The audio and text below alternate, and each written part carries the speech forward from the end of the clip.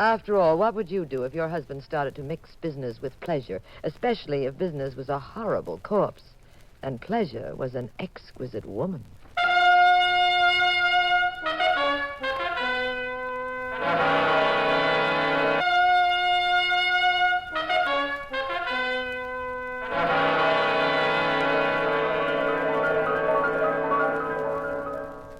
The National Broadcasting Company presents The Adventures of the Abbotts, starring Claudia Morgan and Les Damon as Jean and Pete Abbott, the nationally popular characters of detective fiction created by Francis Crane. Pat and Jean invite you to join them each week at this time on NBC for another recorded adventure in romance and crime. Tonight's puzzle in murder, the Royal Purple Scooter. And here is Jean Abbott. I just called for Pat at his office. It was dinner time. My husband was ready to forget being a private detective and make a beeline for the nearest lobster a la Newburgh. Come on, Jean. We'll go down to the skipper's, relax, and I'll order myself a... Oh, is that a customer? So late. I'm not expecting one. Come in. Yeah? Mr. Abbott? Yes? My name is King. I'm from California Fidelity. Have you got a minute? Yes, Mr. King. Surely. Sit down. This is my wife. How do you do? How do you do, Mr. King? What's on your mind, Mr. King? Well, Mr. Abbott, my company sells accident insurance, and we think that we have a job for you. What's the problem? Do you mind if I deliver a short lecture on the insurance business? Not at all. Go ahead. The American public is really remarkable, Abbott. Now, our company spends $1 million a year telling people to use a little common sense. But they commit suicide anyway. They spend $1,000 for a painting, but they won't spend 50 cents to fix a rug on the stairway. Then their best friend steps on it, falls, and knocks his brains out. They'll take 6 hours to hang that same painting on the wall, but they won't take 60 seconds to move a bottle of iodine out of reach of the baby.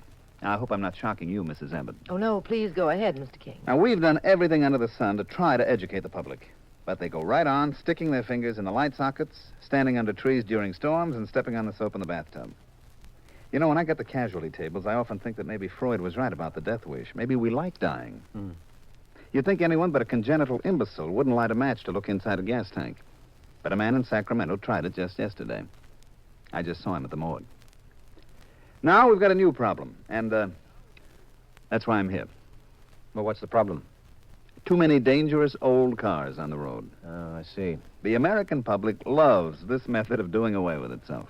Everybody and his brother has grabbed hold of anything on wheels that will move, and they're out on the road doing 90 in cars that belong in the junkyard.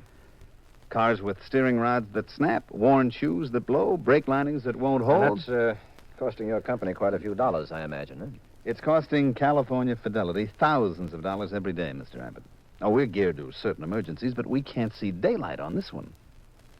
So, our only hope is to make a test case. There was a chap killed in an auto crash on Locust Avenue last night. Here's the card on him. His name is MacDonald. Rick MacDonald. Oh, yes. I think I read about that in the paper. Yes. MacDonald was coming down a hill near Locust Avenue. It's a bad one. Terrific grade, soft shoulders. 8 fatalities in the last 6 months. The city council has been too busy to fix it. They could have banked the curve, but they preferred to spend the money painting gold letters on City Hall. MacDonald went right off the road and over a rocky cliff. He was alone in the car, wasn't he? Yes. He wasn't speeding, though. The meter was smashed at 32 miles an hour. Did you find anything that showed why he spilled over? No. We had a top-flight mechanic take the wreck apart. Couldn't tell a thing. Car was too banged up. What do you know about the man who died? MacDonald? Well, he was 42, owned a chain of drugstores, married. He seems to have kept out of trouble. He was what we'd call a good risk. Now, he'd bought the car just a few days ago. Now then, if we could show that the car was a death trap when he plunked down his $1,750 for it, if we could show criminal negligence by the dealer who sold it... Then you'd have a case. Exactly. Maybe then we could set off some legal fireworks and get out of paying these dozens of fat claims like MacDonald's. His alone is $100,000. $100,000? Yes. Who sold him the car? A chap named Tenike. Harry Tenike. He has a fancy lot over on 7th Street. Mr. Abbott, if you'd investigate for us, California Fidelity would be glad to pay any reasonable fee. All right, Mr. King. Now, what do you know about the dealer, Tenike? Not much. He's been selling used cars for a long time. Grabs jalopies cheap on the East Coast, then palms them off in Dallas or here in San Francisco. He's about, 36. Single. No prison record, no legal trouble at all. Mm-hmm. Okay, Mr. King, I'll take it from here. It would be worth quite a lot to us, Mr. Abbott, if you could prove the accident wasn't necessary. Well, it shouldn't be too hard to prove that some of the cars they're selling these days aren't exactly dreamboats. Some. Probably most of them. Insurance companies have such fine, trusting natures. Well, we're not dealing with the Vassar Daisy chain, Mrs. Abbott. The insurance company very often involves what Mark Twain called downright human cussedness. It's not a business for people with queasy stomachs or elaborate moral standards. Have you anything else to tell me, Mr. King? No, I think that's about it. I guess you forgot one little item. I read it in the paper this morning. Oh, really? What was that? When they found that wrecked car and McDonald's body, they found a scooter on the back seat, a purple scooter. Yes, that's right. I'd forgotten about that. Well, the newspaper said that the McDonald's didn't have any children, so why was there a scooter in the dead man's automobile? Oh, I see, Pat. You mean MacDonald was murdered.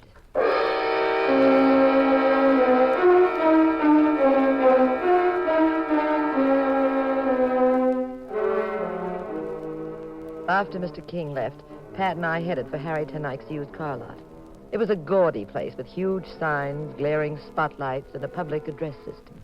Yes, sir, folks. Harry Tenike is crazy. Crazy. He's giving his money away. He wants you to drive right up here and sell your car, and Uncle Harry doesn't care what he pays for it, not Uncle Harry. Sounds like the old Army game, doesn't it, Pat? I think the odds in the Army game are better. Oh, that must be Mr. Tenike over there.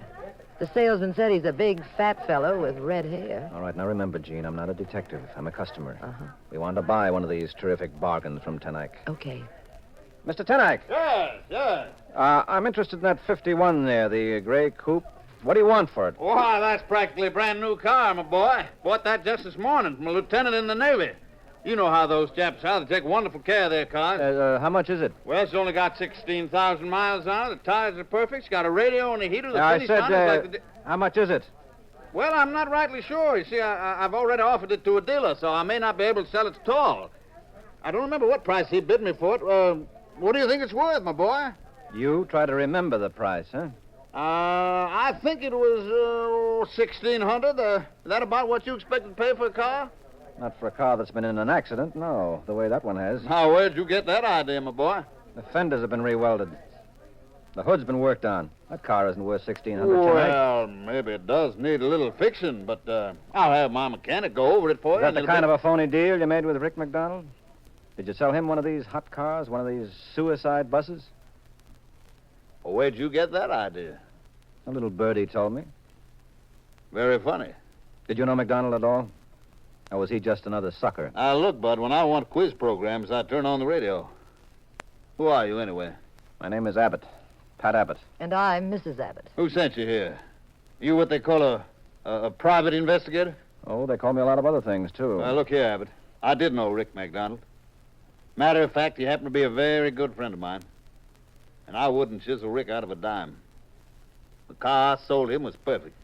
Yes, but there isn't any way of proving that now, is there? Rick knew cars, Abbott. He'd driven cars for 20 years. I couldn't have gypped him even if I wanted to.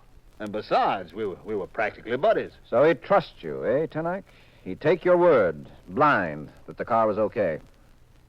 Get out of here. I'd have knocked your lousy head off for hinting that I double-crossed Rick. I had nothing to do with the way he got killed. He was on a crummy hill. 8 other guys went off the same road this year. That ain't my fault. And no Penny Annie Sherlock Holmes is gonna You come in say here. you knew McDonald very well? Sure I did. I've known the McDonalds for years. You must have known Mrs. McDonald, too. Dottie? Sure. So what? So nothing. Now, look here. Dottie's a good girl. You've been hearing that stuff about how she runs around? Now, they say that just 'cause she's so pretty. That's all. Now, go on. Beat it, Abbott. You get out of here and forget my address. Ah, dear, you're coming around here with dirty cracks about Rick and Dottie. What are you trying to do? Show the boys you're smart? Show them that they hired a genius? What some people won't do to make a buck. All right, easy, Tenike, easy. You get out of here. You get out and make it fast before I take this wrench. All right, I'm going, Tenike. Nice to meet you. Yeah, you're just the way they describe you in the ads. Jolly Harry Tenike, everybody's friend.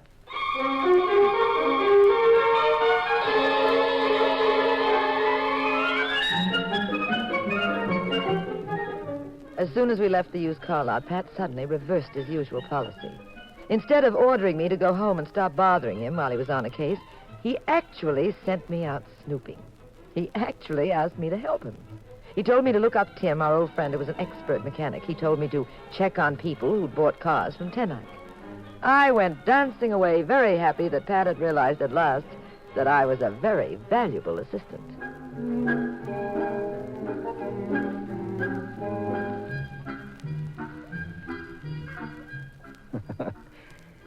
This is Pat Abbott. Ordinarily, I don't barge in on Jean's storytelling, but, just between you and me, I got rid of Jean purposely. I'd given her a lot of useless things to do so that I could go to see Mrs. McDonald alone. Oh, all in the line of duty, of course. But from what I'd heard about Dottie, I knew I'd be better off if there weren't any other women around, and she thought I was single. See, I wanted Mrs. McDonald to play every card she had without inhibitions. Mrs. McDonald's one of the most colossal little numbers I'd seen outside the pages of Esquire. Sitting in her apartment, I thought that what Ten Eyck called being a penny ante Sherlock Holmes sometimes had its rewards. Another Manhattan, Mr. Abbott? Thank you, Mrs. McDonald. You're quite a mixer. Call me Dottie. You've been much too formal ever since you got here. Well, I'm sorry it's necessary for me to talk about your husband's death. Oh, that's all right. I guess I'm not the weepy type anyway. Oh, I'll miss Rick. That's that. I'll miss him, well, for a while anyway. Sounds like you two... Oh, we got along as well as the usual married couple. Oh, you know how it is. Well, when you get married, you'll find there are lots of jokers in the deck. But, you didn't come here to talk about our marriage, did you? No. I came to ask you about Harry Ten Eyck. Do you know him very well? The used car tycoon? Harry? Oh, sure. Harry and Rick both wanted to marry me. That was back in 41. Well, then we got into the war, and Harry was drafted. So I married Rick. Later, Rick got into the drugstore business and made a lot of money.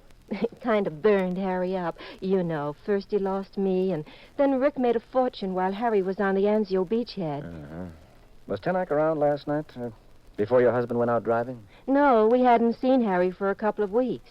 Why? What are you trying to do? Hey, what are you getting at? I'm just trying to get at the details. Tell me something, Dick Tracy. Sure, what? Do you by any chance think I killed Rick? Could be. Oh, if you do, you're not as smart as you look. Why should I kill him? For the 100,000? I got all the money I want. Here, look at this necklace. You like it? Yes, very pretty.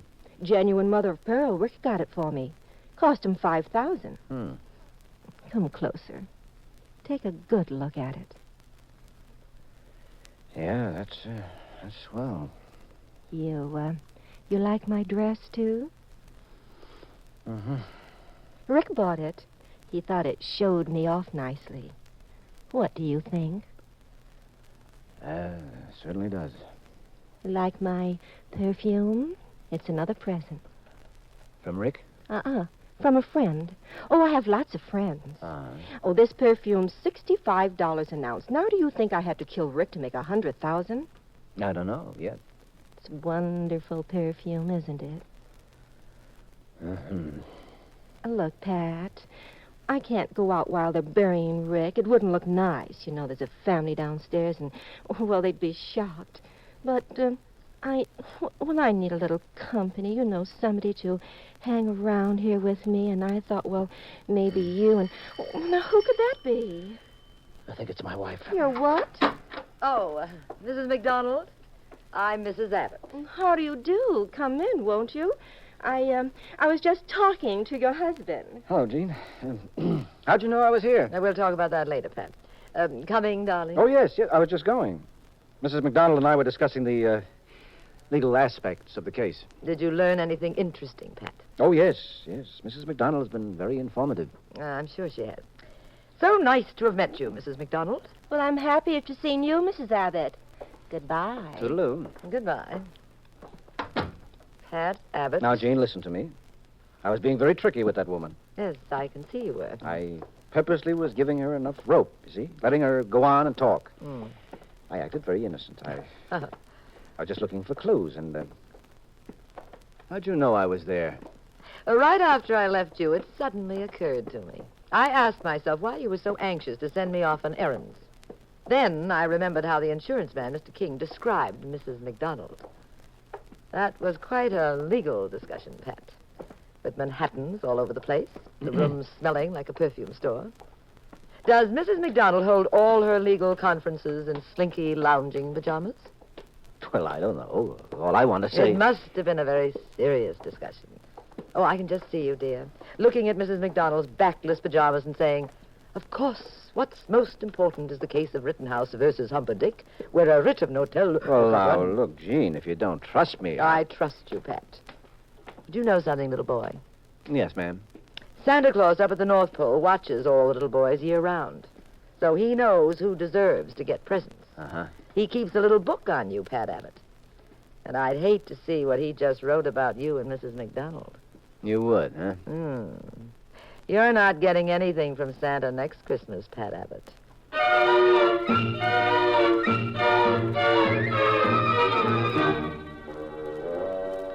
Back at Pat's office after we finished discussing Mrs. McDonald, we discussed the case, seriously. I asked Pat what the next step was, and he stood up and announced very solemnly... In regard to the mysterious death of Rick McDonald... Yes? I'm going to take the final step necessary to solve the case.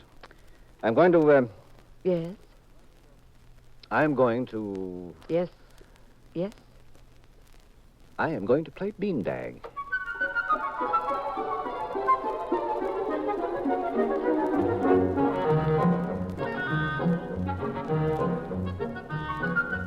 Pat wasn't fooling either. Without any explanation, he left me flat in his office and went running over to the Locust Street section where, and he began to play beanbag with all the neighborhood youngsters.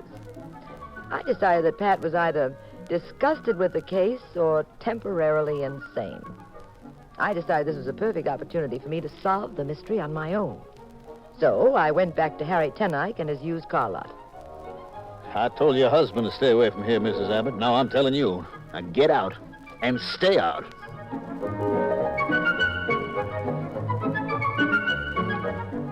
Then I tried Mrs. McDonald. I'm sorry, Mrs. Abbott, but there isn't anything more I can tell you. Well, I think your husband covered everything very nicely when he was here.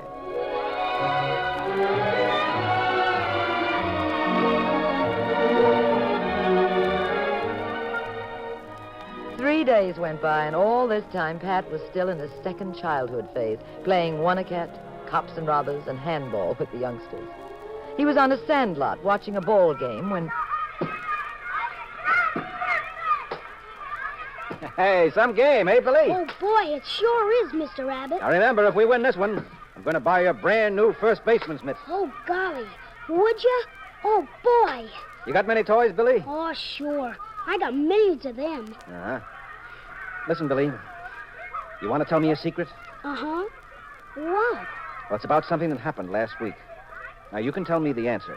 You can trust me, you know. Sure. What is it? No, I won't tell a soul. But I want you to tell me the truth. Go ahead. Shoot. Billy, did you lose a scooter?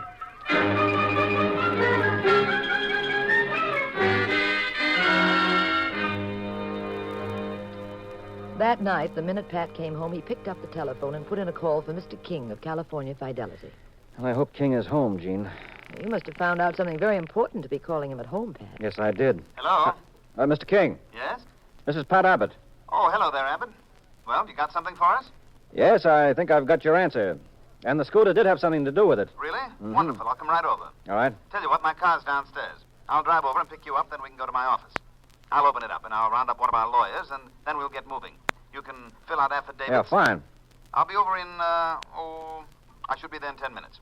Bye-bye. I'll be waiting. Bye. Well, Pat, what'd you find out? Well, you're not going to make me wait for Mr. King, are you? I found out Yes? that beanbag is a much more difficult game than you think.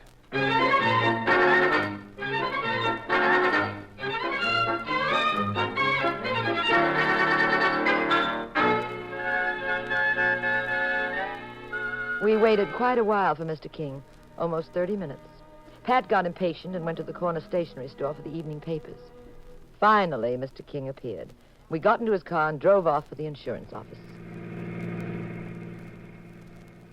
All right, Abbott. What's the story? Well, Mr. King, in the first place, just as you suspected, MacDonald didn't have an accident. Really? Go on, Abbott. And I spoke to Harry Tenike and to Mrs. MacDonald, but the most fascinating item in the whole setup, as far as I was concerned, was the scooter found in the back of MacDonald's automobile. Yes. You said over the phone that you had something on that. Yeah, well, I made it my business to hang around with the kids who lived near the MacDonalds. I sort of built up a reservoir of goodwill with the gang of them. Mm-hmm. I wanted to know if one of them had lost a scooter, and sure enough, one of them had. His name was Billy Livingston. Great kid, Billy. Kind of devilish, too. You see, the night MacDonald died, Billy had stolen into the back of MacDonald's auto with his scooter. He was hiding back there, trying to sneak a free ride. Well, MacDonald parked in front of a stationery store and had gone inside to buy a paper or something. And while Billy crouched on the floor in the back, someone came up. He lifted the hood of MacDonald's car and jimmied the works. Probably loosened the steering rod. Well, Billy got scared and ran away, leaving his scooter on the back seat. That's why it was found in the wreckage. Well, after the news went around town, Billy was too frightened to announce that it was his scooter. Well, could Billy see well enough from the back seat that night to recognize who jimmied the car? Mm-hmm. He could, Gene. You mean the kid knows who committed the murder? He can identify them? He can. Well, who was it? Who killed MacDonald? You did, Mr. King. Pat, you said... Yes, I said Mr. King did, Gene. I made a mistake, Abbott. I purposely hired you, figuring that it would be a nice cover-up for me. The double bluff, you know? The guy who pulled the gag, insisting that there be an investigation. Seems I underestimated you. I thought you'd go up a blind alley or pin it on Harry Tenike. Pat, we've got... You don't have to do anything, Mrs. Abbott. I carry a .38. I've carried it ever since I killed Rick. Comes in handy now. I can stop my car. You know, King, the only thing that bothered me is why. Why did you do it? Because of Dottie MacDonald. I had a yen for Dottie. One of those bad ones. Makes you sick inside and pretty desperate. I sweated it out for a while, then she started to pay some attention to me. I went out with her a few times. Got to where I figured that if it weren't for Rick, I could be the number one boy. Especially since Dottie couldn't stand her husband. Being second in the league is no good. You get so you want to be first so much you don't care about anything else. Then Rick called. Wanted insurance on the car. I knew he'd bought a used one, probably a punk one. Harry Tenike hated Rick. So, Harry Tenike was the perfect suspect, huh? Sure. And there was another thing. The hill near Locust Avenue where Rick lived. It's a dangerous incline. And automobile accidents make almost perfect murders. So I had all the cards. Yeah. Now, if you'll stay right where you are. In the front seat, there's some rope, Mr. Abbott, on the floor beside you. Will you pick it up, please, and hand it to me? And, I think you're an intelligent man. I think you won't try anything. I think you know that if you do, I'll blow your wife's head off. Here's the rope. Now, don't move either of you. I can wrap a rope around you with my left hand, I think. So, and tie it down to the door handle. So, gotta pull it tight. There we are. What are you going to do? Mrs. Abbott, the hill where Rick went over is just ahead of us. I'm going to start the car and then jump out. Simple, isn't it? No, you can't do that. If we're found in your car without... Did you ever hear of accident faking, Mrs. Abbott? That's another side to this fascinating business that I'm in. I had a long talk with one of the best accident fakers in the country last year. He taught me quite a few things. It'd be very easy for me to scratch my hands and legs and be found terribly shocked with the dead bodies of Mr. and Mrs. Abbott. We had an awful accident. You were killed. I was luckier. Pat, he can't. Easy, darling. Now, I'll start the car.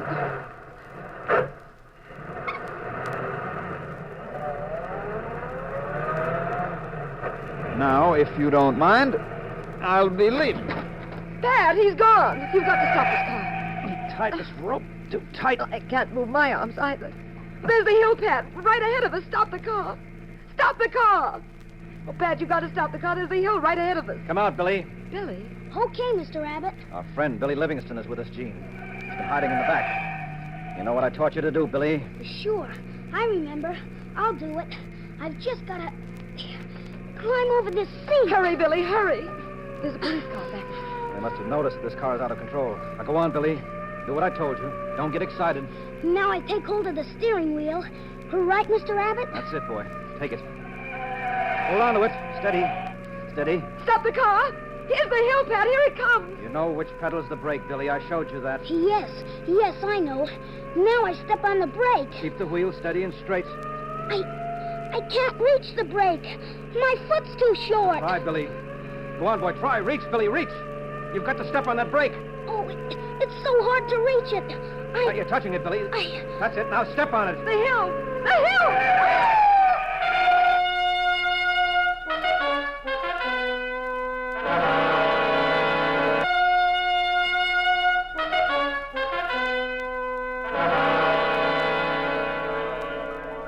Little Billy Livingston jammed his foot down on the brake just as we reached the soft shoulder on the curve. Just as we would have gone over. The police car behind us pulled up, and in less than 3 minutes, Pat led them to Mr. King, who was walking nonchalantly down the side of the road toward the bottom of the hill, where he thought we would be found dead. Later that evening at home. Pat, how did you happen to teach Billy how to stop the car? And how is it that he was hiding in the back anyway? Well, do you remember when I got impatient, waiting for King to show up? Uh-huh. I strolled down to the stationery store. Mm-hmm. Well, I picked up Billy. I thought King might try something like that once he knew I had him. Billy seemed to be quite a little expert at hiding in back of cars by now, so I took him along as an ally. Very neat. Now, about, Dottie. Oh, yes, Dottie. Wasn't she gorgeous? Sort of a care package from Errol Flynn. She keeps going where Betty Grable leaves off. Wait a minute. Wait. What has she got that I haven't got? Now, you come on out to the terrace in the moonlight, darling, and I'll take inventory.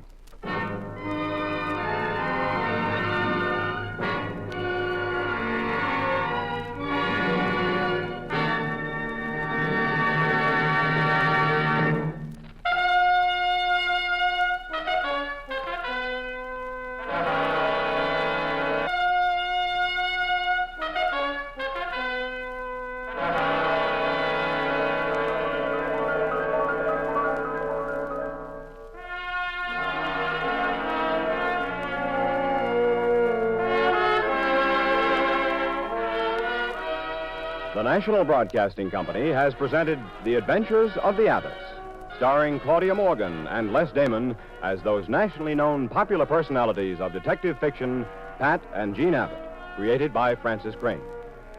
We wish to thank Ann Corio for portraying the role of Dot McDonald in tonight's story. Our cast tonight included Mandel Kramer and David Pfeffer. The Adventures of the Abbotts was written by Howard Merrill. Original music composed and conducted by Dewey Bergman.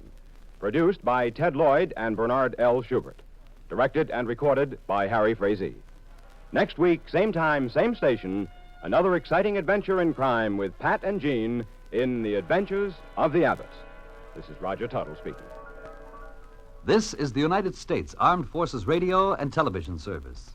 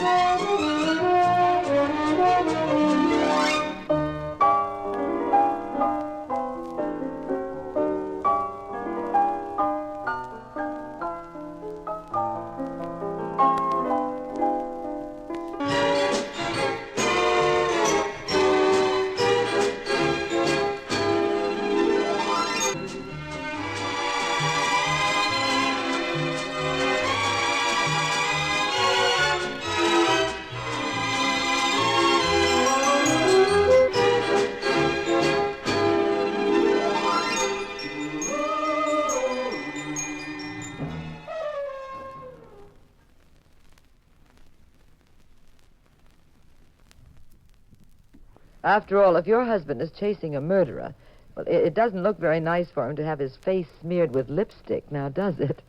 Especially if it's another woman's lipstick.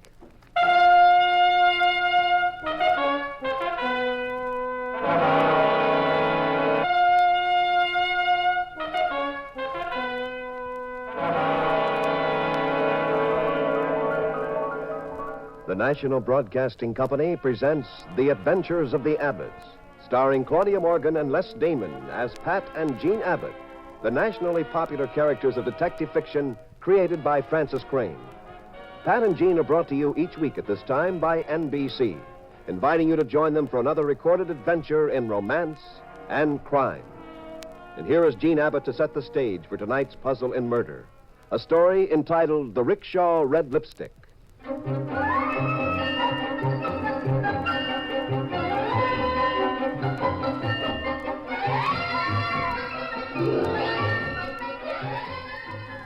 Very much against Pat's wishes, I went down to the San Francisco waterfront with him. Even though we live in the town, he usually forbids my going there. We went to a dilly of a place. It was a rough and tumble bar and cabaret for longshoremen. We'd gone there to look for an old friend of Pat's, Frank Svensson, a retired sea captain who owned the property.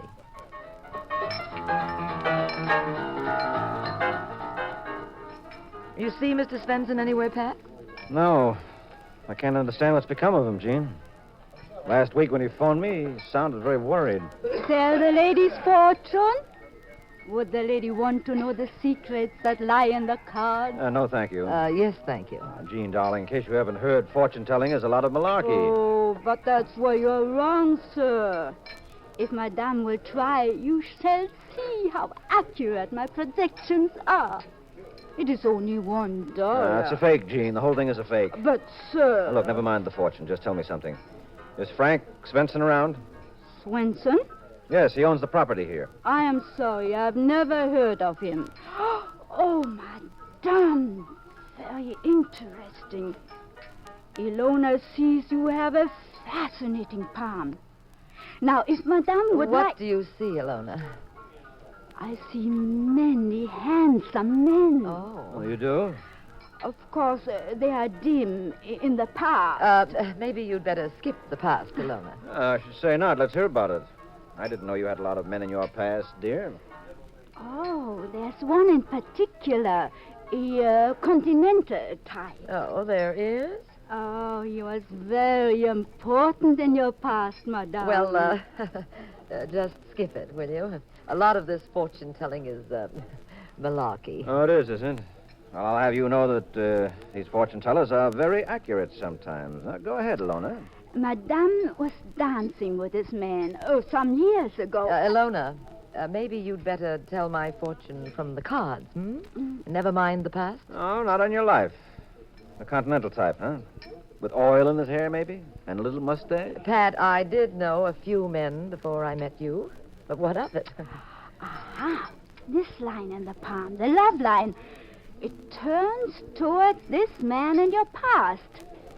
You saw him many times, and then that one night... will do, Ilona. Thank you. That's all. The end. Cut. No. Go on, Ilona.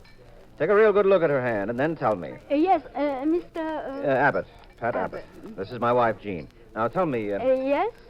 What happened that one night with that broken-down Romeo? He was not broken down, and he was not a Romeo. Well, that night, the palm tells me that Thank you, Ilona. That's fine. I'm so sorry you finished. Pay her, Pat. Oh. Pat, please. Okay. Here you are, Ilona. $5? Yes, it was worth it. Oh, you are so sweet. For that, Ilona kissed you. Hey, thank you. Muchas gracias. I have suddenly developed a violent dislike for that woman. Oh, why? I think she was very interesting. The palm is so fascinating. Wipe that lipstick off your face and stop grinning. She couldn't help kissing me, Jean. I affect women that way. Hey, look at my handkerchief. What color is that lipstick she has? Oh, it's a new shade, Pat. It has purple in it. That's why it looks so funny. Oh. It's called Rickshaw Red. Makes me seasick. Pat, there's a fight over at the bar. Well, sit tight, dear. Be prepared to duck. One of them's awfully young, Pat, isn't he? Looks like he's about 19. He shouldn't start anything with that big fellow who's talking to him. He'll get his jaw broken. Don't worry, Gene. That kid can handle himself. Well, he doesn't look that way to me. Bring a chair. Keep behind this table, Gene. Pat, the big fellow will kill that young boy. Pat, they have guns. Stop them. No, it's too late. Keep down, Gene.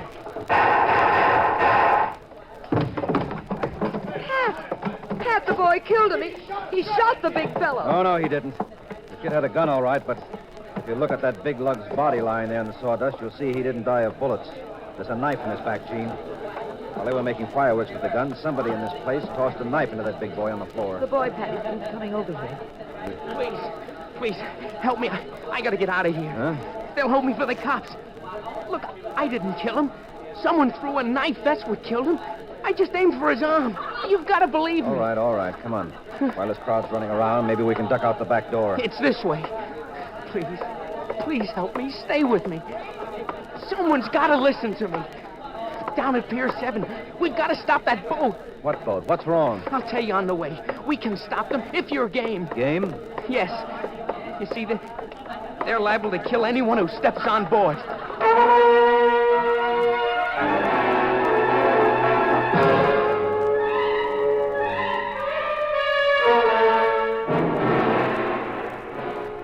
The young boy stood there in the smoky barroom with the crowd milling around.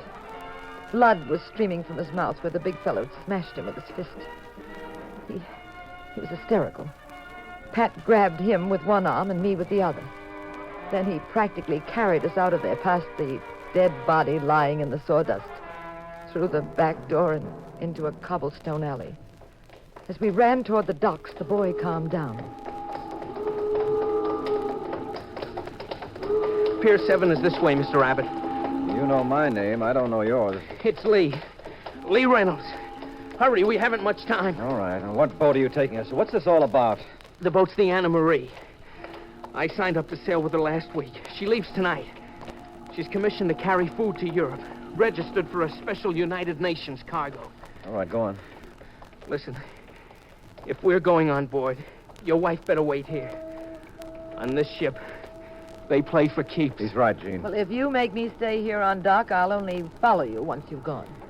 Sorry, Lee. She's the stubborn type. Keep talking. Well, the boat's across the street here, and you... Oh, look out for that truck! Yeah. Pat, look out! Pat, are you all right? Yeah. It was awfully close, though. These dark streets. I'm surprised they don't have more accidents. That wasn't an accident. Huh? Somebody wants to keep us off that boat. What's on that ship? Well, I don't know exactly. That's why I haven't told the police. It'd take too long to convince them. By that time, they'd sail. But there's something in that hold. There must be something in the hold of that baby. Something very hot. From the minute I got on board, Mr. Abbott, everybody acted kind of screwy. The captain, the steward, everybody. And they won't let me go near the hold. By the way, who's the big fellow you got into the brawl with? He was in the crew. I told him that I knew it was a phony cargo of some kind. I threatened to talk. I'm no crook. Well, he blew his top. But I didn't kill him. My shots went wild. Whoever threw that knife killed him. All right. Where'd you get the gun? In a hock shop in Chinatown. I knew I'd need one just as soon as I got mixed up in this deal. Well, you better give it to me. You'll get into more trouble with it. No. Hmm? I want to keep it. All right, Lee, you can keep it. There's the ship. It's supposed to be loaded with food packages for European relief. Well, they haven't got steam up yet. We have some time anyway. All right, what's the setup, Lee? Want to sneak down into the hold? No, that won't work. They have it watched. I found that out. I think it'd be smarter to go right in and talk to the captain. Look, Mr. Abbott, you're a private detective. You might get an angle. It'd fool them, too. Walking in right to the captain's quarters. They won't suspect us. Well, that makes sense. Here's the gangway. What'll you tell the captain, Lee? Well, I'll say you're friends of mine. Visiting. I wish you'd go home, Mrs. Abbott. I don't think this is going to be a very pleasant visit. I wish you'd be quiet, Mr. Abbott. I wouldn't go home now for anything in the world. There are the captain's quarters. Come in. Excuse me, Captain. What is it, Lee? This is Mr. and Mrs. Abbott, friends of mine. I invited them on board for a visit. I thought I made it clear to you that we don't allow any visitors. Oh, Captain, I've heard a skipper is usually very proud of his boat. You've a wonderful ship here. Never mind the charm, Mrs. Abbott. I'd appreciate it if you and your husband would get off the boat. You have a cargo of food for Europe, they tell me, Captain. Do they? Yes, Lee was telling me how glad he was to be on an assignment like this. You talk too much, Lee. You talk about everything but yourself. Did he tell you he's a jailbird? No, he didn't. Well, you should be more careful of the friends you select, Mr. Abbott. Now, if you leave, I told you I won't stand for no visitors. Or shall I have the crew escort you off? Okay, Captain. Coming, Gene? Lee? Oh, thanks for your hospitality, Captain. Get off this ship! The deck's this way. You want to sneak into the hole now, Mr. Abbott? No, not now, Lee. I have another problem on my mind. I'm going back to that bar. To the bar, Pat? Yes, I want to know what became of Svensson. Who's he? He's a friend of mine. He owned the property where the bar is. Well, what's that got to do with this boat? Plenty. If they're working some kind of a racket on this ship, they need a headquarters. A spot near the water. And Svensson, who owned that bar just a block or so from here, has disappeared. Now, that's interesting. I'm going back there and play hide and seek. Now, you wait here, Lee. But... You come with me, Gene. But the ship, it'll sail. And if we could get down into the hole and find out what they've got there, we might be able to stop them. Well, we'll have to take that chance. Now, you stay on board, Lee. When I come back, I'll stand on the dock and whistle. Like this.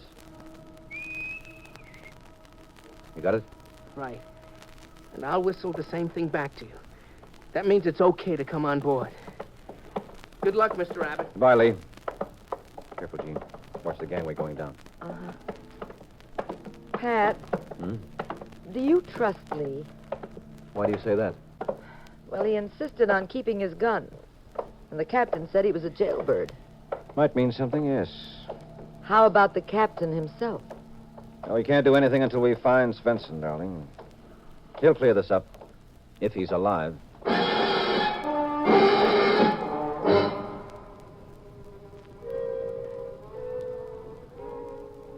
We sneaked back through the dark streets. This time, Pat was doubly careful for trucks or any other fake accident. Then, in the bar...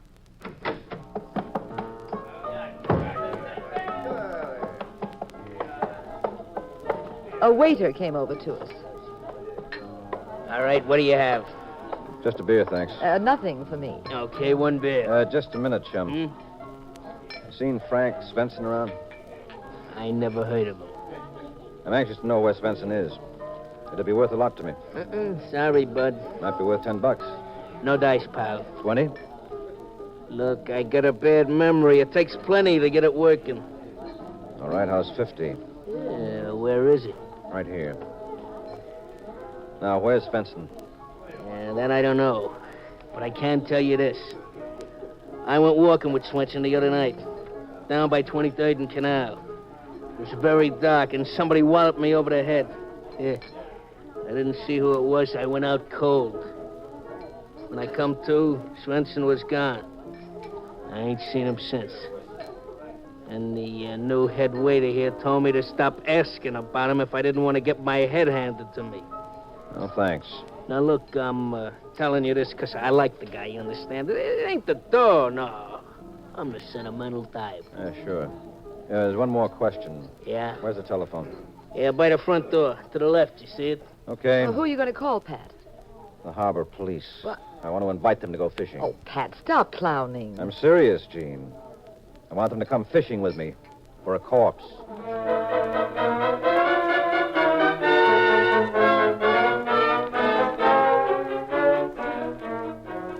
In just a moment, Act 2 of tonight's mystery, The Rickshaw Red Lipstick.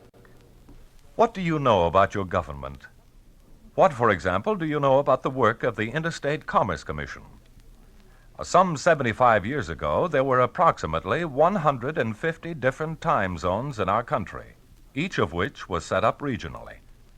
In order to erase such confusion, the Interstate Commerce Commission was established.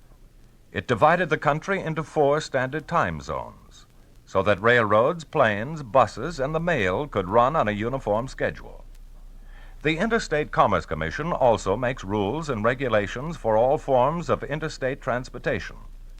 It makes certain that railroads, truck lines, barges, and boats are operated safely, charge reasonable rates, and give dependable service. Yes, when it comes to the regulation of national time and the protection of national travel, the Interstate Commerce Commission is always at the service of the American people. That's how your government works. And now for Act Two of The Adventures of the Abbotts, the Rickshaw Red Lipstick.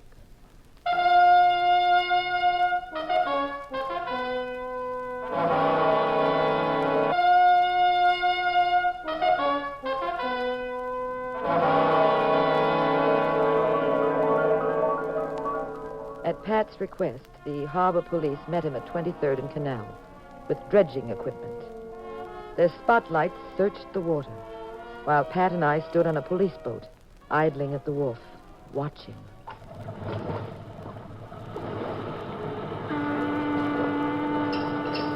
I hope my hunch was right.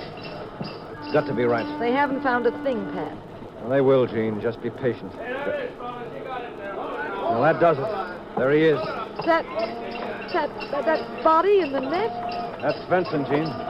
Not very presentable, is he? Oh, it's horrible. Well, after a dead body's been in the water for some time, it's not a pretty picture. Say, boys, could you put him down over here? I don't want to break up your routine. I just want to get a quick look at him. Oh. You take a look, Pat. I've seen enough. It's all right, darling. Turn around. Don't look. Thanks, boys. That's okay. I just want to give my old friend Svensson the once-over. Well, looks like he got the usual treatment. Somebody broke his neck and put big rocks in his pockets and tossed him into the drink. Well, this is interesting, these papers. Tell me what you found, Pat. Oh, there are letters here, Gene, unsigned, telling Svensson he'd better sell his property or else. At least that's about all I can read. They're soaked. Well, come on, I've got another phone call to make. Who is it this time? Will you stop talking in riddles? I'm going to call the license bureau. I want to know who owns that bar now. Who took it over from Svensson? Gee, it's hot here, isn't it? Take my handkerchief, darling, and wipe your brow. No, thanks. I've got my own. That's better. Oh. Yes, Gene, I'm going to phone and ask who owns the bar. Got any theories about who it is? Lee or the captain? I think I know who it is, Gene. Thanks to the fact that it's very warm tonight.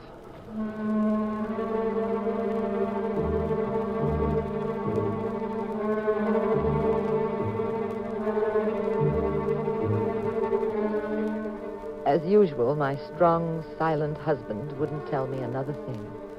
I begged, I wheedled, I threatened, but it didn't do any good.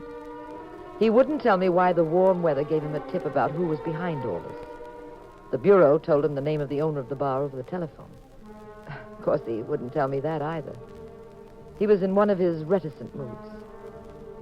Then we stole back to the dock, to Pier 7. It was pitch black.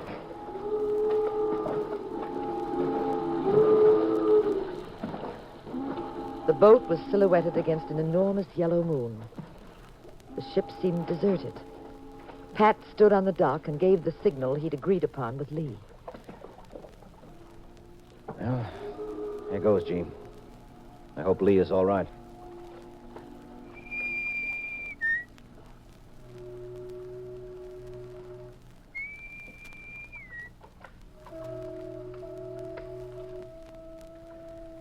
I'm going on board. Well, if you think you're going alone, chum, you... Easy. Let's get up this gangway. Pat, can you see anything? No, not much. Moon is bright, but it's awfully dark here. Look, the number 3 hold door is open. I'm going to jump in. You stay here and tell me if you hear anyone coming. All right. But be careful, Pat. I will. Here goes.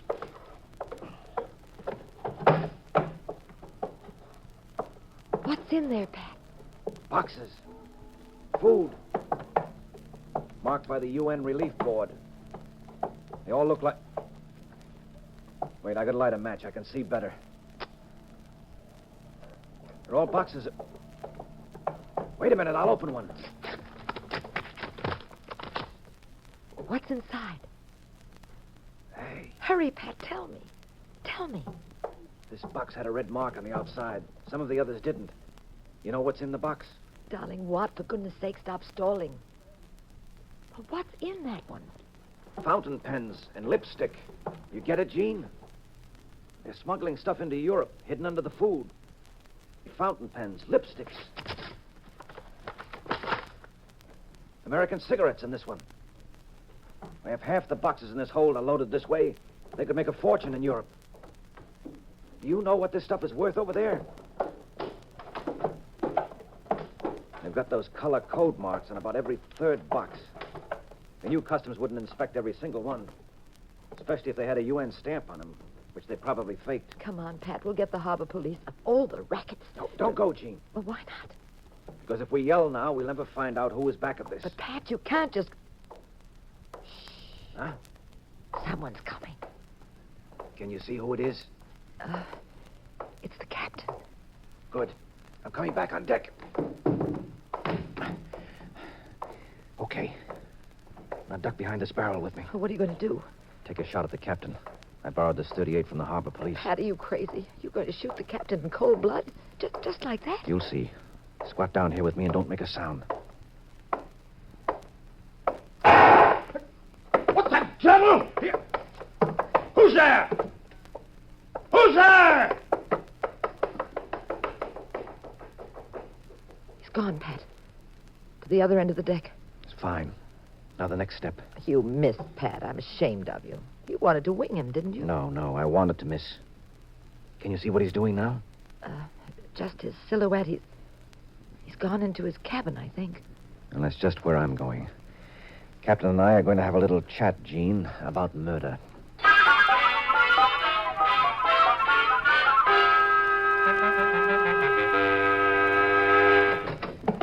Good evening, Captain. Abbott, what are you doing here? I thought I told you... You were a bit rude during our last visit, Captain, but I don't think you should die for it. Me? Die? Yes, we learned a lot about you, Captain, but you don't know much about me. I'm a private detective. As I came up the gangplank just now, I heard a pistol shot. Shall I tell you what it was? What do you know, Abbott? I know all about the little smuggling deal that's going on. I know that whoever the head of the ring is just took a shot at you. Ah, you're out of your mind. A member of your crew was killed tonight in a bar near this dock. Frank Svensson was killed, too, because he wouldn't sell the property where the bar is located. The head of this outfit, Captain, tossed a knife into that seaman and also did away with Svensson. Now you're next. Go on. You're next because the boss has decided to take all the dough and leave you out. Does that sound like I'm out of my mind? If it does, take a look at the sleeve of your coat where the bullet grazed it. They won't miss next time, Captain. We know a lot of odd stories, don't we? Now, you've got a chance to get off easy. Maybe turn state's evidence. Maybe get out of the rap for murder. You're in it now, Captain. You had knowledge of the crimes. You're an accomplice. How do I know you're on the level yourself? Don't you worry about me. Just take my advice. Get to the boss and straighten yourself out. If you don't get to the boss very fast, you're a dead duck. I told you the fireworks were just beginning, didn't I? All right. You wait here. I'll settle this, so help me, I'll settle it. If that dirty crook is trying to get rid of me, I'll... Where's he going, Pat? He's going to speak to the boss. My little trick worked. Oh? Come on, Jean, let's follow him. He's going up to the bridge, see? The boss must be up there. Easy now. Let him go up alone. In a second, you'll see who's been running this setup. Let him go up the stairs. That's it. Now, we wait here and listen. Well, if I stand on tiptoe, I can see who he's talking to. Go ahead, then. It's Alona, the fortune teller. Right, Pat. But how did you know? Shh. I'll tell you later. Just listen to them. Yes, you tried to bump me off just now, didn't you? You're standing here giving me the applesauce about how everything is great. Then when I walk away from you, you start taking pot shots at me, you rock. I did not shoot at you. Now shut up and get this boat out of here. They are waiting for the stuff in Lisbon. This boat ain't going anywhere. Not yet, it ain't. I'm no sucker. You think I'm going to turn my back again and give you another chance to get me out of the way? You got a habit of knocking people off, Alona. You threw Swenson into the river, didn't you? I got rid of Swenson because he was in my way. I like things to go smoothly, Captain. But since you have decided to shoot your mouth off, I am sorry... Put down that knife! Don't throw that knife! Oh, my arm! Sorry, I had to use this 38 to stop you, Alona. Abbott! I wasn't sure how good you were with a knife. You missed Lee at the bar tonight and killed that crewman by mistake. I wouldn't have minded especially if you'd hit the captain here, but you might have missed again and hit me or my wife. You know Jean, I believe. Oh, don't bother introducing us, Pat. We've Mr. met... Mr. Abbott. Yes, well, you can relax now, Lee. You seem to have cleared things up a bit. Where were you? Well, I got frightened waiting out there on deck. I went to look for you. I see. Now, let's go, Alona. You too, Captain. All right. Oh, Alona, I wanted to thank you. Thank me? For what? For telling my wife's fortune.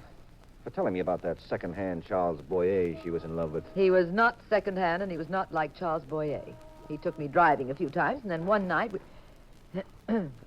Oh, it's awfully hot tonight, isn't it?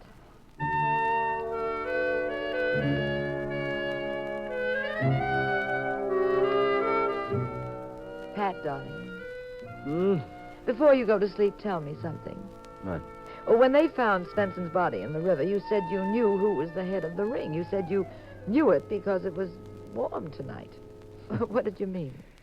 Well, it was warm, and I was perspiring, and you offered me your handkerchief. But I used mine instead, remember?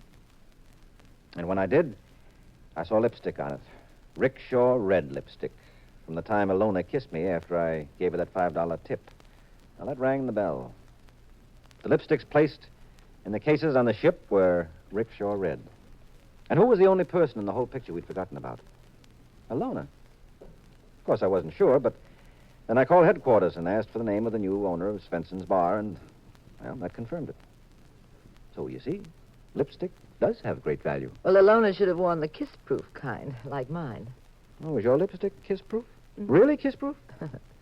Doesn't any of it come off when you kiss me? It's guaranteed. Jean, darling. Yes, Pat. Let's try it and see. Oh, there. Convinced now? No, that isn't scientific. Any scientist will tell you the test isn't valid unless it's tried at least 100 times. Oh, but that would take all night. Wouldn't it?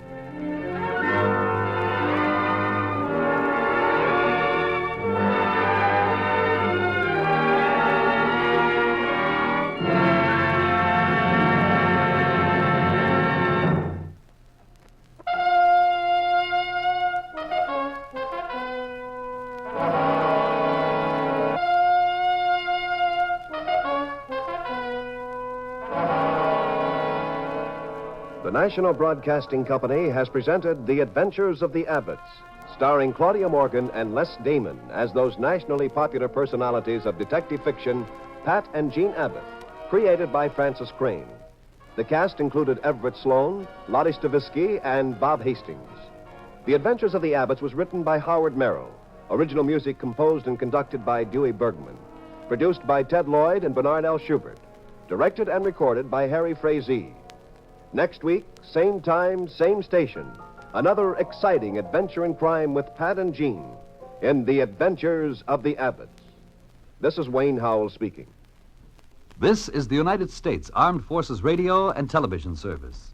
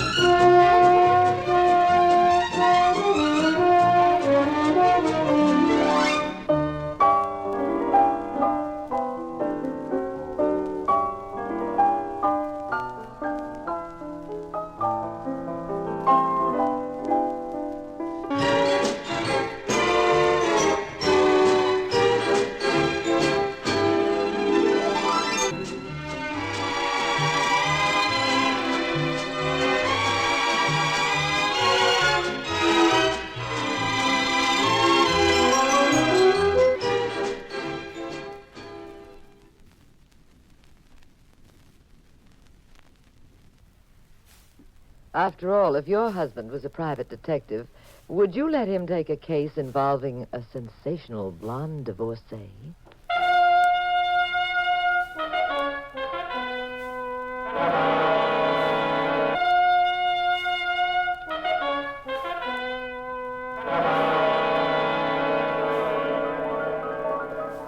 The National Broadcasting Company presents The Adventures of the Abbotts, starring Claudia Morgan and Les Damon as Pat and Jean Abbott, those popular characters of detective fiction created by Francis Crane. Pat and Jean are brought to you each week at this time by NBC. The handsome young detective and his lovely wife invite you to join them for another exciting recorded adventure in romance and crime.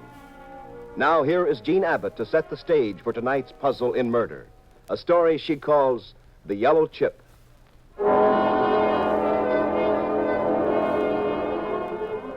Espionage is not usually my Pat's cup of tea. He stays in the area of crimes of passion, swindling, and other forms of human hijinks. So he didn't expect this visit one bright morning at his office in San Francisco. A distinguished-looking chap in a pinstripe suit sat opposite Pat's desk. He'd obviously waited until Pat was alone, very much alone. Would you mind locking your door, Mr. Abbott? Oh, not at all. It's a gambit that's been played in this office before. You can also stop looking around. There's no tap. Nothing's recorded secretly in here. The walls are soundproof, too. Now, what's your name and what's the pitch? I'm Lieutenant Colonel Richards, Mr. Abbott. Yes, Colonel? I'm in counterintelligence. My credentials? Mm-hmm. What can I do for you, Colonel? We keep a dossier on every private detective in the country, Mr. Abbott. Well, I should hope so, sir. Yours is very impressive. Thank you. You were a great help to us during the war. What's on your mind now, Colonel? In spite of the dossier, we've again run a field check on you for the past few months. Mm-hmm. Did I make out all right? Perfectly. The reason for the precaution is that we're obliged to ask your help again on an extremely confidential matter. Oh, what is it? It has top priority in Washington. It's the only subject on which every development goes directly to the president's desk. It's... Yes? Our vulnerability to atomic bombing. I must remind you, Mr. Abbott, that you've been chosen for this because we believe your loyalty is absolutely beyond question. I understand. I'm also required to inform you that from here on, if you allow me to continue, you are subject to the federal laws on giving aid and comfort to the enemy. In other words, if you pass on the information I'm going to reveal, you are committing an act of treason against the United States government. Is that clear? Go ahead, sir. After the Norwegian underground blew up the Nazi heavy water plant at Wehrmacht in 1942, the Germans redoubled their efforts to produce atomic weapons. They'd captured a Dutch scientist in Amsterdam. They persuaded him to work in their laboratories. On what grounds? They told him they wanted a radioactive missile to make pinpoint bombing even more accurate.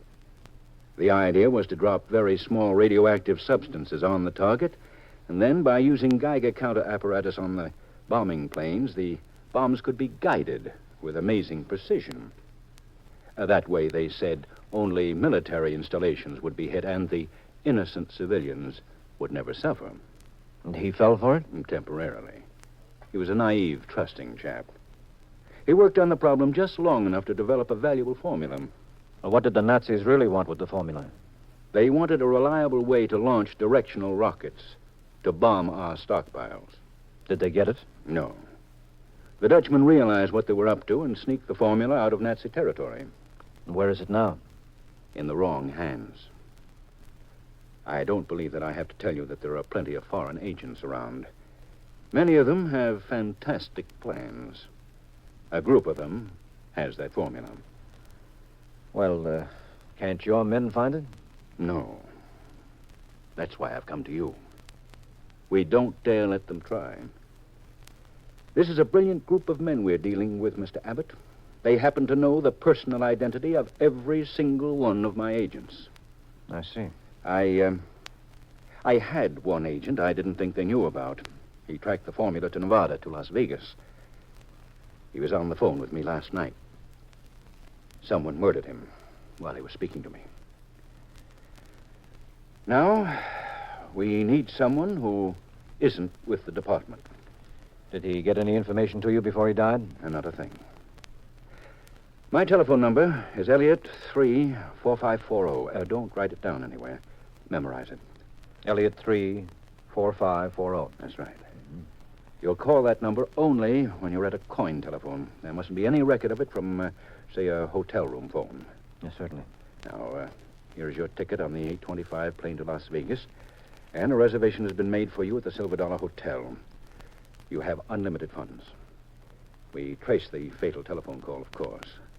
It came from a gambling spot called the Paradise. And I'm afraid that's all we know. You'll have to take over from there. You'll carry no identification, no weapons.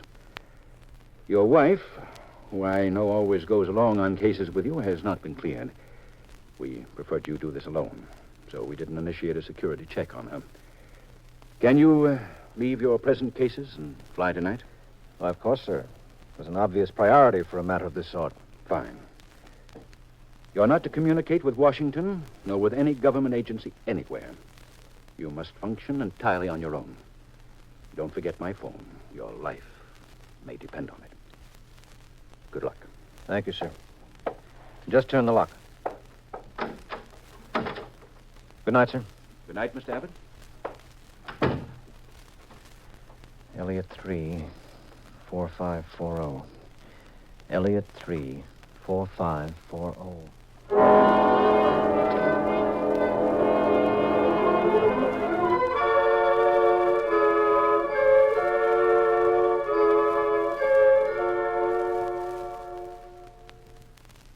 Quiet day, darling. Well, sit down. I'll get you a drink. No, thanks, Jean. I'm leaving. Oh, wonderful. We're off on a juicy case. Well, where are we going? For the very first time, dear, you're staying. I'm going. Oh, stop teasing. What's this about? Government matter. I said stop teasing. Oh, government matter. Somebody steal Ike's golf clubs. Those two words are all you're going to hear. In fact, if I didn't trust you implicitly, I wouldn't even have said that. I'd have just disappeared for a while. And don't repeat what I said either. To anybody. Well, this sounds like double talk, Pat. I'll bet you've a case involving the chorus line at the Copa, and you think dragging your wife along will cramp your style. I wish it were just that. You won't tell me a thing? Nothing. You'll hear from me when it's over. The nature of this problem is such that you is out of it, dear. Sorry. Well, don't get too brave, Pat. I want you back.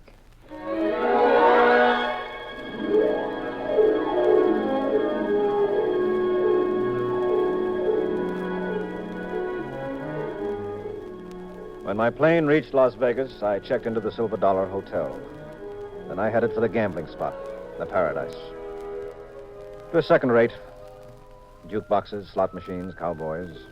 The usual thrill-seeking divorcees in ermine capes. I was at the bar. The most terrific blonde I'd ever seen came over to me. I tried to remember that I had a wife, but my memory kept failing me.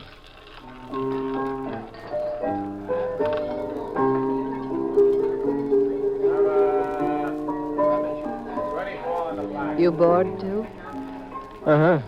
My name's Rita. Mrs. Henry Chapman until a few hours ago when the judge did me the usual favor. Oh, mine is Pat Abbott.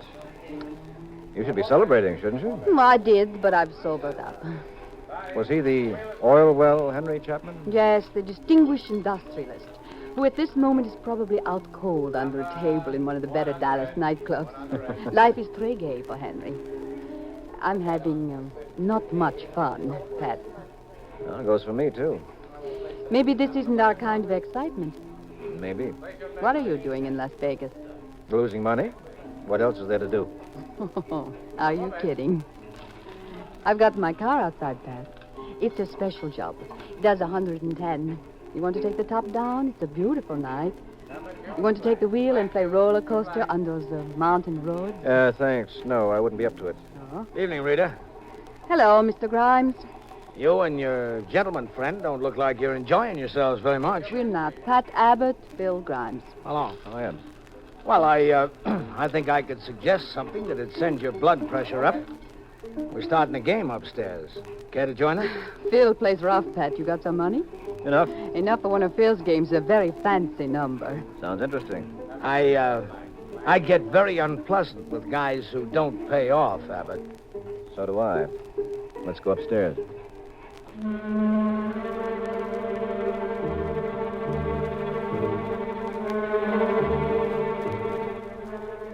The room upstairs wasn't the usual room at all. It was the most luxurious private gambling room I've ever seen.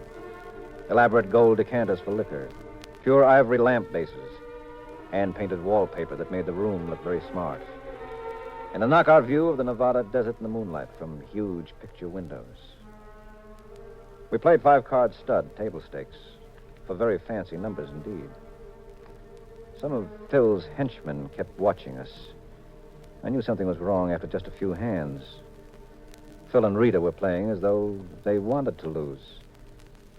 After about an hour, Phil had dealt a hand. He dropped out. I was playing against Rita. I had 4 diamonds. She had 2 aces showing. I figured the cold card was an ace. I pushed my stake in. It was heavy. Nice pot. $7,000. If you're seeing me, Rita, you're short 1,000 on the table. Yes, so I am. I haven't any more yellow chips. You want me to write a check? I'll trust you. Till the hand is over. Don't worry about it, Abbott. She's good for it. I've known Rita a long time. Wait a minute, I have an idea. Where's my pocketbook? Right here. Oh, see if I can find it. Ah, there it is. My lucky gold chip. Always carry it with me. I'll put that in. It works miracles for me. Never fails. Where'd you get that chip? Oh, I don't know. I picked it up in the game somewhere. But it's lucky as a rabbit's foot for me. You sure you don't remember where you got it? No. Why? Nothing. Let's see that other card, Rita. It's an ace. I've got 3 aces. That sounds good. How about you, Pat? Diamond flush.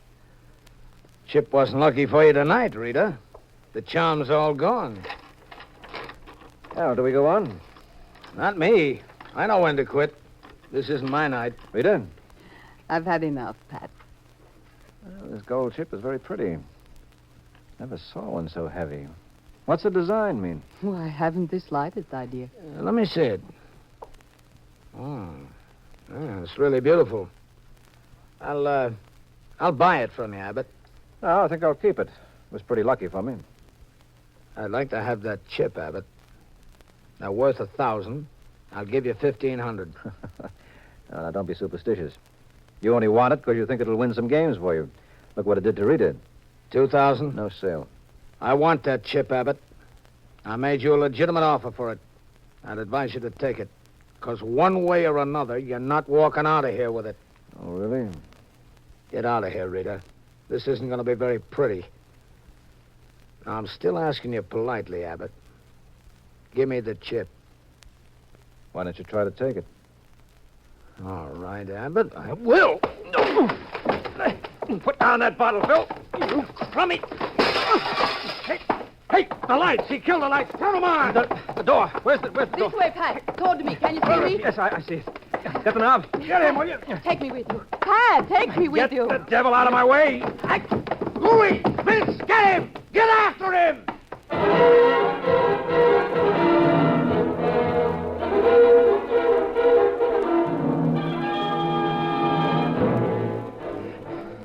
I was groggy. But I made it downstairs and out the back way. The fresh air revived me. Some poor guy was just starting his car. I grabbed him by the neck and threw him out, and I took the wheel. I stepped it up to 50. 60. 70. 75. Then in the reflector mirror, I saw them coming.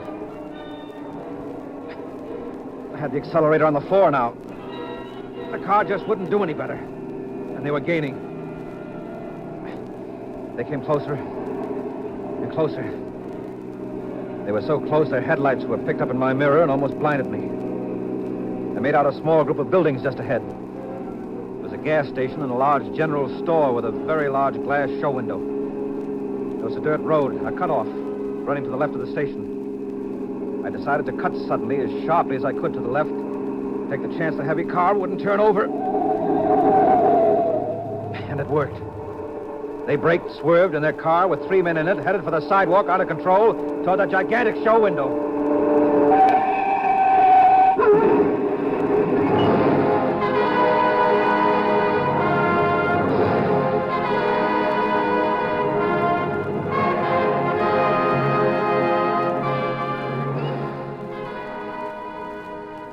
I didn't climb out of my car.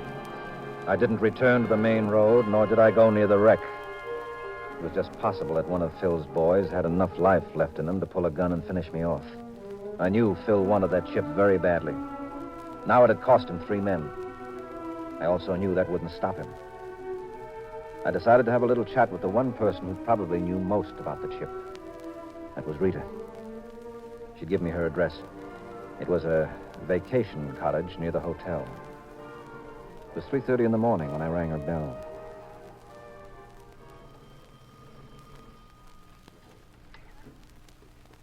Yes? Who is it? Pat, open up.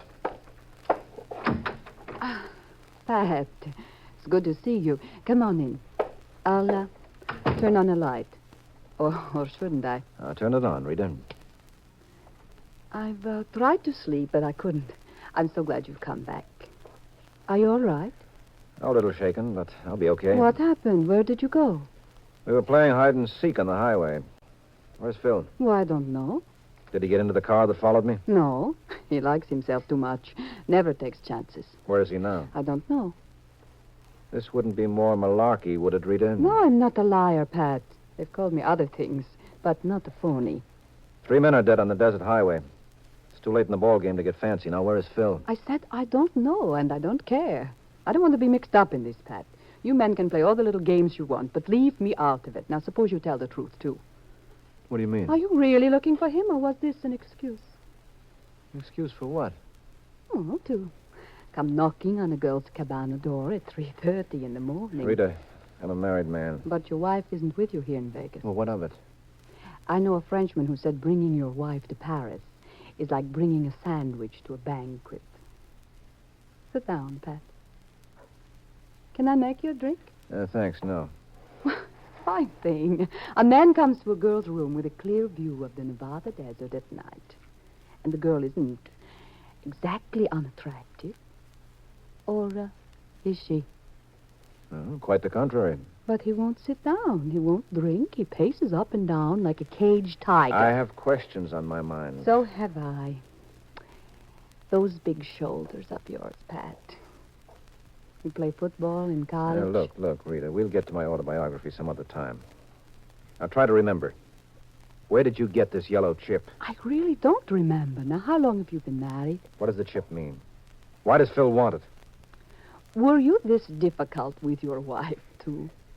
What's all the shooting for about this chip? I have a wonderful record collection, Pat. You want to hear some? You don't give up easily, do you? It depends on what you're talking about. I don't know anything about the chip, if that's what you mean. And I know how they operate around here. You keep asking quiz questions and they'll kill you. They'd kill me if they thought I was doing too much talking, so let's drop the subject, You like my cabana, Pat? I had it specially decorated for my stay here. Yes, it's very exotic decor, Rita. Now get away from me.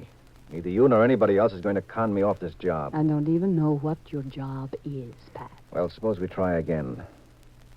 What do you know about this chip? I can't tell you, please, Pat. Phil probably has all the hoods for miles around outgunning for you now. Be sensible. Shut up. And relax. Come over here by the window. Do you know you can see almost 100 miles across the desert from here? Look at those stars, Pat. Don't they put you in a better mood? A mood for... You've got a one-track mind, Rita. Do you really object to it? Well, Look, all I'm asking you to do is tell me where you got that yellow chip. And I'm sure you could recall if you'd try. All right, Pat. I'll tell you. I'll tell you whatever you want. If you promise to stop talking about it. And think about me instead. I want you, Pat Abbott. Very badly. I'd rather tell you what I know so we can get on to something more interesting. All right. Go on, Rita. Tell me about the chip. The chip.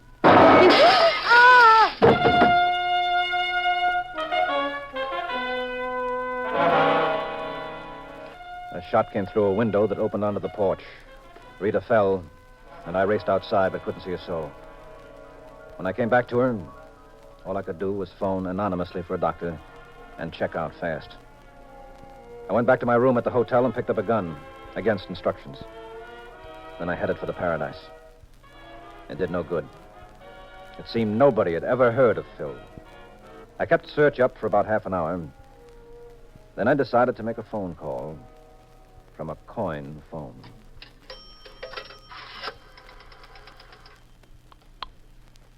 Operator, I want Elliot 3, 4540. That's right. Elliot 3, 4540.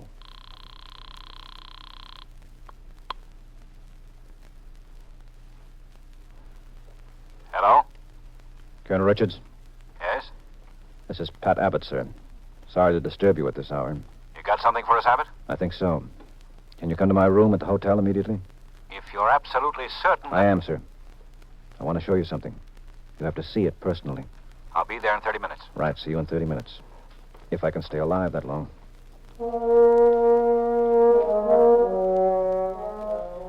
I went back to my room. I pulled down the shades. I barricaded the door. And I sweated it out. Waiting for Colonel Richards. It was exactly 30 minutes after my phone call. Who is it? Richards. Hello, Colonel. What have you got, Abbott? This chip. This gold chip. Yeah, let's see it. There's a big shot gambler here. His name is Phil Grimes. He has a whole gang of hoodlums working for him. He wanted to kill me to get that chip. It originally came from a blonde named Rita, the former Mrs. Henry Chapman. One of Grimes' boys just took a shot at her. Fascinating design. Yes, does that design mean anything to you? Does it tie up with that Dutch scientist's formula? We'll have to have a nuclear physicist look at it. But I think you've done it, Abbott. I think this is it. And I'm so grateful to you, Yes? I want to give you this. No.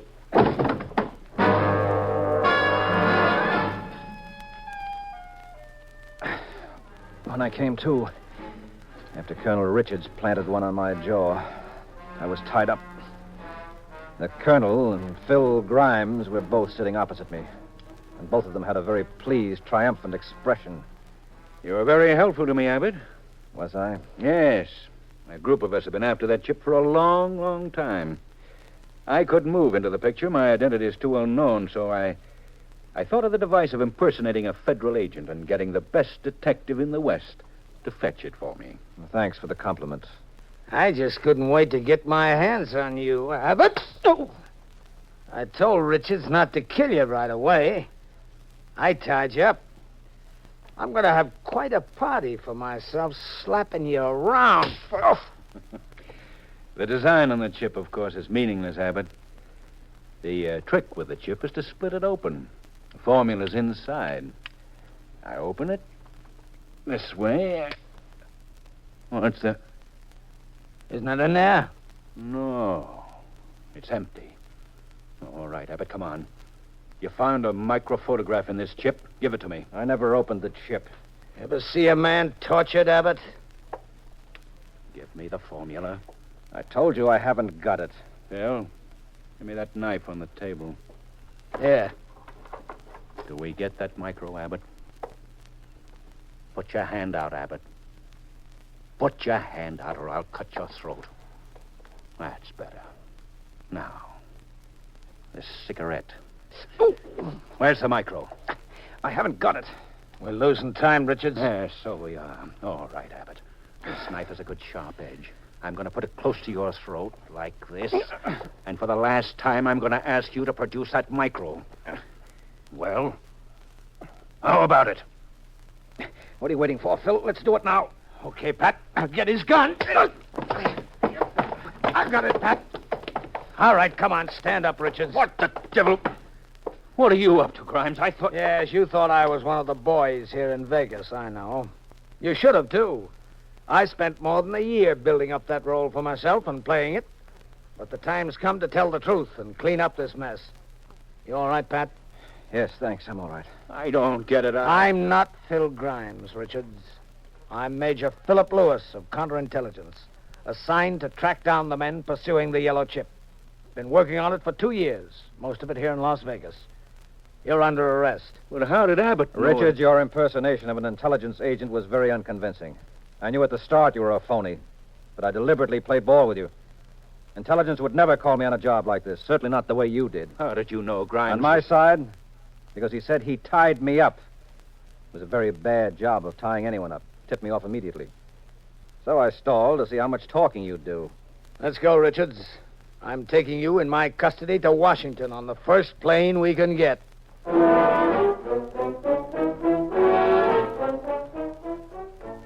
Las Vegas, huh, dear? A gorgeous blonde, dear? Jean, you asked me what happened, didn't you? Phil Grimes gave me permission to tell you all about it now. I'm telling you the facts. Oh, where was the microfilm? It wasn't in the yellow chip. No, it never was. Western Intelligence got hold of it years ago, right after the war.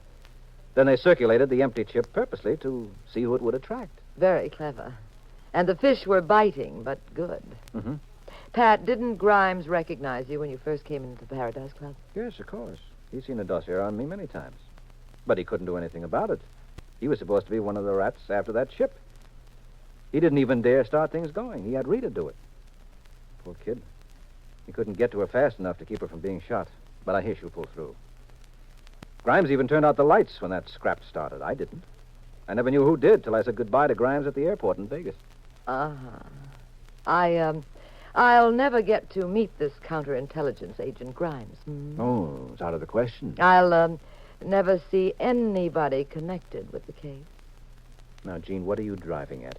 You mean you don't believe a word of this? Pat Abbott, did you ever hear of a better gimmick for a husband with a roving eye than to go romping off to Las Vegas, have himself a ball, and then come back with a story like that? Darling, it's true. You think I got into a $7,000 card game with my little special checking account and my little pen? Do you Why think that can't I meet Grimes? Where's the blonde? Who or what have you got to substantiate this? Well, Sorry, darling. It's military information. Yes. See what I mean? That's the end of the fairy tale for tonight, kiddies.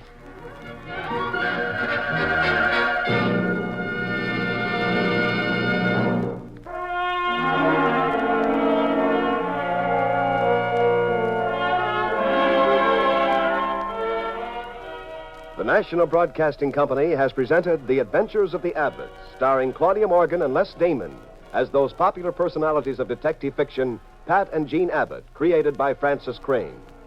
The cast included Everett Sloan, Jan Miner, and William Johnstone.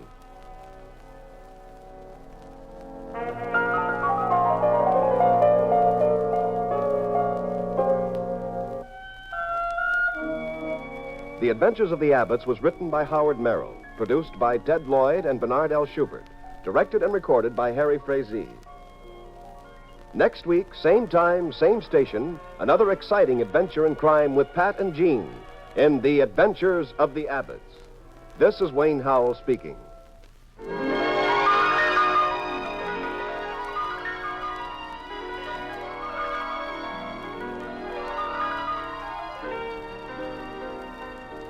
This is the United States Armed Forces Radio and Television Service.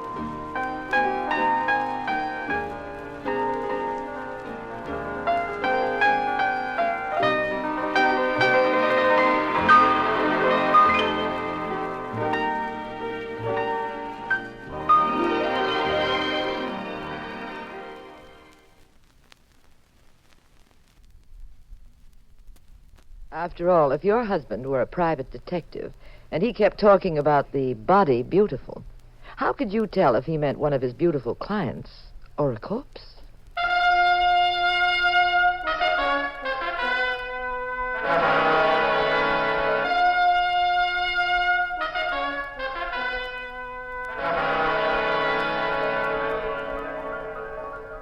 The National Broadcasting Company presents The Adventures of the Abbotts, starring Claudia Morgan and Les Damon as Pat and Jean Abbott, those popular characters of detective fiction created by Francis Crane. Tonight we are honored with the appearance of Miss Claire Luce, world-famous dramatic actress who is making one of her rare radio dramatic appearances on The Adventures of the Abbotts. NBC invites you to join Pat and Jean each week at this time for another exciting recorded adventure in romance and crime. And here is Jean Abbott to set the stage for tonight's puzzle and murder, a story entitled The Burnt Copper Powder.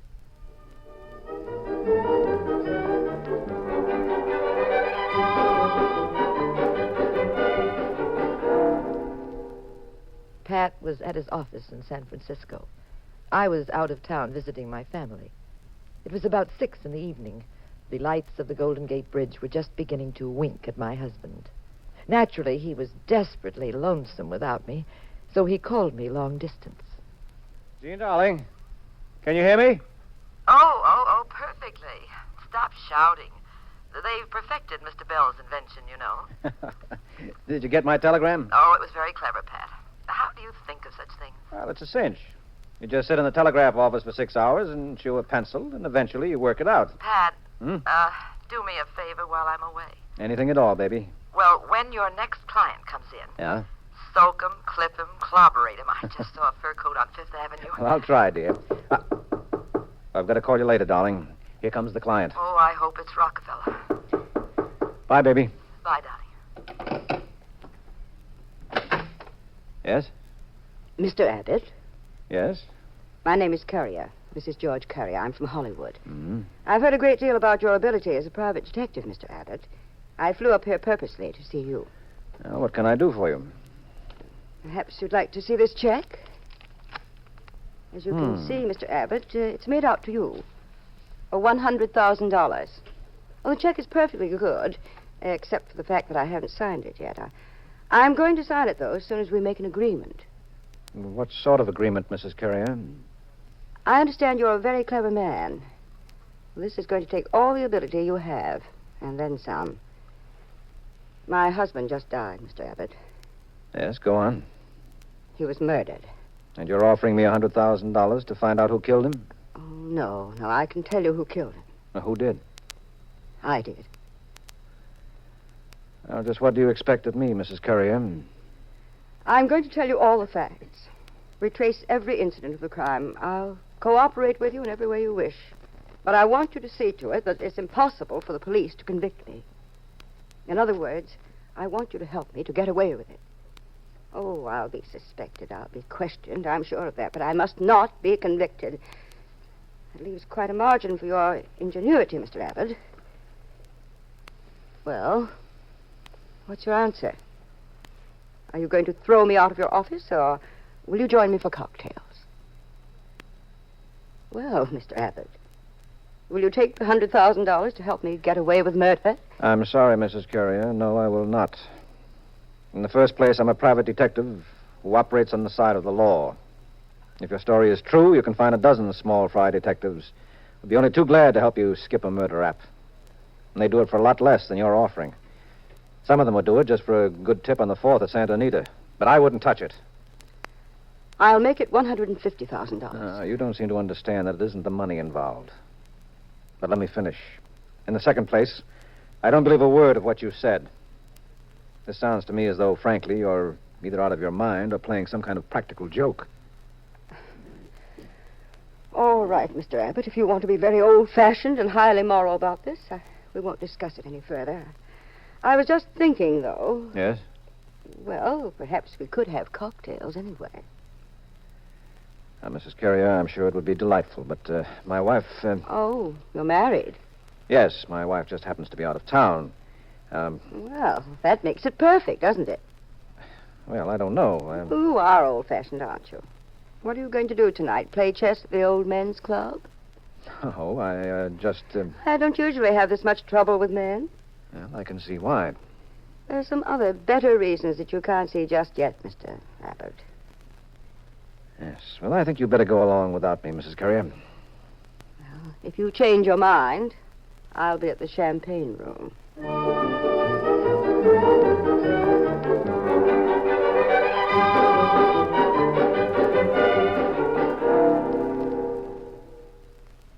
Hello, Jean?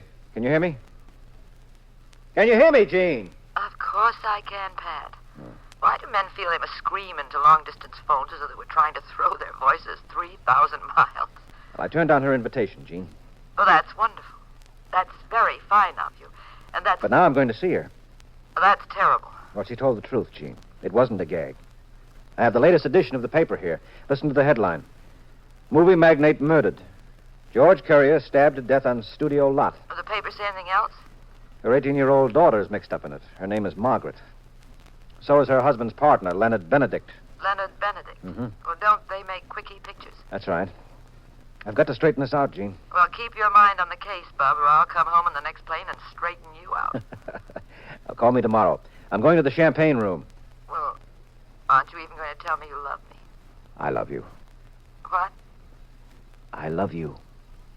Just the line I want to hear, and now he doesn't shout, he whispers. Goodbye, Pat Abbott. And like they say here on Broadway, don't call me, I'll call you. You crazy, mixed-up detective.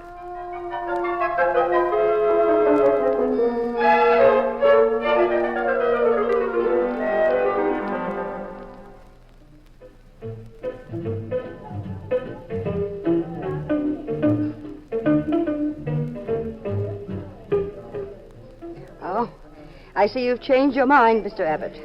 Yes, I just read the evening paper, Mrs. Currier. Then you're taking up my offer. Well, I don't want the money. I suggest you give that to charity. It'd buy a lot of food for those hungry youngsters in Europe. No, I'm here out of curiosity. I think I can answer all your questions. My husband was impossible. I loathed George. He treated our daughter, Margaret, horribly. Mm-hmm. Poor child was in her room every night crying her eyes out. George was a drunkard. He was promiscuous. He ruined the lives of a dozen people in Hollywood. Remember Tom Hopkins, the movie actor? Mm-hmm. He committed suicide because of George.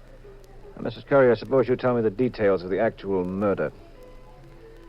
The other night, I went to meet George at the studio on Gower Street. Mm-hmm. It was deserted. He was on the set by himself. We'd quarreled all week. I was miserable, and I was in a mood to do practically anything to get George out of my life. As usual, he was vulgar and nasty, and finally, he slapped me in the face. I couldn't take it anymore. I got terribly excited. There was a knife on the set. They were using it in one of the scenes. I grabbed it. We struggled. And George slipped, and I dug the knife into him. I was fortunate I was wearing gloves, so there weren't any fingerprints. No one had seen me come in. I sneaked out, took a cab home, and that was that. Mrs. Currier, don't you think if you faced this and told your story to a jury, you'd be safe in risking clemency? Mr. Abbott, I have a daughter. Margaret's my whole life. I wouldn't drag her through a murder trial that cost me every penny I possess. Besides, if I were convicted, the child would be... She'd have a mother who'd gone to the electric chair. That's why you've got to help me. We could fly to Hollywood on the next plane. Oh, I'm sure your wife would forgive you, since you're going on business. Well, Jean is not the jealous type. Not much. I think you'd like my place. I don't imagine you're often called in a case where you can mix business with moonlight swimming.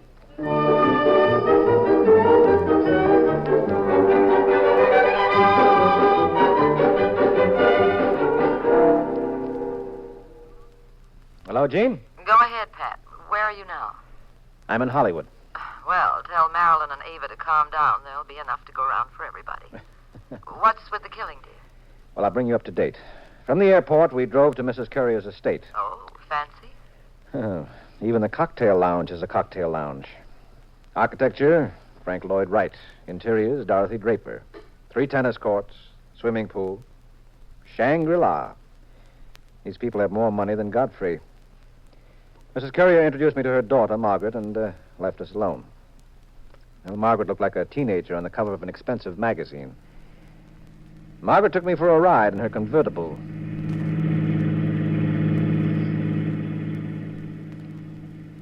You didn't get along very well with your father, I understand, Margaret. Well, Mr. Abbott, to be honest with you, Daddy was a pretty tough problem. Mm-hmm. Did you see him that night before he died? No. No, I didn't. See much of him at all? Frankly, no. I'm away at school a lot. Mm-hmm. When I'm home here in California, I like to spend my time my own way. And what's your own way? Oh, with my crowd. Our own kind of people and parties. Quieter get-togethers than the usual Hollywood brawls are? We get kicks our own way. What does that mean? You're a detective? You want answers? Figure them out. You strike me as being closer to your mother than your father. Who wouldn't be? Was he such a bad boy? Egotistical. Well, he was too busy for me most of the time. Jungle tactics and business. Oh, a pretty rough customer. Mm-hmm. I don't mind saying I never dug him at all. Hey, I'm going to turn here.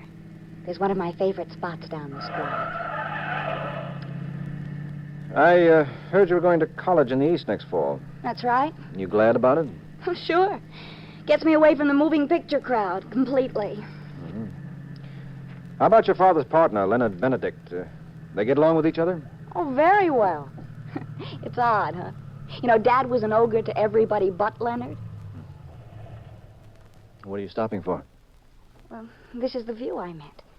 Here, get out of the car and come over here. That's it. Over here by this stone wall. Well, you get a great view of the Pacific at night. You think there's a more romantic spot anywhere? Well, I don't go around checking these things. Oh, you should. You look like the type. You got a boyfriend, Margaret? Oh, no one special. Particularly since most of the boys around here are just kids. I like men a little older than I am. Like you, Pat. Mm-hmm. You're pretty childish yourself, Margaret. Well, how do you know? You picked up the adolescent notion that it's dramatic to chase older men, especially when they're married. What have you got in your head, a picture of yourself as a devastating husband stealer? Oh, I don't think it's that, Pat. Not at all. I just go after something I want, and I don't much care what's in the way. Mm-hmm. Maybe that's why somebody knocked off your father. Maybe. Look, can't we forget the case for 5 minutes? Now you sound like your mother. You come from a very interesting family. Your father gets murdered, and you and your mother make it a field day. You always talk so much when you're alone with a girl. How many cases do you think I'd break if I went around making love to all the females involved? A lot more than you do now. Oh, look at that moonlight on the Pacific. Isn't it dreamy? Yes. I think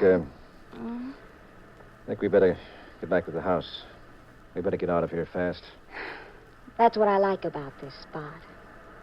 What do you mean, that's what you like? It separates the men from the boys.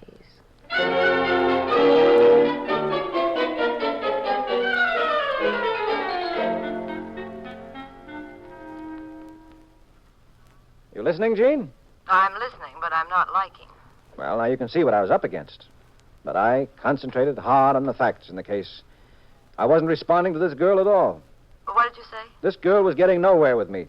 Oh, that's funny. I thought you said the girl was getting nowhere with you.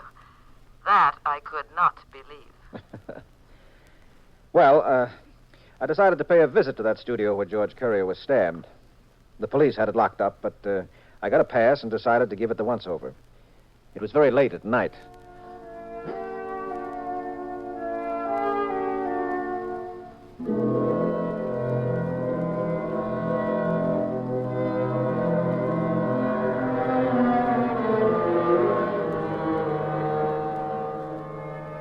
The studio was deserted. The set was topsy-turvy. You could see there'd been a struggle. I found 2 glasses. One of them had a lipstick smudge. I put it in my pocket. I was going to see if it matched the brand Mrs. Courier uses. While I was examining the bloodstains on the floor where George Courier had died, I thought I heard a noise. I waited. Looked around. Didn't see anything. Then I heard it again. I turned my flashlight toward the back of the set. then toward the cameras, the sound booth. Still saw nothing. Then, as I was about to turn off the flashlight, I saw a face. A man was sneaking up behind me. What? Sorry, Mr. Abbott.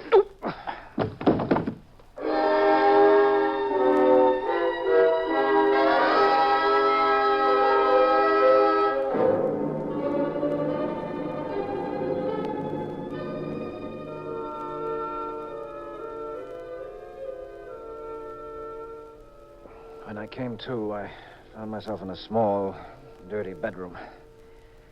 I could see headlights passing frequently by the window, so I knew I was near a highway. A man, extremely well dressed and impressive looking, was sitting by the bed with a gun in his hand. Allow me to introduce myself, Mr. Abbott. I'm Leonard Benedict. Mr. Benedict, what's the idea of bouncing me on the head with a blackjack? Oh, ooh, that's quite a bump. I had no other alternative. I was afraid you might not come with me or listen to me. We're at a motel, Mr. Abbott, about 10 or 15 miles out of town. Mm-hmm. And you're going to sit there and answer my questions, Mr. Abbott, or I'll put every one of these bullets into you. You're, George Currier's partner, aren't you? That's right. And you're working for his wife, who's trying to get out of the rap for having killed him. You're probably getting a fortune to rig it, too. No, I'm not getting a cent. I'm just interested in establishing what actually happened. You're not getting paid for it at all? Oh, she offered me $100,000, but I turned it down. If she's really guilty, I'll find out soon enough. And I'll be the first man to tell the DA about it, too. She is guilty. That's what you've got to believe. That's what you've got to prove. Now, she mustn't get away with this. George was a wonderful man. I've been told quite differently. By, Mrs. Currier? Yes, and Margaret. They made him out a combination Boris Karloff and Simon Legree. Well, he did treat Margaret pretty roughly. Tell me, what's your stake in this, Benedict? Seeing that the woman who killed my partner dies for it. Uh-huh. Get any ideas about how you prove it, one way or another? So that a smart lawyer couldn't rip it to pieces in court. Motive, Mr. Abbott. In George's will, Mrs. Currier inherits $500,000. Wow. No wonder she was hiring detectives at $100,000 a clip. Well, it still won't do, Mr. Benedict. We need scientific facts. Evidence you can get your hands on. That's your business. But listen to me and get this straight.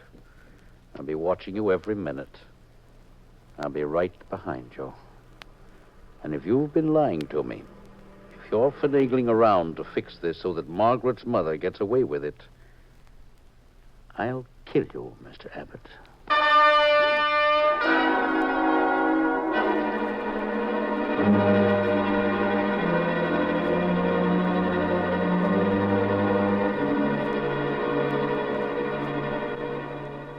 Well, as you can see, quite a cute predicament, Jean. If I nailed Mrs. Currier for the crime, I'd ruin her daughter's life. If I didn't, Benedict would see to it that I was lying around somewhere with a little garden on my stomach. Well, I checked the lipstick on the glass I had taken from the scene of the killing. Using a technique I'd been taught by a friendly pickpocket I once arrested, I lifted the lipstick from Mrs. Currier's handbag, and at police headquarters, a friend, a chemist, gave me the report. Well, there it is, Pat. The lipstick on that glass is the same brand that Mrs. Currier uses. Well, that doesn't tie this up in a neat package, though, Doc. Even though Mrs. Currier was at the scene of the murder, somebody else could have stabbed George. Yeah, but who? You know, Patrick, I've been wondering. Why did Currier leave all his money to his wife? Wouldn't he have left something to his daughter? He didn't get along with his daughter, Doc. Maybe so. I know. You've got a theory about murder once removed. In other words, Mrs. Currier is covering up. She didn't kill her husband. Margaret did. Well, Margaret could have figured it this way. She gets rid of her father. Her mother obviously gets the rap. Then little Margaret is left with $500,000. Yeah, but she's such a sweet kid. Yeah, well, there's one way to find out, Doc. And I'm going to have a whirl at it. Oh? Well, what are you going to do? Lift a lipstick from Margaret's handbag, too.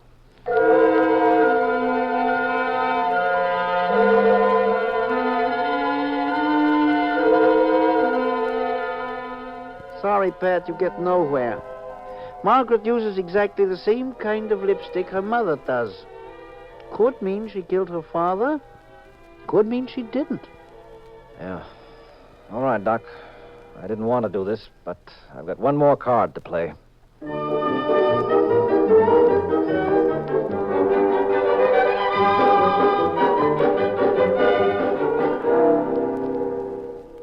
Well, Pat, you still on the phone? Yeah.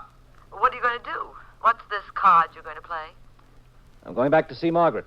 Oh, I should have known there'd be an excuse for that. Now, look, I know George struggled with his murderer.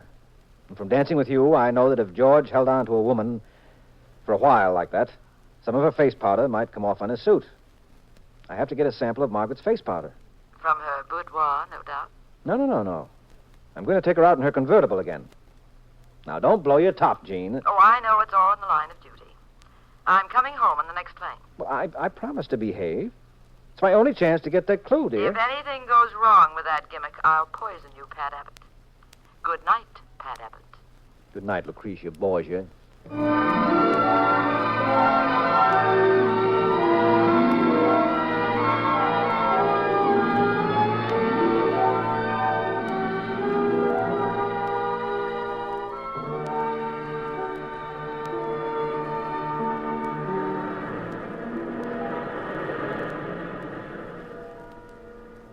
Margaret, you're right.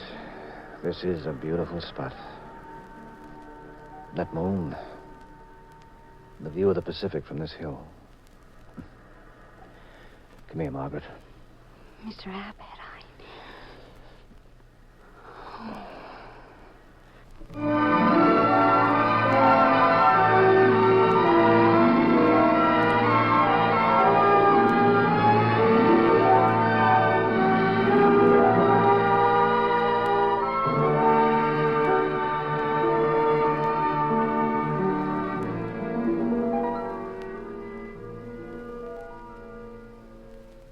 Mr. Abbott? Yes, Mr. Benedict. I saw you drop Margaret at the house. Where are you going? To the morgue. You see, Mr. Benedict, I found out that both Margaret and her mother used the same lipstick. Therefore, the smear on the glass near George's body is useless, so I thought I'd try matching face powder. There's a powder spot on George's suit. I saw it in the morgue. I'll have a nice sample now of Margaret's powder here on my suit. You what? Never mind how I got it. It's a burnt copper, see? I'm going to see if the two samples match. If they do, I'm sorry, but Mrs. Currier won't die for that murder. Her sweet little daughter, Margaret, will. You don't have to go to the morgue, Mr. Abbott. I was afraid that sooner or later you'd get to this point. You'll find the two samples do match. Oh, using your gun again, Mr. Benedict? Yes, it's in my pocket. Margaret killed her father, Mr. Abbott, and I helped her to do it. Now we're going back to the house, and we're going to kill you. Start walking, Mr. Abbott. Walk straight to the courier's house, and don't try anything. I just as leave shoot you down here in the street.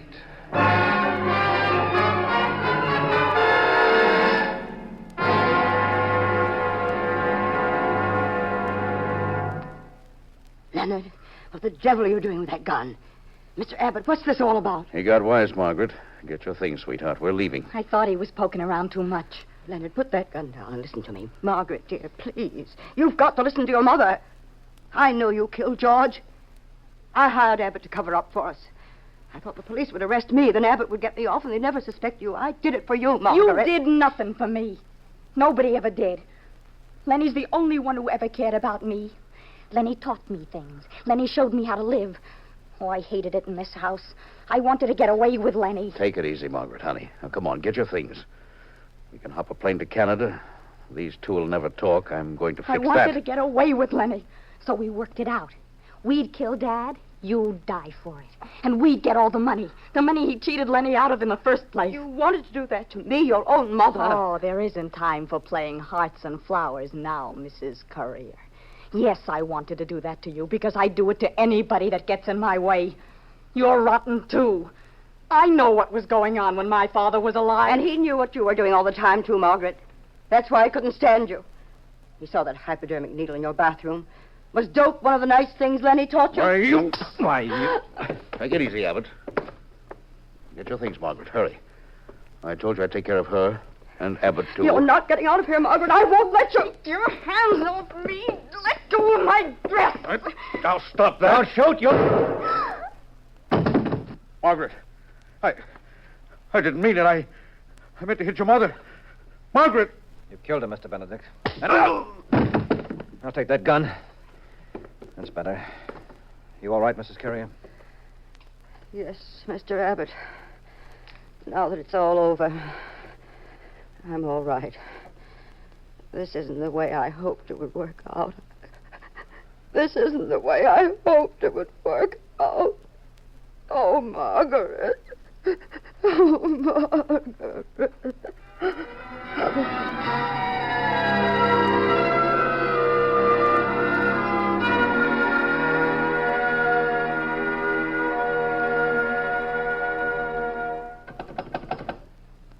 Hello? Hello, Gene? Operator. Operator! One moment, sir. Yes, Pat? Oh. Well, now you know the whole story, darling. Don't you darling me, Mr. Whatever your name is. Oh, I know what's bothering you. Did I have to kiss Margaret, huh? It's the only aspect of the case that isn't quite clear to me. Well, darling, how else could I have gotten that vital clue? I have two things to say to you. You're a brilliant detective, and Yes, and what? I hate you. Well, that's a fine thing. Man is lonesome, his wife is away, misses her terribly.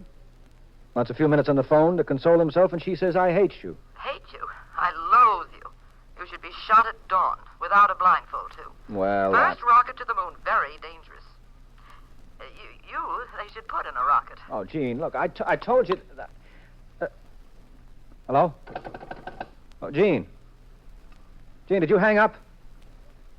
Can you hear me, Gene? Now, look, will you stop this nonsense and tell me you love me? Gene, do you love me? Gene Abbott, do you love your husband? I am sorry, sir. We cannot give out that information.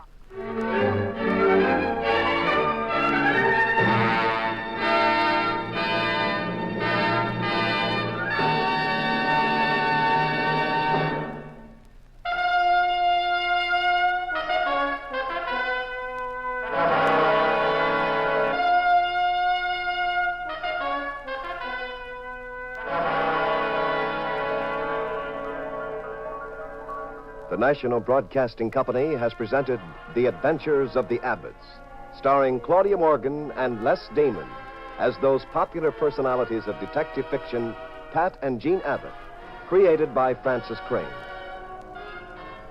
Tonight we were honored by Miss Claire Luce, making one of her rare radio dramatic appearances on The Adventures of the Abbotts. Included in the cast were Barbara Glenn and Louis Van Ruten. The Adventures of the Abbotts was written by Howard Merrill. Original music composed and conducted by Dewey Bergman. Produced by Ted Lloyd and Bernard L. Schubert. Directed and recorded by Harry Frazee. Next week, same time, same station.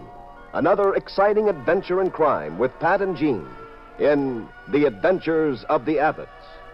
This is Wayne Howell speaking.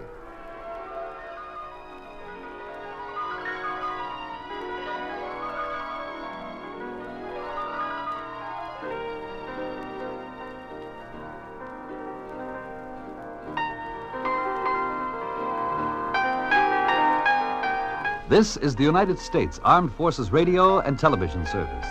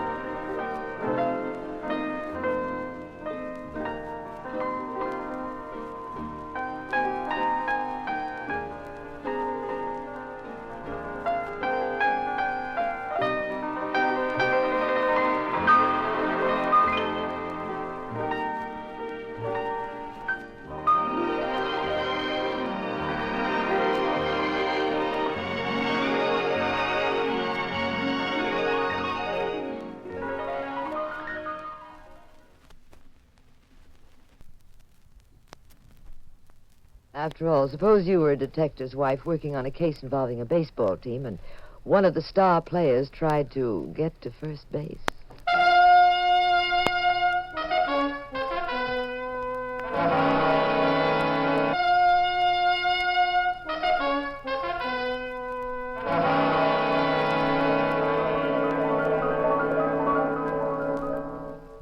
The National Broadcasting Company presents The Adventures of the Abbotts, starring Claudia Morgan and Les Damon as Pat and Jean Abbott.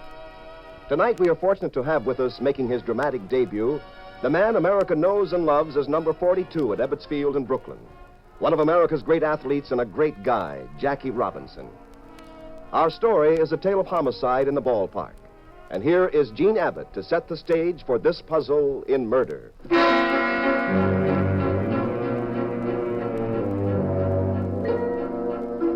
Pat and I had gone for a spin in our convertible. Meantime, in a hotel room in San Francisco, Marty Phillips, the best catcher the Yellow Sox ever had, was entertaining a visitor. I told you to stay away from me, Louie. And I told you I'd be back, Marty. It's funny, you're a very smart apple on a ball field, but you ain't using your head now. Get out of here. I ain't gonna ask you again. You're a sap, Marty. Look. The boss says his syndicate's got $400,000 tied up in Tuesday's game. The boss says you can make yourself $75,000 just by losing. I ain't taking a cent of that dirty dough. $75,000's a lot of lettuce, kid. You'll be washed up someday. You'll wish you'd taken it. It's awful easy to throw the game, Marty. You lose a foul ball in the sun. You make a slow throw to second. Little things like that. Nobody'd notice. Will you scram out of here? The boss says if you don't want to take his dough, you're not going to play Tuesday. You're not going to play ever, Marty. I'm giving you one last chance. You take the dough and lose on Tuesday? No. No, I told you I'd break you. Okay, Marty. Hey, put down that gun. I'm awful sorry, kid. The boss just can't afford to lose at 400 Hey, G's. Louie, don't! Yeah. It's like I said. You were a very smart ball player. But really, you were just a jerk, kid. Just a jerk.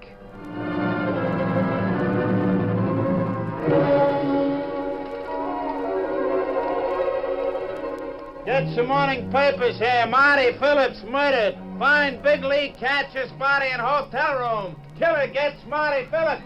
Get your morning papers here. Get your morning papers. When we got home that night, John Stafford, an official of the Baseball Commission, telephoned and asked Pat to go to his apartment immediately. Pat, as usual, tried every trick in the book to keep me off the case.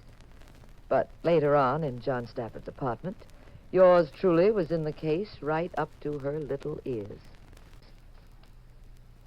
I'm not calling off the game next Tuesday, Mr. Abbott. You're not, Mr. Stafford? No. I think it would be the worst thing we could possibly do. I want the boys to go ahead and play as though absolutely nothing had happened. But do you think that'll convince the people that the Yellow Sox are playing an honest ball game? I do, Mrs. Abbott. If we cancel the game, it'll seem as though something rotten had been going on. Of course, meantime, you've got to find out who killed Marty Phillips. That is your job, Mr. Abbott. You say whoever shot him didn't leave any clues in that hotel room? None. You know Marty well? Yes, ever since he played high school ball. You know anything about his private life? Something that might be a lead as to who killed him? I know nothing of the sort. Plenty of blind alleys in this case, aren't there? Does the case faze you, Mr. Abbott? Simply because the killer has been rather ingenious? No, it doesn't faze me. Who's going to catch for the Yellow Sox on Tuesday? Ned Tilton. He's a manager player, you know. Mm-hmm. How does Ned feel about all this? I don't know. Why don't you ask him? Thanks, I will. Maybe he'll be more helpful. Maybe.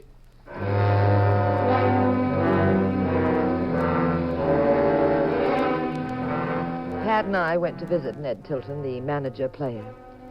Ned was kind of husky, gruff, but sentimental, and quite broken up about the death of his pal, Marty. Marty was a great catcher, Mr. Abbott. Baseball won't see the likes of Marty for a long, long time. Yes, we know, Ned. I love that kid. See, I used to sit in the dugout and get goose pimples just watching him behind the plate. He had that magic like Willie Mays. I busted out crying when I heard Monty was dead. Well, Ned, have you any idea at all who might have wanted to get Monty? I think it was some crooked mob, Mrs. Abbott. Couldn't have been any of his friends. They were all crazy about him. Anybody ever approach you, Ned? Try to get you to toss a game for dough? I'd break their necks the minute they opened the trap.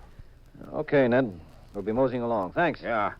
Give a year's salary to get my hands on the guy who plugged Monty. Maybe we can dig him up for you. Bye. Yeah, so long. Sorry I couldn't serve you folks anything. I don't drink myself. I never touch it. Bye, Ned. We'll do everything we can to even up the score for you. Yeah, well, thanks. I'll be praying that you do.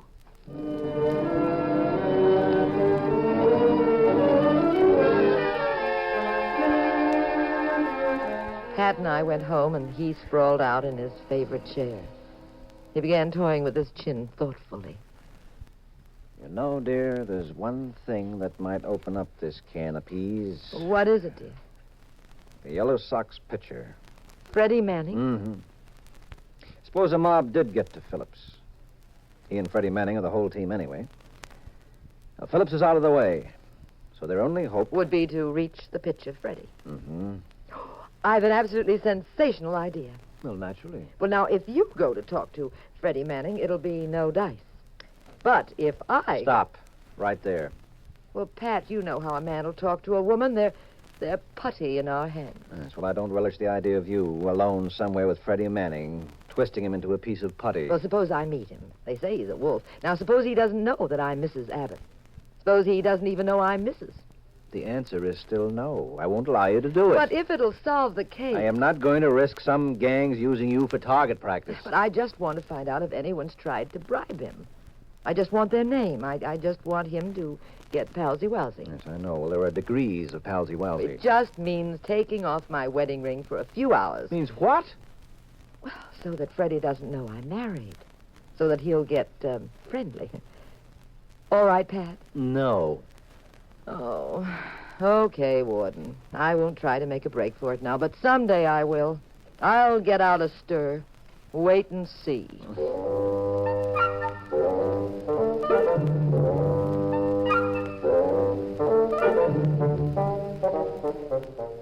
The possibility of my solving the case entirely on my own was too tempting to resist. One afternoon, while Pat was at the office, I met a sports writer who was a longtime friend. He introduced me to Freddie Manning. Then, with a double-talk story about my old maid aunt being sick, I gave Pat the slip for a night and went out on a date with Freddie. He was young, dark, terribly handsome. A dreamboat. We went to a nightclub together. I was launching my dreamboat with champagne.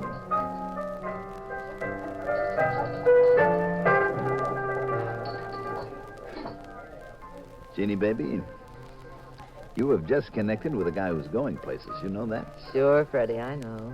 Matheson, Johnson, Carl Hubble. Those guys have nothing compared to your little Freddie. And you're in line to be my ever-loving baby, huh, Jeannie? You bet. You're going to be wonderful out there on the mound this Tuesday, aren't you? I can't miss. I'm in perfect shape. You know the doc says there isn't a huskier guy in the league? Tell me a secret. Anything my honey wants to know. Did anybody offer you money to throw the game Tuesday? What do you want to talk about that for? Come here, baby. Oh, Freddie, people are watching. All right, then let's go to my apartment. I got a gorgeous terrace. We make some drinks at my bar.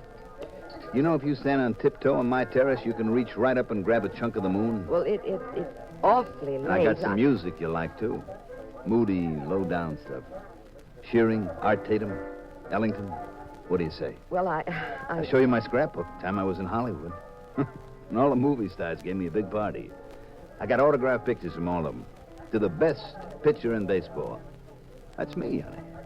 Okay, Freddie. Let's go. Good. Now, you'll like it on the terrace. Nobody will be watching us but the man in the moon.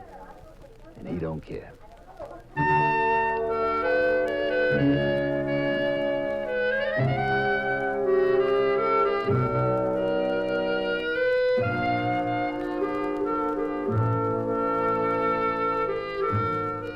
Freddie took me to an exquisite, ultra-modern penthouse overlooking the bay.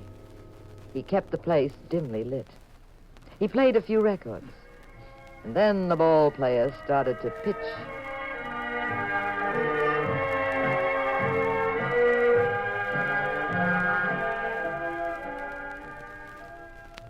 Come here, Jeannie, honey. Give me a kiss, hmm? No, wait. What? What's the matter? Well, I thought you were going to show me your scrapbook. Oh, that can wait. But I want to see where it says, to the best picture. Okay. Scrapbook's here, right under this table. Must have cost a lot of money to fix up this place, didn't it? Yeah, why? Oh, I was just wondering. I know the Yellow Sox pay you plenty, But maybe I could be picking up some extra dough on the side for throwing a few games, hmm? I wouldn't blame you for it. Did you ever do that, Freddie? Do you think that's why Marty Phillips was killed? Get this. The cops went through that whole routine with me. I don't know anything about it, so forget Freddie, it. you're hurting my arm. Unless you like to get slapped around, forget All it. right. Don't get so excited. Now, let's see the scrapbook. That's better. Say, who's she? Hmm? Oh, give me that picture. That doesn't belong in there. To my darling, my own adorable sweetheart. Should I be jealous? No, she's an old flame. Gone and forgotten. Go on, look at the rest of the book. Look at the big shots I'm with. Oh, that's Commissioner Stafford, isn't it? Mm-hmm. Swell guy. He asked you much about Marty? What the devil do you keep harping on that for? What are you up to? Nothing. Oh, come on. Play another record for me. Then we'll go out on the terrace and see if we can really touch that moon.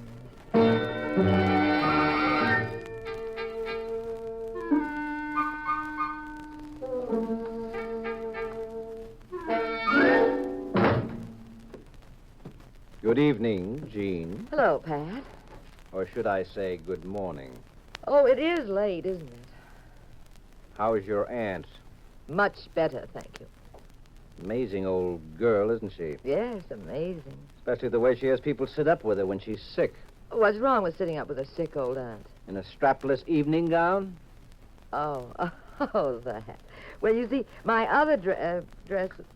Well, I mean, this dress... What'd you find out from Freddie Manning? Freddie Manning? You're not wearing your wedding ring, dear. And you've been dancing with somebody who's clumsy on his feet. Your slippers wouldn't look like that after a taxi ride to your aunt's house.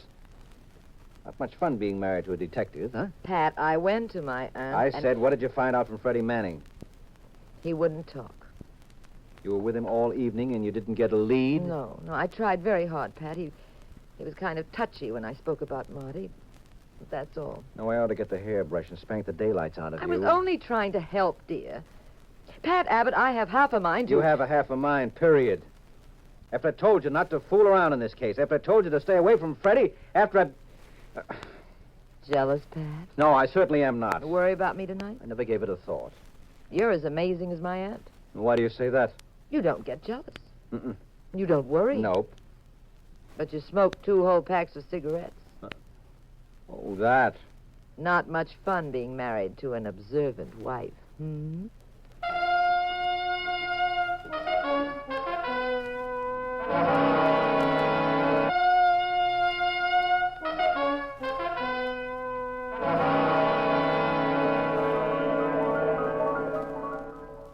In just a moment, Act 2 of tonight's adventure of the Abbotts.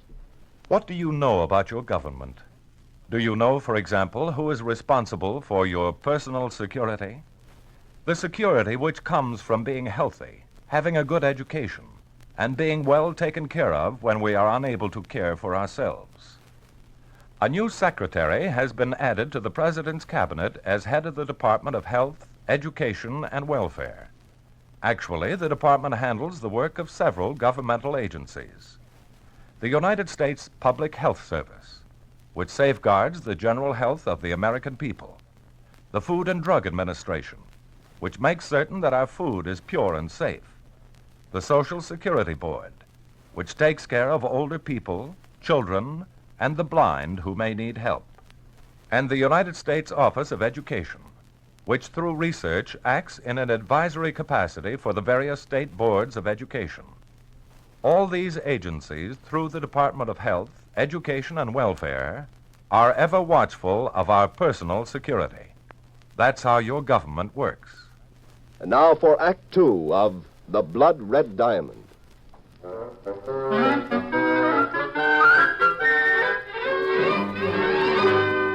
Tuesday afternoon, Pat and I went to the final game in the Yellow Sox series. The stands were packed.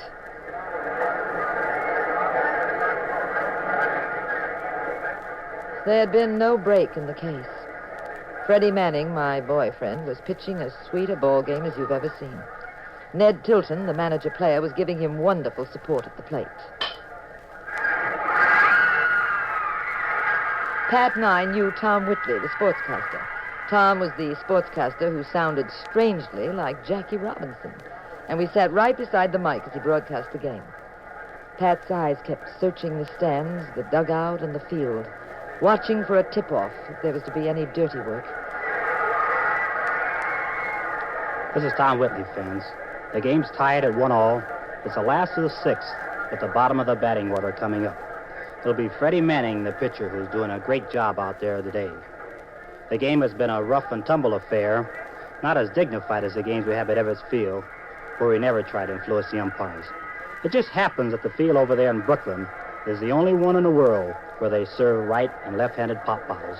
Yes, this has been a wild game, and the only thing that's missing at a brawl like this is Leo the Roaster. I know a great new gag about Leo, but he's on top of the world now, and we'll just let him have his day. Well, here's Manning getting ready to step in. He gets a great big hand. There are 2 down, nobody on.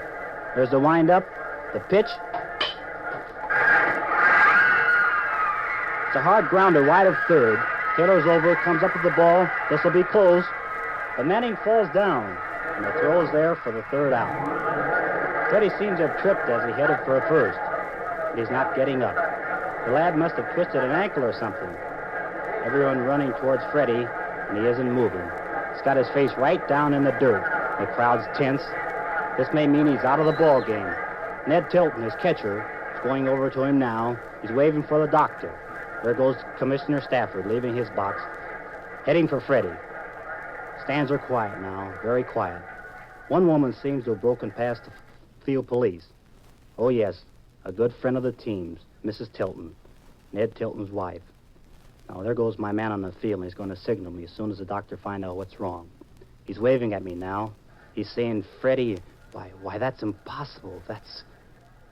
Ladies and gentlemen, Freddie Manning is dead.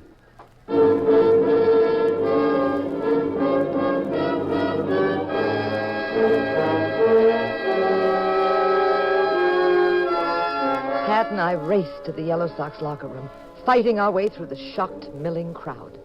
Commissioner Stafford was there, and Ned Tilton. A policeman stood guard over the dead body. Stafford was very pale. Well, Mr. Abbott, I really don't know what to say. The usual words don't mean anything. What is the doctor's opinion, Mr. Stafford? Looks like a heart attack. No signs of violence. Nothing at all. It was a hurried diagnosis, but from the blood that gushed from Freddie's mouth and nostrils, and from what he could see in just a quick glance, the doctor says Freddie's heart just popped and the boy died. You the regular team doctor? Ever examined Freddie before? Yes, that's what's so puzzling. He examined Freddie last week for an insurance policy. His heart was perfect. But that doesn't make sense. He could... First it was Marty. Now it's Fred. Are we cursed or something? Try not to take it so badly, Ned. I'll find my wife. I gotta go home. I don't feel right. I can't stand this. But I'll find her, Ned. Ned, did I ever meet her? Huh? I don't know. I don't think so. I've got to find her. I could swear I'd seen her before today. Ned, sit down. Oh. That's it. How could it happen? How could this happen? Can you answer that, Mr. Abbott? I think so. Exactly what do you mean? Freddie was probably murdered. What? A boy in his condition doesn't have a heart attack out of a clear blue sky. It's very unlikely. The attack was probably induced by poison. Poison? Well, he played 6 innings. Slow poison, Ned. Poison from his glove or from the ball or the bat. But how would he have swallowed the poison? I'm not sure yet, dear. It was a violent heart attack. Might have been caused by nitroglycerin. That works very slowly till the system has a lethal dose, shows no immediate signs, then suddenly it explodes the heart. Doctors use it for its expansive effect in small doses for arterial tension. Oh, sounds fantastic. Now all you have to do is to find out which person out of the 25,000 people here engineered that rather Difficult odds, eh, Mr. Abbott? And I'll use your favorite word, Mr. Stafford. Maybe. Pat and I finally left the stadium and went home with Pat frowning, mulling the problem over and over. Late that night at home. What's bothering you, Jean? You look troubled. Well, I've a feeling it'd help if I knew... If you knew what? Mrs. Tilton, Ned's wife. The woman who ran out on the field when Freddie fell. I could have sworn I'd seen her before. But where? She's with the team very often. What difference does it make? No, it's something peculiar. Where did I see her? It wasn't at the ballpark. It... Pat, I've got it. Her picture was in the scrapbook. Freddie's? The one he showed you that night? That's right. Well, why wouldn't her picture be in the scrapbook? She's been with the team ever since Tilton joined them. But the inscription, dear. What inscription? On her picture. She wrote, "To my darling Freddie, my own adorable sweetheart." Are you sure about that? Positive. I didn't know who she was when I saw it, so I just passed it by. But isn't that kind I'll of... be back. Well, where are you going? To the stadium. Now, you wait here. This will be too dangerous. I certainly will not. Why will it be so dangerous to go to the stadium? Because the killer may be there alone. And very much in the mood for a few more bloody murders.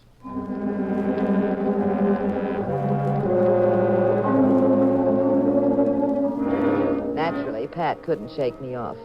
We bribed the night watchman to let us into the stadium. It was deserted, but there was a light shining through the door of the Yellow Sox locker room. Pat opened the door. Ned Tilton was there, emptying his locker. Mr. Abbott, what are you doing here so late? We've just had an idea, Ned. About Marty and Freddie? Well, come on, tell me about it. You told us when we visited your place that you never drink, Ned. Huh? No, I don't. There's a scotch bottle in your locker. Oh, that. There isn't any scotch in it. Is there? Got the nitroglycerin in the bottle, Ned? Yeah. And if you or that wife of yours makes a move, I'll throw it on the floor. There's plenty left in the bottle. It'll blow us all to bits. You put the liquid nitro on your catcher's mitt, didn't you, Ned? Just enough to wet the ball. You kept throwing to Freddie. Freddie was tossing spitballs. It's against the rules, I know, but Freddie knew a way around the rules. He was sneaking a few across the plate that way. It's happened before. You were the only person who knew he threw spitballs. You knew he'd keep licking his fingers to wet the ball. You knew he'd swallow little bits of the poison that way. That right, Ned? Shut up, Abbott, and move out of the way. You got a very attractive wife, Ned. And Freddie was quite a wolf. He and your wife were more than just two people interested in the team, weren't they? Aye. Her pictures in Freddie's scrapbook with a greeting that's a little too affectionate burned you up, didn't it? I said get out of my way. You started out to make a fortune, Ned. You placed heavy bets against your own team. Hired a guy to threaten Marty. The guy had to kill him. Then you went after Freddie. But not because you wanted him to throw the game. No, things were too hot to rig it that way. No, you wanted to kill him yourself for a personal reason. I've got nothing to lose if I drop this bottle of nitro. Now, look, Ned. Keep away from me, Abbott. Be careful, Pat. I'll be getting out of here now, if you don't mind. Don't follow me. All I have to do is toss this juice in front of you and the missus. Stay right where you are. I'm watching you. I can still see you. Don't move. There he goes, Pat. See him? He's running into the grandstand. Stay here, Jean. I'll get him. Come back, Pat. You'll be killed. I lost him. He must have ducked behind the benches. Come back, Pat. I told you not to follow me, Abbott. Get down, Pat. He's going to throw the nitro.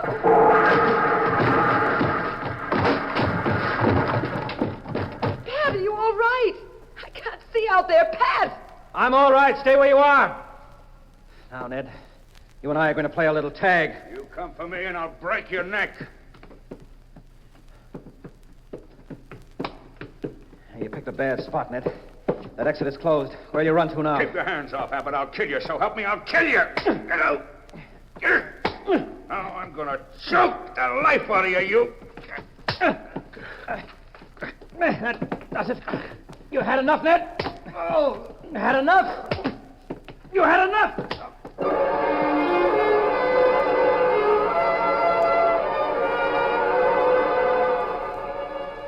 As I came running up the ramp, Ned was out cold. Pat still had strength to haul Ned's body to the locker room where we waited for the police. When Ned was revived, he identified the gunman who'd killed Marty Phillips. I guess someone should have told Ned that Pat Abbott was a Marine veteran who'd been on the receiving end of the dirtiest fighting the Japs could ever think of. Very late that night, it was almost sunrise. Pat?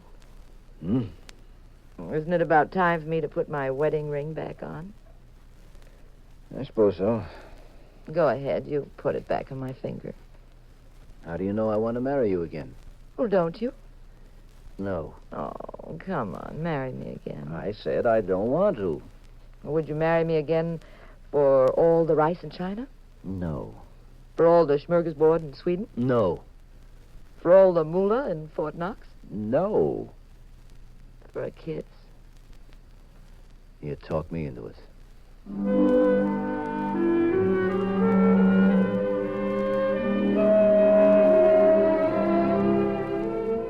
Moral of the story. Husbands who wonder if their wives still love them should let their wives spend an evening dancing with a handsome stranger. I know a perfect nightclub they can go to.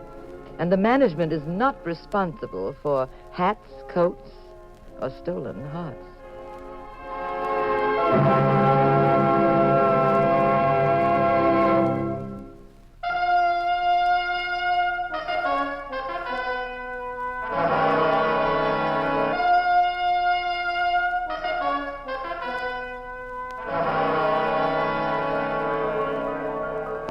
The National Broadcasting Company has presented The Adventures of the Abbotts, starring Claudia Morgan and Les Damon as those popular personalities of detective fiction, Pat and Jean Abbott, created by Francis Crane. Also heard tonight were Everett Sloan, Mandel Kramer, and Kenny Delmar. The Adventures of the Abbotts was written by Howard Merrill. Original music composed and conducted by Dewey Bergman. Produced by Ted Lloyd and Bernard L. Schubert. Directed and recorded by Harry Frazee. Next week, same time, same station. Another exciting adventure in crime with Pat and Jean in The Adventures of the Abbotts.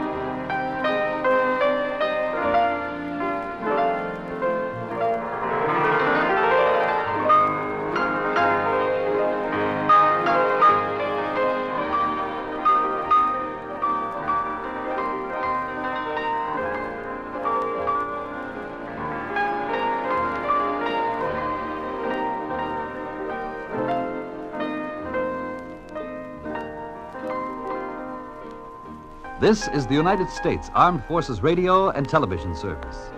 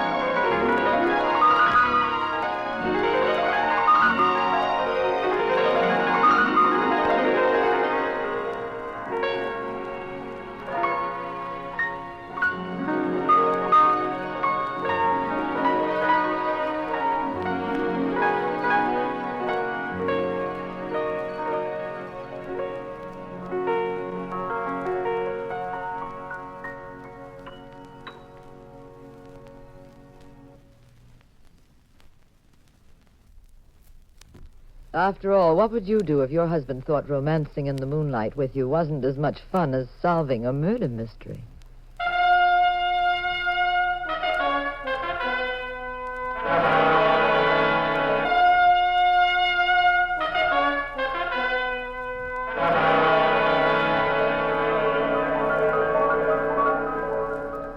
The National Broadcasting Company presents The Adventures of the Abbotts, starring Claudia Morgan and Les Damon as Jean and Pat Abbott, those popular characters of detective fiction created by Francis Crane.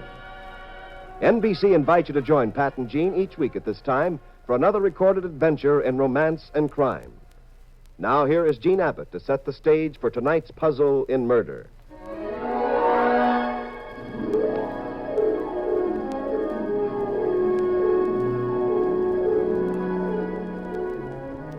You've heard about the unbelievable fogs they've been having recently in England.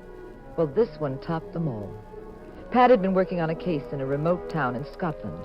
And now we were flying back to London to pick up the transoceanic plane and return to the States. The plane we found in Scotland was a chartered job.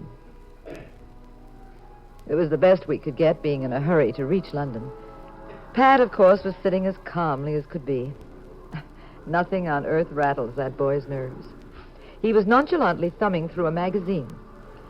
Me, well, as usual, I wasn't doing too well, peering out at the weather.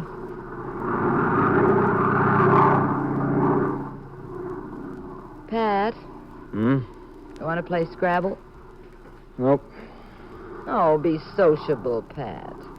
You should say I'd be delighted to play Scrabble, especially with you, Mrs. Abbott, the world's champion player. Mm-hmm.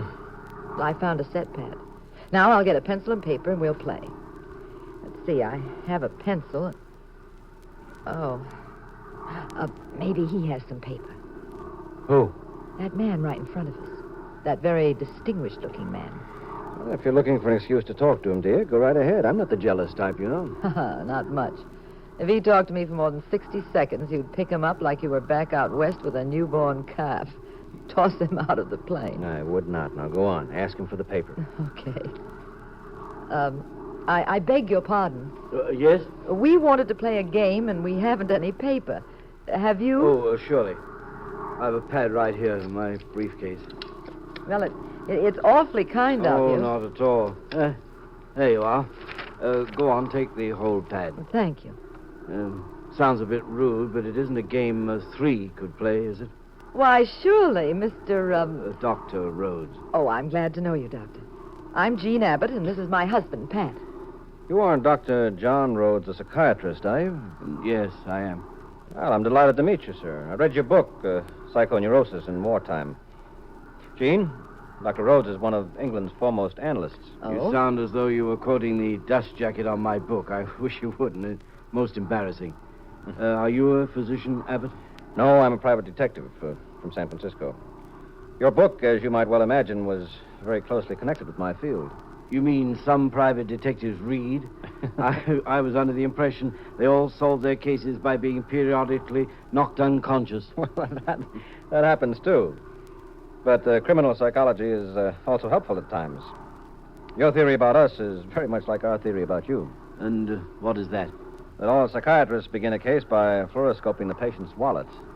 I'm afraid our business is considerably more serious than that. Especially, Doctor, in the area where psychosis becomes crime? Yes, Mrs. Abbott. You know, our most widespread problem medically today is not heart disease or cancer, devastating as they are. By statistics, it's mental illness. Hundreds of thousands of persons lie in hospital beds today because they are emotionally ill. Still more are at home or wandering the streets. Wandering the streets, contemplating murder, eh, Doctor? Occasionally. Does becoming absorbed in the criminal mind sometimes make you, well... Wonder about myself? Of course.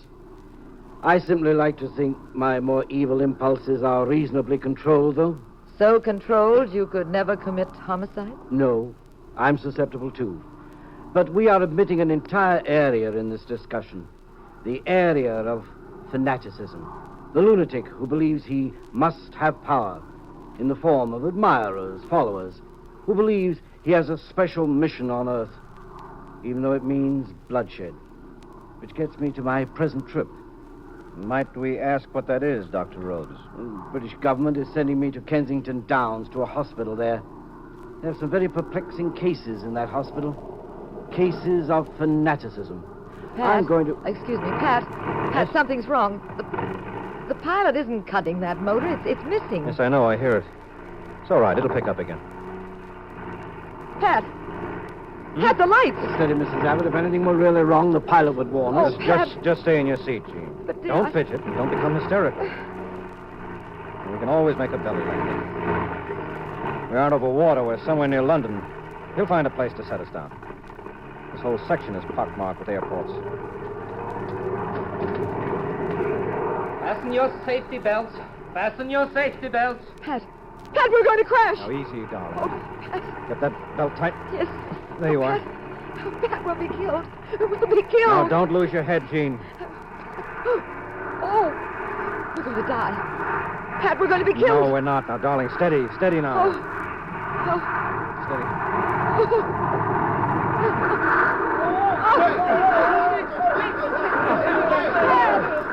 Pat! Where are you, Pat? Jean. Where are you? Jean, darling. You hurt? Oh, no. I'm all right. Are you, dear? Yes. Just a little shaken up. Oh. Can you stand up? I think so. Wait till I unfasten the belt. Here, let me help you. I'm okay. I'm pretty dizzy, though. Oh, golly, the plane's all in one piece. Yeah, so let's get out of here fast. It might catch fire. That emergency exit's open. See it up ahead? What is it? Where are you? I can't see you. Over here. Dr. Rhodes. Was he hurt? He's out. Cold. Oh, Pat, there's the pilot outside. He'll help. In here. There's someone hurt in here. All right. Take it easy. I have a flashlight. Oh, please, my eyes. Shine it this way. That's it. That chap got it bad, didn't he? Oh, his head. Well, I sent someone for an ambulance. They'll fix him up. I don't think so. Why not? He's dead. He is. Oh, no. Too bad that confounded motor had to blow like that. Well, you two come on out. We'll take care of him. Watch your step, Jean. That's it. Gosh. Dark and cold out here. Ooh. What is this, a swamp? No, we're about 80 miles from London. There's a hospital down the road. I sent there for help. I'll be back. Have to see about the other passengers. Ooh. So cold. Can you see anything, Pat? It's so foggy. No, not much. Darling, we should get down on our knees and thank God for that pilot. I never thought we'd walk away from this landing. What are you doing? Get away from that motor. It's broken. It's liable to explode or something. Pat, will you listen to me? Yeah, huh? Fine thing. A man nearly gets killed in an airplane crash, and what's he do? Calmly strolls around examining motors. Of all the coats... Jean, that motor is in awfully good shape. It just doesn't make any sense to go... Good shape? Yes. Looks like nothing's wrong with it at all. Oh, but Yes, darling... I know. We had a crash landing. It's a puzzle, huh? Yes, and when you've got the answer to that, you might try telling me how Dr. Rhodes got killed. Well, he was killed in the crash. He was tied into his seat with a safety belt. He didn't bounce around any more than we did. We're well, but the doctor's head is bashed in. Skull is cracked wide open. You wanted to play games, Jean. All right. Get a pencil and paper and figure that out.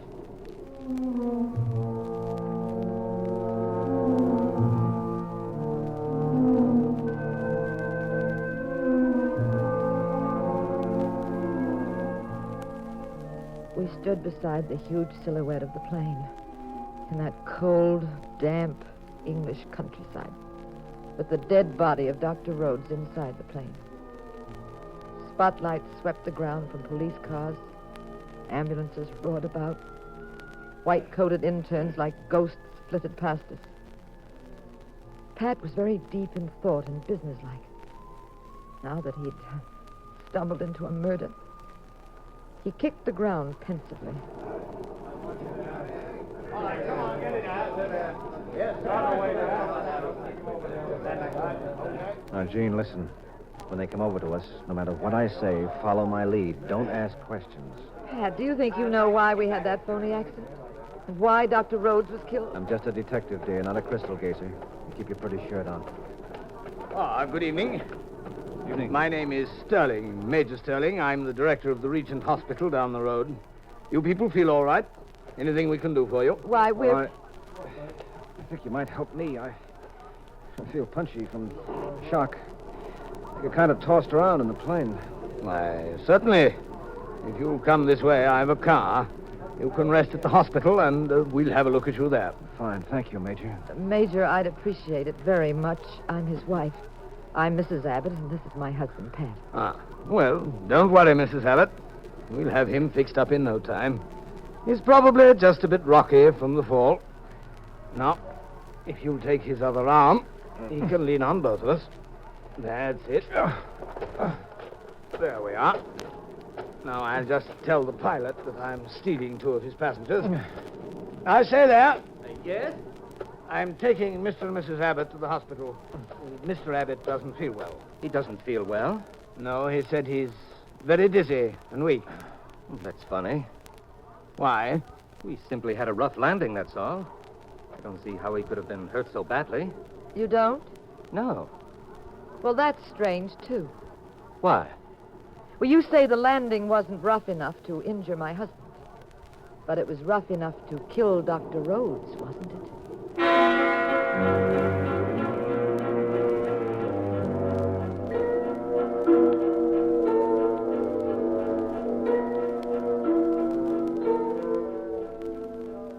As soon as I saw the hospital, I realized it was some sort of military establishment. It was surrounded by high stone walls with sentries and machine guns. The major told Pat he'd soon be okay and advised him to lie down for a while. They put both of us in a small private room. You can stop groaning now, Pat. We're alone. Oh. Didn't I do a terrific piece of acting? Marvelous, darling. Pat, you know you haven't kissed me for ages. After all, we might have been killed. You know something? Maybe I should have been an actor instead of a detective. Just imagine. Radio City Music Hall presents Ava Gardner and Pat Abbott. I was talking about a much more fascinating subject. Let's see. What role would I play? Maybe I'd be... Huh? What'd you say? What were you talking about? Kissing, remember? Oh. It's lots of fun. Very popular nowadays. Oh, Gene, now stay away from me. I'm supposed to be sick. What if somebody walks in? Oh, they'll get a good practical lesson in the art of kissing from 2 highly qualified experts. No, Gene, I'm supposed... Close your eyes, dear. Lie back. You're supposed to be sick. And I'm Dr. Abbott, who's about to give you something that's a sure cure for chills, fever. Well, maybe not fever. You ready? Oh, Doctor. Yes? Oh, your fever's worse. Better give you another treatment. Excuse me. Sorry to break in on you like this. I'm Vic Williams. The major sent me. I'm an intern. What is it, Vic? He said for you to drink the stuff in this glass. It's a sedative. Oh, thanks, Vic. Hi. If you don't mind my saying so, that was quite a clinch you two were in. Young love's a wonderful thing. What? Yes, sure is, Vic. Now, if you'll just run along... You should see me and my girlfriend. Like 2 lovebirds we are. I haven't seen her in a fortnight. Been stuck here at the hospital. Can't even talk to her. The phone lines are down, you know, on account of the storm. I shan't be able to call her for a couple of days. She must be pining away no end. Yes, I'm sure she is, Vic. Now, if you've nothing else to tell us... You're from the States, aren't you? That's right. Married? Yes. Now, look, if you'll just... Where are you from in the States? San Francisco. They just brought in that corpse from the plane, Dr. Rhodes. He looked like a real top line there in the morgue. Sort of friendly-like. Did you know him? We just met him on the plane. Hey, how'd the accident happen? I mean, were you two just sitting there? Look, Vic, suppose we ask you some questions. All right, I'll go ahead. What is this hospital? It's called British Military Hospital, T-17, Kensington Downs. Well, what sort of men are here? Veterans of World War II? Yes, ma'am. And others, the weird ones. You mean mental cases? Well, Some of them are legitimately that, Mum. The others... Yes, what about the others? Oh, you know, the British government's mixed up with plenty of fanatics in the Near East. We're always having trouble with them. They got some chaps here from the Mediterranean Society. Oh, what in the world is that? Wild-eyed blokes, I call them. Professional assassins. Stage riots in the Near East, kill people, usually for money, although they claim some other fancy reasons. A lot of them are homicidal maniacs. Some of them are narcotic addicts. British Army rounds them up now and then, pulls them out of the area, ships them here for the cure. The cure work? I often wonder. Lots of the Mediterranean League in this hospital? You know, it's quite a three-ring circus with those boys and the kind they attract. What kind do they attract? Deportees, ex-Nazis, neo-fascists, the lunatic fringe. There's a lot of ex-Nazis who've turned up in the League. Yes, come in. Everything all right, Mr. Abbott? Oh, fine, Major. Thank you. Well, you try to get some rest and take that sedative.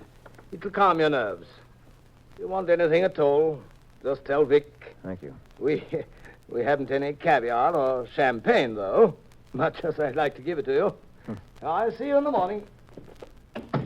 I'm getting along myself. I know you two want to be alone. How long have you been married? A few years. San Francisco, huh? What business are you in, Mr. Abbott? Oh, I make a fortune, Vic. I dunk donuts for nearsighted millionaires. Now, look. I know. I'm going. Oh, by the way, after I go, bolt the door. Why? This is a hospital for lunatics, ma'am. You remember? During the nights, they get hopped up. They start running around. They're pleasant dreams. Oh, lovely place. Lovely. Pat, what are you doing? I'm going for a stroll. Here? Now? What did you think I pretended to be sick for? I want to see what makes this hospital tick. Or wouldn't you rather lock the door and make believe we're back in Scotland on that moor in the moonlight? You made quite a fancy Heathcliff back on that moor, Pat, darling. Right now, I'm more interested in who bounced Dr. Rhodes on the coconut and why. I'll see you around, Mrs. Abbott. Not on your life. If you prowl, I prowl. If you think for one moment you're going without me, I'll scream. No, all right. No, shh. Come on. There are no lights out here. Follow me. Tiptoe. Pat, look. A light's shining under that door. Yes, I see it. Oh, come on. Easy. Yeah. Easy.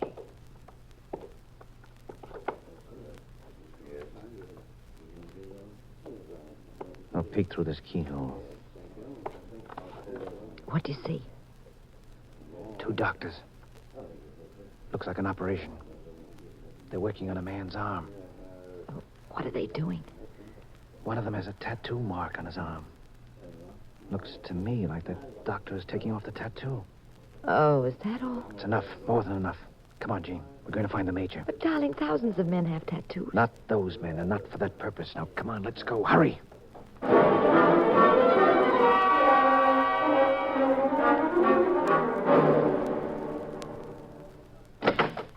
Sorry to break in on you, Major. Oh, what's wrong, Mr. Abbott? Do you know what's happening to some of your prisoner patients? What? I just saw them in the operating room. The doctors are removing tattoos from the men's arms. Tattoos are usually... Now, Jean, in a situation like this, those tattoos may be very important. Every man who served in Hitler's Waffen-SS bore a tattoo, a Nazi insignia, and his blood group. Ex-Nazis by the hundreds have them. And as for that Mediterranean League, they probably have a tattoo also. Most fanatic secret societies do. You're right, Pat. I remember the Pachucos, the dangerous secret society in America. Same deal. Yes. Once out of this camp, any of those men has a much better cover story. It would be much easier to deny any affiliation they once had.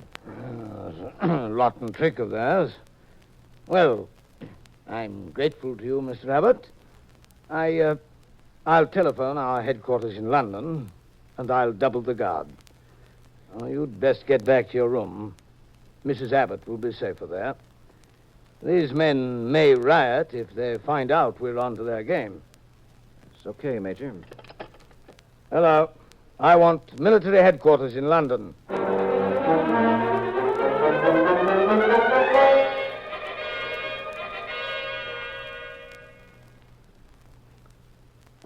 Here's our door, Pat.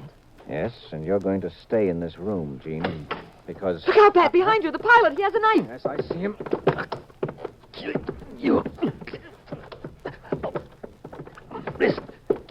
You break my wrist. Now drop the knife. Let go of that knife. All right.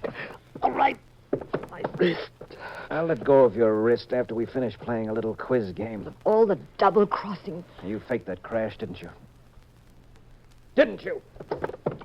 Yes. You turned out the lights, left the controls, ran back, and in the excitement, you hit Rhodes over the head. Simple, wasn't it? Especially when the plane's supposed to be out of control, anyway. Then you went up front, did a few wing-overs and a sloppy landing. They'd say the doctor died in the accident. Very neat way to commit murder. Now, why did you do it? Why did you do it? You break my arm. I got paid 2,000 pounds. All right. You're going to stay here a while. Come on, Jean, let's get out. I lock him in. Here's the key, Pat. Get a doctor. My arm. Yeah, that does it. He'll stay there now. Come on, let's find the major. Well, Mr. Abbott. Oh, it's Vic. I heard cries. I thought you were sick. What are you running about for? Come with me, Vic. I'm going to the major. We're all in for a little entertainment. Your Nazi guests are acting up. Huh? Well, what do you know? Major? More trouble, Mr. Abbott? Yes. The pilot of our plane was waiting for me in my room. With a knife. I had to knock him out. He's confessed he murdered Dr. Rhodes. It was a fake accident. What? He walked? I'll give you the details later. But I haven't picked up by your men. Oh, yes, I certainly will. No, I just telephoned headquarters. There's an investigating squad on the way here now. Well, it's about time. You know, Major, you're quite a remarkable man. Taking all this in stride. Telephoning London. Well, it's all part of my job, Mr. Abbott. No, I think you deserve special mention for an extraordinary job. Telephoning London, and the telephone doesn't work. What was that? Pat. Yes, it's amazing. You say you call London for help. But Vic here told me a few minutes ago that the lines were down on account of the storm. He wouldn't be able to telephone his girlfriend for the next 2 days. How did you manage it, Major? Is magic also one of your accomplishments? You've been asking unpleasant questions all evening, Mr. Abbott. I think I've had about enough. Careful, Pat. He has a gun behind the desk. I can see it from here. Vic. Yes, Major? You'll have to get rid of Abbott. Quickly, too. I wouldn't try any childish tricks, Mr. Abbott, or I shall be forced to kill your wife. Yeah, surprised me. This chap was trying to come up the works. You suspect Abbott at all, Major? Yes, I did, Vic. Since he first presented himself at the hospital. It was obvious there wasn't anything wrong with him. I allowed him to come in, though, basing my tactics on the old saying, give a man enough rope. You paid that pilot to kill Dr. Rhodes, didn't you, Major? You had to get Rhodes out of the way. Go on. Very interesting. The British authorities suspected everything wasn't exactly as it seemed in this hospital.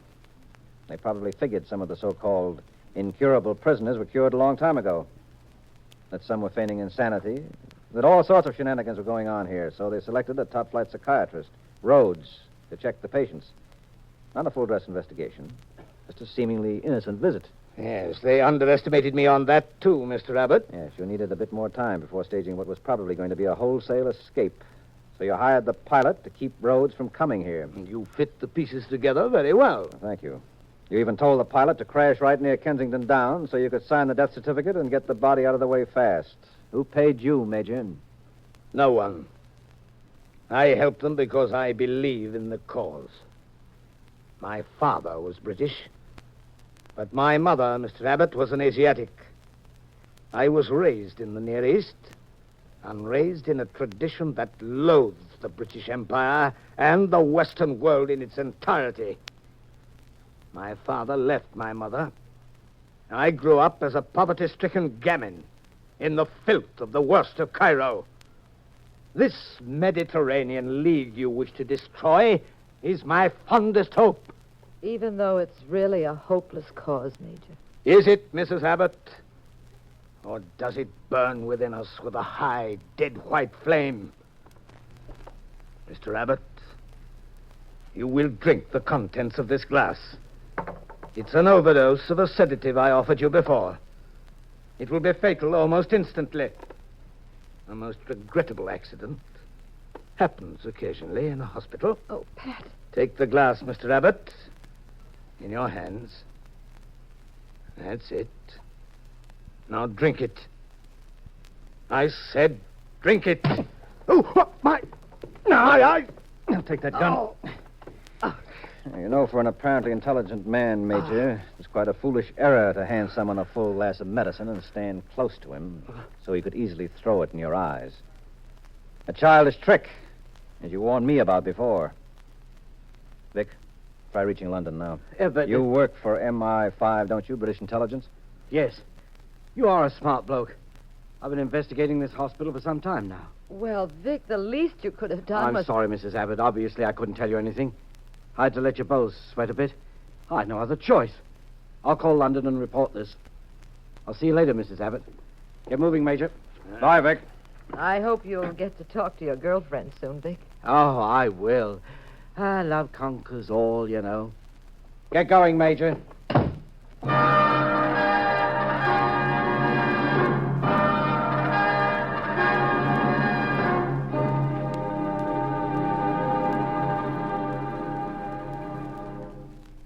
Pat and I finally did get to London. We caught the clipper, and as we flew over the Atlantic toward home... Pat? If Vic told you he was an investigator, why didn't you tell me? He never told me. Well, then how did you know? Because in the first place, he asked an awful lot of questions when we met him. Too many, in fact. Made me wonder whose side he was on. Then he told us to bolt the door, so I knew he was worried about us. Darling, how could you be sure? Well, dear, when the Major said he'd use the phone, Vic didn't say anything. Uh-huh. And that did it, huh? Mm-hmm. That did it. Pat. What? I just thought of a wonderful game we can play. Scrabble again? Uh-uh. It's too dark. Well, what kind of a game can you play in the dark? You got neon checkers? No. I was thinking we could play... Well, what? Post office.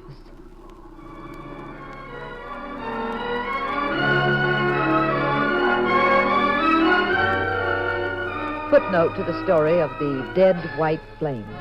Modern airplanes are perfectly designed for safety, speed, luxury travel, and indoor sports.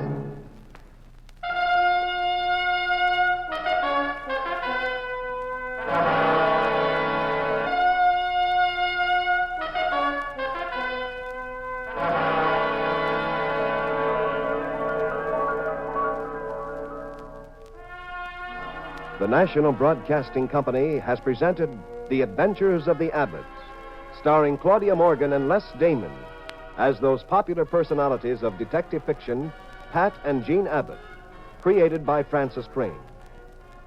Tonight's cast included Everett Sloane, Burford Hampton, and William Lally. The Adventures of the Abbotts was written by Howard Merrill, original music composed and conducted by Dewey Bergman, produced by Ted Lloyd and Bernard L. Schubert, directed and recorded by Harry Frazee. Next week, same time, same station, another exciting adventure in crime with Pat and Jean in The Adventures of the Abbotts.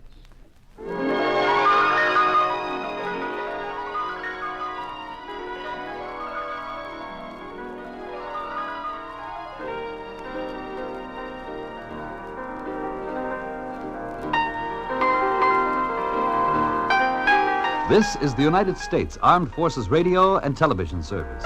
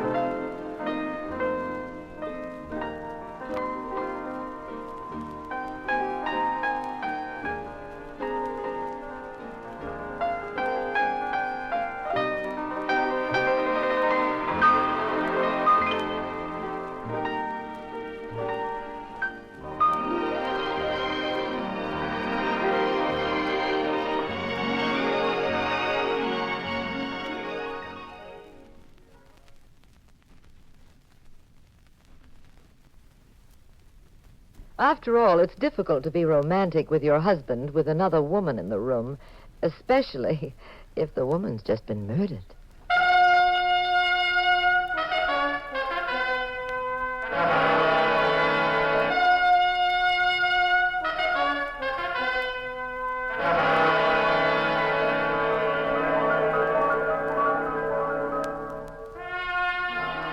The National Broadcasting Company presents The Adventures of the Abbotts, starring Claudia Morgan and Les Damon as Jean and Pat Abbott, those popular characters of detective fiction created by Francis Crane. NBC invites you to join Pat and Jean each week at this time for another exciting recorded adventure in romance and crime. Tonight's story, The Canary Yellow Sack. And here is Claudia Morgan as Jean Abbott to set the stage for tonight's puzzle in murder.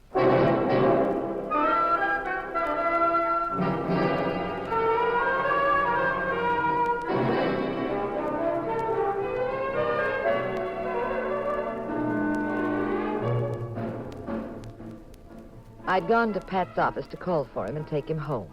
Pat's a very successful private detective in San Francisco, and you'd think you'd find him with secretaries, talking long distance, consulting perhaps with some brilliant criminologist. But when I came in... Hello, darling. Pat Abbott, it's hardly becoming to an outstanding detective to be found at his desk reading a nursery book. Mm-hmm. What is it, Pat? Hansel and Gretel. I bought it for a birthday present. For my nephew, Donald. Remember him? Oh, well, that's different. He's such a cute kid. Yes, he's very cute, but that'll do, dear. Put the book away. You're going to solve a mystery for me. What's the problem? It's about this newspaper clipping. I took it out of the bulletin's classified section. Go on, read it. For sale, old chromo, picture of Zachary Taylor. Well, of all the silly... Go on. Chromo, picture of Zachary Taylor. Price, $12.30, right box 27. Well, what about it? I sent them a check for $12.30, Pat. Do you actually want a second-hand chromo of Zachary Taylor? I most certainly do. For your information, my great-grandfather was related to Zachary Taylor. Well, do tell. Imagine being married to a celebrity all this time and not knowing it.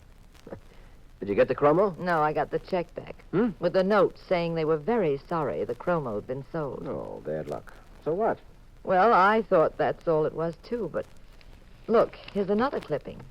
Advertising the same thing. I saw it in an out-of-town paper just this morning. Read it, dear. For sale, old chromo of Zachary Taylor, second-hand. Price, $11.15. Now, you see, Pat? This ad offering the same chromo at a cheaper price just appeared today. Now, why in the world did they turn me down last week and then offer the same chromo in another paper for less money? I don't know, dear. Besides, I am not interested. Pat, it just doesn't make sense. Are you a detective or aren't you? Well, what do you think? I think a Smirnoff vodka at Leo's would be perfect. Yes, come in. Mr. Abbott? Yes? My name is Stewart. Mrs. Tom Stewart. I need your help, Mr. Abbott. Well, go ahead. What's wrong? Well, it's confidential. Oh, it's all right. This is my wife. We often work together on a case. Well, it's about my husband. Mm-hmm. He's disappeared. Disappeared? Well, when and where did you see him last? It all started about 2 weeks ago when I clipped this advertisement from the bulletin. Here, read it. For sale. Old chromo, picture of Henry Clay, second-hand. Oh, Pat, it's the same... Wait a minute. Price, $17.20, box 89. Well, if that isn't the most amazing coincidence... Mrs. Stewart, what happened after you saw this ad? Well, I'm very interested in American history, so I thought I'd buy it. I sent a check to box 89, and then I never heard from them. I wrote again, and finally, the day before yesterday, I sent my husband down to the newspaper office. I told him to get the address of these people and ask them what they'd done about my check. Did he find them? Well, I don't know. Tom went down to the newspaper office, and he never came back. I tried to find him. I called every place he might have gone. His office, his friends. Well, have you reported this to the Missing Persons Bureau? Yes, but, they're so casual about these things, and I wanted someone who'd take a personal interest in the case. Someone who wouldn't lose a minute. Someone Mrs. Stewart, what does your husband look like? Well, he's tall. How tall? Oh, 5'8". Well, that's not very tall. Well, maybe he's 5'9" or 10. I don't know exactly. He weighs about 150 pounds. What color hair has he? Brown.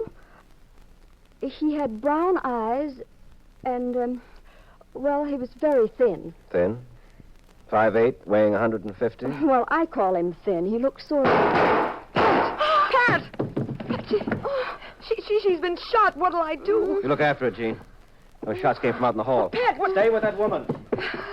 Oh, here, Mrs. Stewart. Let me help you. We'll get a doctor. Mrs. Stewart. Mrs. Stewart! Oh, Mrs. Stewart! Well, they got away, Jean. How's Mrs. Stewart? Pat, I think she's dead. What? Here, let me see. Uh-huh. You're right. Oh, Pat, it's awful. Give me that phone. You see, I told you there was something weird about those ads. Headquarters? Lieutenant Daniels, please. Oh, what do you think they mean? Could be a code. A code? For what? 1 second, darling. Daniels, this is Pat Abbott. Look, you better come over to my place. Fast. The woman has been shot. Yeah, she's dead. Mm-hmm. Okay. Pat, what are the ads a code for? I don't know. Let's have a look at Mrs. Stewart. Well, here's her purse. What's in it? A coin bag, handkerchief, lipstick. There's a ticket. It's an airplane ticket. For the plane to Seattle. Tomorrow morning. Pat, will you look at these newspaper clippings? Yeah. Mm-hmm. Well, this one says, for sale. Old chromo, picture of Vice President Marshall, second-hand, price $21.20. Well, this one says, for sale, old chromo picture of Benedict Arnold, price $8.40. Pat, what do they mean? Well, let's see. In the first place, nobody on Earth, except you, darling, would actually want a second-hand chromo of any of these fellas. They're advertising something absolutely useless. Something they probably haven't even got. Oh, well, that's silly, dear. Well, then why advertise at all? Now, these numbers, the prices, what could they mean? 8:40, 12:30, 11:15. Pat, Hmm? that could mean time, not money. Except for the fact that there's no such time as 17:20. Wait a minute. Could be military time, couldn't it? Oh? That's numbered from 1 to 24. 17:20 would be 20 minutes after 5 p.m. Golly, that's right. What about the names? Well, let's go a step further. If you're telling someone time, what else might you tell them? Place. That's right. Sure, you see. Taylor, Stanton, Marshall. Those could be the names of streets and avenues. Well, suppose it's true. Where do we go from here? Well, I know where you go. Where? Home. Home? Now? Jean, how many times do I have to tell you that detecting is a very dangerous business for you? Well, if you think with that woman lying there murdered and a mysterious code in the newspaper that I'm going I home... will not have you running around on these cases. Now, I said go home, Jean. Well, of all the ridiculous... Jean, Yes, dear. how long is it since anyone has spanked you? I'm going.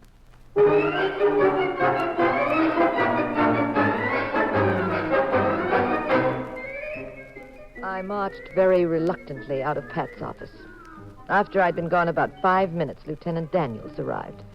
He looked over the scene and examined Mrs. Stewart. Then he questioned Pat. Pat, I've known you long enough to be very sure you're not mixed up in this, but just the same, I'll have to ask a few questions. All right, go ahead. Now, you never saw this Mrs. Stewart until she came to your office today? That's right. Did she indicate why she picked you to help her? Me personally? No. No, she was just impatient with the Missing Persons Bureau. Thought a private detective could move faster. What did she expect, miracles?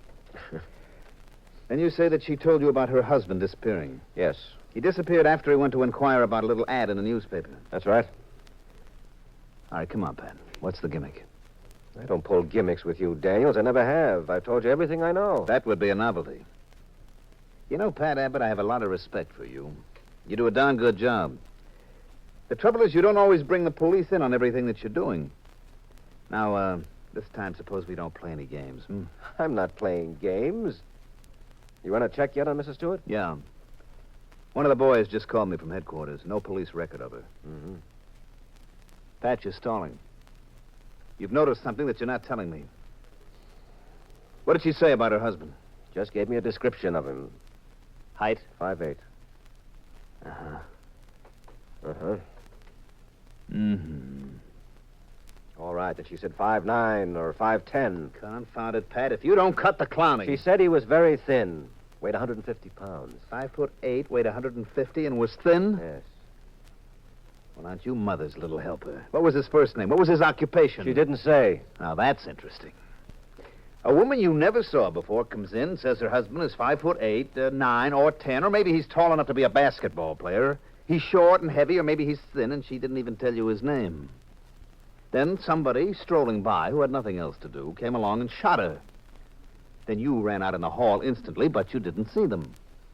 And all of this is because there's a little ad in the paper selling old chromos of dead presidents that aren't worth a plug nickel.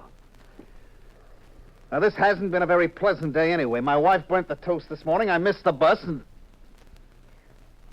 Maybe I just ought to go home and lie down until tomorrow, huh, Pat? Maybe tomorrow will be my good news day, hmm? I'm sorry, Lieutenant. I've told you all I know. Excuse me. Pat Abbott, Yes? I'm calling to give you a little advice. Who is this? We'll skip that. What I wanted to tell you was very simple. It's just this. Mind your own business, Abbott. Don't tell that cop anything. Look, if you think you're... Hold on, Abbott. There's someone here who wants to talk to you. Never mind. Get to the point. You better listen, Abbott. Pat, darling. Jean. Where are you? What is this? Oh, when I left your office, they were waiting for me in a car. They made me go with them, and I... See, Abbott? We figured you might go poking around where you weren't wanted, so we invited your wife for a ride. We're gonna hold her, too, till this case sort of cools off. Now listen, you Easy, rotten... Abbott. Easy. Just remember, you want your wife back, mind your own business. Keep your mouth shut. Hello? Hello? Hello? Who was that? Pat, I said, who was that? I haven't seen you this upset since I took $56 off you in that poker game last year. Now, who called? Little Bo Peep. Wants police help. She lost her sheep and can't find them. How would you like to get slapped with a charge of withholding information from the police? How would you like to get sued for false arrest and maybe get busted and end up pounding a late night beat on the Oakland Bridge? Good afternoon, Mr. Abbott. Good afternoon, Lieutenant Daniels.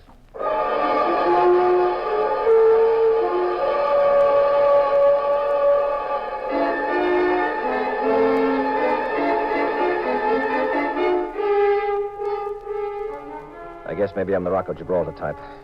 Except when it comes to Jean. Her kidnapping threw me for a 30-yard loss.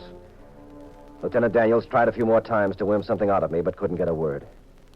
The minute the police had cleared out of my office, I went running to the office of the Bulletin, to the desk where they take classified ads. Yes, what can I do for you? I don't want to place an ad. I'd just like to ask you a question. What is it? It's about an ad that was in your paper. You see this? Offering a chromo of Zachary Taylor. Well? Who placed that ad? We don't give out that information. This is very important. I've got to know. I said we don't give out that information. If that's all you wanted, I'm sorry. I'm very busy, so if you please run along. Now, look. I don't want to get into an argument. I'm just making a simple request. So will you The please... answer is no. N-O. But it wouldn't... Aren't you going to leave? Or do I send for the manager? You don't have to send for anybody. I don't want to make trouble. What's the trouble, Dorrance? Oh, Mr. Warren, this fellow wants some information. He wants to know who placed this ad. It's this ad here, Mr. Warren. I'd appreciate it very much. Well, let's see it. Oh. I think this ad was mailed in. To find out who sent it, we'd have to go back through our files. It would take some time. I'll wait. Besides, this ad is over a week old. It'd mean a lot of checking back. I'm afraid we can't oblige you. Now, it isn't much of a favor. It's against our policy, too. It means a great, great deal to me. It's against our policy. All right, skip it. I'm sorry we can't be of more assistance. All right, Mr. Warren, all right. I said skip it.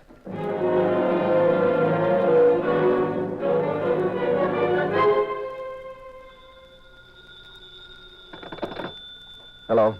Finally got back to your office, huh, Abbott? Now listen, you let my Now, wife... wait.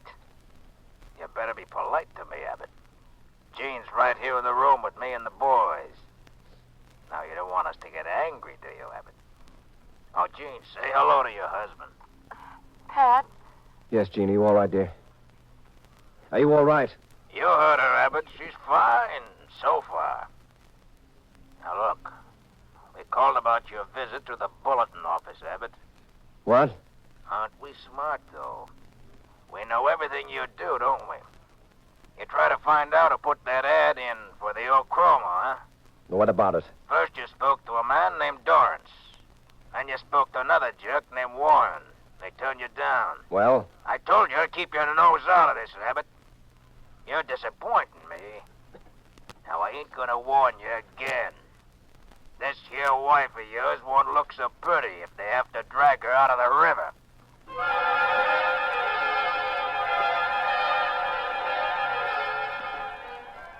I ran back to the office of the Bulletin. This time I wasn't going to be stopped. At the classified ad desk, there was a crowd.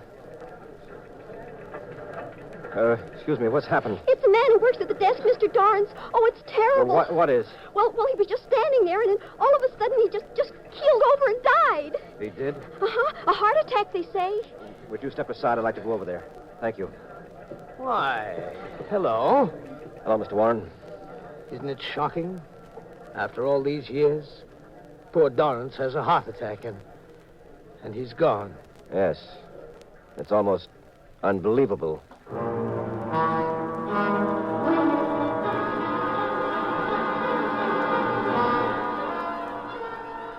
I left the office of the Bulletin and raced across town to the office of the Globe-Dispatch.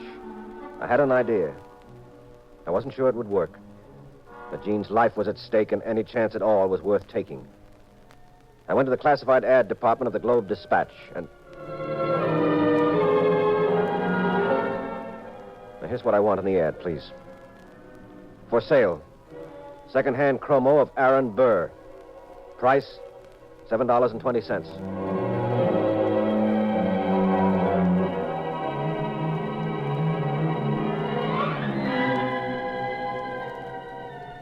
I didn't know, of course, if my first idea about the ads being a code was right. But there wasn't anything else I could do. Figuring the name in the ad was the street where a rendezvous took place, and the price was the time of the meeting, I advertised Aaron Burr, $7.20. And at 7:20 the next night, I went to Burr Street. It was in a desolate section of town by the river. The street was deserted, and the lamppost was being repaired, so it was pitch black. I hid in a doorway and waited. At 7:20 sharp, a truck pulled up at the corner. The driver remained at the wheel. A guy who'd been riding in the back got out and strolled around, occasionally looking up the street. After about 10 minutes, the little man called out to the driver. I don't know where they are, Jackie. Looks like they won't show up. Excuse me, Bud. Got a match? Huh? Oh, yeah, sure. It's, wait a minute, I got my pocket. Yeah, here we are. Thanks. Here's something for you.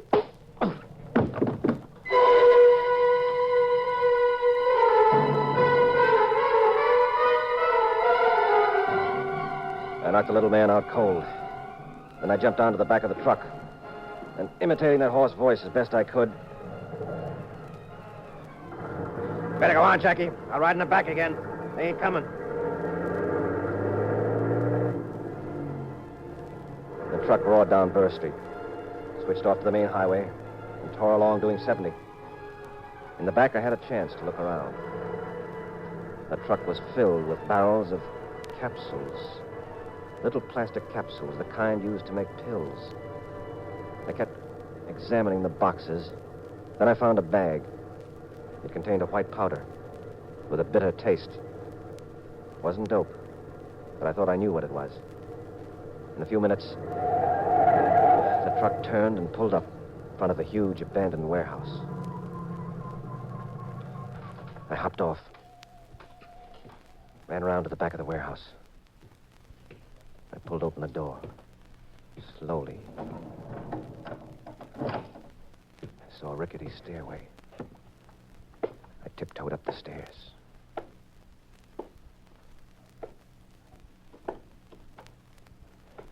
I tried some doors. Empty rooms, that's all. Then I saw another door at the far end of the hallway.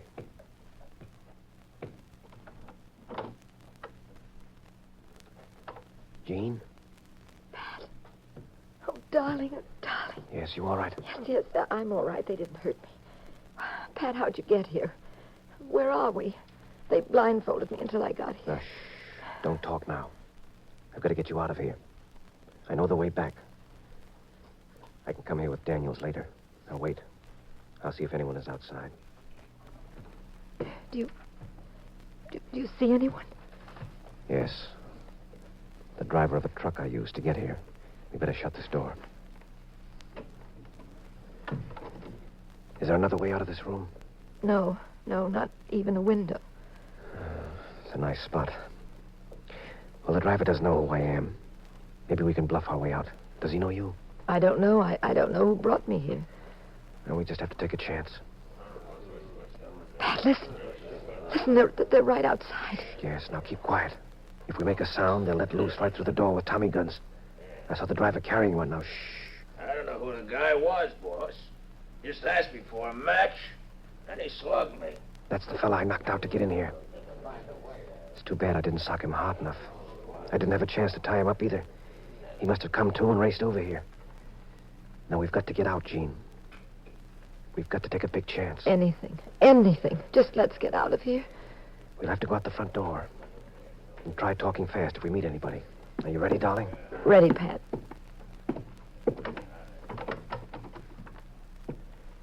And so far, so good. Now, down the stairs.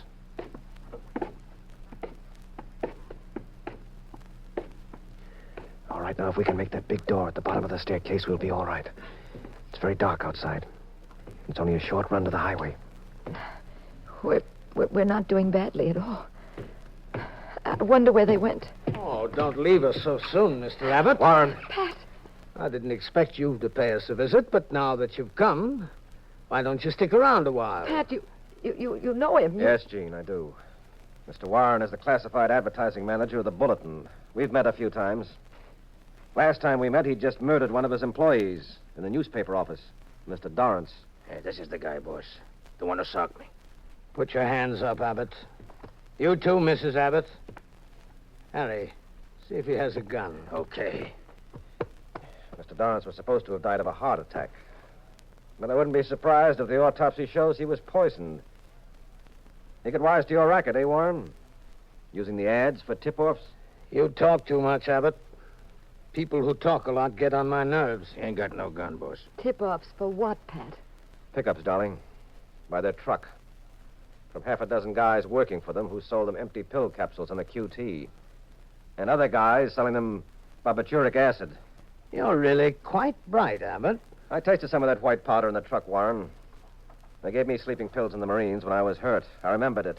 Sleeping pills, Pat? Yes, dear. One of the least known and biggest rackets in America today. Not narcotics. So the federal men don't have anything to do with it. Has to be enforced locally. Makes it very tough for the law and easy for the boys. Runs into millions of dollars. Sold without a prescription by bellhops and flea-bag hotels.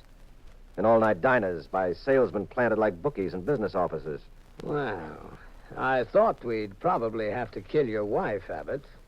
But you want to make a regular party out of it, don't you? You want to get knocked off, too. Well, we can oblige you. You shot Mrs. Stewart, too, Warren. You were one of your pals here. Yes, Harriet got fancy ideas. She didn't like the way we were treating her. Yes, so she decided to double-cross you. She came to me with a lead about the ads and the story about a husband who probably doesn't exist. She figured I'd nail you while she took a plane to Seattle. We caught up with her, though. Yes, in my office. Then you waited downstairs for Jean. Hoping that would probably keep me off your neck. Go on, Harry. Take them in the back. Get rid of them. Okay. No. Wait. This Abbott here is a smart aleck. His wife wasn't very friendly either. Never mind taking them in the back, Harry. I'd get a kick out of seeing him get a face full of bullets myself. Go on. Give it to him now. Right here. Pat. Now, steady, darling. Look, Warren, you can't get away with 4 killings. You pulled 2 already that you'll be picked up for just as sure as Yattata, talk again. Go on, give it to those 2, Harry. We're wasting time. Right. Put up your hands, Warren. Lieutenant Daniels. You heard him, Harry. Drop that gun. Go on, drop it. I have 20 men outside, so be smart and don't start any fireworks. They just love to celebrate the 4th a little early. Where the devil did Where you... did I come from? Out of the nowhere into the here.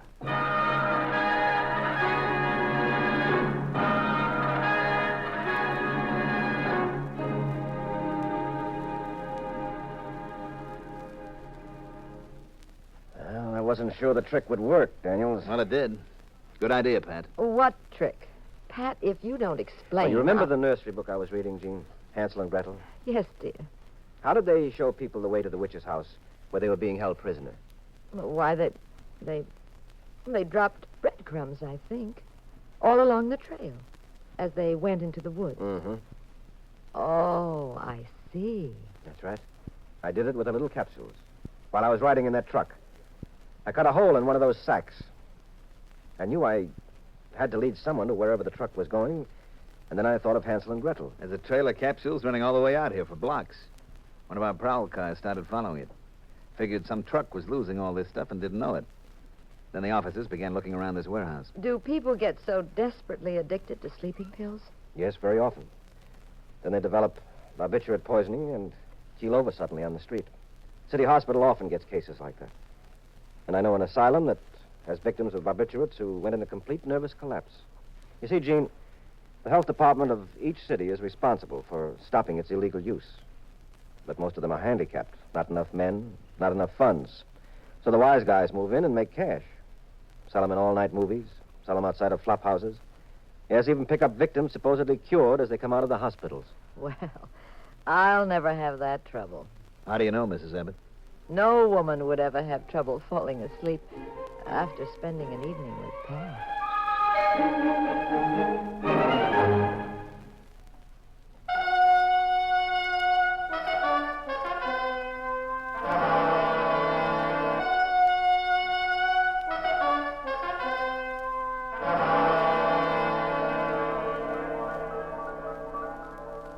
The National Broadcasting Company has presented The Adventures of the Abbotts, starring Claudia Morgan and Les Damon as those popular personalities of detective fiction, Pat and Jean Abbott, created by Francis Crane. The cast included Everett Sloan, Jean Darling, Mandel Kramer, and Lon Clark.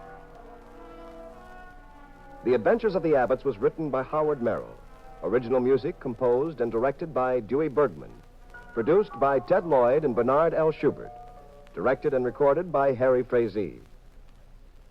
Next week, same time, same station. Another exciting adventure in crime with Pat and Jean in The Adventures of the Abbotts.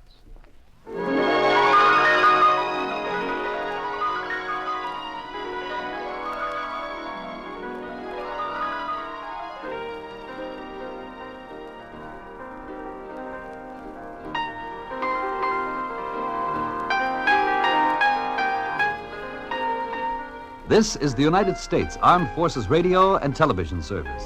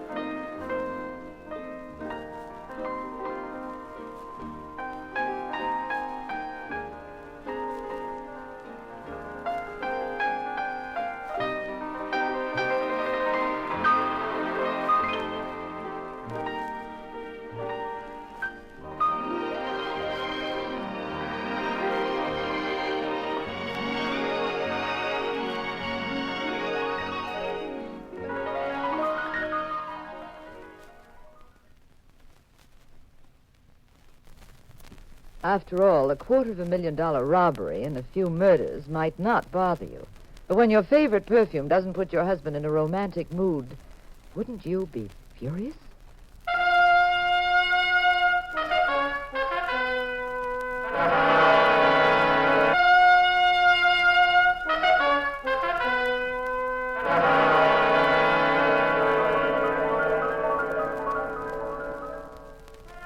The National Broadcasting Company presents The Adventures of the Abbotts, starring Claudia Morgan and Les Damon as Pat and Jean Abbott, those popular characters of detective fiction. NBC invites you to join Pat and Jean each week at this time for another recorded adventure in romance and crime. Tonight's story, The Clue of the Ivory Thread. And here is Jean Abbott to set the stage for tonight's puzzle in murder.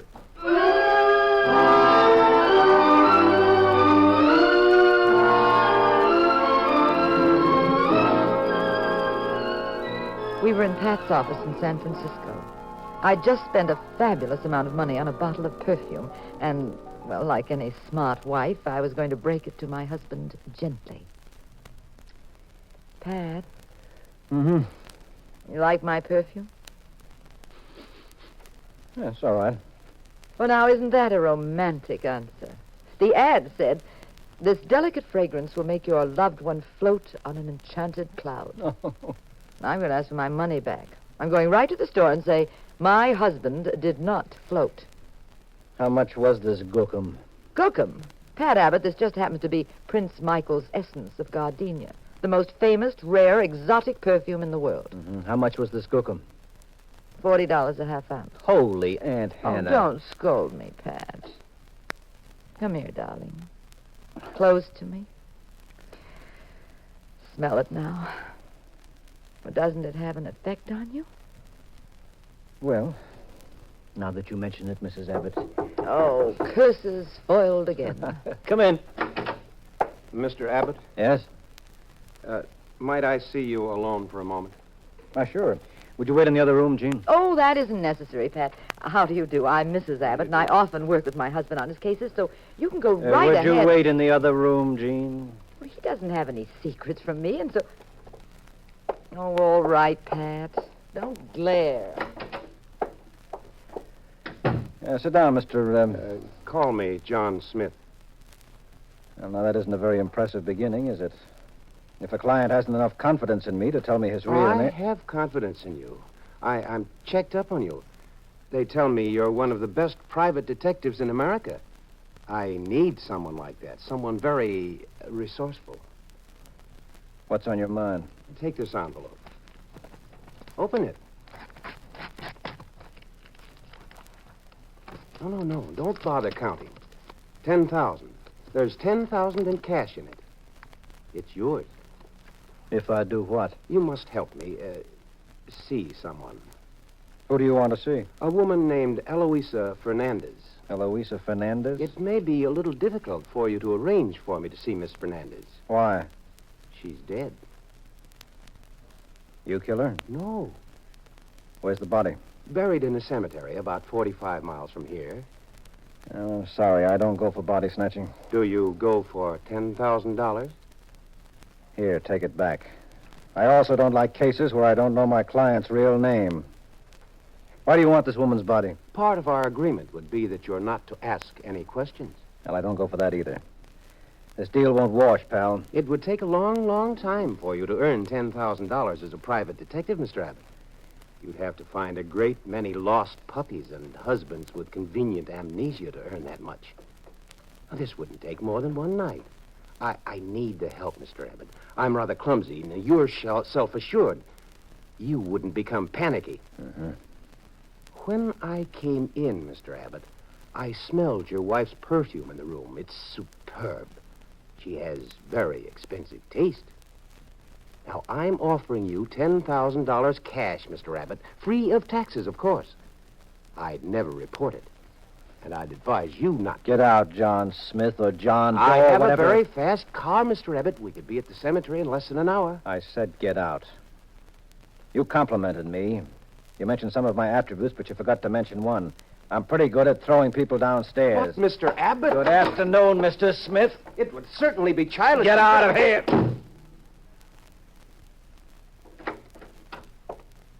My son, I'm proud of you. Oh, shut up. Tain't easy to turn down 10 big ones. Were you at that keyhole again? Pat, what do you suppose he wants with that body? I think... Yes? It's his wife's body. Go on. He murdered her. Yes? Because she bought some fancy perfume for $40 a half ounce. That's not funny. Oh, that's our friend the ghoul again. Come in. Mr. Abbott?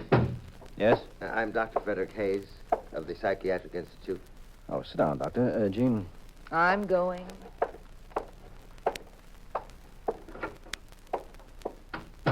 Doctor, what can I do for you? I mind. Oh, really? Short, stocky, very intense, black hair, extremely pale, anemic complexion. Probably didn't give you his name. He just left. His name is Philip Clark. Now, we physicians often find ourselves in a difficult ethical dilemma, Mr. Abbott.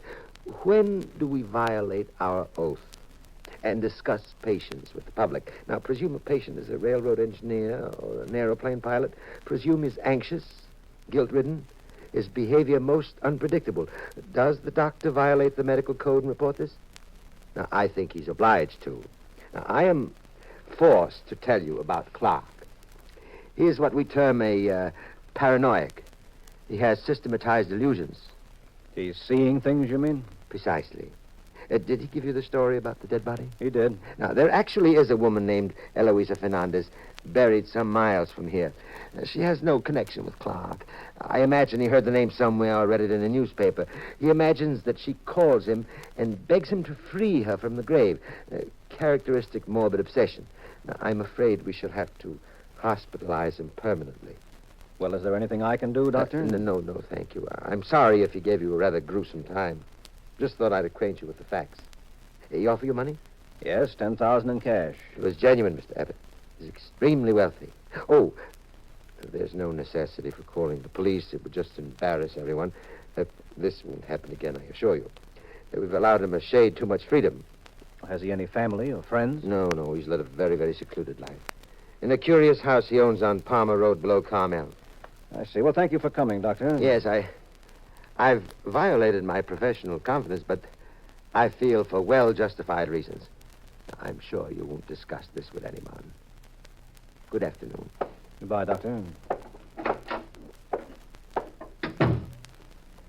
You can come in now, dear. So, our body-snatching friend is named Philip Clark. Yeah. I know you, Mr. Abbott. That expression on your face. You're fitting pieces of a puzzle together. You're a good double feature in the neighborhood? A whopper. Fine. I'll buy you a big jelly apple and a bag of popcorn, and you can go to the movies tonight and live it up. Oh, while you go sticking your nose into this case. I'm just going to wander around, that's all. Say, for instance, to Clark's house on Palmer Road? Say, for instance, something like that. What time do we leave? Me, not you. Pat, if you don't take me with you, I'll go alone. I'll sneak out of the movies and follow you. Besides, who goes to romantic movies and sits in the dark alone? How square can you get? Oh, I was afraid of this. Come on, dear, let's pay a visit to Mr. Clark. You sure you want to go? He might not be lonesome anymore. What do you mean? Well, maybe he dug up company for himself.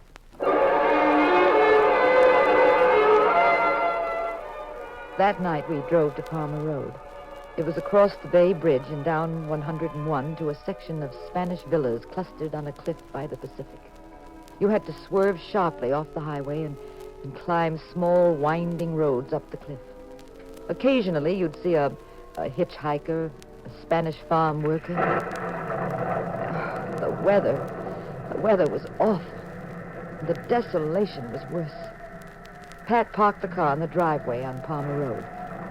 It was a strange house that had evidently been redecorated, but the attempt to brighten it up was half-hearted and sort of neurotic.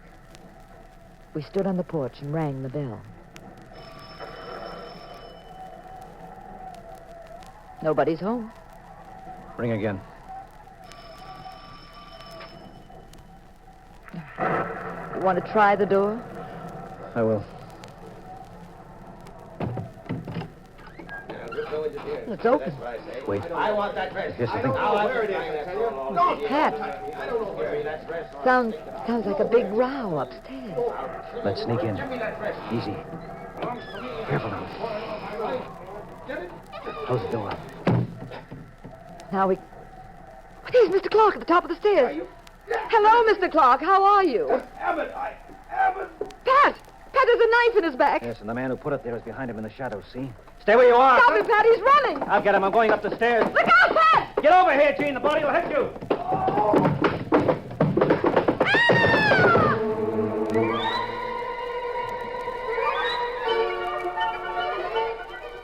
Philip Clark, with a knife in his back, fell down the stairway of his home. His body landed less than a foot from where I stood with Pat. The few seconds Pat lost while he grabbed me and sidestepped the body cost us the killer. By the time Pat had raced upstairs and the killer had reached the roof, crossed over to another house, then he disappeared. Pat, exhausted by the chase, came back to where I stood by Clark's body.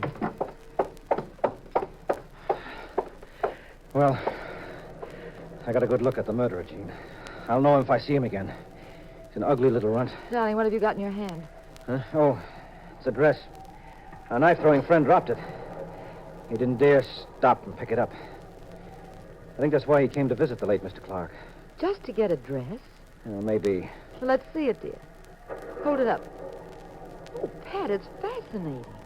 Look at the embroidery on it. Well, have you ever seen such work? Look at how they've woven all these complicated designs. Sort of Spanish-looking, isn't it? Yes. Yes, it is.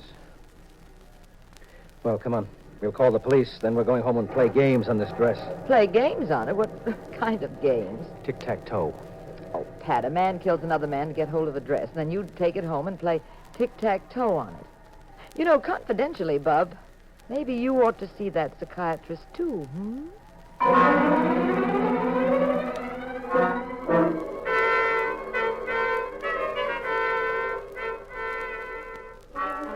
When we got home, Pat gave me a pencil and paper, took some himself, and then laid out the dress. Gene, men don't kill each other over a dress, unless it's more than just a dress. Yes, I know. I figured it out. You think the designs on it mean something. It's possible. So you take your pencil and paper and trace the pattern of the green threads. I'll do the same thing with the blue ones. It's like being back in kindergarten again. Okay, teacher, let's trace the pretty colors.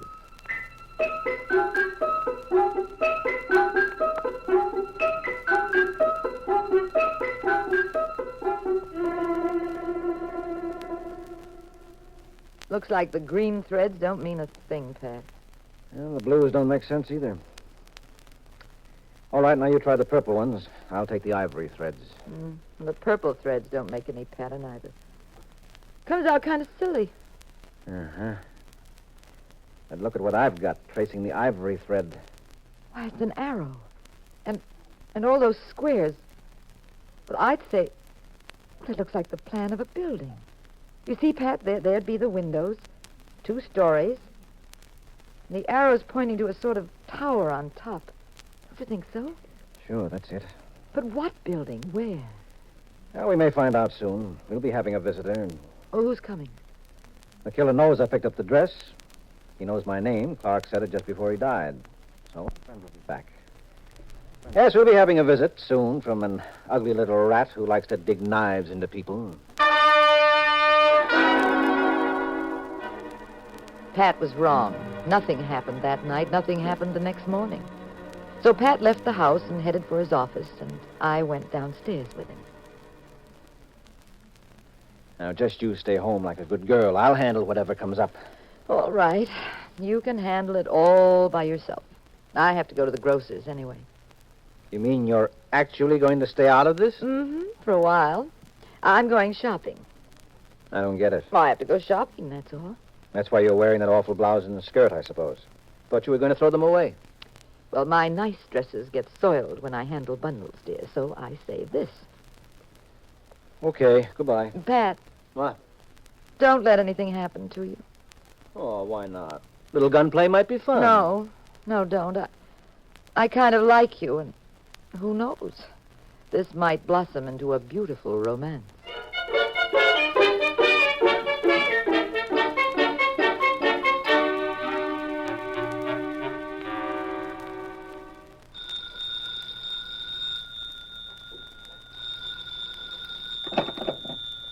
Hello. Pat, I finished shopping. Did the ugly little runt show up at your office? No signs here of anyone. Well, I sent the food, Pat. I'm not going home. I'm going to the Papagayo room for lunch. I met Laura. You remember her? The Papagayo room? Are you trying to drive me into bankruptcy, ma'am? Oh, but darling, lunch there is sensational. Oh, well. Pat. Yeah? I love you anyway. Even if you are a nasty old miser. Goodbye, Mrs. Abbott. Goodbye, Scrooge.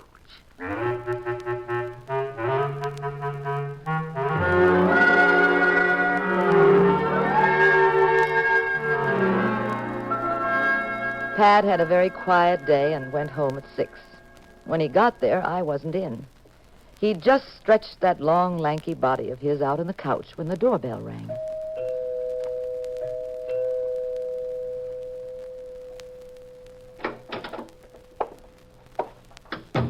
Good evening, Mr. Abbott. Oh, Dr. Hayes? Mind if I sit down? No. Yeah. I read in the morning papers that my friend, Mr. Clark, was done away with. Did you? It wasn't used to me, of course. I'd arranged it. Uh-huh. What's your real name, pal? Oh, it's Hayes. Frederick Hayes. Of course, I'm not a psychiatrist. You have a charming apartment. Thank you. Waiting for your wife, Mr. Abbott? What's that got to do with it? Well, I think your wife will be late, sir. Very late. What are you driving at? I've been obliged to detain her. You what? Try to keep calm, sir. She's with a friend of mine. He has instructions that if anything goes amiss, he's to kill your wife. Oh, you rotten punk. Oh, it's very unfortunate, very. But I had no alternative. You have a dress here, Mr. Abbott. I want it. I knew you'd be reluctant to part with it, so I took the trouble of detaining your wife just after she left the Papagayo room. I thought this might persuade you to give me the dress. It might. I want it right now. You have an alluring wife, sir. I'd be very reluctant to see my associate use a knife on her. I'll get the dress for you. Excellent. It's an intriguing dress, you know. Dates back to the days when California was dominated by the Spanish. They demanded very heavy taxes from the population. At a mission in San Linda, just south of here, the fathers refused to comply. They took all of their treasure, in fact, all of the gold and valuable pieces in the town, and hid them in their mission. The Spanish, of course, were furious and ransacked the town. But they never found the treasure. A woman escaped from San Linda and made this dress. With a map. Designed with the ivory threads telling exactly where the treasure could be found in the mission building. Precisely. And quite a treasure it is, reportedly worth $250,000. There's a picturesque legend now. They say the bell in the mission will ring when the treasure is found. I intend to ring it, Mr. Abbott. Yes, so I gathered. I think I can fill in the rest of the story. A woman named Eloisa Fernandez was buried in that dress very recently. Word got to Philip Clark. And to you. You're both. Shall we say collectors of rare objets d'art? Clark asked me to help dig up the body so he could get the dress. You knew what he was up to. So you posed as his psychiatrist so I'd keep my hands off. Then Clark got desperate that day and dug up the dress himself. He went home, and then a very ugly little associate of yours caught up with him. Yes. Very careless he was, too. Dropping the dress. May I have it, please? It's in this closet. What? Well, it was here last night. I don't enjoy this kind of game, Mr. Abbott. Find that dress. It was in this closet. I don't know where it could be. I'm not impressed, Mr. Abbott. I don't believe you. But I'm going to be very generous. I shall give you a few hours to locate the dress. I shall return here at, say, midnight. If you don't give it to me then, well, my associate is so eager to use that knife on Mrs. Abbott, I won't be able to restrain him. I'll expect you at midnight. Good evening, Mr. Abbott. Always so pleasant to chat with you, sir.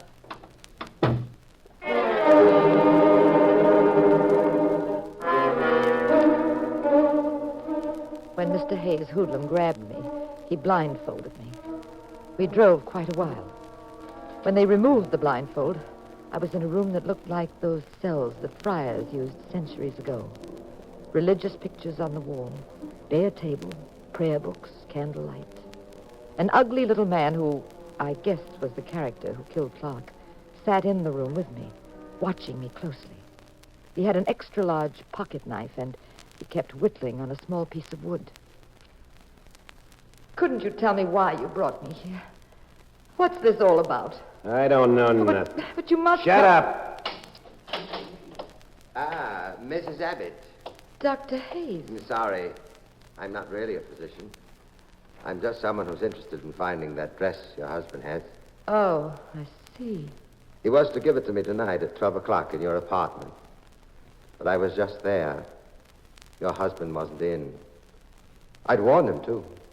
Warned him? Yes, I told him if he didn't have the dress by midnight, we'd be obliged to kill you. That's why my friend has that knife. Oh. He's going to use it on you now. Oh, no. No. I shall step outside. The sight would be too offensive for me. Oh. I'll be back in a few minutes. Yeah, go ahead, Hayes. Leave it to me. Sorry it worked out this way, Mrs. Abbott. Very unfortunate. Very. Come here, Mrs. Abbott. No. I got a nice sharp edge on this knife.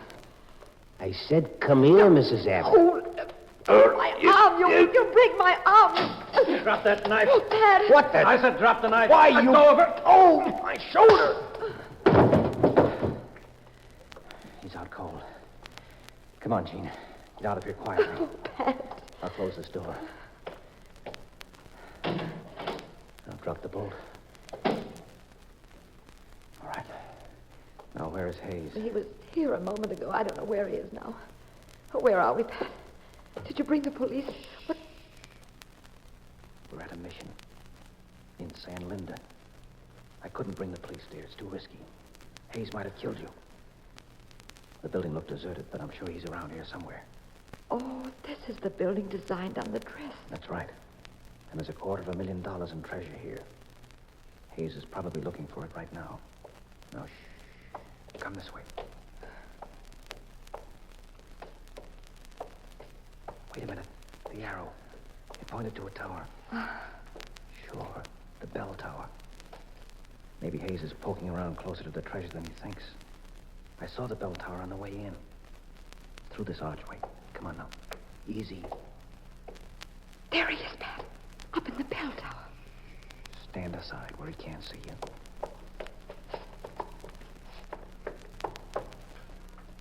Come on down, Hayes. Mr. Abbott? Come down or I'll shoot you down. Oh, you aren't the only one who has a gun, Mr. Abbott. Pat, are you all right? Didn't get anywhere near me. It's too dark. He can't see me very well down here. But I can see him. The moonlight up there helps. All right, now you'll come down the hard way, Hayes. I got him. He's staggering, see? He's reaching for the bell rope to keep his balance. Won't work. He's falling right down the rope.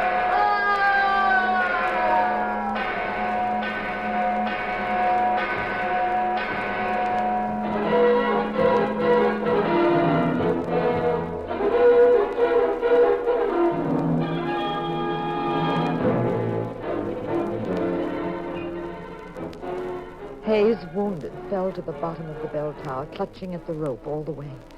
And, as the legend had predicted, the mission bell at San Linda rang out, for the treasure was in the bell tower. Pat and I found it in the tower under the bricks surrounding the bell, just where the arrow and the dress had pointed. We turned it over to the church. It was sunrise by the time we were back in the lobby of our house.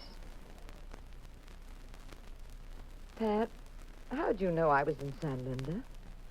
Well, the map on the dress showed a building, dear. When Hayes came to see me, he was so sure of himself, he spilled the whole story. He mentioned the mission at San Linda. I figured he'd take you there, where he could keep an eye on you in the building at the same time. Now, you have some explaining to do to me, dear. Me? Okay, if you want to stall. Take off your dress. Pat Abbott. Here, in the lobby. You heard me. Take off that dress right now. Well, really, suggesting that your own wife do a striptease in the lobby. Do you of the take it off yourself, or do I rip it off? All right, dear, I give up. You've got another dress on underneath this outfit, haven't you? Mm-hmm. Well, how'd you know? Well, when I found out the Spanish gown was missing from my guest closet, I knew you'd put it on. And put a loose-fitting outfit on over it. Oh, wasn't it clever of me? I knew all sorts of people would be gunning for the dress, so I figured the best place to hide it was just to put it on. But how'd you know that I was wearing it? Well, when we went out this morning, you had on this horrible blouse and skirt. Then you phoned and said you were going to the Papagayo room for lunch. You also said you hadn't been home. Now, Jean, dear, you'd never go to that swanky place in a terrible outfit like this without an extra special reason. Wasn't it a good idea, Pat? Oh, yes, very. Nearly got you killed. Say, are you wearing that goo-goo again? Prince Michael's essence of whatnot? Pat, it's the finest perfume there is. $40 a half ounce. And $80 an ounce. You trying to drive me into bankruptcy? And doesn't it make you want to kiss me? No. I'm always a pushover for that little idea. Don't you like my perfume just a little bit, Pat? It's okay. I mean, when you kiss me and inhale it, don't you really go for it? Oh, I suppose so. Yes. I'm so glad. Why, because it makes me romantic? No. Because I bought 3 more bottles today.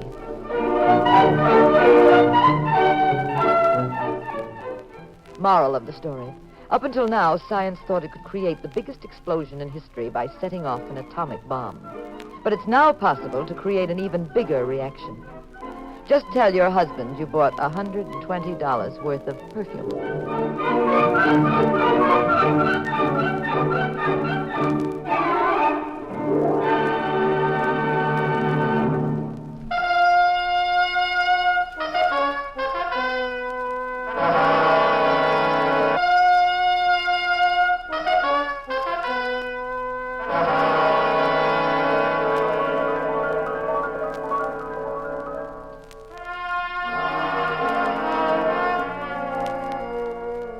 The National Broadcasting Company has presented The Adventures of the Abbotts, starring Claudia Morgan and Les Damon as those popular personalities of detective fiction, Pat and Jean Abbott, created by Francis Crane. Tonight's cast included Joe DeSantis and John Ridgely. The Adventures of the Abbotts was written by Howard Merrill. Original music composed and conducted by Dewey Bergman. Produced by Ted Lloyd and Bernard L. Schubert. Directed and recorded by Harry Frazee. Now, this is Wayne Howell inviting you to join us next week, same time, same station, for another exciting adventure in crime with Pat and Jean in The Adventure of the Abbotts.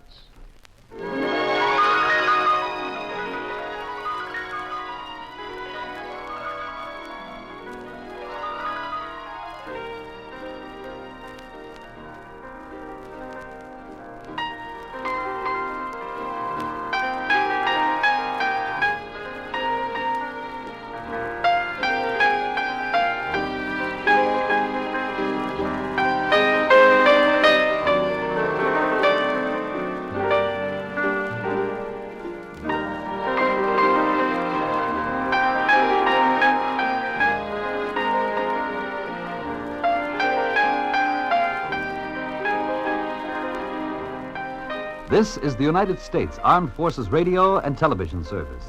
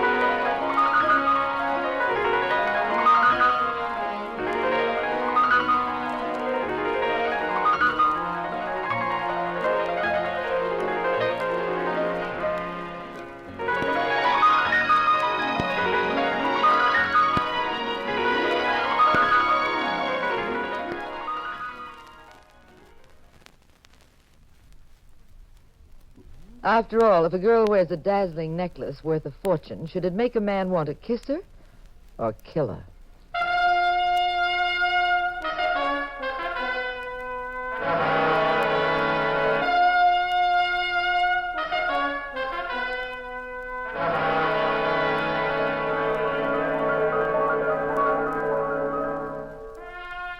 The National Broadcasting Company presents The Adventures of the Abbotts, starring Claudia Morgan and Les Damon as Pat and Jean Abbott, those popular characters of detective fiction created by Francis Crane. NBC invites you to join Pat and Jean each week at this time for an exciting adventure in romance and crime. In our story tonight will be Miss Sherry Britton making her dramatic debut in radio. Now here is Claudia Morgan as Jean Abbott to set the stage for tonight's puzzle in murder. A story entitled The Fabulous Emerald Necklace.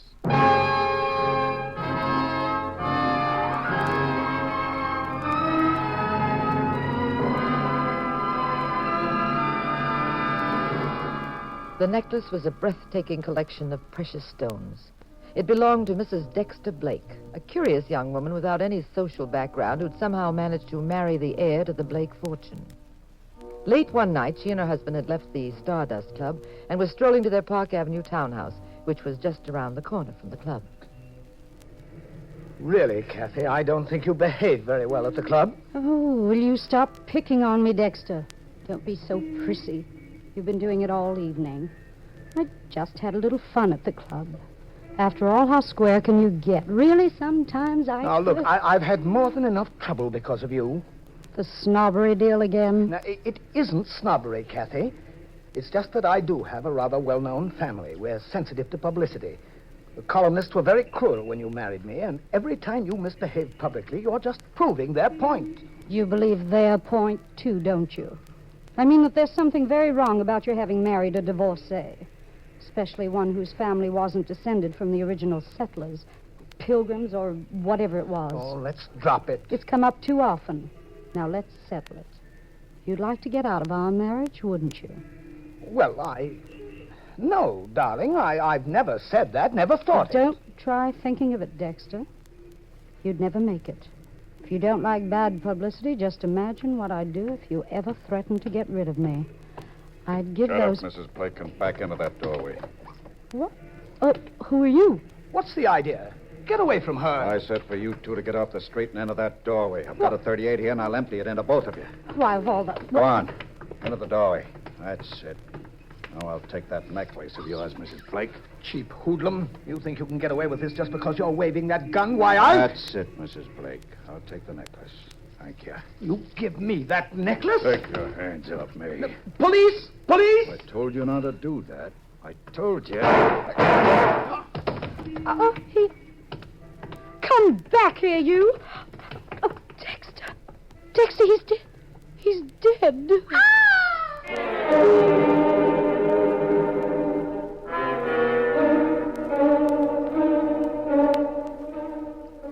The jewel thief disappeared into the night, leaving Mrs. Dexter Blake hysterical beside the dead body of her husband. Pat and I had been home that night. All we knew about Kathy Blake was what we'd read in the gossip columns. But the next morning, Pat had been invited to the Sterling Insurance Company. He was in the office of a company executive, Frank Tracy. I sent for you, Mr. Abbott, because this case calls for a man of your caliber. We'll be glad to pay any reasonable fee, of course. Is this a reasonable case, Mr. Tracy? Well, frankly, it's rather difficult. That's why I'd rather you handle this case than any one of our routine investigators. Our company insured Mrs. Blake's necklace, Mr. Abbott. Mm-hmm. For how much? $200,000. Can Mrs. Blake describe the man who attacked him? Well, she's quite vague about it, but something very fascinating came to me in the mail this morning. Oh, what is it? A note from the killer. May I see it? Mm-hmm. You'll notice, of course, that it's been written very much like a ransom note in a kidnapping. No use of pens, pencils, or typewriter. The letters look as though they've been cut out of newspapers and pasted together. Yes, they do. He makes what he believes is a business offer. As you see, he wants $50,000. For that sum, he'll leave the necklace where our company can find it. We return it to Mrs. Blake and save $150,000. Yes, very wise, too. The thief knows he'd have a difficult time disposing of the pieces through a fence. It's identified too easily. Exactly. I see he doesn't mention how he proposes to have you give him the cash. I suppose he'll get in touch with you later. Exactly.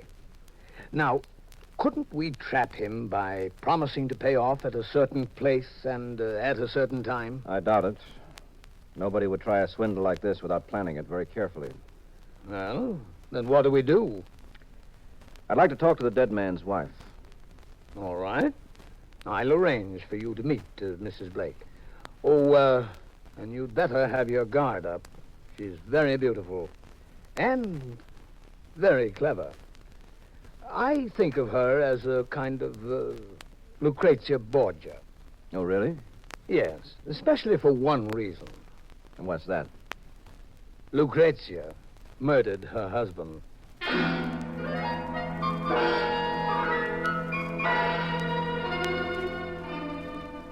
I was gallivanting around San Francisco buying play suits for the summer. A very innocent cherub indeed. And that husband of mine was closeted in a private office with Mrs. Dexter Blake. Mrs. Blake, you say you hardly saw this man who shot your husband? Well, it was very dark, Mr. Abbott. He pushed us away from the lamppost into the doorway. I could just see his shadow. How tall was the shadow? Average height. It's very difficult for me to be accurate. I was terribly excited. I didn't notice details. Well, if you couldn't see very well, you could hear. How about his voice? Rather odd, come to think of it. He didn't sound like the usual gangster. Seemed rather cultured. Mm-hmm. That all the information you can give me? I'm afraid so. Sorry I'm not being very helpful. Well, unfortunately, Mrs. Blake, these cases often lead to our having to ask embarrassing questions, probing into the darker corners of people's lives. Go right ahead. Are you getting along well with your husband? Oh, I suppose so. How well do people get along after they've been married quite a while? I'm not a philosopher, Mrs. Blake, just a detective. Did you have reason to believe your husband was, mixed up in any activity he'd rather you didn't know about? Is that your diplomatic way of saying, was there another woman? I don't think so. I don't follow you, Mr. Abbott. I wear a necklace, a very expensive one. Some thief holds us up, becomes excited, shoots my husband. And you're making a whole French novel out of it. Yes, because Mrs. Blake, very often what looks like a simple holdup or assault or what have you is actually more complicated than it appears. It's often a cover-up for something more deeply motivated. I am not a woman of very deep motivations. My interests and desires are normal and obvious. As for my late husband... Yes? Dexter was not a man of many dimensions either. Just folks, eh? With a few $1 million. You're a detective, Mr. Abbott, not a humorist. Who collects on your husband's life insurance? I do. All of it? All of it. How much is that? Oh, about $500,000. Do you also inherit all his property? Mm-hmm. It's worth another $1.5 million. Well, we were speaking of motives a while ago. You'll need an awfully good attorney to get you out of this. Why? I'm perfectly innocent. Well, I have an intuitive feeling about you, Mrs. Blake. Nothing too definite to support it. I think you didn't care very much for Dexter, but you had quite a passion for his checkbook. What of it? Well, for instance, you find yourself a mug. You make a deal with him. He holds you up, gets your $200,000 necklace as payment, and takes a pot shot at Dexter. You're the helpless wife. Dexter's a very dead pigeon. You come into Dexter's money, the mug disappears with his $200,000. Very nice. I could have had anything I wanted from Dexter. Do you think I'd trade in a comfortable spot like that for the electric chair? Maybe. Lots of people try it. You're wasting your time, Mr. Abbott. Oh, really? Oh, not that I mind. Being questioned by a very handsome detective is so pleasant. You've changed the subject. Certainly. You're much more interesting.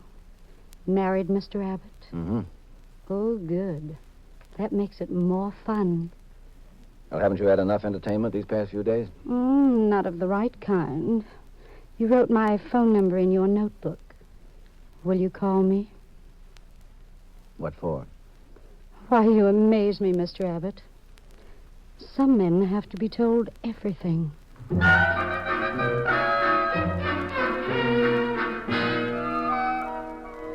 That night at home, Pat told me about the case. Only because he had to, as I found out soon enough. Now, dear, you know my policy about keeping you out of my cases. Yes, teacher. Now, for once in your life, you're going to come in very handy. Oh, well, now you're getting sensible. You have such a brilliant wife, I never could see why you didn't use her talent. Yes, well, look, brilliant wife.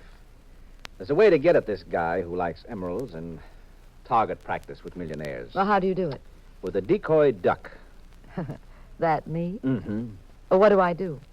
We buy you a necklace. Oh, this gets better all the time. We buy you a cheap necklace. You and Jack Benny, huh? We get our friend Nick Scudder to put a line in this column about the gal who's always at the Stardust Club wearing a sensational necklace. That ought to start our boyfriend, who likes sparklers, chasing around after you.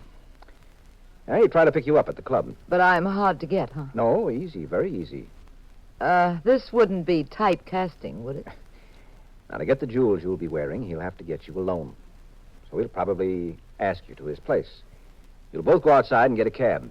Pat Abbott, do you mean to say you're actually suggesting that I go to a nightclub, make a pitch at a killer, and then take a taxi ride alone with him? Well, it'll be a special kind of cab. What's special about it? I'll be driving it. Sounds like quite a Halloween party. Well, it might not turn out to be so jolly, dear. That's what I don't like about my little scheme. You see, somebody in this deal might what? Might decide that your throat is a good place to put old razor blades.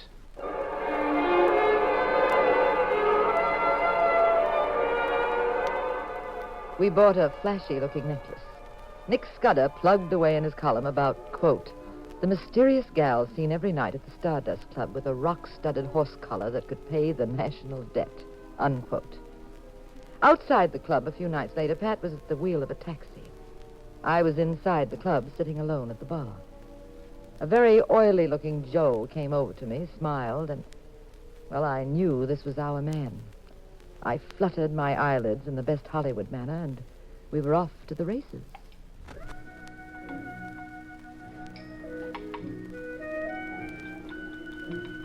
Don't tell me you're one of those awful people who like to drink alone.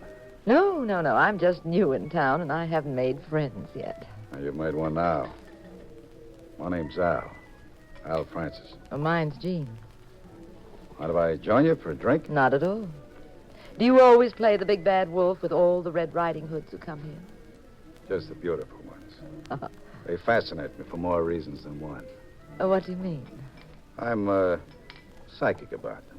I'll take you, for instance. I'll make a guess. I'd say you were married to a very wealthy man, much older than you are. You're sick of him. You're bored. You've come here for some excitement. Go on. That much was a guess. Now I'll tell you something I'm very sure of. You're looking for excitement, Lovely. You're shopping at the right counter.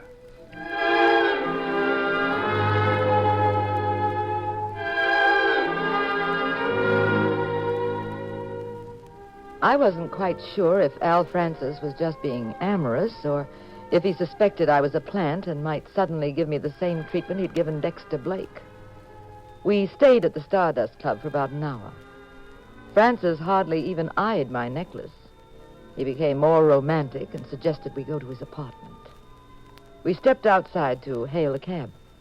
A cab I knew would be driven by Pat. Hey, taxi.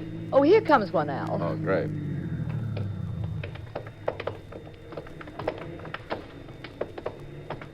Go ahead, Gene. Step in. Where to, Doc? 1785, Bayside. Right.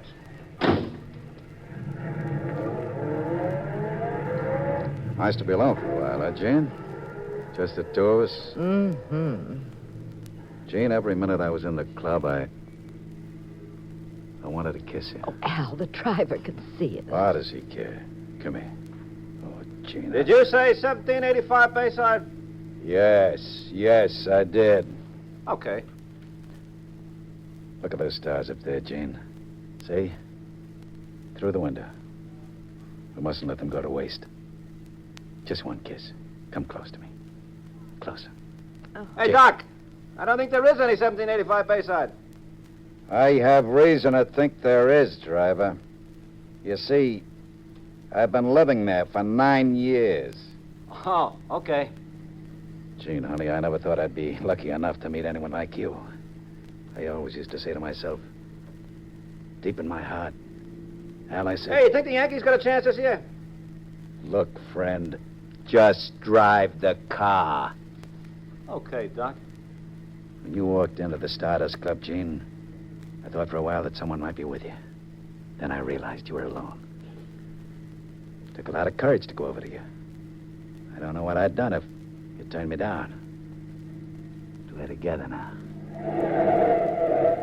That'll be 45 cents. Thanks. Come on, Gene. Al, I've sort of a headache. I've got just the thing for it. Come on. No, really, I think I'd better keep the cab and go home. I'm so tired. You'll feel better when we get upstairs. I have some turkey on ice and a bottle of Riesling. Yes, but thanks. But Don't disappoint me. Just for a few minutes. We can... Go on, Bud. You heard the lady. She wants to go home. Who asked you to get into this? I invited myself. You know, I've met some fresh cab drivers in my day, but you... Look, the lady has a headache. So she's going home now. Oh, you're going to get real cute about this, aren't you? Good night, pal. I'd love to knock your teeth down your Oh, throat. Al, don't start a fight with him, please. Come on, Bud. Let's play rough. I don't like your face. I think I could fix it up a little. Well, Al, please. No one must know you and I are... All right, Gene, all right. I'll call you tomorrow. What's your number? Just meet me at the club. Same time as tonight. Fine. Bye, Gene. Bye.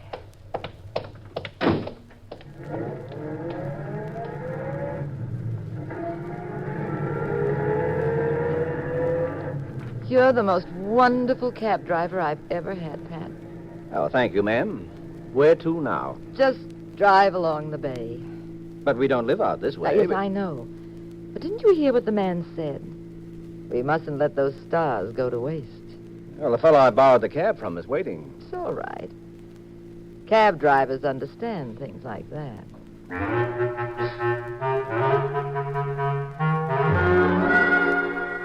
The next morning, Pat was just leaving his office. He was on his way to see Frank Tracy. Come in. Good morning, Mr. Abbott. Well, Mrs. Blake. Do you have a moment? I certainly...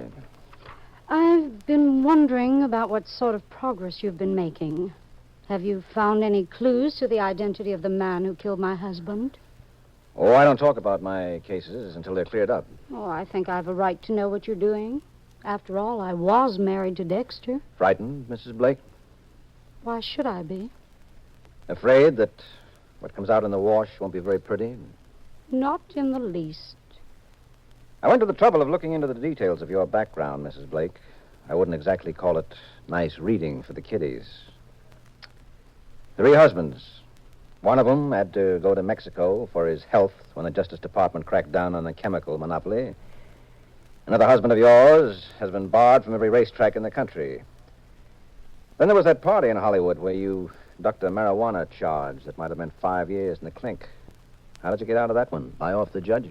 Where'd you get all that information? I called up the answer man. Very funny. Shall I tell you why you really came here, Mrs. Blake? I want to know who killed my husband.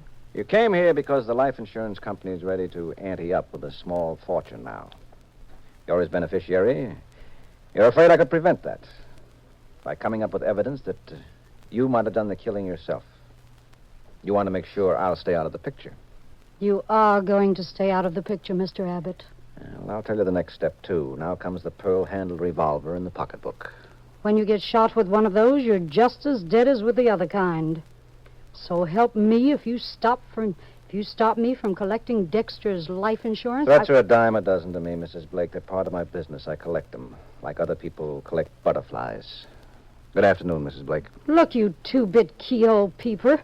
If you and your junior G-Man badge stand between me and a couple of $1 million, it wouldn't mean a thing to me to kill you. I've done a little investigating myself. Details about your background. You're mixed up in half a dozen cases where one of the suspects might knock you off at any time. And if you're ever found dead, my friend, it'd take the police forever to figure who did it. They'd get into a jigsaw puzzle that'd have them flipping. And I don't mind telling you about it this way either, because I also found out your office isn't tapped. That's very thoughtful of you. I think of everything. Like, for instance, down at the piers, there are men who would be only too glad to take care of you for me. I can buy your death, Pat Abbott. A man no one ever heard of, no connection with you, bumps you off. Disappears on a boat to heaven only knows where. I wonder if you're so upset with me because I might cost you the $2 million, or because I froze up when you made a play for me. Oh, it's the $2 million. And as for you, personally, I said good afternoon, Mrs. Blake, a long time ago. You're underestimating me, Mr. Abbott. And you may not live to regret it. Good afternoon, Mrs. Blake.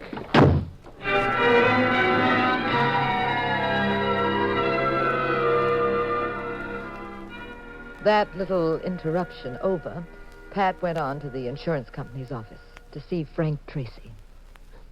Now, Mr. Tracy, I think I've got your man. Really? Mm-hmm. Who is he? He lives at 1785 Bayside. Smooth-looking chap, tall, thin, dresses very well. Oh. How did you do it? Did you see the necklace? How can you be sure? I arranged a trap for him. Got him to go after a necklace my wife purposely wore to the Stardust Club. I see. Well, what are we waiting for? Why don't we... No. If we sail in and grab him now, we won't have much evidence to hold him on. We've got to give him more rope. He's seeing my wife again tonight. Is he connected with Kathy Blake, as I suspected? Well, it's hard to tell. But give me another 24 hours. I think we'll strike oil. You mean we can arrest him within 24 hours? Probably. Excellent, Mr. Abbott, excellent. Now, do be careful. Francis is liable to be very slippery. Oh, how about Mrs. Blake? Do we just let her wander around? Yeah. Remember the nursery rhyme about the lost sheep? Leave them alone, and they'll come home.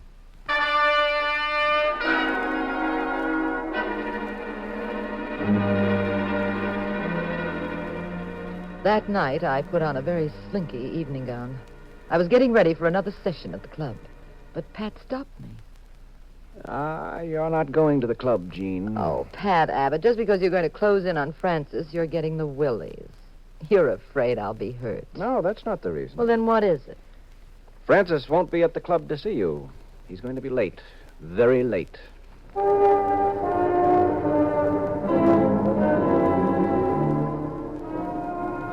I couldn't follow Pat's reasoning at the moment. But, as I learned later, Francis was at home just then, having a visitor. 1 second. Sorry to keep you waiting. What are you doing here? Why the gun?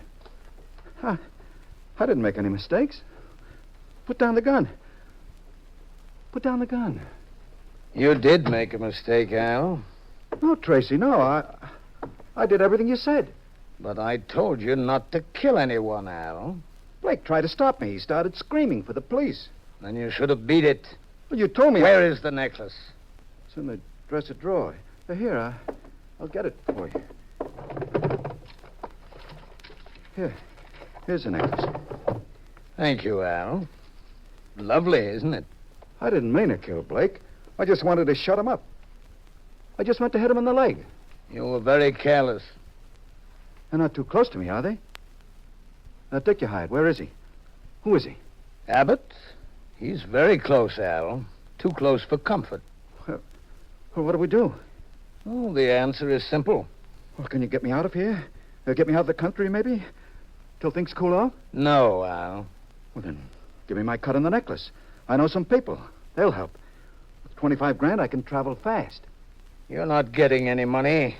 Well, then what? It's terribly dangerous for me to have you alive, Al. You get rattled too easily.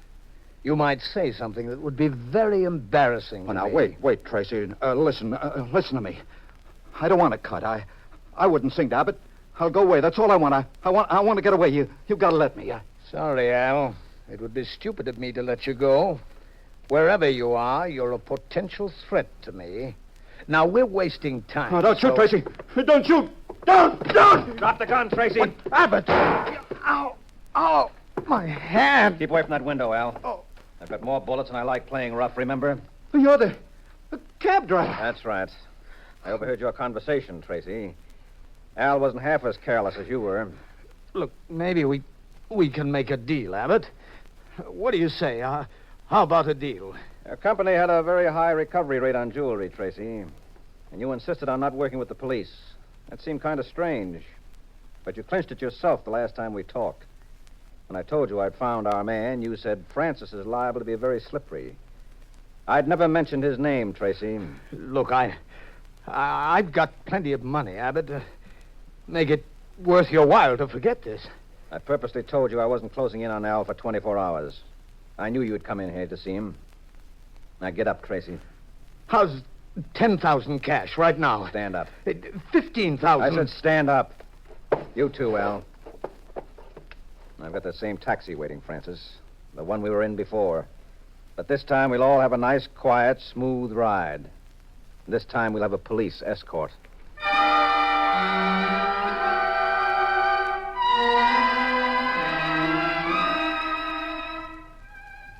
A few hours later, Pat had disposed of his two friends and had come home to his ever-loving wife. Well, darling, I suppose you're full of questions, as usual. As usual. Tracy had a very cushy spot figured out for himself, didn't he, Pat? He sure did. The lug steals the jewelry. Tracy gets his company to shell out, say $50,000 to get it back. And Tracy quietly splits it with his pal. The company saves a fortune. Gal gets her necklace. Everything is moonlight and roses. Well, what about Mrs. Blake? No. Yeah, she was just a hellcat. She wasn't in on this deal at all. Okay, Bob. Now, how do we go about celebrating your solving the case? You want to go down to Fisherman's Wharf and have a seafood banquet? I don't know. Head for Chinatown and have pressed duck? Maybe. I'm not sure. We got any other suggestions? Well, yes, I did have something else in mind. What do we got in the refrigerator? Just some cold chicken, a couple of cans of beer. Well, let's stay right here and eat. Alone. But why? Because right here they got services the other places don't have on the menu.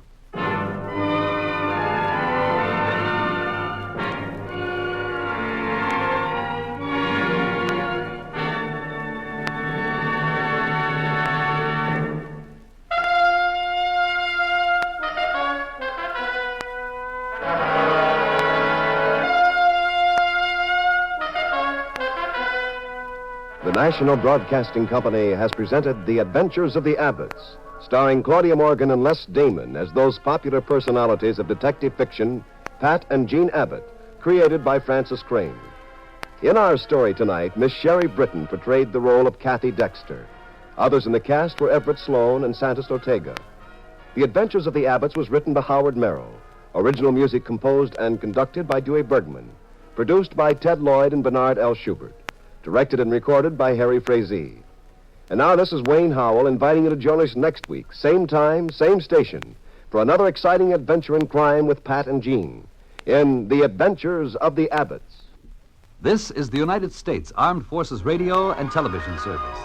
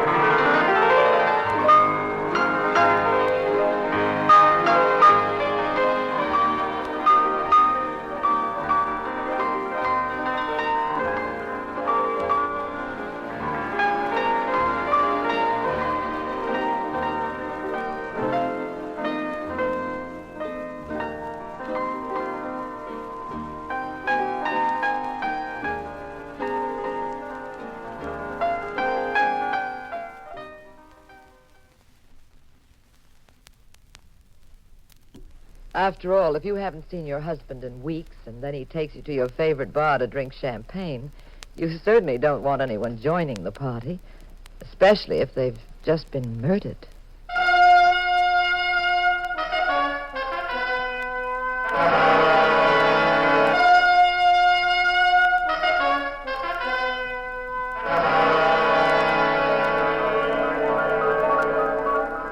The National Broadcasting Company presents The Adventures of the Abbotts, starring Claudia Morgan and Les Damon as Pat and Jean Abbott, those popular characters of detective fiction created by Francis Crane. NBC invites you to join Pat and Jean each week at this time for an exciting recorded adventure in romance and crime. Our guest star in tonight's story is Miss Sherry Britton, making her second dramatic appearance in The Adventures of the Abbotts. And now here is Jean Abbott to set the stage for tonight's puzzle in murder, a story she calls The Pink Elephant.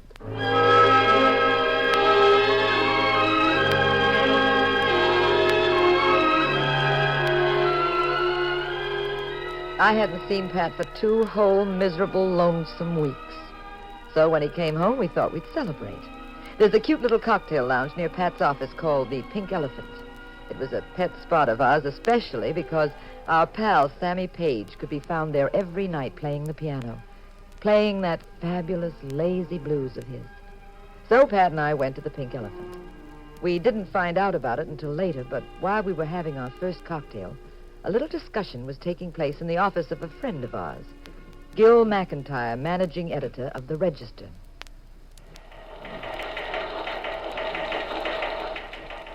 Gil was at his desk when he looked up and saw he had a visitor. Hiya, Gil boy. I haven't seen you in a long time. I thought you'd just never forgive me if I didn't drop in and say hello. I could have gotten along without it, Louis. Mind if I close the door?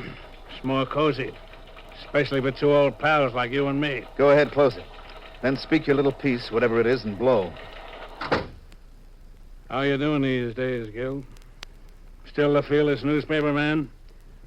Saving humanity and, by a strange coincidence, running up the circulation of the paper at the same time? Don't get all hopped up, Louis. You've just come out of jail. Everybody feels the way you do when they first get out. Just take it easy or you'll flip. I ain't hopped. It's very simple. What is? You sent me to the clink for 8 years. So now? Yeah, so now? Now I'm gonna blow your stinking head off. That's nice and simple, isn't it? Oh, I'm not gonna do it now, Gil. I'm not that crazy. I'm gonna do it when I feel like it. Maybe tonight, maybe next week, next month, next year. I want you to sweat a while. You can't have a cop with you forever. There'll be a minute, a day, a spot. I'll get a break. Call the cops if you want to. Tell them about the threat. How long will they protect you? And how well?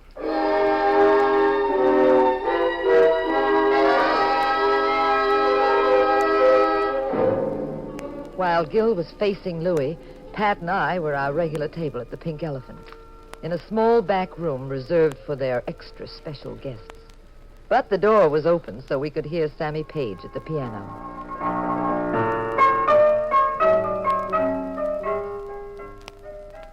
Pat? Yes, darling?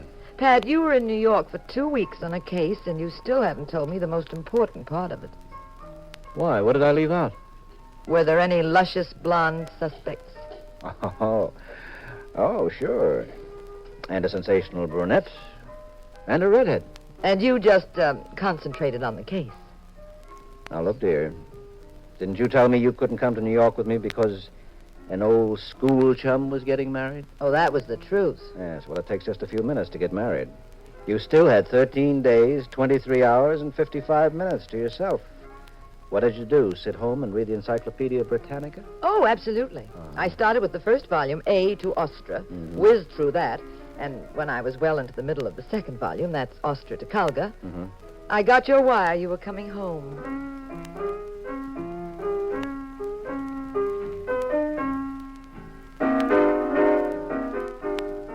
Oh, listen, Pat.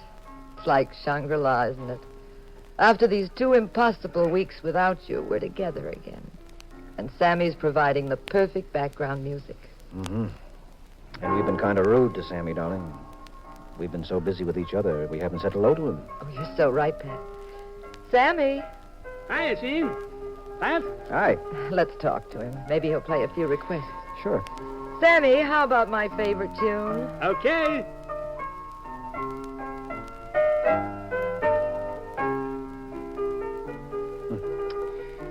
I wish I could play. Oh, I can. You, Gene? Mm-hmm. Oh, you never told me. Well, sit down here. Oh, no. She's not very good, Sammy. I'm merely terrific, that's all. Go ahead. Oh, must you, dear? I must. My public demands it.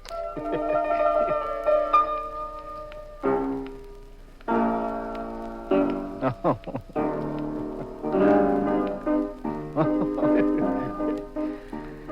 All right. Now that the amateur hour is over, let's hear Sammy, huh? What's the difference, Pat? Let her go on playing. Everybody's gone home anyway. Go on, Gene. Sammy, I'm glad you appreciate great talent when you hear it. My husband is an illiterate, tasteless oaf who doesn't know hot piano playing when he hears it.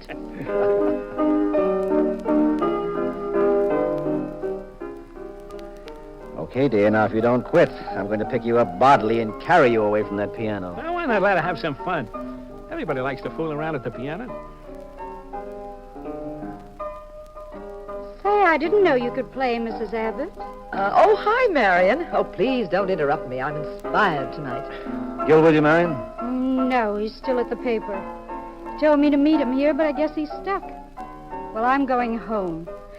Sammy, if Gil comes in later, ask him to call me in the morning, will you? If you want to give him a message, give it to him yourself. Well, what's burning you? I just asked a favor. Oh, I'll tell Gil, Marion. Oh, thanks. Bye now.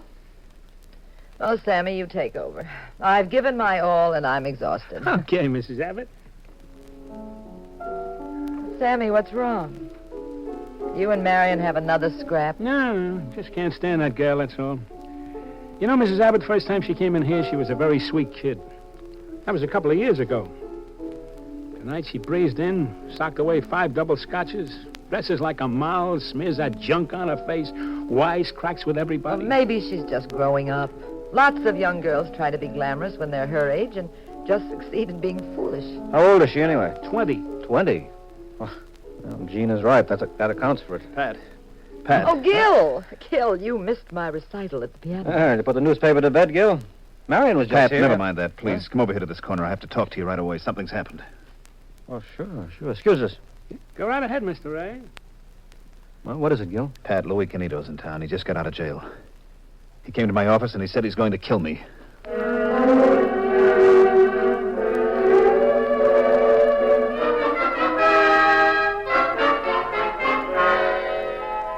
Gil was deadly pale.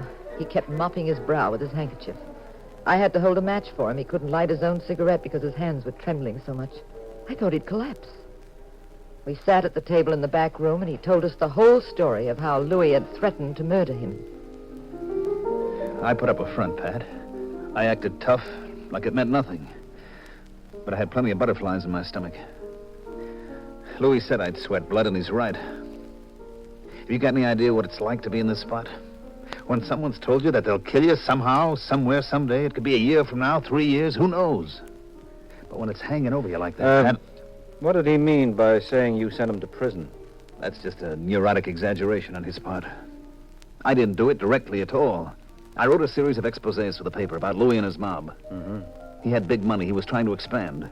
He owned 6 rackets in the States, and he was trying to set up a kind of a cartel internationally. He had tie-ups with some of the biggest black marketeers and phonies in Europe and South America. He had a finger in fake uranium promotion in Canada. He had men working for him in Shanghai, Macau, Cairo. Well, the DA's office read my articles, and the public got all hopped up. There was pressure to crack down on Louis, so they did, and he ended up behind bars. But you were just doing your job, Gil. You didn't double-cross him or prosecute him. Lots of papers write about racketeering. I know, but that isn't the way Louis looks at it. He blames the whole thing on me, personally. He has nothing against the DA or the judge. Just me. I'm the patsy. He wasn't just talking either, Pat. He'll do it, or one of his hoods will. His hoods might. I know the technique. They bring a stranger from 1,000 miles away, gets into an elevator with you, or better yet, spot you from a passing car, Fires the shot, beats it. They ship him back where he came from. No connection with you. The cops draw a complete blank. One of these mornings I'll do it, Pat. Now, can you help me? You've got to, Pat. You've got to think of something. Oh, no. First thing to do is to calm down. But I can't stop thinking about it. I won't be able to work. I won't be able to sleep tonight. Telephone for you, Mr. McIntyre. That's Louis. To ride me again, I'll bet. The office knows I'm here. They might have told him. Don't get so head up, Mr. McIntyre. It isn't Louis. It's just your office. Oh, thanks, Sammy. Pardon me, Pat. Gene, I'll be right back. Yeah, go ahead. All right, Gil. Careful. Don't trip out here, Mr. McIntyre. The boss turned out most of the lights since everybody's gone. I'll be careful, Sammy. Phone booth's in the far corner. Yes, I know. Do you know Louis Canito when you see him? Louis Canito? Yeah. I think I'd remember him. I'll tell you if I see him around. All right. He won't have to tell you anything, Gil. Louis. I told you you'd get awful nervous, Gil. Louis, get out of here. I told Pat Abbott about you threatening me. If anything happens to me, you're the first guy they'll pick up. You're a two-time loser, Louis. You got a bad record. They'll nail you for it in a minute. You'll get the chair, you screwball. Sure. But they'll have to find me first. That might be awful tough, and you wouldn't know the difference. You'll be in a coffin. Cut out that kind of talk, Louis, and beat it. Easy, Gil. You'll blow your stack. I can't stand this, Louis. I tell you, I can't.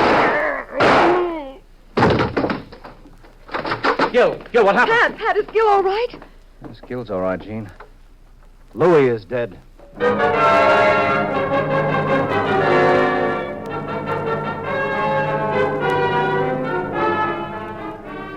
Louis's body was sprawled on the floor of the Pink Elephant.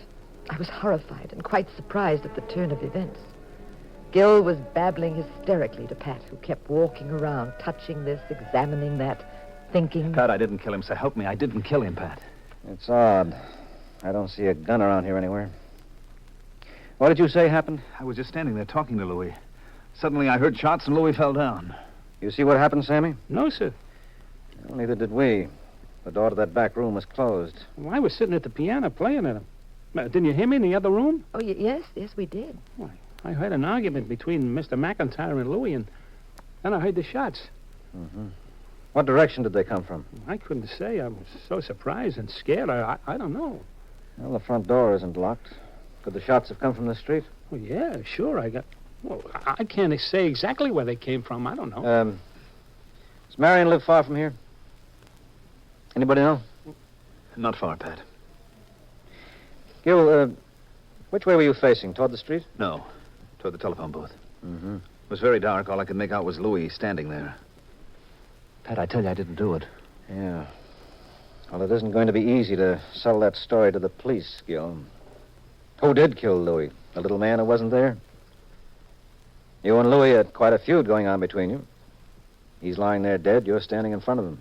How does that look to you? I know, Pat. I know all about it. 5 will get you 10. Any jury in the world puts the rap on you. Look, Pat, you're a detective. There must be something you can do, something to help me. Yes, I'm going to do it right now. What is it? I'm going to call the police.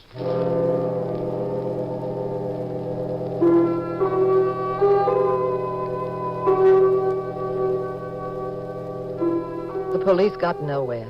They never found the gun. They shot pictures, made maps, and took us to headquarters for questioning. Finally, they let everybody go. A sharp lawyer from the Register got Gil out on bail. Gil's reputation and pull were powerful enough to spring him for a while. He began to feel better.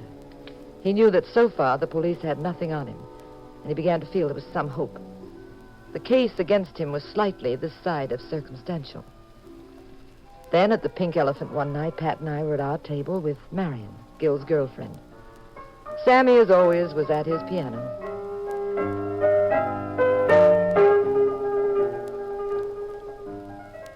Waiting for Gil again, Marion. Uh-huh. He's awfully late tonight, too. I can't imagine where he is. Tell me, Marion. Yes, Sammy. Haven't you anything better to do than to sit around bars all night waiting for Gil? And what business is it of yours? You poor kid. You think it's clever to put that goo on your face and smoke 3 packs a day and drink liquor like it was water. And you end up in a mess much too big to handle. You can call me a reformer or a blue nose or a square, but I don't dig it. I think it's a shame. I hate to see kids like Marion in these joints all hours. No, Sammy, take it easy. Marion's a decent, bright girl. She can handle herself. Don't you start lecturing the Pink Elephant's clientele on the subject of morals. Okay, Mr. Abbott. I just sound off about it now and then. This juvenile delinquency business is a bloody heartbreaking thing, you know? Yes, of course it is. But all youngsters aren't that way, Sammy. Well, she just wants to have a normal girl's fun, going out, dating. Is it fun for a girl like Marion to be running around till 4 o'clock in the morning? Oh, come on, Sammy, knock it off. You're an old nuisance sometimes, you know. Kids didn't act that way back in my time. I knew you when you were a decent kid. I don't know what's happened to you. I like what's happened to me. I think I'm doing very nicely. Jean, let's go outside, get some fresh air, huh? Leave these two to their argument. Listen. Excuse us, Marion. Sammy, see you later. Why do you have to drink all night? You drink 5, 6 I don't see why it should bother you. With one enough? Now, listen. Come on, Jean, walk faster. I want to get away from here. Oh, where are we going, dear? I've only got one suspect, Gil McIntyre. I haven't really done a job on him. I'm going to give him a fancy workout.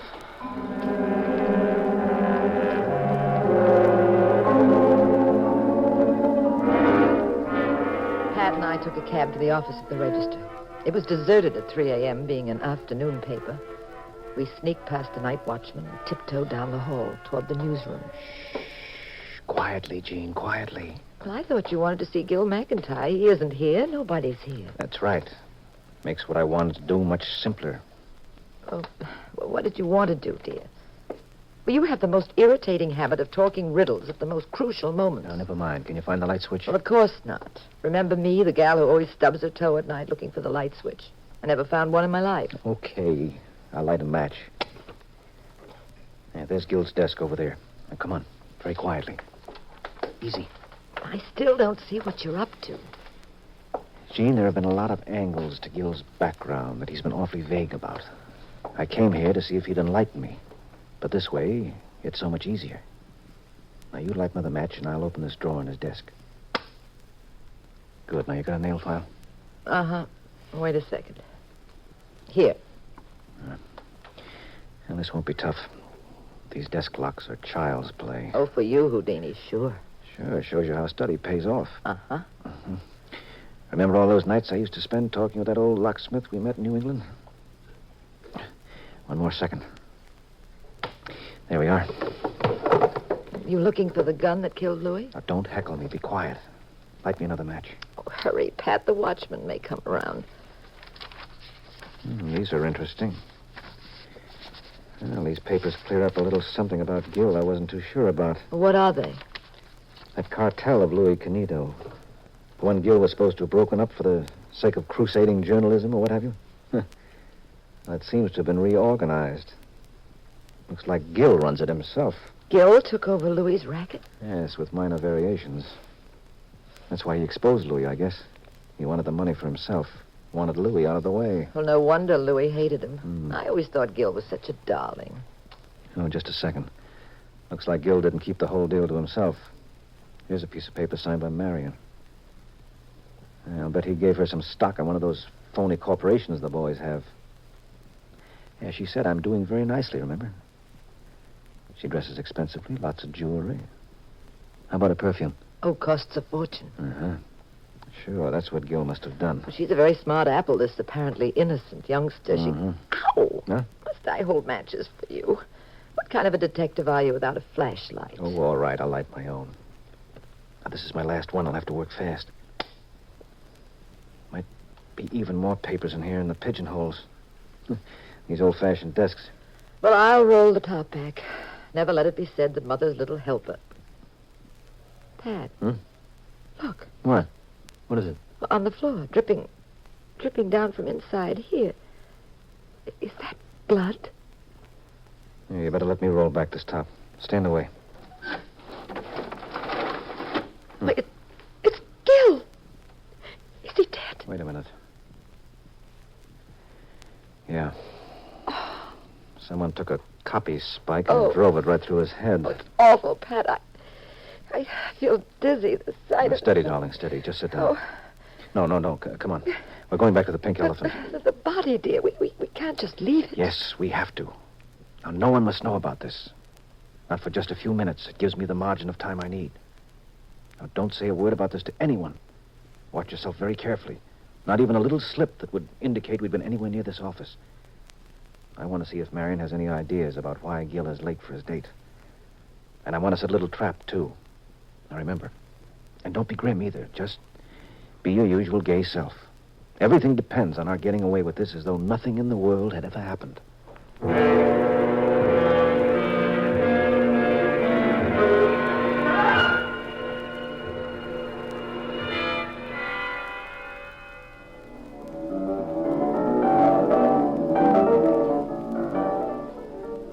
Enjoy your stroll, Mr. Abbott? Yeah, very refreshing, Marion. The smoke in these places and the liquor fumes bother me. Oh, my boy spent too much time on those western prairies. Big outdoors man. Feels all confined with us city folk. You haven't seen Gil anywhere, have you? No. I wonder what happened.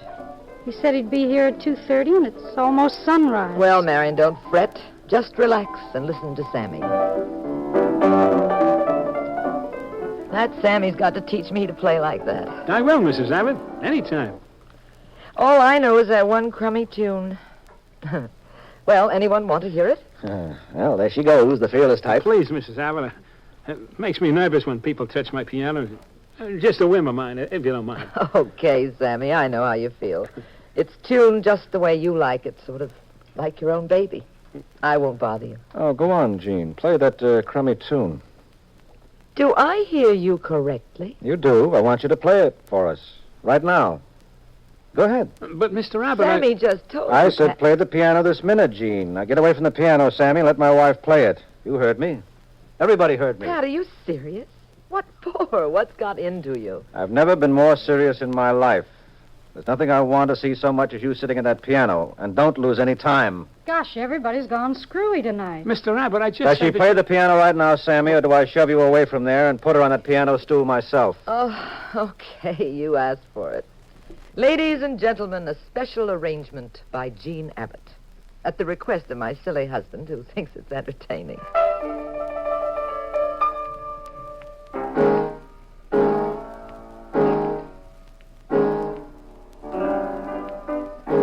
Sammy, you got a cigarette or something stuck in the back of the piano?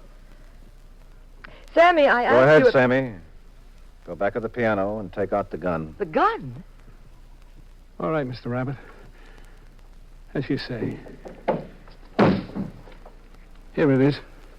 Thanks, I'll take it. But, Pat, well, whose gun is that? It's Sammy's. It's the one he used to kill Louis Canito. That right, Sammy? Well, come on, Sammy. We haven't got a prayer. Okay. Yes. It's the gun I used to kill Louis. The gun you used? Sammy, you killed... We found Gil's body, Sammy, where you left it. Inside the roll-top desk. Gil's body? Is Gil dead? Is Gil dead? Yes, he is. We found him stabbed to death a few minutes ago. Oh, no. I won't believe it. Oh, Gil. Take it easy, Mary. Easy, child, easy. I think I got the whole picture, Sammy, except for why you did this. The motivation's been puzzling me. Somebody had to pay Gil off for what he did to my Marion. Your Marion? You'd have done it, Mrs. Abbott, if she were your daughter. Oh, Sammy, we never knew. She wanted me to keep it quiet. I was ashamed, Mr. Abbott. I didn't want anyone to know my father played the piano in a barroom. Oh, I guess it was terribly unfair, but you have to realize what kind of life we've had. Always on the road, always my father working in grimy little joints to make the rent money. I was desperate. I had to get out of the rut. I wanted to have money mixed with the right people. I couldn't let anyone know. And to see a man take your own daughter and change her from the girl you've loved and raised and worked for, the girl who was your whole life, and that man turns her into a piece of cheap trash, you figure your own life isn't worth much. If you can get rid of him and straighten her out, you wouldn't listen, Marion. You just wouldn't listen to me, child. It got worse and worse. It was driving me crazy. Oh, I know. But was it right? You always told me to play percentages. Now what have you won? What have we got now, you and I?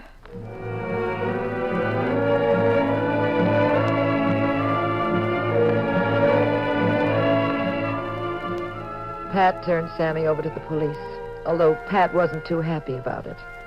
There's a kind of satisfaction in nailing a professional killer or an oily swindler. But sometimes this private detective work hurts you personally, when it means taking a misfit who got his signals mixed and committed a crime of passion. We promised Sammy we'd keep an eye on Marion and try to straighten her out.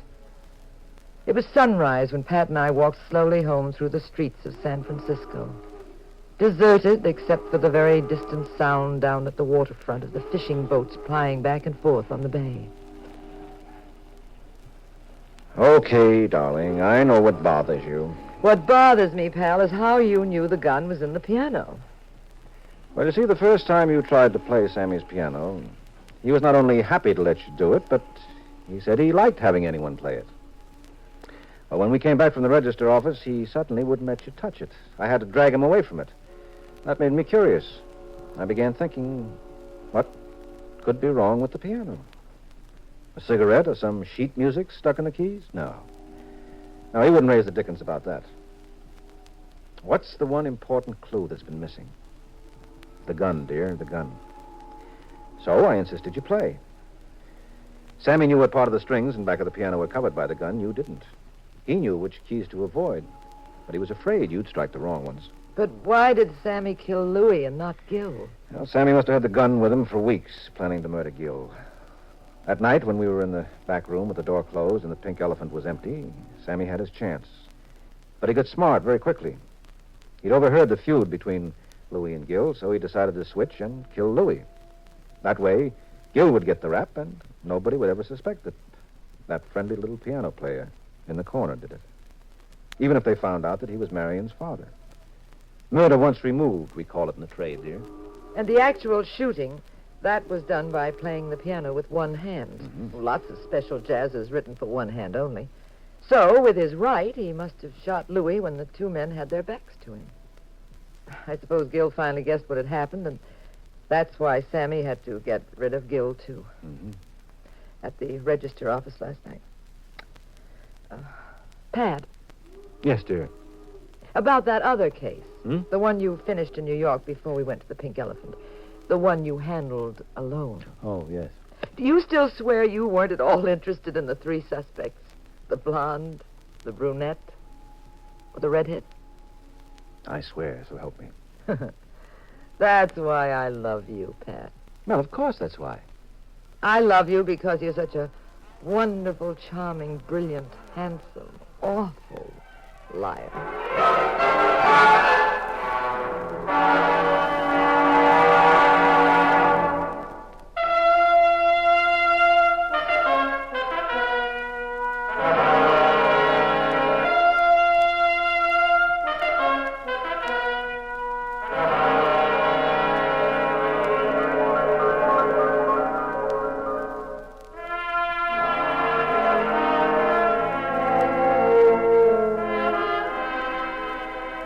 The National Broadcasting Company has presented The Adventures of the Abbotts, starring Claudia Morgan and Les Damon as those popular personalities of detective fiction, Pat and Jean Abbott, created by Francis Crane. We wish to thank our guest star, Miss Sherry Britton, for her portrayal of Marion in tonight's story. Others in the cast were Mandel Kramer and Jack Abbott. The Adventures of the Abbotts was written by Howard Merrill. Original music composed and directed by Dewey Bergman. Produced by Ted Lloyd and Bernard L. Schubert. Directed and recorded by Harry Frazee. This is the United States Armed Forces Radio and Television Service.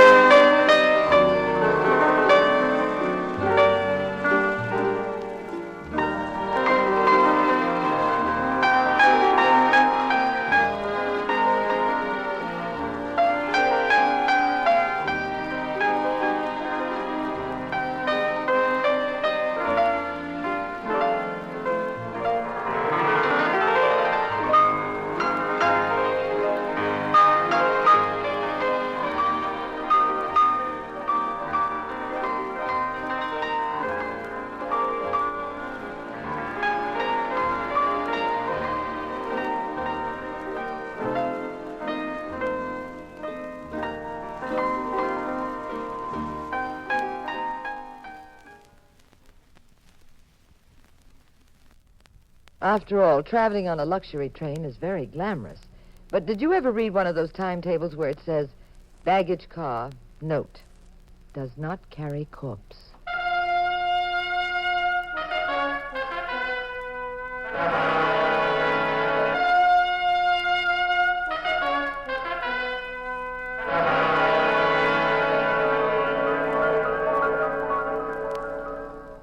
The National Broadcasting Company presents The Adventures of the Abbotts, starring Claudia Morgan and Les Damon as Pat and Jean Abbott, the nationally popular characters of detective fiction created by Francis Crane. NBC invites you to join Pat and Jean each week at this time for an exciting recorded adventure in romance and crime. Tonight's story, The Blue Rocket Express. And here is Jean Abbott to set the stage for our puzzle in murder.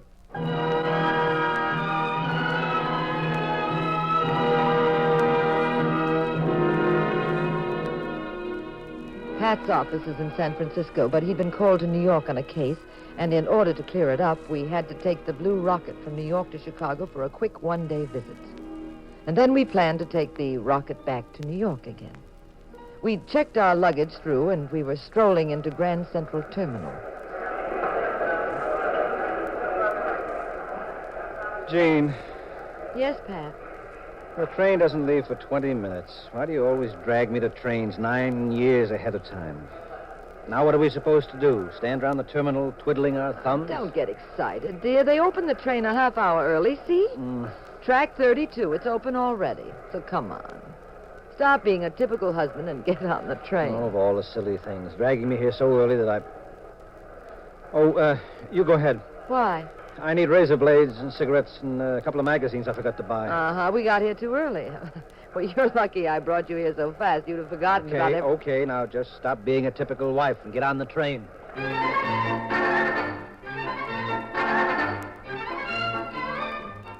I checked our space at the desk inside the gate and went into the lounge car. I just lit a cigarette when the only other passenger in the lounge, a small, bespectacled chap, nodded at me quite cheerfully. Rather pleasant to board the train early, isn't it? Yes, it's very comfortable. Are you going to Chicago or on to California? Just to Chicago for the moment. Oh. My name's Duffield, Professor Ernest Duffield. Mine's Abbott, Jean Abbott. You with the University of Chicago, Professor? Oh, no. I'm going to California. I'm in the through car. Oh, well, how do they work that? I've always flown across. Well, you see, they switch the car off in Chicago and then hitch it on to the back of the El Dorado. That way, as they say in the ads, you don't have to change trains. What do you teach, Professor? Well, I'm not teaching anymore, Mrs. Abbott. I'm doing research. Oh. Matter of fact, that's why I'm going to Los Angeles to a conference. And what's your subject? Bacterial warfare. Oh, I hate those words. Thank heavens no one's tried that yet. Oh, but they have. That sounds horrible. What is this conference in California? I'm very sorry indeed, but I cannot discuss that. It would be classified information.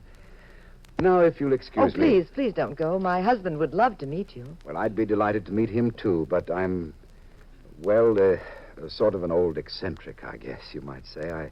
I can't stand crowds. The moment the train fills up, I prefer retiring to my compartment until the end of the trip. I'm alone. I can relax, read. Goodbye, Professor. It's been most interesting. Thank you, Mrs. Abbott. Good evening. Well, leaving us so soon, friend? My name is Charlie Drake.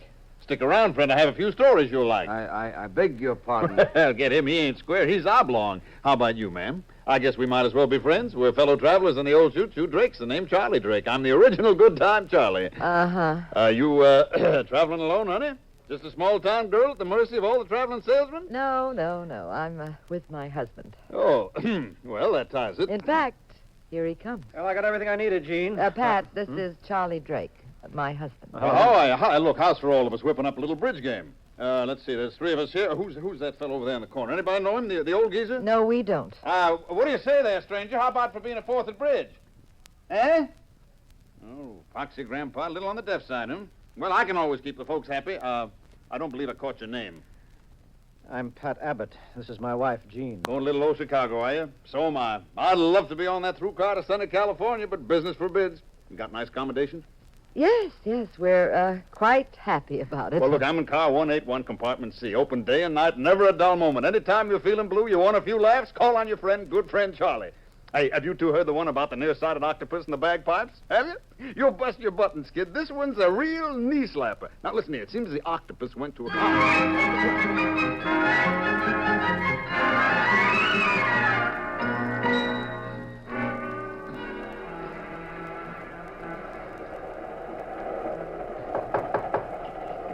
Who is it?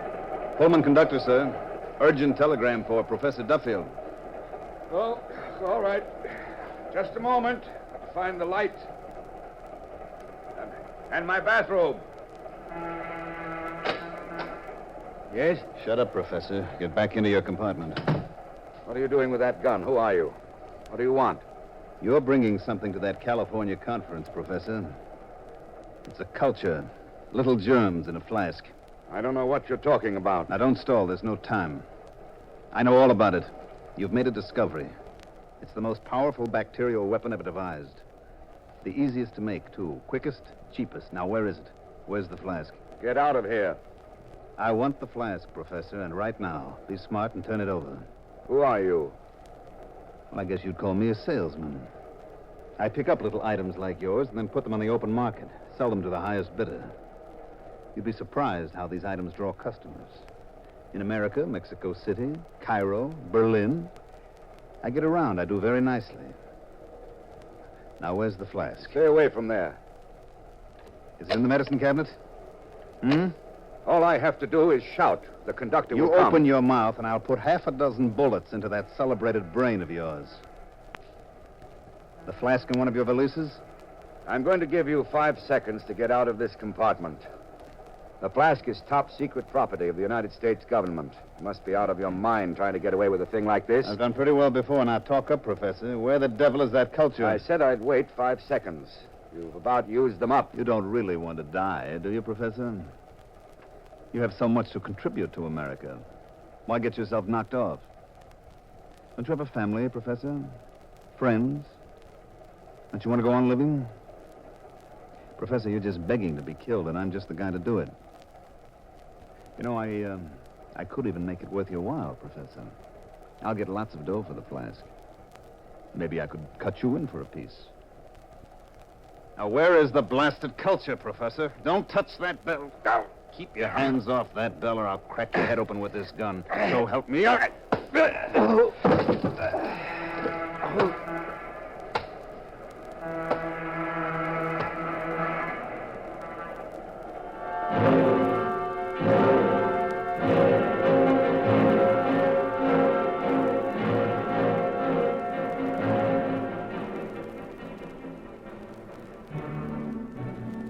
After Pat and I left the lounge, we didn't see the professor or Good Time Charlie for the rest of the trip.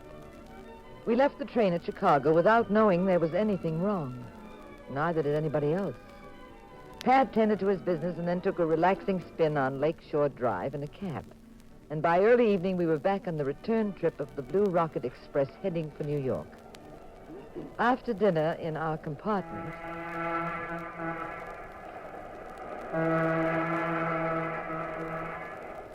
Pat, I've been wondering. This is car 181, compartment C. Now, where did I hear that before? From that big bore, Charlie. He said this was his compartment on the way to Chicago. Oh, I'm awfully tired, darling. I think I'll hit the hay. Well, I'm wide awake. Night Owl Jean, they call me. Okay. You go on up to the lounge. I'm going to ring for the porter and have him make up the berths. I'm knocked out. Well, thank goodness we lost Good Time Charlie. I was afraid we'd run into him again. Or when we got off in Chicago. Yeah. Yes, come in. Oh, porter, make up our berths, please. Thank you. Oh, I'll step out of your way, Porter, so you can pull down that upper.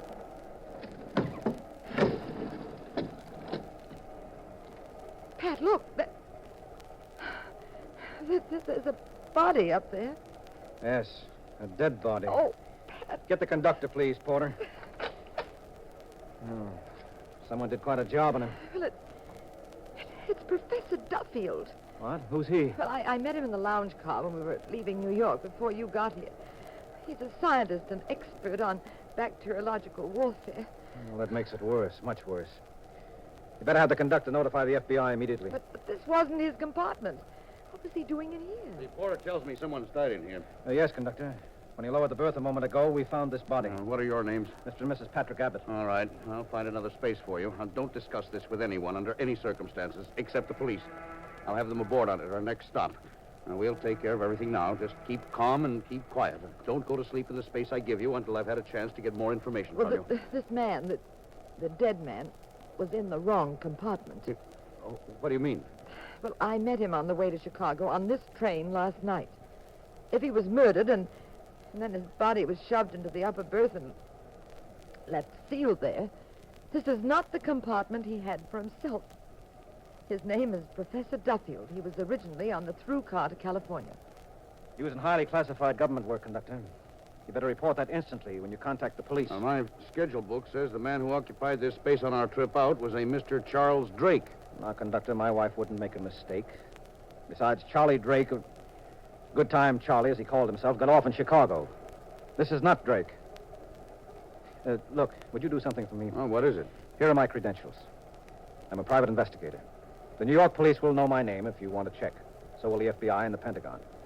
I've been on cases involving classified material. Well, you tell all this to the police, Abbott. I'm just a conductor trying to get a train into New York. All right. Now, this train is a radio phone. So is the El Dorado. And time may be terribly important.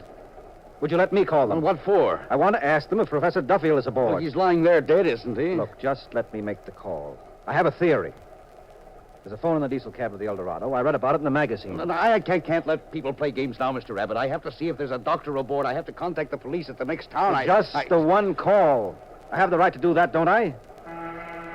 Look, I can't get away, can I? You can listen to the conversation if you like. I'm telling you, this may mean the solution of the case. Okay, make your call. There's 2 cars ahead. Thanks. Come on, Gene.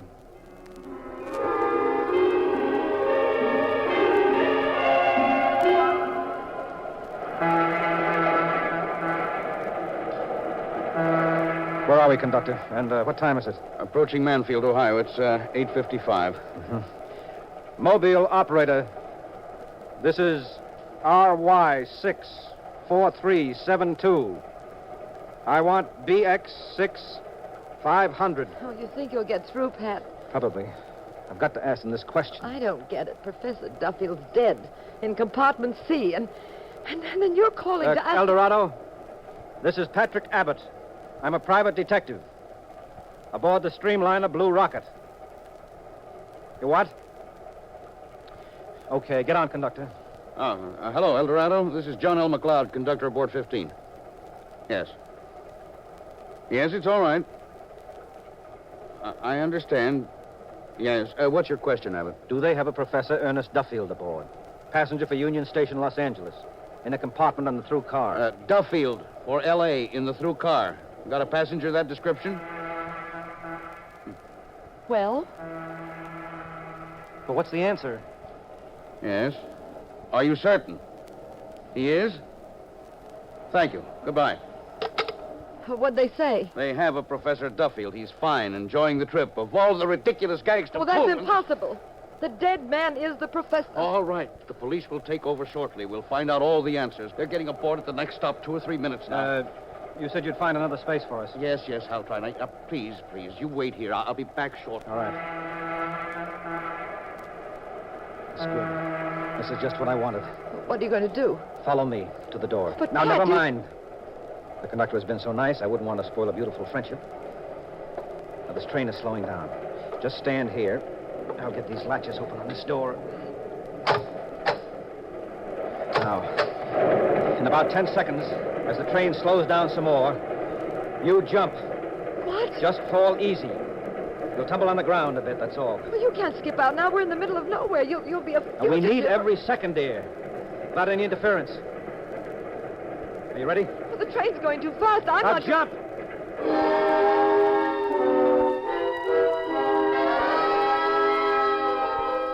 We were lucky. We landed on soft ground. Oh, thank goodness the train wasn't going quickly. It was very dark. We were in deep grass somewhere in the middle of Ohio. No lights anywhere. Nothing. Now, let's see if we can... If we can what, my dear, crazy Mr. Abbott? Exactly how do we solve a murder case involving a top-flight scientist by roaming around here by the railroad tracks? Dear, this is Mansfield. I saw on the timetable that the El Dorado is due at La Junta, Colorado, about 5:40 in the morning. Now, if we can find a road and get a hitch and grab a plane... Yes, if... Look. Through the grass. There's a paved road way up there. I saw a headlight. Come on. Let's try for that hitch. Hurry, Gene. We got the hitch in an old Model T. A very friendly farmer picked us up and told us there was a small airport about 15 miles away. A young veteran was operating a cargo plane service out of it. We bounced along the 15 miles in the old Lizzie, rattling like the famous skeletons on a tin roof. At the airport, we met the veteran. We thought we'd have trouble, but he was an eager kid, and the idea of trying to catch the El Dorado appealed to him. We stepped into his plane. Yeah, I think we can do it, Mr. Abbott. Where do you figure on landing? Well, that would be up to you, of course. Oh? But I'd like to pick them up somewhere around La Junta. If not, perhaps we might catch them in New Mexico. Okay, now, you keep the timetable of the El Dorado in front of me, and I'll head for La Junta. Well, isn't that country out there pretty rugged? Yes, ma'am. Cliffs, hilly, rough terrain. Well, can you make a landing out there where we can walk away from? Ma'am, I used to fly over a spot called the Hump back in the war. From Assam to Kunming. You can fly over that. Anything else is a vacation with pay. Oh, fine. That's a help. It's all we need. Real soupy storm. Now, we've got to get through. Cross your fingers. I'm taking off. Only by the way. Yes? There aren't any parachutes.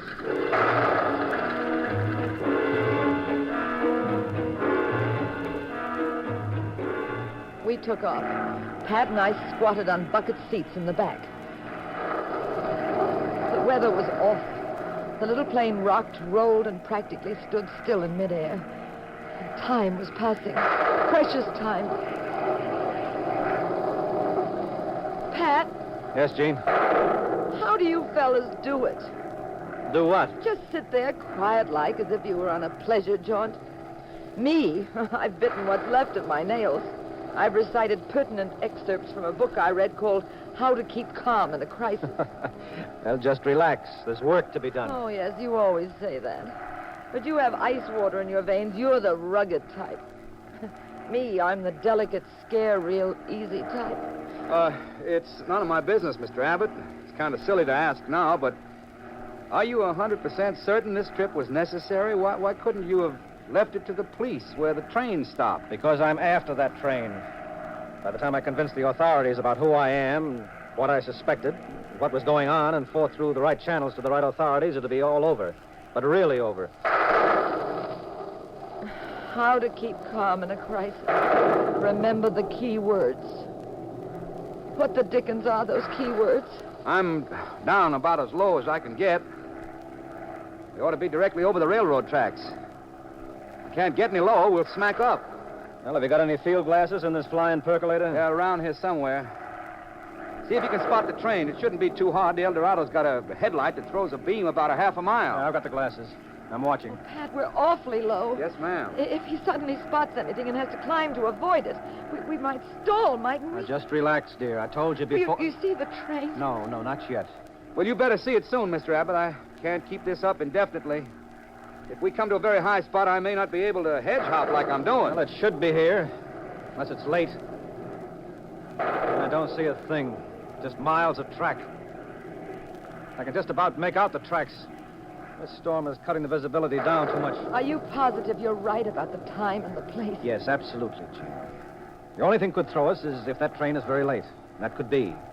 Then we'd have to backtrack. Well, it probably is late with this weather. Now, if you just keep mum, dear, Wait a minute, wait. Wait a second, I've spotted it. I see it. A streamliner, about 20 cars. There's no freight. This is lit up like a Christmas tree down there. Oh, thank heavens. Now what? Can you get about 10 or 15 miles ahead of her and find a place to sit this plane down? I can try. Oh, my aching GI back. Find a place to sit down here, huh? We've got to, my friend. The scientist with top secret information has been killed. His head was bashed in. Holy Aunt Hannah, is that what yes. this trip... The killers are on that train. So put it down sweet and gentle and make it real fast. If I can see a big enough stretch. This is a very small plane, but that doesn't mean we can land on a dime. You know, Wait a minute. I see a spot. doesn't look too bad. Of course, that rain's got so many puddles going, we could land and maybe hit a ditch or a gully or give hole and turn right over. I'll never see it coming. All right. Put it down, pal. Huh? Right where you think we have a chance to make it. Okay, now if I overshoot this field, there's a cliff up ahead there, see? Let me see. We'll go right off the cliff. Now put it down, I said. Steady. Jean, dear. Yeah? Brace yourself against that seat. Wish I could see more, but here goes. Start praying. Easy, boy. Easy. That's it. Pat, I can't look. Easy. This is it. Now. Pat, the cliff. We're too close. We're too close. Made it. Oh, Rod. That's wonderful. It's a beautiful job. Now, look. You got emergency flares? Yeah, under the seat. Fine, I'll take a few. What in the world are you going to do now? Set these off on the track in front of the El Dorado and hope there isn't an accident. They do 90 miles an hour on some of these stretches.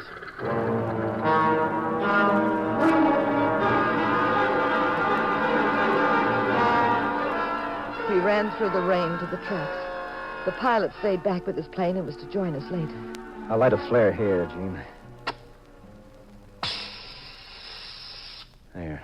Now, just hope the rain doesn't kill it. You hear the train coming? No, not yet. Okay. Put another flare here.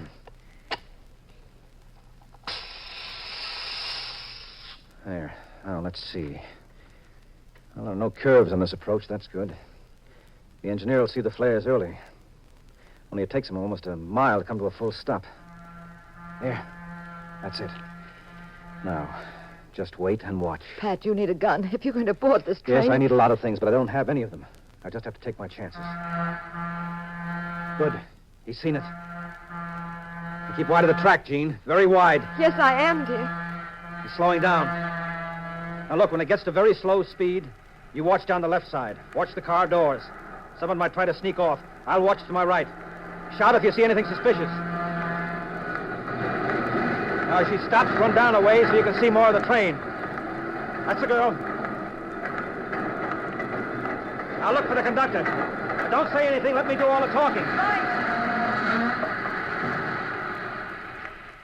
There he is. There comes the conductor. Hey, what's up? I set those flares, conductor. What's the matter? Is this spot a washout? What's wrong here? My name is Abbott, Pat Abbott. This is my wife, Jean. I'm a private detective. We had to stop your train. Why? I want to see a passenger of yours immediately, Professor Duffield. We called you about it on the radio phone, remember? Yeah? Now, I've no time to explain. The through car, the last one? Yes, now, but wait a minute. You have no right to do this. You've already broken the law. Setting up flares like that. All right. Now, you come with me. There's a murder involved. Any armed police aboard? We could use them. No, and if what you're telling me is a lot of malarkey, Now, let's get I'll on tell... board. Step up, Gene. All right, now, which compartment is Professor Duffield? Compartment D. Here it is, Pat. Sorry, conductor, I'm going in. No, just a minute, you. You can't just... Yes, what is it? Pat, it's Charlie. Good time, Charlie. Well, what are you doing here? I thought you... Thought that we were on our way to New York by now, Charlie? Yes, we might have been. Well, Mr. Abbott, there's Professor Duffield. Now, what's all the excitement about? You're talking to Professor Duffield. This man is not Duffield, conductor. Get out of my way. Stay where you are, Charlie. Charlie? This man has been masquerading as Professor Duffield. He murdered the professor on the blue rocket to Chicago. Then he hid the body in the upper berth of his compartment. You don't get out of my You way. left the body in your own compartment. Then you took the professor's space on the through car. All the crews are changed. You told everyone in the El Dorado that you were Duffield. All right, Abbott. If you won't get out of the way. Put down that gun. Everybody, out of my way. I'll shoot anybody that tries to follow me. Don't move till I'm off this car. Pat, how will we stop him? I'll get after him. That flask he took with him may be terribly important. Pat, come back. He'll kill you. He's left the train. I can see him through this window. He's running up the hill out there. Pat, don't! The door he slammed. There, I got it. Come back, Charlie! I told you not to follow me, Abbott. I said come back! I won't miss this time. Now look out! Behind you, the cliff!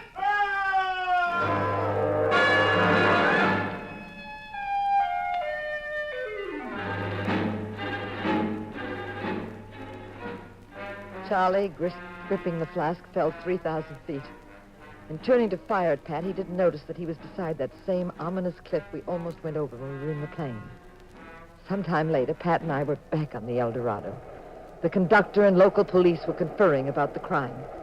Pat and I were having hot coffee in the lounge. Now, Jean, I know exactly what you're going to say. Do you? Yes, you're very upset because I took so many chances. Well, I certainly am. After all these years of married life, I've become rather fond of you, Patrick, and I'd hate to see... I beg your pardon, Mr. Abbott. Oh. Mrs. Abbott. Oh, hello. I remember you from the Blue Rocket. You're the gentleman who wouldn't play bridge with us. Yes. I think I'd best introduce myself. I am Professor Ernest Duffield. You're what? That is correct. My identification papers. Would you care to see them, Mr. Abbott? Mm-hmm. Yes. They told me what you did. I am extremely grateful. And so I imagine is the government. It is quite simple. The man Charles Drake murdered was hired to impersonate me. I was bitterly opposed to the idea, but the Scientists' Commission insisted upon it. I pleaded with them, but they wouldn't listen. The chap volunteered for the job, fully realizing how dangerous it was. Well, Professor, your flask is gone. I presume it contains something very valuable? It was supposed to contain something valuable, Mr. Abbott. And Mr. Drake went to great pains to find it, but, of course, it was worthless. The flask Mr. Drake died with in his hand was a nickel's worth of colored water. The real flask obviously is being sent to California by other means. And how do we know you're Professor Duffield? I don't like to seem rude or melodramatic, but couldn't those identification papers be a government-manufactured fake for security reasons? Couldn't you be a government agent, maybe, impersonating Duffield, too? Did the government take the chance of revealing who the real man is, even now? Did they, Mrs. Abbott?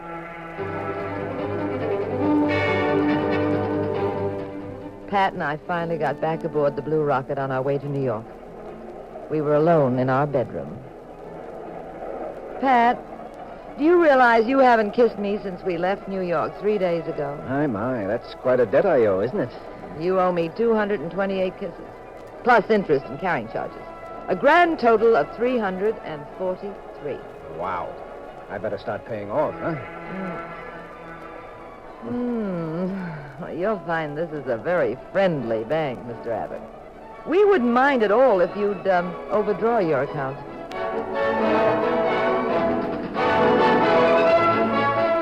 Moral of the story. There are plenty of fast express trains from Chicago to New York. But if you have a handsome husband who likes to make love to you, don't be a fool. Take a slow train.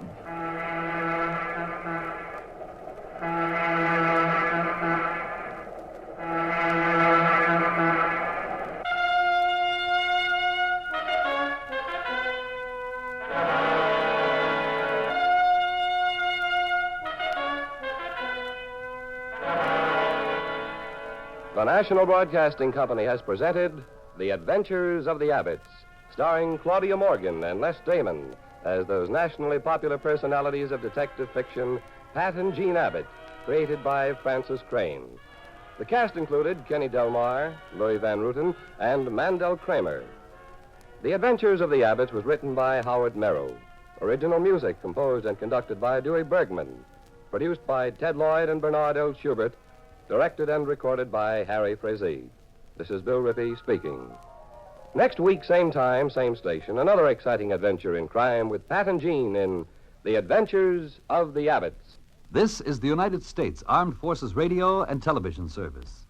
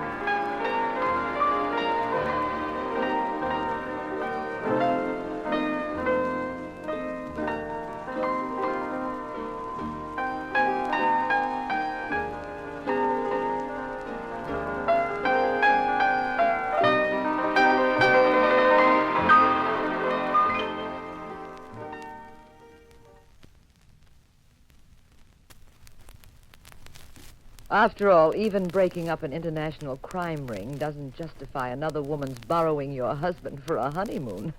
Now, does it?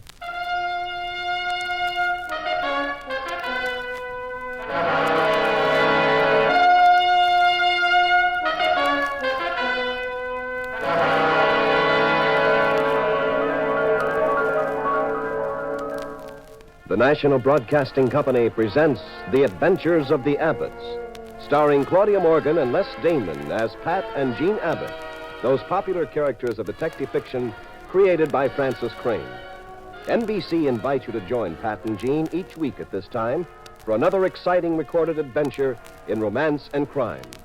Tonight's story, The Dead White Lifeboat. And here is Jean Abbott to set the stage for tonight's puzzle in murder.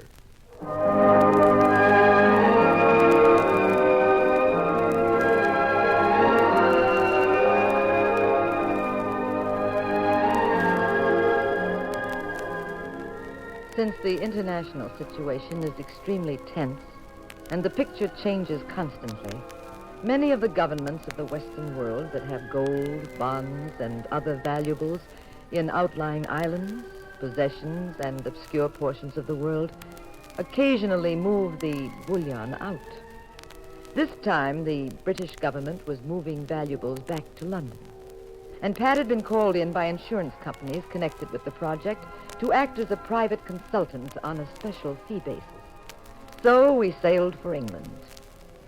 At sea, I'd gone topside for a suntan. Pat had gone below for a Tom Collins. He was just leaving the bar alone and heading for the stairway when a very exotic young lady came up to him. She looked as if she'd just stepped out of a perfume ad.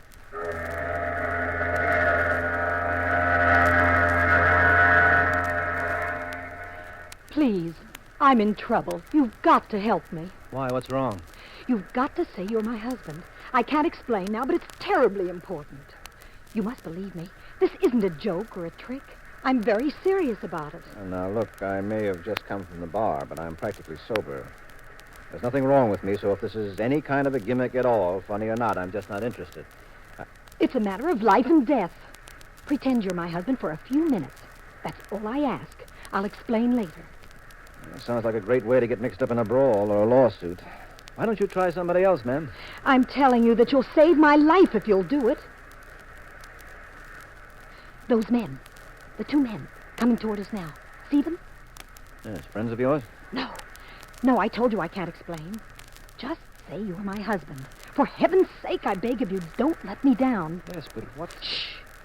Here they come. Hi, Rhoda. Hello, Fred. You remember Johnny, don't you? Sure she does. How have you been, Rhoda? Oh, fine. Thank you.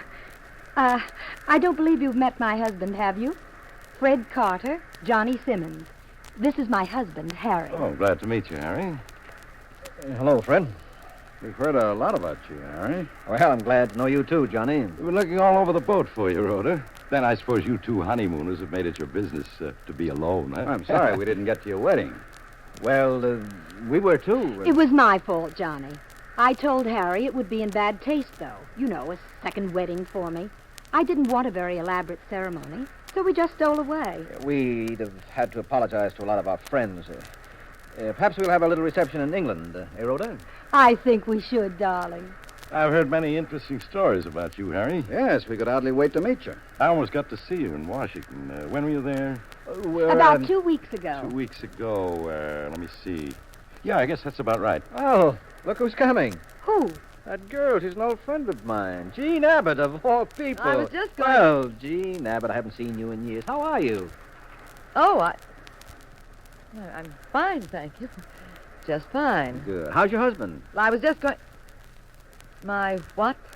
I said, how's your husband? Oh, you mean Alphonse? That's it. I can never remember his name. Oh, Jean, meet my wife, Rhoda. I always say that. Your wife. How do you do, Jean? How do you do? And this is Fred and Johnny. How do you do? How are you? Well, we seem to be running into so many old friends today, Rhoda, don't we? Jean, do you know these two are honeymooners? No, I certainly did not. Really? Well, I guess Rhoda and I can't keep it a secret much longer. But you must all meet my husband sometime. because he's not well. Oh, he isn't? The gout came back. It did? He still has that eye trouble. Oh, eye trouble? Oh, yes, my poor husband. Cross-eyed, you know.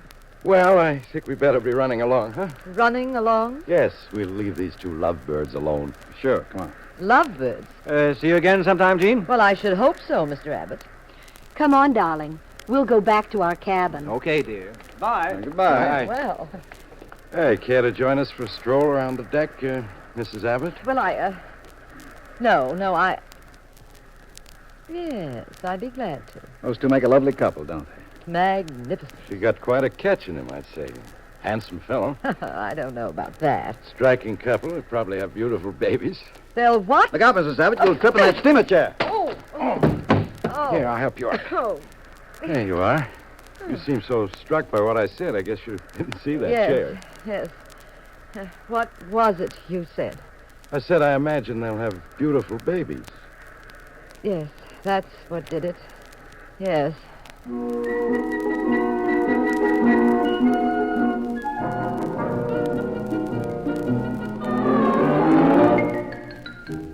I was burning up. Not from my suntan, either. A gag is a gag, fellas, let's face it. But what in the world was Pat doing masquerading as the husband of this pinup girl? My husband gallivanting around doing the mambo and standing in the moonlight with her. Then the shock wore off, and I began thinking. Johnny and Fred began to strike me as rather tough customers. There was something insidious, probably quite vicious, underneath this monkey business on board ship.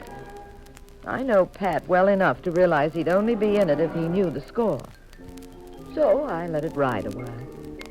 I knew Pat and Rhoda were alone later, in her cabin. I don't know how to thank you, Mr. Abbott. Pat Abbott. Oh, then, that girl we met. That's right. She's really my wife.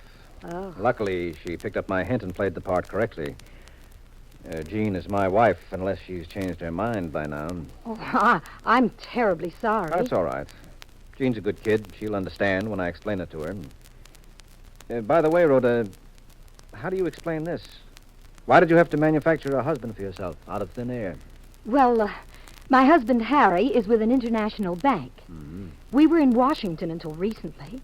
Then we had word that Harry's uncle died and left us quite a sizable fortune. To collect it, we had to appear at a hearing in England. In Sheffield, as a matter of fact. Mm-hmm. Those two men are Harry's cousins. I see. I suppose they're named as heirs in the will, too. Yes, but unfortunately, they're not exactly gentlemen. Fred has a police record, and Johnny's been in some very questionable deals.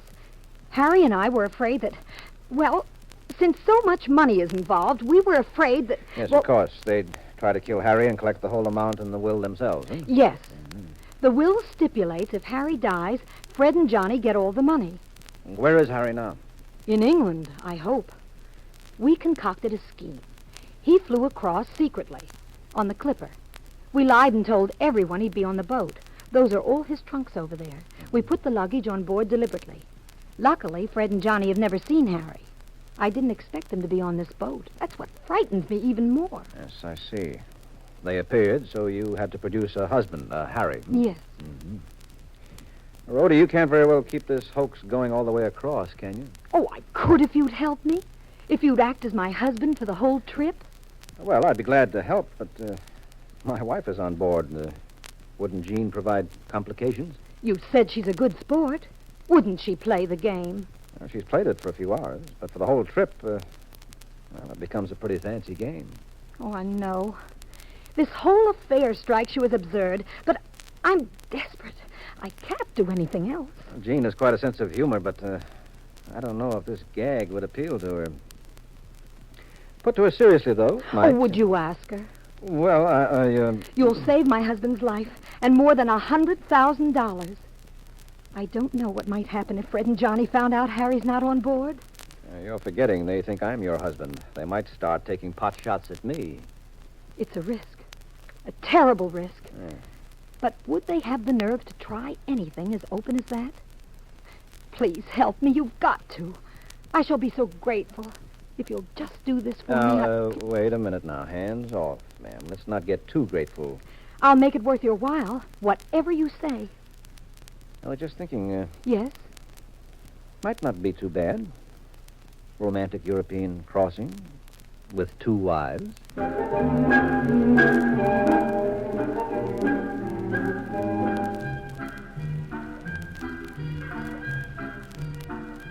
While Pat and Rhoda were in her cabin, I was doing my best to be gay and non-committal with Fred and Johnny. Then the dinner gong sounded, and in the salon I gave myself a perfect case of galloping indigestion while I watched Pat and Rhoda at another table, being coy with each other, acting like honeymooners. For 1 shilling, I'd have gone over there and broken the clinch, but I knew I had to restrain myself.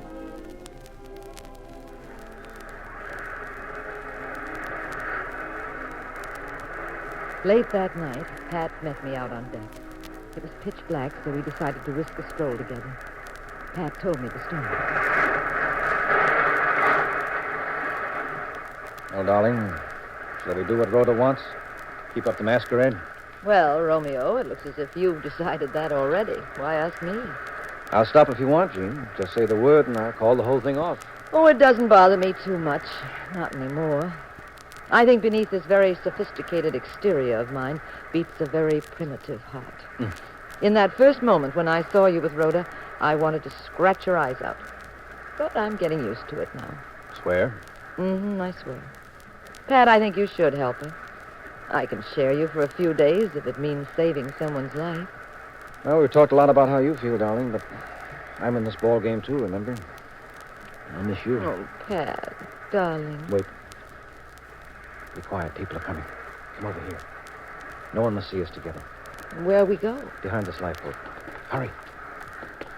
Be careful. That's it. Now duck down behind this one. That's it. Cozy back here, huh, Pat? Yeah. Come closer. I don't hear any people coming. There aren't any. Pat Abbott. I just thought if you and I sat down behind this lifeboat where nobody could see us, it's, well, as good as being parked on Observation Hill in my old jalopy. Remember those nights? Remember them? Of course I do. Look at that rolling water. And the stars just above the masthead. Just like one of those nights together back in New Mexico. Oh, what in the world is Came that? from down the deck. That way. Pat, the alarm bell. Men overboard! Men overboard! Pat, wipe that lipstick off your cheek. All right. You've got a smudge of white paint on your nose. They must have just painted that lifeboat. Here, take my handkerchief. Men overboard! They're lowering a boat for him, see? Oh, there go the searchlights. They'll find him.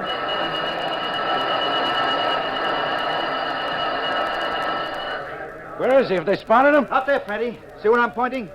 Searchlights seem to be concentrating there. See what? Oh. Did you see him go over, Harry? No, Fred. Mrs. Abbott and I didn't see a thing. Where's Rhoda? Oh, why, she's... Isn't it all?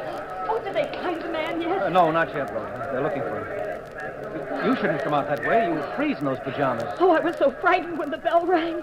I just jumped out of bed and ran to the deck. Passengers, return to your cabins, please. Return to your cabins, please. Keep the decks clear.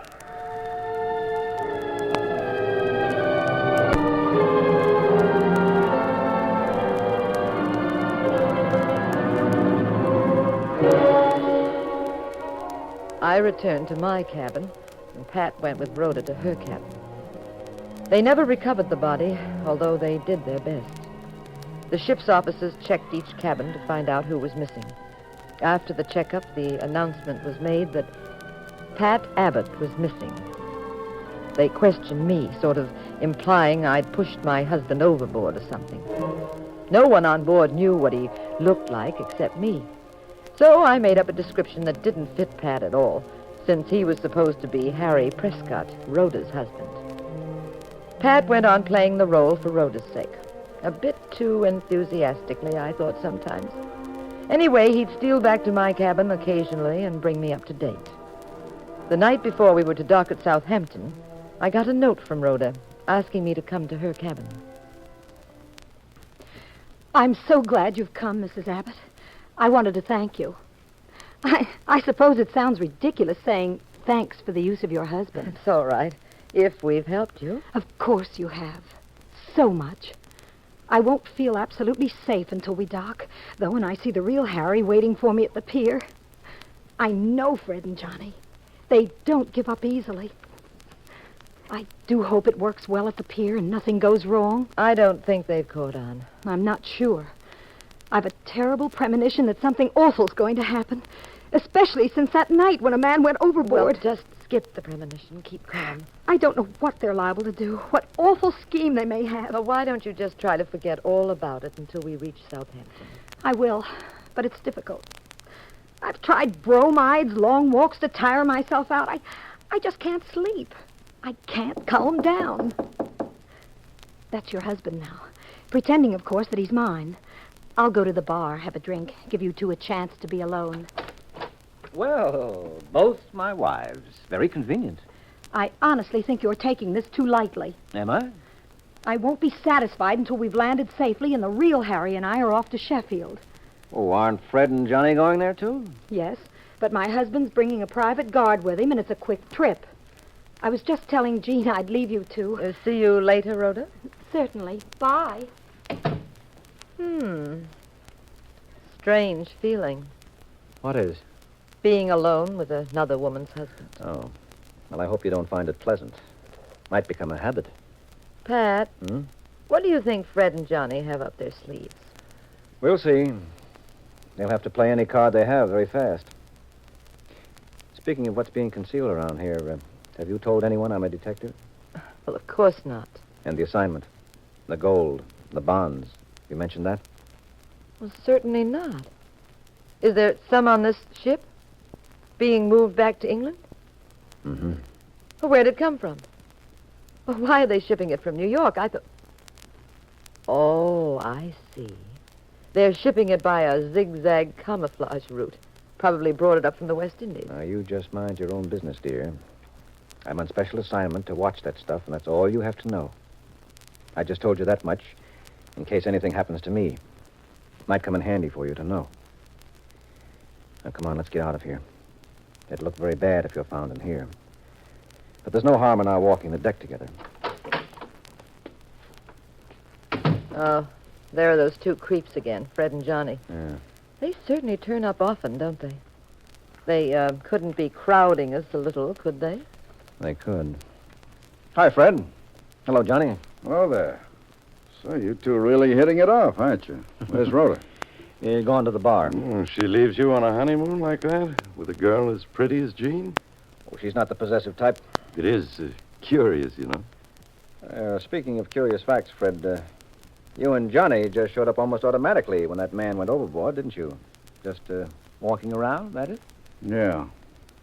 Just walking around. Why? Well, it's just that you two always pop up wherever Rhoda and I can be found. You turn up all over the place. Look, my friend, I've got some advice for you. Don't shoot your mouth off. Don't dream up a lot of things. Don't ask questions. It isn't healthy. Oh, thanks. That's kind of you, Fred. Now, I have some advice for you two. Don't start up with me. That isn't healthy either. Now get going. You heard me? I'd like... Wait, Freddie, wait. Not now. Not here. Come on. See you around, friend. Pat Abbott, you're a fine one. You'll get your head knocked off. Uh-huh. That's part of the idea, Jean. I want them to try something. It'll force the whole thing out into the open. And where are you dashing to now? The radio room. I'm going to try to reach the real Harry Prescott by cable. Now, how can you? And what for? What are you up to? Now, look, you. Don't ask questions. It isn't healthy.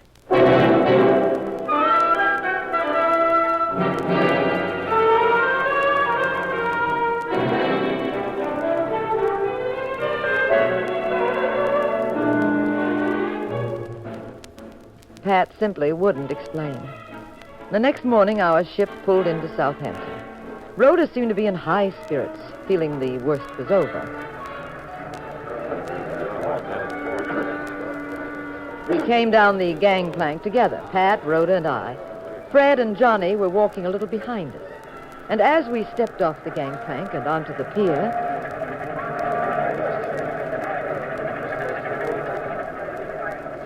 Harry must be here somewhere. I can't wait to see him. Well, is he anywhere in that crowd, Rhoda, behind the ropes? No, I don't see him yet. I'll find him back of the customs barrier, I'm sure. Don't say anything now. Here comes Fred. Friends meeting you at the pier, Rhoda? Yes, Fred, I expect some. I was just looking for them. Well, I guess this is goodbye for us, Rhoda? See you later somewhere. Mr. Abbott? Yes, I'm Pat Abbott. You're Harry Prescott, aren't you? What's this all about? Well, he isn't named Abbott, Inspector. Oh, yes, I am. You see, Fred and Johnny, I had friends waiting at the pier, too. They're very anxious to meet you, Inspector... Inspector McClintock of the Yard. We have men all over the dock, so I would advise no one to try anything. This gentleman is Pat Abbott, and I'm his wife. First time I could say so in almost a week, and I don't mind announcing it at all. Now, let's go on from there. Rhoda, what the devil have you done? Don't you start anything, Fred. Rhoda told us about the will. The will? What will? If you'll all excuse me, I'd like to look for my husband. He might be at the other end of the pier. I hardly think so, Rhoda. My arm! You're hurting my arm, Mr. Abbott. Well, I just want to be sure you won't run off on some foolish errand, Rhoda. Harry isn't on this pier, is he? He isn't even in England, I'd say. I don't know what you're talking about. Let go of me. Go ahead, Mr. Abbott. Let's have the rest. Your husband is at the bottom of the ocean, isn't he, Rhoda? Your beloved husband you've been so worried about? Right? He's dead and gone. Inspector, I appeal to you. This man is... Please continue, Mr. Abbott. When the roll call was made, after a man went overboard, they said Pat Abbott was missing.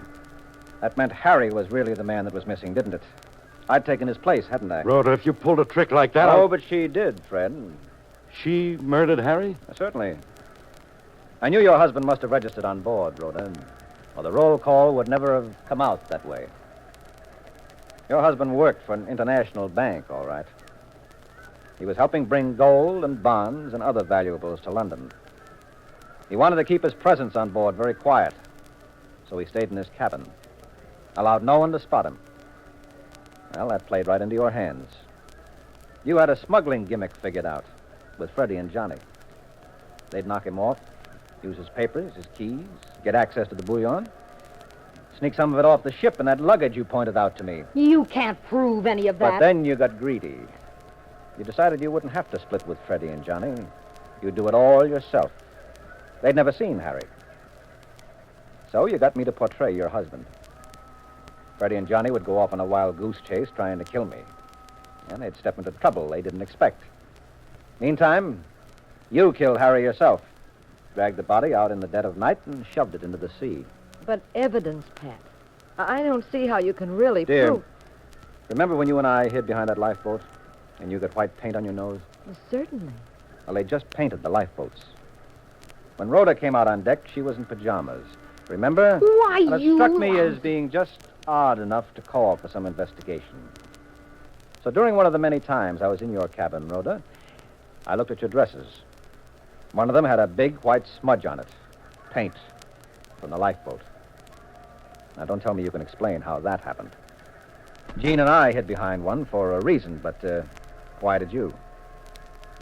Could it be that you hid the dead body there till you got the right moment, when the deck was deserted, so you could push it over? Or could it be you sweated it out when somebody saw the body go over and turned in an alarm? Or could it be that you saw the murder rap coming if they found that body in the water? Well, then, Pat, there isn't any will or any dead uncle. Inspector, I'd like to make a small bet with you that Rhoda has a very fancy trunk with hidden compartments. And in the compartments, you'll find very high-valued negotiable bonds, securities, yes, maybe some pure gold, all of which was in Harry's custody. And if you'll check with the purser... I already have. Harry had a safe deposit box. Rhoda here visited quite a few times. Without being watched or questioned, of course, being his wife. The box is quite empty. That stuff in the trunk, too, Rhoda? You can't hold us, Inspector. We didn't do a thing. Except plan to lift all those valuables with Rhoda. Except planned homicide before she beat you to it. Shall we get off the pier? Have a car waiting. Oh, Rhoda? Yes, Mrs. Abbott. My curiosity's killing me. The jig's up, so I presume you'll tell the truth. I think I know all about this crime, but, Yes? Well, you spent so much time alone with my husband. I don't want to spend the rest of my life wondering. Wondering what happened between us?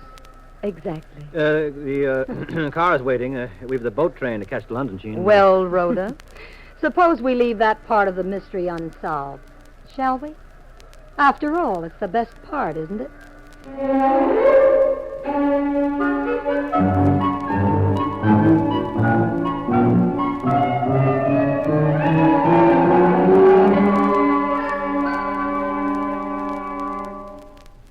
I hate that woman. Oh, she was just being coy. After all, a woman would get satisfaction from not answering that question you asked. I hate you, too. You know, this is a fine, high-class London hotel. We're comfortable. Food is better in England now. We've got theater tickets, dinner dates with friends. Relax, dear. Enjoy your stay here. How did Scotland Yard know you wanted them to meet you here at the dock? Well, when I went to the radio room, I wired the yard to ask if they knew a Harry Prescott. They wired back that he worked for an international bank and was on board our ship with valuables. So I told them to meet us and have the whole pier covered, in case Fred, Johnny, or Rhoda tried anything fancy. Mm-hmm. How long will we be here? Oh, it'll take about a week to wrap up my assignments. The British government's bringing lots of valuables back to London on various ships and planes, and don't ask when or where. You can go on shopping sprees. I'll be back every night. Look, Pat, the Thames. It's corny, but every time I look out the window in London, I get a big charge. I know, so do I. Parliament, Westminster, the bobbies on the corner. I'm a real pushover, too. Tourist type. Gawking, wide-eyed American. Yeah, it's a thrilling view from here, isn't it? Mm-hmm. Thrilling, darling. You seem so thoughtful. What are you thinking? About us? Wishing we were on our honeymoon again? No. Want to duck tonight's date and go somewhere alone? Is that what you're thinking? No. Thinking how much you love me? No. Well, what is it, darling? I hate that woman. Oh. I hate that woman.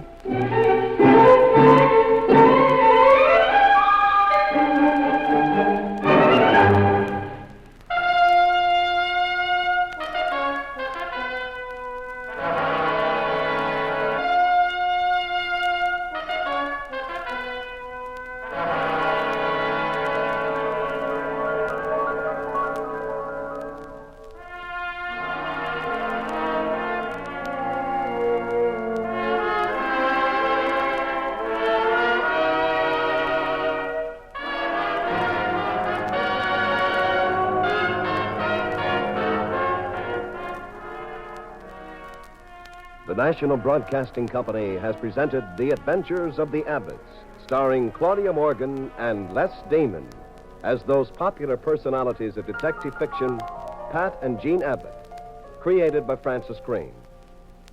The cast included Catherine Barrett, Santos Ortega, and Maurice Tarplin. The Adventures of the Abbotts was written by Howard Merrill. Original music composed and conducted by Dewey Bergman.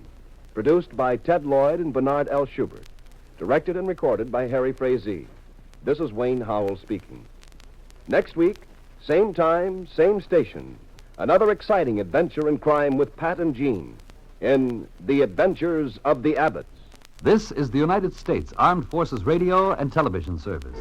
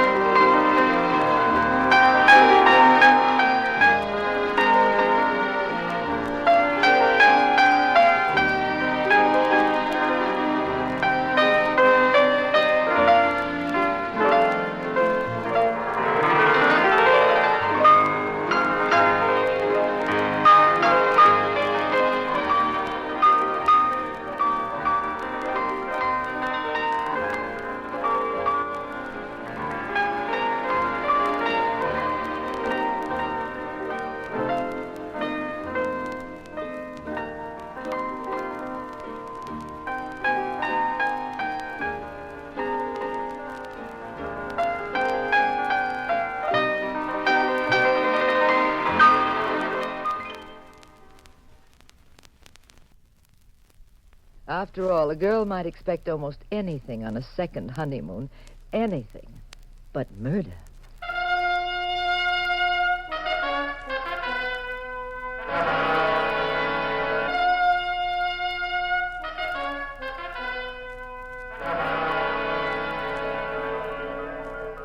The National Broadcasting Company presents The Adventures of the Abbotts, starring Les Damon and Claudia Morgan as Pat and Jean Abbott, those popular characters of detective fiction created by Francis Crane.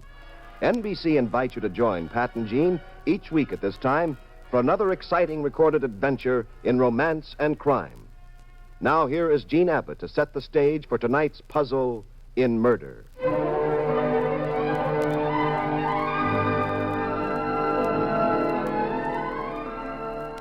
Pat and I had left San Francisco, our hometown and headquarters for Pat's business as a private detective. We'd taken the car and headed off into the mountains, high up, where it was cool, quiet, and we could be alone. You can underline that word alone. We were going to enjoy a second honeymoon. Enjoy is putting it mildly. We had so much fun, we decided to play hooky from the Cops and Robbers game for an extra week and drive east across the plains. Just wander and stare like tourists at the scenery. Chat with the characters in those isolated towns. Wind up evenings at a lodge under a desert sky. The heartland of the States, as you drive across, is empty for huge stretches, with raw gashes cut deep into the bare face of the earth. It's rock-strewn, solitary, sometimes ominous.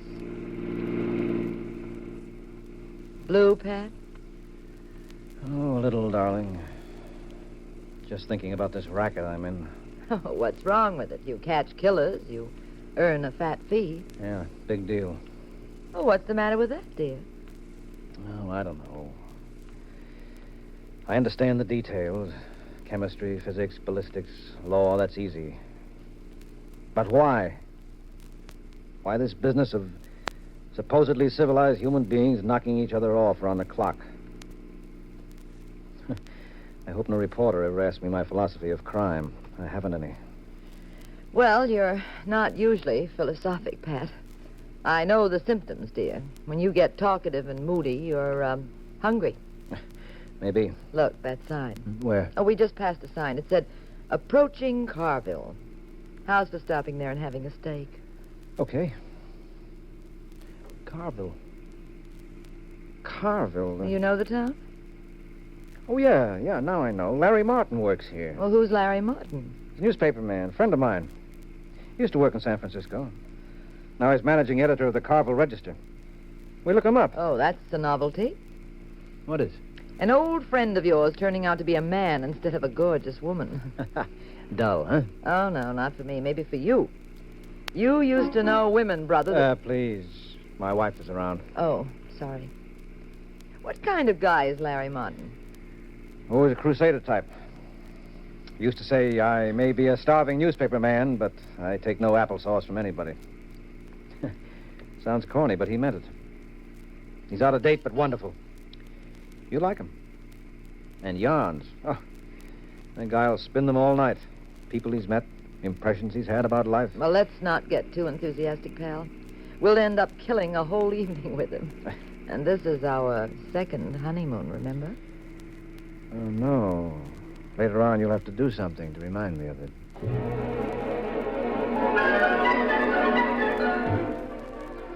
As you approach Carville, you sense the excitement of a boom town. The flashing neon signs in the twilight and a bit too big. Joey's air-cooled cafe, beer on ice, gas, souvenirs. The field hands dismount from their horses to play the pinball machine in the lobby of a cheap hotel. The newly made signs are crude with staggering prices. Shave, $1.50. You tense a bit coming in over the railroad tracks on the highway. For you know a boom town often has a rough crime rate, too. Carville was a mining town before. The wooden arms of the old dredges and cranes loomed up against the dark sky, like gallows.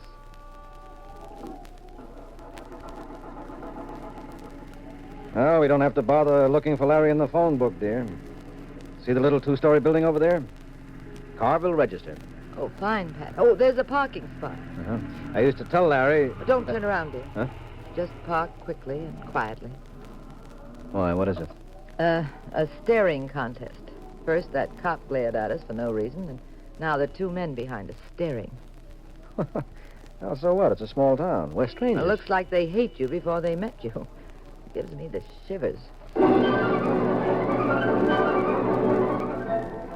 We raced up the rickety stairs of an old building. We found Larry Martin, the newspaper man. He was surprised and happy and insisted that we walk around with him and see his presses and teletypes. Then we went to dinner at a roadhouse on the state highway.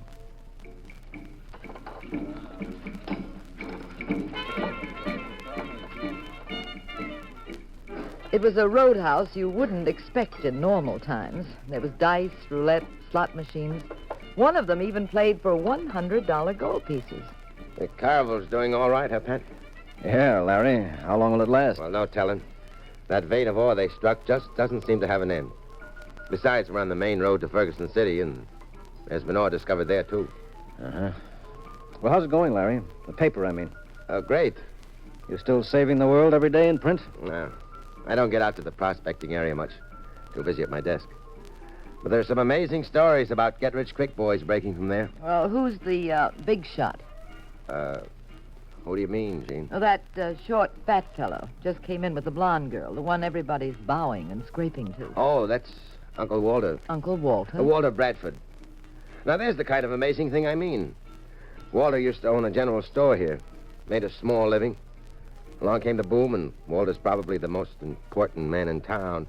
Very popular, very generous. That's why we call him Uncle Walter. He's an easy touch. Well, if he's so popular, why the two mugs with him? Those guys? Just friends. Well, the blonde doesn't look like his wife. His wife would be older, not quite so brassy. Well, she's, his girl, that's all. Quite a kid, Florence. Used to work in a diner on the highway. Now she's wearing a mink. Yeah, she must be quite a kid. Does Bradford own this place? Might have a small piece of it, I don't know. Well, he certainly doesn't mind fighting in public. What have you been up to, Pat? I got a wire story about you solving a robbery in San Francisco, but where were you before? It's been 2 years. If you know this Walter, you better calm him down. I'll never forget the last night we spent together, Pat. At Santa Monica, wasn't it? Pat, look at that Florence go marching out. Talk about leaving in a huff. Pat was supposed to get on the train back to see you, Gene. Do you mind if I tell her what happened? Oh, go right ahead. Well, the party was on the beach, Gene, not far from where Sunset Boulevard hits the Pacific and... Pat! It's outside, Pat, Gene. Something's happened out there. They'll straighten it out. Just stay here. Stay here? I just saw that blonde fall down through the glass door. Same old Pat. Smells trouble like a hound dog. Goes racing for it. Come back, Pat. I'll go with you, Pat. Pat, I'm I'll telling be you... right back, Larry. If I can push my way through this crowd. Excuse me, please. Where are you, Gene? Right behind you, dear. There. Now... Pat. Huh? Pat, she's dead. That spring knife stabbed her. What's everybody standing around for? Send for the police. Who are you? Pat Abbott, private detective. You can leave. I said, did anybody send for the police? Don't allow anyone to leave the club. Lock the doors. Is there a doctor here? You're all excited, aren't you, Mr. Abbott? No, not at all, pal. Just routine. I said you can leave. We'll try to struggle along without you. Okay. I just wanted to help, Mr. Bradford. How did you know my name? Your Uncle Walter. It gets around. The coroner's coming. He'll take care of everything. Uh-huh. Now, somebody must have seen what happened. Who did? Mr. Bradford and this girl were just outside this doorway here. Well, anybody see what happened? I said, did anybody see what happened? You see, Abbott? Nobody saw nothing. Nobody. Well, that's ridiculous. Half a dozen people were standing here. You, from the parking lot. And you, the hat check girl. You both saw it, didn't you?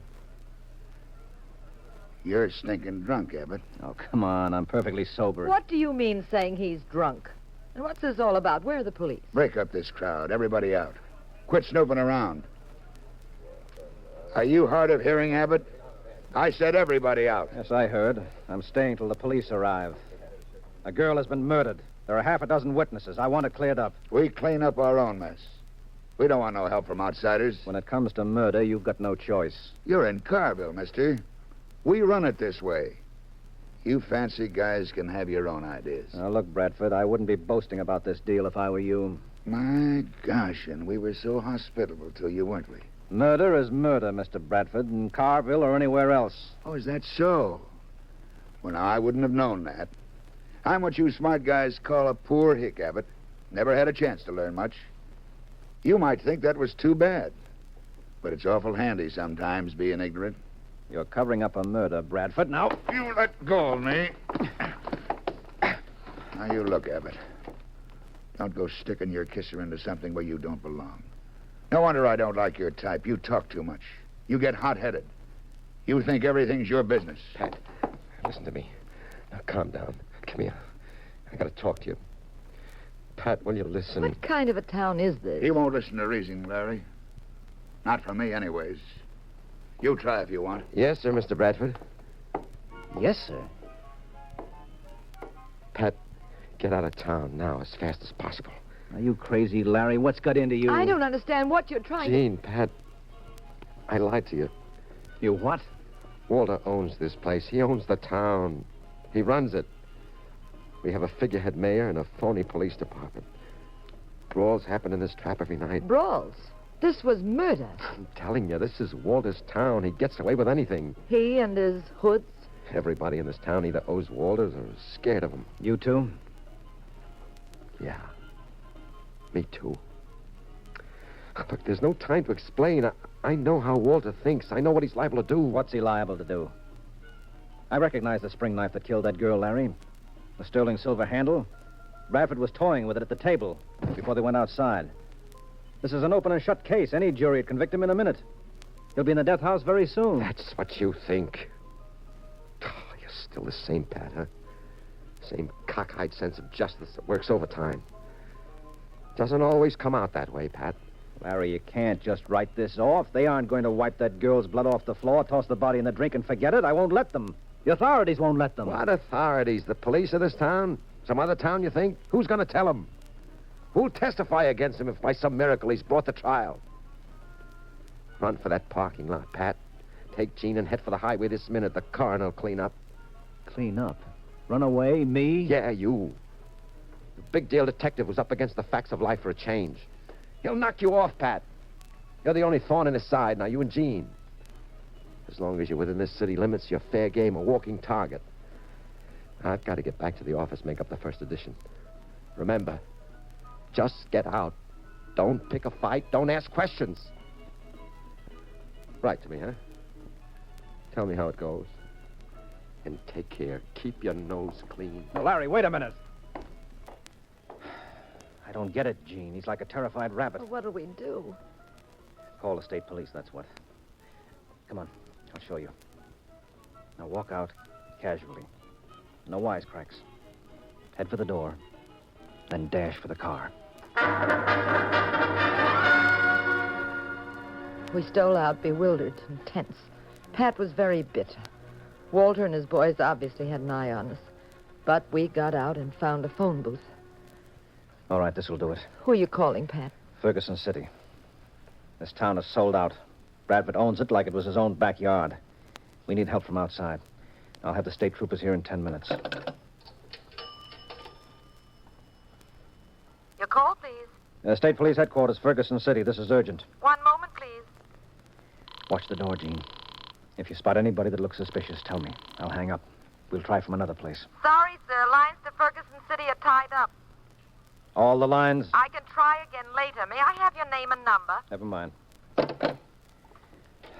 Lines are tied up. That's a stall. Bradford's got that night operator working for him.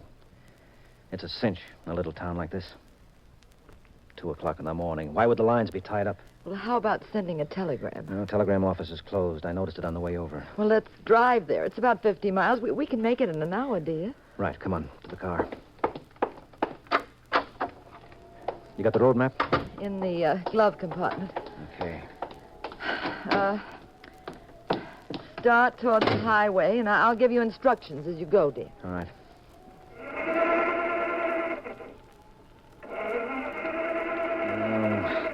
We forget to put gas in this thing?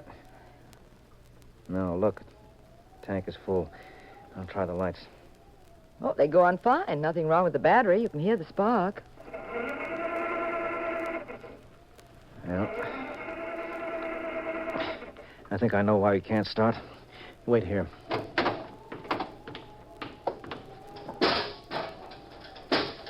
What is it, Pat? That's what I thought. They botched up the motor while we were calling. We'll never start this car tonight. Come on, Jean, get out. Okay. Where are we off to? To the bus station. Wait, Pat. Huh? Don't move. What? Across the street, 2 mugs. They were with Walter. You see them under the street lamp? Yeah. All right, walk slowly. That's it, easy. See them reflected in that shop window? Pat, this whole town is a trap for us. Yeah. All right, walk faster. But when we hit the corner, run.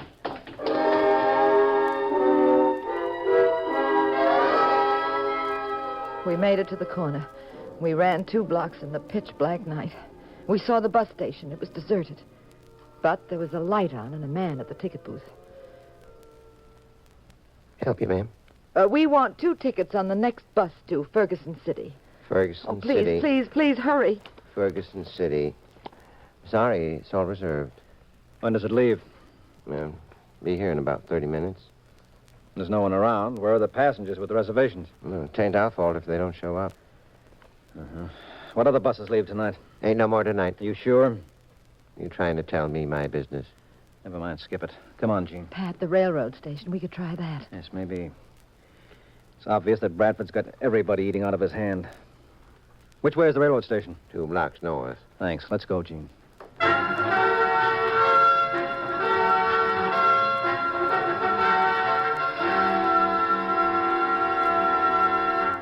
Oh, Pat, the ticket booths are closed. Well, there must be somebody around here. Trains come through. They wouldn't desert the place. Hello in there. Anybody inside? Open this window. Come on, open up in there. Take it easy, stranger. What are you trying to do? Break something? Wake up the whole town? I'm sorry, officer. There doesn't seem to be anybody around. So what? Well, I want 2 tickets on the next train out. Ticket seller's going to eat. Well, there must be somebody here. Ain't nobody. Are you sure, officer? I'm sure.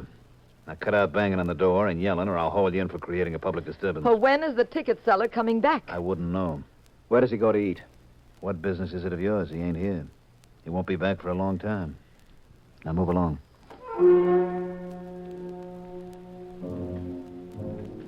Pat, there isn't any way out. And I'm afraid they'll kill us. Yeah. You can kind of feel it. Sense it in the air. They're watching us. Waiting to make the kill. Pat, darling, I'm so scared. I know, dear, I know. But we mustn't stop trying. Now, come on. There's one more chance. A gas station might be open on the highway.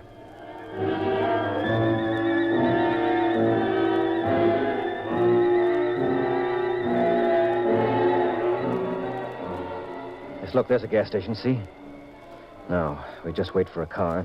It's awfully lit up here, Pat. Yes, we'll crouch down here, back of this sign. Now, if anybody leaves a car open for a second, we grab it. Uh-huh. Shh. There's one.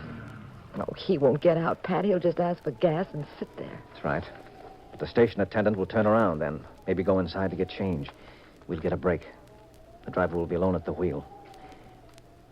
We're lucky. The man is driving and he's alone. How do we handle it? Now, look, I'll slug the driver. You jump in, grab the wheel. I'll toss him aside and get in with you. Now, this is our last out, Jean. Now, come on. Watch. Wait. He asked for the gas. Good. He wants something the guy has to get from inside. All right, now I'll sneak around the far side by the guy's wheel. Grab him from in back. You go in the other side. Now, it's got to be done very quickly. You ready? Ready. All right, let's go.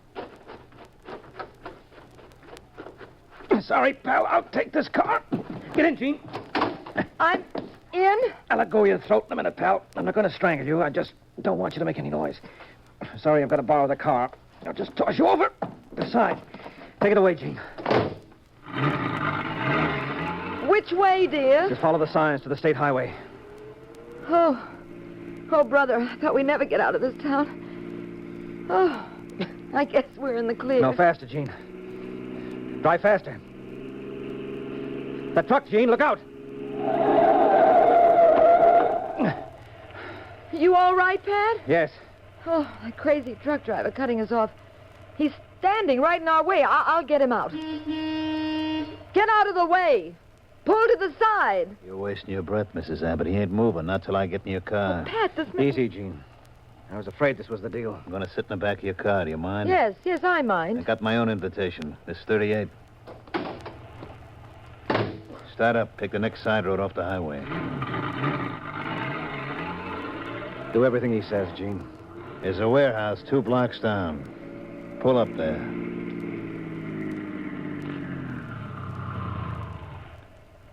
All right, leave the car. Don't worry about it. You won't be coming back. Walk into that warehouse. Go on. The side door is open. Push it and go on in. All right, shut the door and walk down to the far end.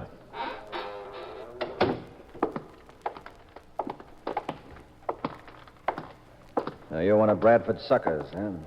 Taking a chance on a double murder rap for dear old Uncle Walter. Shut up. Suppose it gets out that you knocked us off. What'll Bradford do? Send a love letter to the death house? I said shut up. We drove here from farther west. They'll know we passed through Carvoon.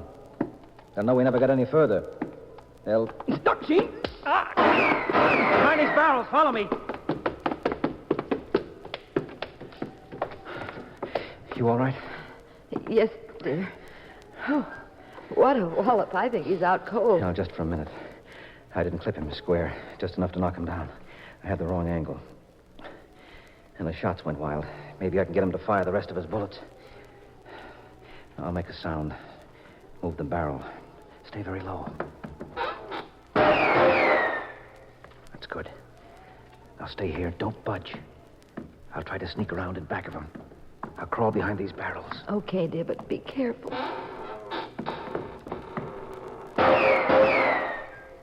Come on out, Abbott. I dare you show your face. You hear me? Come on out. Okay, Abbott. My gun's empty now. Come on out. We'll make a deal. Abbott? Where are you? Run for the door, Gene.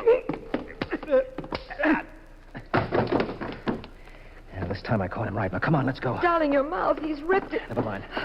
Where to now? The whole town will be after us, hunting us like a wolf pack. It'll be a lynch mob.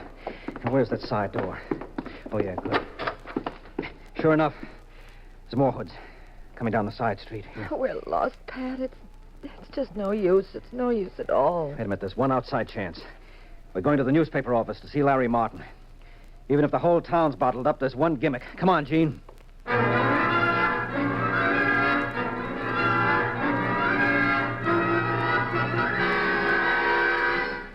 Pat, I told you to get out of town. Walter's in the other room checking tomorrow's paper. Sure. To be certain nothing leaked, huh? What are you doing here in my office, you and Jean? Trying to commit suicide? We couldn't get out, Larry. They cut us off, tracked us down. I can't help you. They'd kill me, too. Now get out, Pat. I beg you. I can't help you. Nobody can help you, Abbott. Uncle Walter. Well, you should be pleased, Bradford. Your boys have been doing a good job. Not good enough. You and your wife are still alive. Now, sit down, Bradford. Behave yourself, Abbott. Don't give me any orders. My mob's on the way here now, and you haven't got a bloody chance. You'll be a dead duck in 3 minutes. I said sit down. Now, get this, Bradford. I may only have 3 minutes, but it's just long enough for me to kill you. And I'll do it, so help me.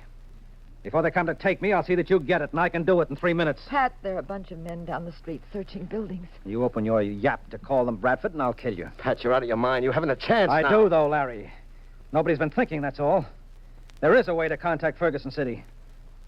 Sure, the phones are out, the roads are blocked, but you can save it. That's why I came here. What the devil are you talking about? Look out the window, up the street. Walter's boys. Sure, hang up, Abbott. Knock it off. Bradford, I said if you open your mouth, I'll murder you. I've been around your type long enough to know 10 different ways of doing it, too. Now, listen, Larry. This is a newspaper. You belong to a wire service. You've got a teletype. You showed it to us before. It reverses, doesn't it? so you can send news bulletins out if a story breaks here. Now, where's your reverse teletype? No, Pat. You do what he says, Larry, and when the boys get here, I'll have them string you up. Larry, where's that reverse teletype? Which one of these confounded gadgets is it, and how does it work? Well, I think it's this one, Pat, but I don't know how to signal with it. Speak up, Larry. Larry, you help them like a little Boy Scout, and my boys will take care of you but good. We'll drive one of your own news trucks right over your yellow face. Larry, I know you sold out to Bradford, but doesn't your stomach turn every time he gives you an order? What kind of talk is that? Don't you feel good when Uncle Walter hands you the dough, Larry? Big dough? More than a bum like you ever saw in his whole crummy life? Who set you up here, small fry? Who took you on when you hopped up that freight without a dime? Is this the thanks I get? Is this the payoff? Cut it out, both of you. I can't think. Larry, listen to me. You can crack Bradford now. You've got him right in your own hands. And there's just about 60 seconds left. Come on, boy. This whole town has got its face in the dirt. Bradford steps all over everybody. You know the pattern. Now you can break it. Pat, they're very close. They're almost coming up the stairs. They'll kill us, Pat. They'll kill us. That's right, Larry. So be smart. Just wait a minute. You going to be a penniless bum again, a world saver, a pushed around no good newspaper man? You put one finger on that teletype, Larry, and you not only break me, you'll break a dozen guys. And they'll be out looking for you, and they'll take it out on you, inch by inch. Don't listen to him. You've been threatened before, Larry. How many times? And every time you did the right thing. Where are your guts, Larry? They're coming up the stairs, Pat. Well, Larry. Flip the second key on your left, Gene. It alerts Ferguson City for a news flash.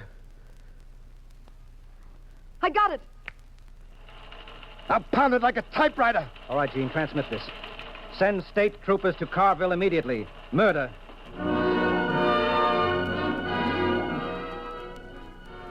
Walter realized it was all over. The boys, terrified when they realized state troopers were coming, backed down. Several months later, Walter was tried for homicide and convicted. He said he'd killed Florence in a fit of passion when she threatened to leave him. Nobody bothered going to Walter's execution. Nobody gave a hoot. Pat and I drove on toward San Francisco and home. Larry Martin headed east to seek a job again, but this time with his immortal soul in his pocket. Pat and I were spinning along across the desert toward the Pacific Highway. Fine thing. Meaning what? Second honeymoon. Ducking bullets. Well, it's different. You've got to admit that. Well, I'm not that progressive, Mr. Abbott. Me, I like my second honeymoons not different and fancy and new. I like everything the old-fashioned way.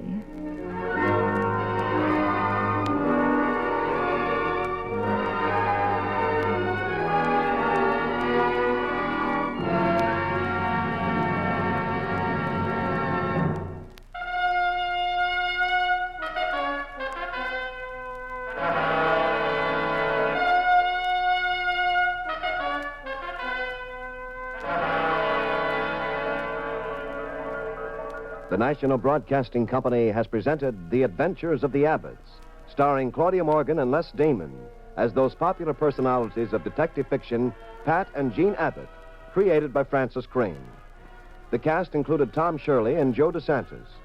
The Adventures of the Abbotts was written by Howard Merrill. Original music composed and conducted by Dewey Bergman. Produced by Ted Lloyd and Bernard L. Schubert. Directed and recorded by Harry Frazee. This is Wayne Howell speaking. Next week, same time, same station. Another exciting adventure in crime with Pat and Jean in The Adventures of the Abbotts.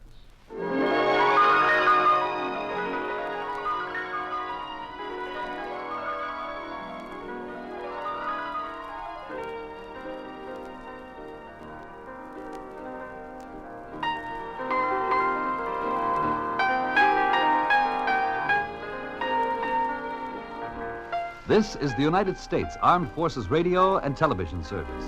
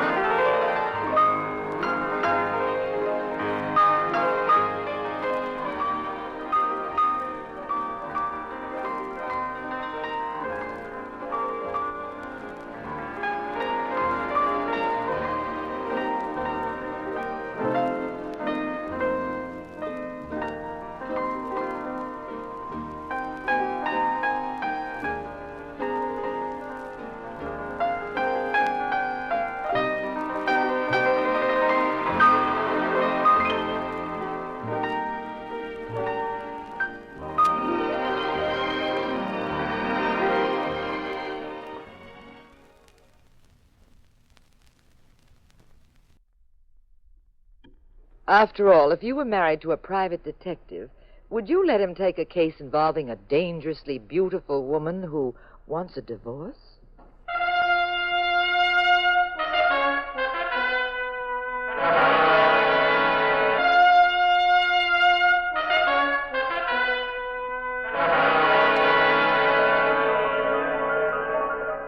The National Broadcasting Company presents The Adventures of the Abbotts, starring Claudia Morgan and Mandel Kramer as Pat and Jean Abbott, those popular characters of detective fiction created by Francis Crane. NBC invites you to join Pat and Jean each week at this time for an exciting recorded adventure in romance and crime. Now here is Claudia Morgan as Jean Abbott to set the stage for tonight's puzzle in murder.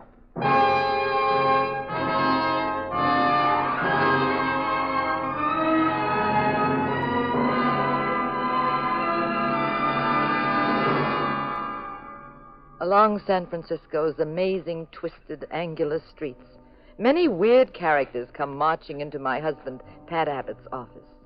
Some of them march, that is. Others kind of slide in as though they were hiding from something. The beefy gentleman who came to Pat's office this time was Walter Phillips. Phillips marched in, all right. Very cold, very sure of himself. Well, Mr. Abbott, you've been trailing my wife? Yes, Mr. Phillips. You found grounds for divorce? She's an exquisite woman, Mr. Phillips. Those green eyes. Murder. Suppose we dispense with irrelevancies. You took this case I took it reluctantly. You see, divorce cases are a bit messy for my taste, but the fee... Well, income taxes hit me hard. You're stalling, Abbott. Now, what's on your mind? I'm stalling because I don't relish these things. I've been half tempted to return your fee and skip the case. And what have you decided? Well, my wife wants a new fur coat for next fall, so she decided. Well, tell me what you know, then. Your wife's been seeing some man. I could have told you that. Is that what you demand a big fee to tell me? Do you know who the man is? Well, who is he? You've heard of the gambler, Julian Stewart? You mean... Mm-hmm. That's it. You're not only lazy and insolent and reluctant to take the case, you're lying. I have all the details right here. The times, dates, addresses, nightclubs, theater tickets. You want to see the file? Yes. It is. The little romance has been going on for about 3 months. But I find it difficult to believe. Perhaps. Now, last week, your wife... My wife went to Los Angeles to see her mother last week. That's very touching. You want to know the facts? Take a look at this. Well, where did you get this picture? That was taken last Saturday at the Santa Anita racetrack. Well, it's Rita, all right. And the man with her? I've done you an injustice, Mr. Abbott. It is Julian Stewart. You satisfied now? Perfectly. Good. Now, if you'll sign a complaint, I'll arrange for an attorney to have her served within the next few hours. You're being a bit hasty, Mr. Abbott. I'm afraid I shall have to ask you to desist. I don't understand. You came to my office recently in a state of rage. You were incredibly upset. You hired me to get evidence. When I married Rita, I vowed to love and to cherish her till death do us part. I'm afraid you'll have a long wait, Mr. Phillips. Unless somebody hurries up her death. Yes. Unless that happens, Mr. Abbott. Mr. Phillips, if you've the remotest notion of revenge, of doing away with your wife, I would warn you now to dismiss it from your mind. Even if the notion is just that and no more, get rid of it. You're a well-known, very successful, intelligent man, full of self-confidence. You'd probably think you could get away with it. That kind of self-confidence will destroy you. Perhaps, Mr. Abbott, perhaps. Good day, sir. You'll hear from me. Good day, Mr. Phillips.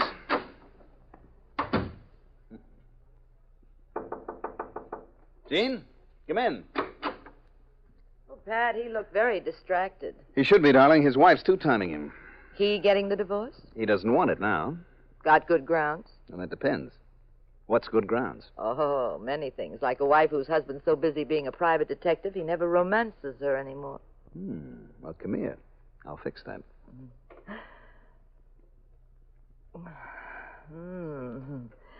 I like San Francisco better than Reno anyway.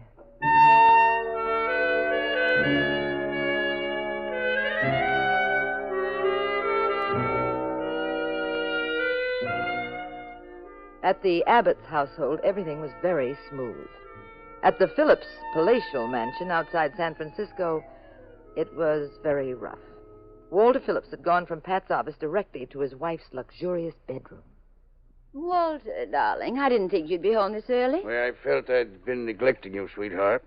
Well, haven't I, Rita? No. It's awfully nice of you to take that attitude, Rita. But let's face it, I haven't given you 1/10 of the attention you deserve. However, from now on, things are going to be different. Are they? You won't have to visit your mother in Los Angeles for lack of something better to do. Oh, incidentally, how is your mother? I've neglected to ask. Oh, why, she's just fine, Walter. Well, that's nice. How did she like the races? The races? Santa Anita. I wasn't there. Funny. I ran into one of my friends today, and he was positive he saw you at the track. Oh, well, one day Mother was busy, so I did go to Santa Anita. You never mentioned it to me. I didn't think you'd care. Rita, everything you do interests me. Incidentally, when do you hear from Julian Stewart? Julian? Mm-hmm. I haven't seen him in weeks. Really, darling? Yes, the last time I saw him was 3 or 4 weeks ago. You remember we were all at the 84 Club? You haven't seen him since. No. You're lying, sweetheart. Now listen, Walter. If there's one thing I detest, it's a liar. I'm sorry. I hope I didn't hurt you. My nerves. I'm rather tense and anxious these days. Get out of this room, Walter. But I said I was sorry. I must have lost my head. As you know, Rita, if you're not careful, you may lose yours, darling.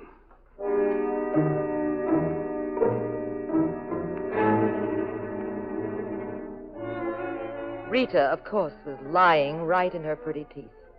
She underestimated Walter. After the little quiz program with her husband, she dashed off to see Julian Stewart.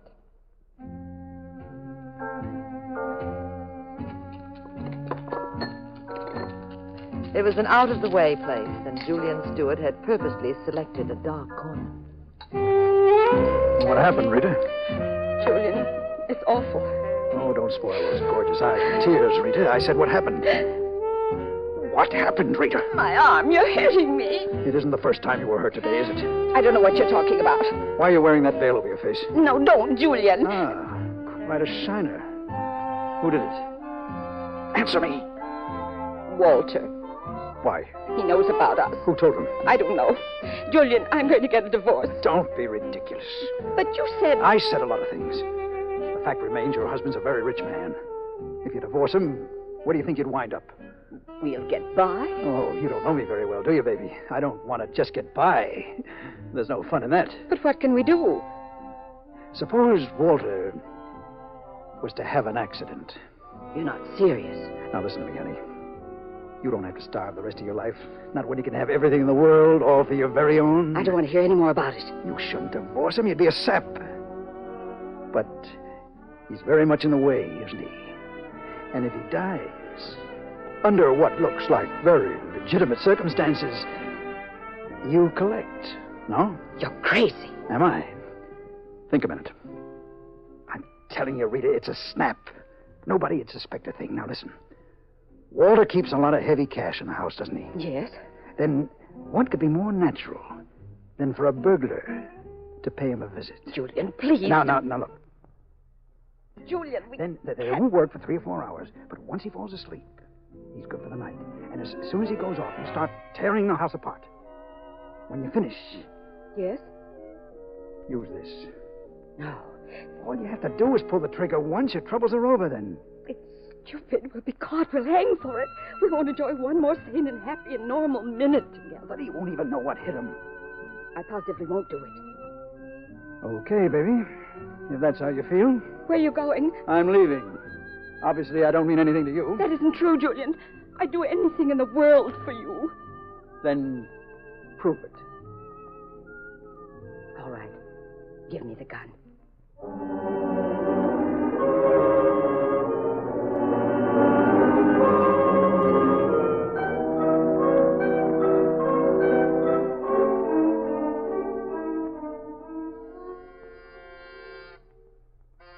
Yes? Hi, Rita. Carl. In person. Well, haven't you got a kiss for your ever-loving brother? Carl, what are you doing here? I thought I'd run over from San Diego and pay you a visit. Why didn't you let me know? I wanted to surprise you. But tonight of all nights, But what's wrong with tonight? You can put me up for the evening, can't you? No. You'll have to go to a hotel. In this 20-room mansion? I don't get it. Oh. You and Walter having trouble again? Don't talk like an idiot. Oh, why are you so nervous? Oh, because you pop in here like this was a boarding house or a motel. How do you know I didn't make other plans for the night? Okay, I'm sorry. Now, calm down. It isn't that important. I'm upset, Carl. Have you got a cigarette? No, I'm just fresh out. Oh, there's a pack in my bag. This one? Never mind, I'll get it. All right, I've already got it. You gals carry some mess. Give me that bag. Rita, what were you going to do with I said this? give me that bag. Whose gun is this? None of your business. Well, I think it is. What were you doing with this gun? I told you it's none of your business. All right, but you can't stop me from guessing. Now, let me tell you one thing, my fine, high-class, reputable sister. You're a very beautiful woman. Irresistible to most men, I guess, and very clever. But you'll never get away with murder, Rita. Practically nobody ever does. You're smart, so just keep remembering. The odds are all stacked against you.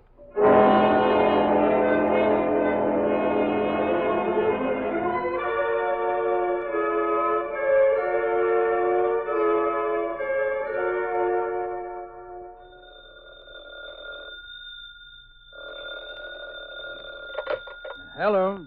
Julian, this is Rita. What's up, honey? We can't do it tonight. Why not? My brother, Carl, came to town. He knows everything. What? I couldn't help it. I forgot myself for a moment. He found the gun, Julian. So what? I've got another. Now, look, Rita. You made up your mind. It's tonight or never. But with Carl in the house, it isn't safe. Oh, forget it. Go to sleep. When you wake up, it'll be all over. What are you going to do? Never mind what I'm going to do. Forget it. Don't worry about it. What you don't know will never hurt you. Just leave it to Julian.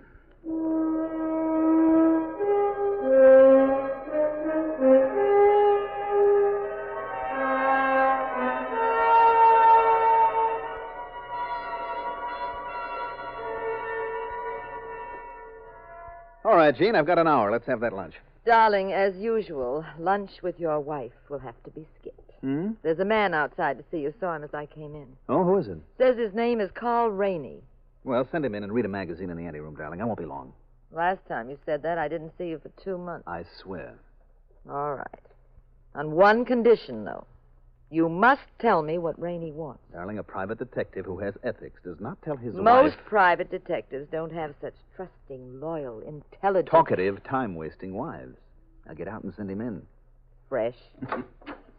Step in, Mr. Rainey. Thank you. Well, what can I do for you, Mr. Rainey? I'd like to know how to go about having a person legally committed. Well, that's easy. You go to a lawyer, not a detective. I want someone committed to an insane asylum. Well, then you also need a psychiatrist to examine whoever this is.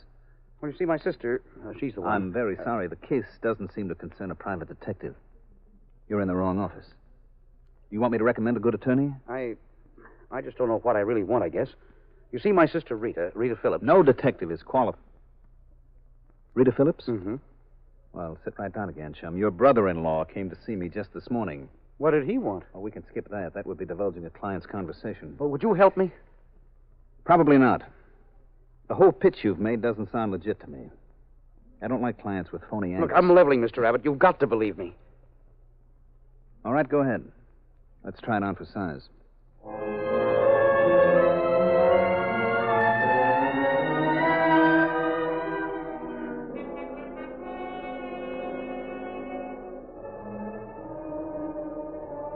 I missed lunch with Pat, of course. He went breezing out with Carl Rainey, and I dined alone. Pat was obviously getting deeper into a case he had little relish for. Maybe dangerously deep.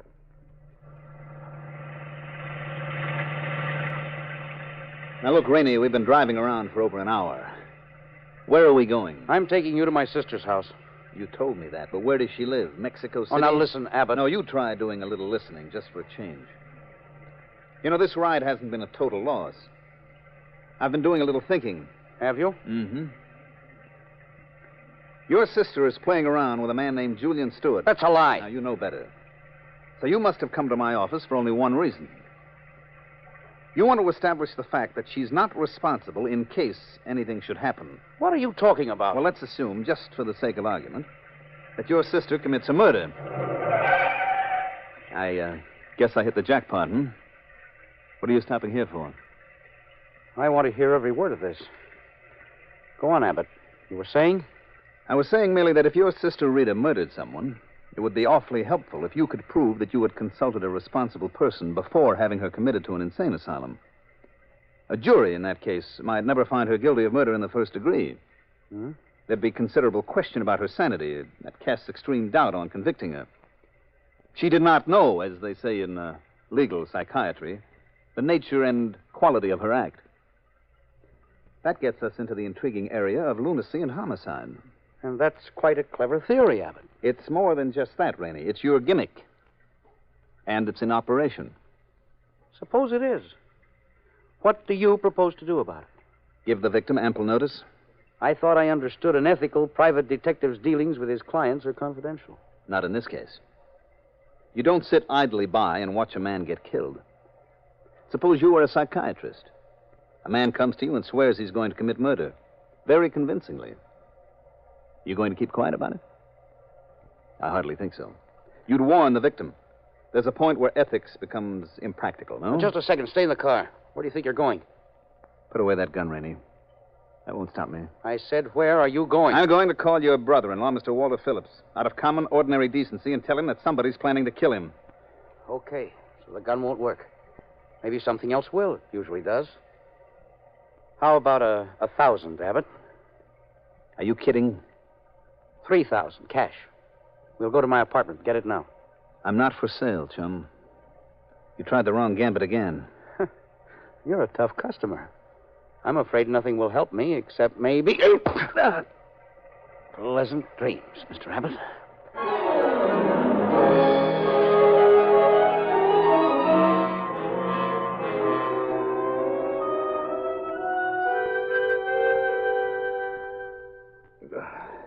All right, Pat. Take a swig of this. No. That's enough. Oh, go on, darling. It won't hurt you. Where am I, Jean? On a cot, dear. In the police station. Police?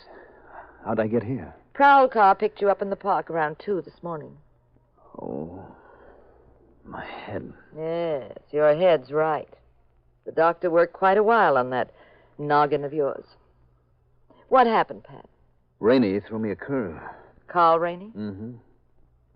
Darling, remember when he came to my office and we had to skip eating together? He a client? You make a deal with it? Well, sort of. Well, you better get a new lead on this case. Why? He stayed at his sister's house last night. A burglar walked in and... Yes? What'd the burglar do? He blew Carl Rainey's brains out.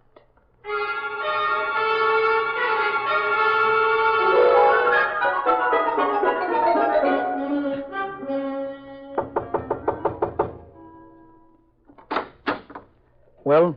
Are you Julian Stewart? Who wants to know? I do. Who are you? I'm a private detective. The name's Pat Abbott. I don't remember inviting you over. Well, I have an irritating habit of showing up without an invitation. Never mind the gags, Abbott. Please, you'll have to be gentle with me. My head hurts. What's in your mind, Abbott? A man named Carl Rainey retained me to have his sister Rita Phillips committed to an insane asylum. He what? You heard me. He was afraid she'd commit murder. He's a screwball kid. He was just fooling. If he was, pal, the joke's on him. He was just murdered. Why did you come here? Well, it occurred to me that the killer might have mistaken him for Rita's husband, Walter Phillips. They were both approximately the same size, and Rainey was killed at his brother-in-law's house. What does Phillips say? I haven't had a chance to talk to him as yet. First, though, I want to know why you were gunning for him. Look, friend, why don't you be as smart as you like people to think you are? Why don't you keep your nose clean? Shut up and go back to your two-bit office and find some lost dogs and pocketbooks. I like this much better. Well, you won't like it much here if you stick around. Now get out. Okay, Mr. Stewart. I may be back, though. Gee, I don't know if I can wait. You try gags, too, don't you? And next time, give me a little notice. You look like such good company, I might want you to meet some of my friends.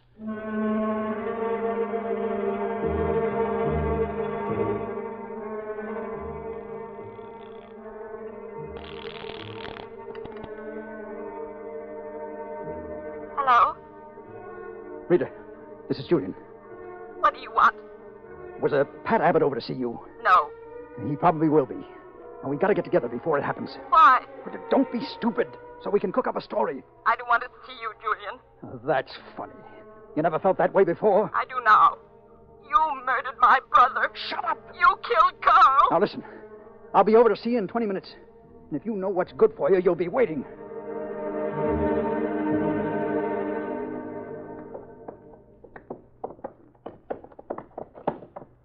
Pat, what are you going to see Mrs. Phillips for? The police have already talked to her. My hunch, Jean, is that she knows more about this murder than she's let on. Rainey's death was probably an accident. The intended victim was Walter Phillips. You think this is another Snyder Gray case? Your guess is as good as mine. Are the police protecting Phillips? He's on his way to Chicago to attend a directors' meeting. Took the train at 4:30. Well, how do you know? Got it from his secretary. And if that's not enough, I also talked to the red cap who put him on the train. Is this the house? Mm-hmm. Careful now. Do you think she'll talk to you alone? She'd better. She will. You're the persuasive type. When my wife's with me, I'm persuasive. That's why she's with you. There are all kinds of persuasion a man can use in a woman, and some of them I don't like. Oh, darling, maybe we're wasting time. Doesn't seem to be anybody home. Okay, then. I'll have to open the door. With what? I got keys. How? Oh, I got ways, too. Locksmiths in the neighborhood. Servants. There we go. Pat, this is housebreaking. Oh, I'm on police business, my dear girl. I'm trying to solve one murder and stop another one. Man's life is at stake. Here we are. This one does it. Oh. Lovely home. Pat, look. Where? End of the foyer. Is that Rita Phillips on the floor? Yes, it is. Oh, what's wrong with her? It's the late Rita Phillips, Jean. She's dead.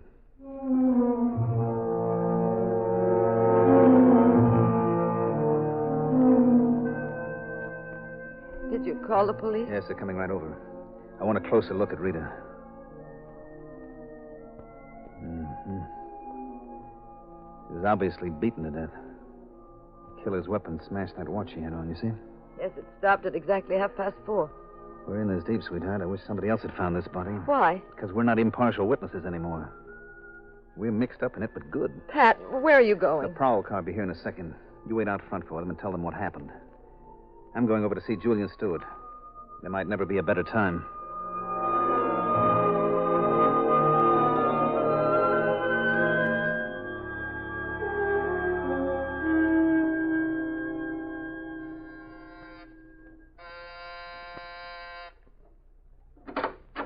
Yes? Hello, Mr. Stewart. I said I might be back. And I said I didn't want you back. I threw you out once. Do I have to do it again? Where were you at 4:30 this afternoon? Why? That happens to be the time Rita Phillips was murdered. Are you kidding? No, don't waste time playing games, Mr. Stewart. Didn't you know she'd been killed? Better answer that door first. Come in. Good afternoon, gentlemen. Walter Phillips. What are you doing here, Abbott? This is most inopportune. That's a masterpiece of understatement, Phillips.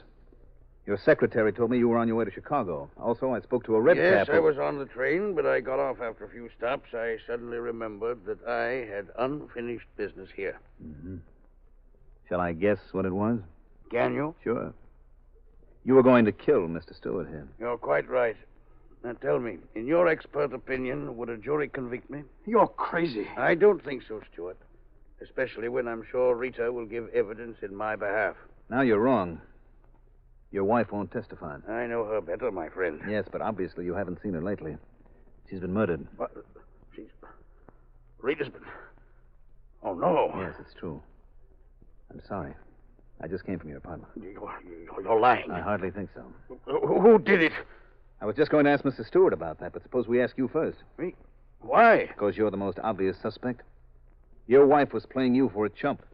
And a man like you would never take that lying down. That's a ridiculous assumption. It would never hold water. Well, then you shouldn't mind supplying all the evidence for the alibi, should you? At 4:30 this afternoon, I was in the dining car aboard train 707. Now, if you'll Look out, permit Stewart. me... Oh, why? Give me that gun. Certainly, Mr. Abbott. There you are. Oh, don't waste time examining Julian Stewart. I'm an excellent shot. I shan't fight you at all, as you can see. I handed you my gun. Any jury will agree I had ample justification to kill him. Surely. and I will go scot-free. Maybe. There's just two other items. You also killed your wife and Carl Rainey. What? In those instances, Mr. Phillips, the jury will believe me, not you.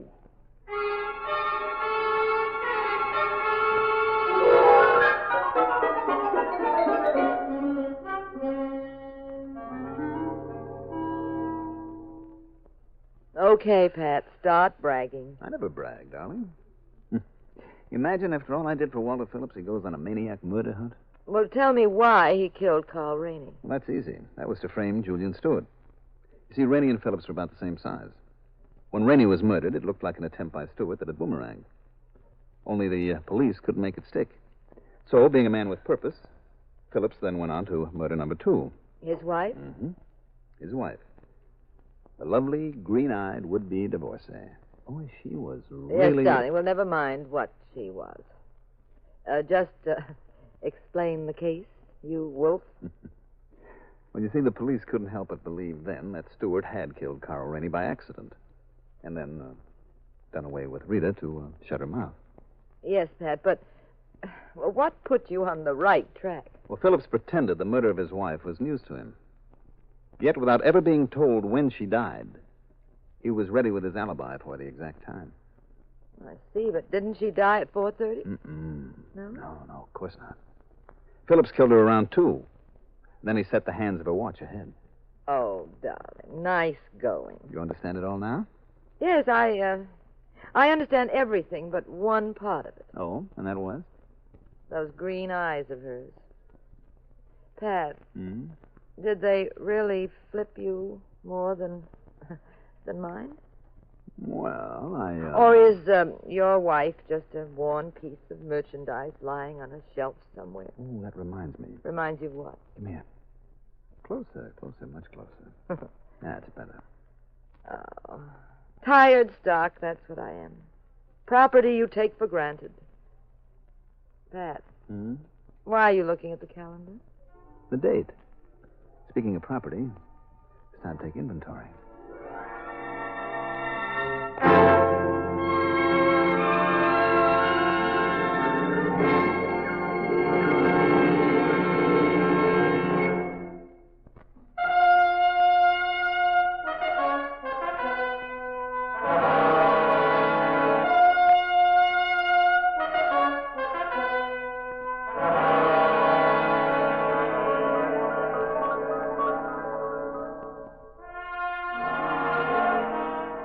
The National Broadcasting Company has presented The Adventures of the Abbotts, starring Claudia Morgan and Mandel Kramer as those popular personalities of detective fiction, Pat and Jean Abbott, created by Francis Crane.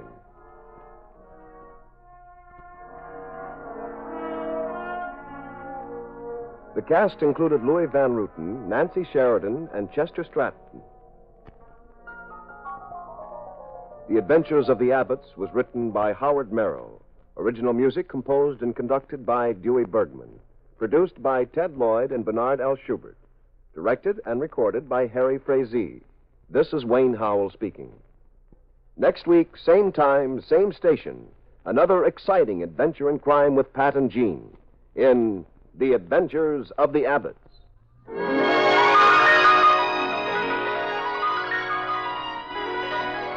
Adventures of the Abbotts has come to you through the worldwide facilities of the United States Armed Forces Radio and Television Service.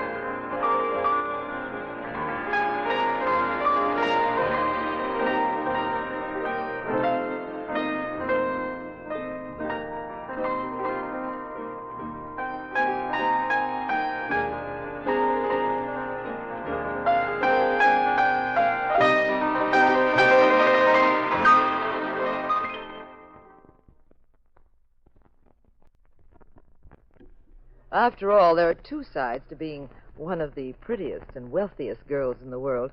You have all the money anybody could want and all the enemies.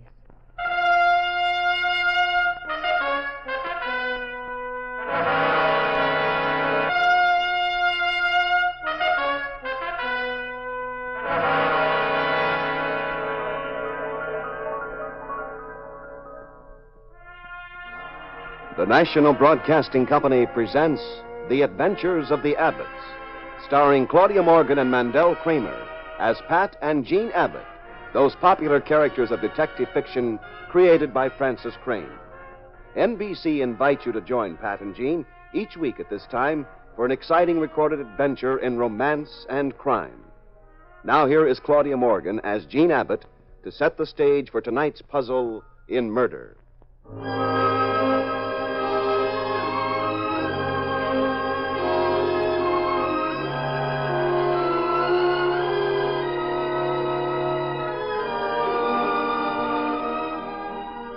The gorgeous and very rich girl I mentioned was destined to become involved with my husband, Pat Abbott, a private detective in San Francisco.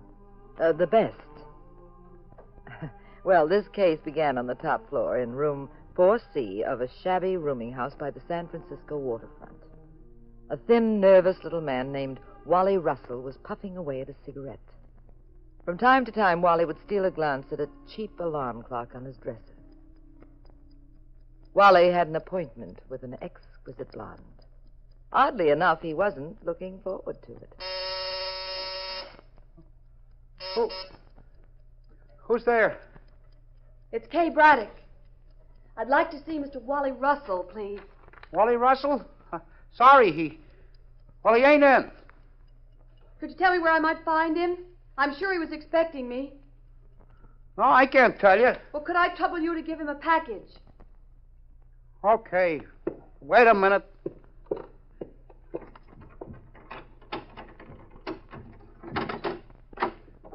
All right, Miss Braddock. Where's the dough? How did you know it was money? Well, didn't you say so? No, I did not. Well, I guess I must have misunderstood you. No, you didn't misunderstand anything. You know perfectly well what you're talking about. You're Wally Russell. Me? You're crazy. Where are the letters? What letters? Look, Miss Braddock, what do you mean? I want those letters, Wally. Now, do I get them? Or do I have to... Put the gun away. Look, lady, it might go off. It certainly might. All right. I'm Wally Russell, but I haven't got your letters. You're a liar. Look, I swear to you, I haven't got the letters. I haven't got them. They were stolen from me this afternoon. I don't believe you. Look, lady, why should I pull a phony? Didn't you say you'd buy them back? Who stole them? Well, I don't know. I'm warning you, Wally. I'll take this gun. Easy now. Easy, don't... It was Pat Abbott. Who's Pat Abbott? He's a private detective. Why should he steal the letters? Well, Look, he's had a bad run of luck lately. He's not been making any dough. He probably figured his price to you could even be higher than mine, you see. Oh, then he gives you a cut, huh? No, so help me, he don't. I got nothing to do with him. Heaven help you if you've made this story Wait up. a minute, Miss Braddock. Where you going? To see Abbott. You don't want to just go barging in on him. Look, he might not be ready for you. He might get sore. He might use the letters some way you won't like. I want to catch him off guard, Wally. That's exactly what I want to do. Catch him when he's not ready for me.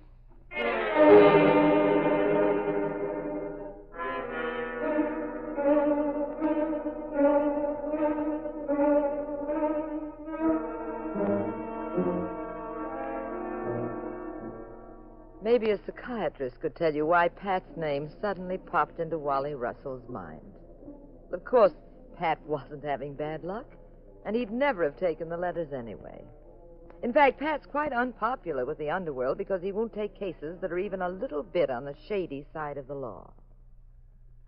Well, Pat was in his office going over some reports on recent cases, and when he heard a knock on the door, he opened it and saw this breathtaking Canary blonde. Are you Pat Abbott? Yes, ma'am. Well, I'm Kay Braddock. Oh, I recognize you. I saw your picture in the magazines. Aren't you going to invite me in? Hmm? Oh, certainly. It isn't very lavish in here, but come in. Come in, have a seat. Thank you. Now then, what can I do for you, Kay? I'm Miss Braddock, if you don't mind. Very well. And you can call me Pat. I could call you a lot of things. Like what, for instance? Oh, a rotten blackmailer, for instance. A cheap crook. Why would you do that? Where are my letters? Where's what? My letters? You speak English, do you not? Perhaps not well, but enough to understand simple words. What letters are you talking about? The ones you stole from Wally Russell. I'll buy them back. Look, maybe you'd better go outside and come in again. I lost my place. Stop stalling, Abbott. I'm warning you. I'll make one offer, and that's it. 25,000? I haven't the faintest idea what you're talking about. Would this make it any clearer? A gun? No. No, I've seen them before. And they've also been pointed at me before by overexcited females. So put it away. Look, I won't get hurt playing games like this, but you will. Wait, you unspeakable... All right, I'll take that. Let go! Let go! Let go of that gun. Let go. All right. I'm so desperate. I'll just keep it here in my drawer. This is National Safety Week. Hey, you all right? What's been happening? Harvey wouldn't give them to me. I told you to let me handle this, Kay. Why? Would you have been any better at it? Yes, my fine high-class Seamus. I would have been much better at it. Katie, you go on home. You leave me here with that. All right, Harvey, but please be careful. Must you leave so soon, Miss Braddock? You came in here, called me dirty names, cracked me in the face. It's been charming. I hate to see you go. Oh, that's very funny. See if you find Harvey just as amusing. Okay, Abbott. Where are the letters? Well, which ones do you want? The sad one that I wrote to the tax bureau or the happy one I wrote to Santa Claus? You're just full of side-splitting remarks today, aren't you? Because I'm a little peeved, if you don't mind, chum. I never heard of any letters. And a bunch of characters come marching in waving guns at me and asking for them. I just don't dig it. I want the 3 letters Kay wrote to me. She'll buy them back. Why should she? You both read them, didn't you? Because Kay is to be married, that's why. And if Everett, that's Lord Glenview. If he ever sees him, he'll call it off. Judging by all the signs, you shouldn't want the marriage to take place anyway. Looks to me like you're torching for Kay. What of it? She'd be much better off with him. He's rich, too. Famous, distinguished family. She's a blue blood. I'm nothing. I disgrace her. Now, where are the letters? I've told her and I tell you, I don't know anything about any letters. Now, stop acting like a child. If I had them and I wanted to sell them, I'd talk price, wouldn't I? She offered me 25 big ones. Wally Russell said... Well, whoever Wally Russell is, he's a phony. That was a line. I don't know why he mentioned me. He probably saw my name somewhere and got into a tough spot. Why should he do this, though? He's admitted stealing the letters from my apartment. I don't know why he should do it. I just came in myself. You know something, Abbott? I believe you. I'm deeply touched. Now, if Miss Braddock would like me to represent her, I could talk to this Wally Russell. Thanks. Never mind. Wally's one job I should be able to handle myself.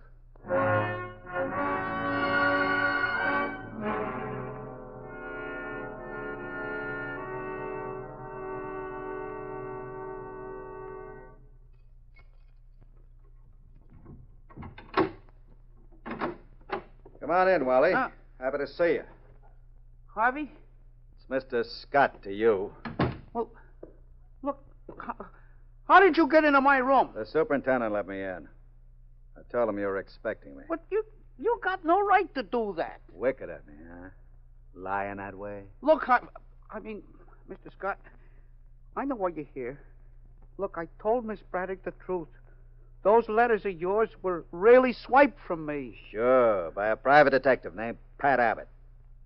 You'll have to do better. I just saw him. You did? Well, he's lying then. He's covering up. I hardly think so. Look, why should I send you to him? Didn't the dame offer to buy him back? What kind of a merry-go-round would it be if I made it all up? Where are those letters? Oh, you cut it out! You're choking me! You don't tell me I'll... There goes my neck, you crazy... I've had enough! I've had enough of you burning.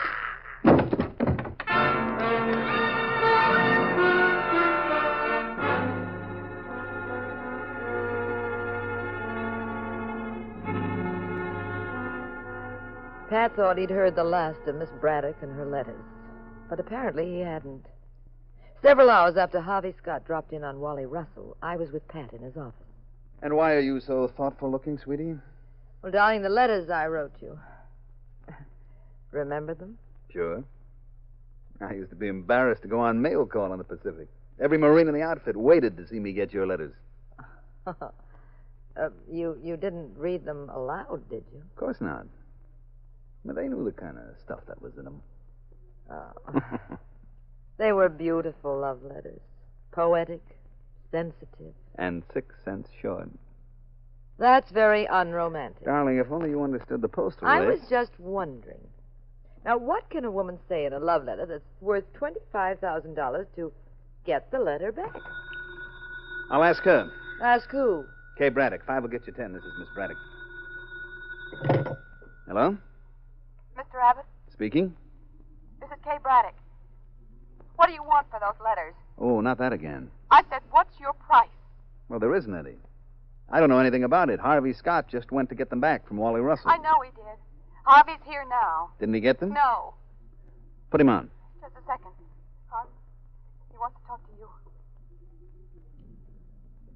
Abbott, Yes. I take it you didn't do too well with your friend Wally. you take it right. Does he still say I have the letters? He does. Mm-hmm. Well, look, since you laid an egg up there, how about giving me a crack at it? It's a free country. No. I want an authorization. I don't work that way. I will represent Miss Braddock and put an end to this blackmail scheme, and my fee is $500. I'll return the letters to her. And you do have them.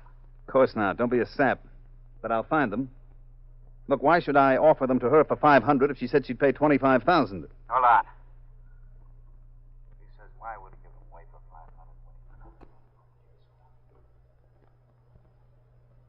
All right, Abbott. You're hired. Right. You'll hear from me. Well, you got a job, dear? Yeah, and a rough one. Give me a straight bank robbery anytime, not this blackmail, hanging up everybody's dirty wash. Pat, Hmm? would you love me more if I were an exquisite blonde with, $1 million? Of course not. You couldn't love me more, No, do you know what kind of taxes I'd have to pay? I hate you. I hope the murderer in this case starts after you with a gun, a bottle of poison, and a carving knife. You may get your wish, pal. Sooner than you think.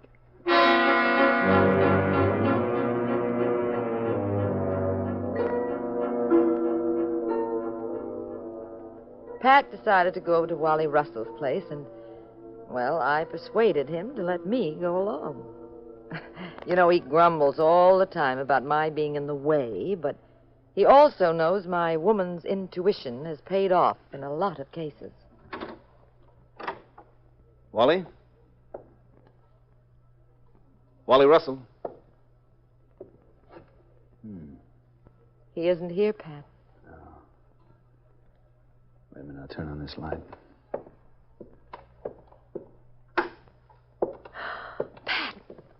Pat, look. On the bed under that blanket. All right, you just stay where you are, Jean. I'll take a look.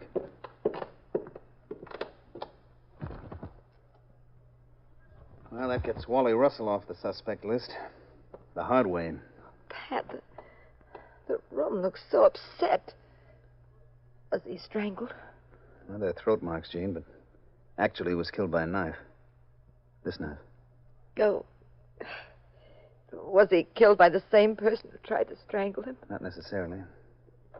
You know, this development will make things very difficult for me, Jean. I was working for Kay Braddock. The police might try to detain me.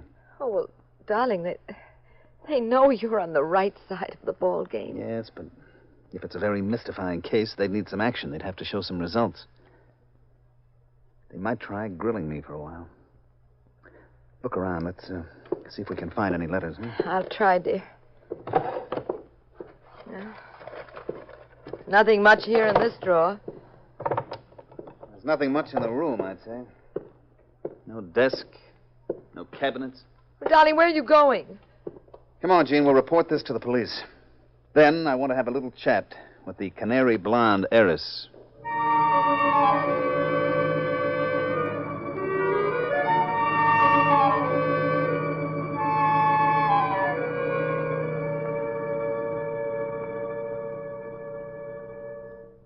Kay, darling, Yes, Everett. you know you love England, especially my estate at Glenview. They say there's a legend. They say that honeymooners... Everett, I want to ask you something. Of course, darling. Suppose your family doesn't approve of me. Approve of you? Oh, why shouldn't they? I'm an American. I'm not royalty. Oh, please, don't be absurd. Oh, it's probably the mailman. Why don't you look at a magazine, dear? I'll be right back. Very well, darling. 1 second, please. Just a minute. Oh. Hello, Miss Braddock. Remember me, Pat Abbott? No, I'm sorry. I'm afraid we've never met. What's that? I've never seen you before in my life. Oh, knock it off, Miss Braddock. You retained me to recover some letters that Wally Russell stole from Harvey Scott.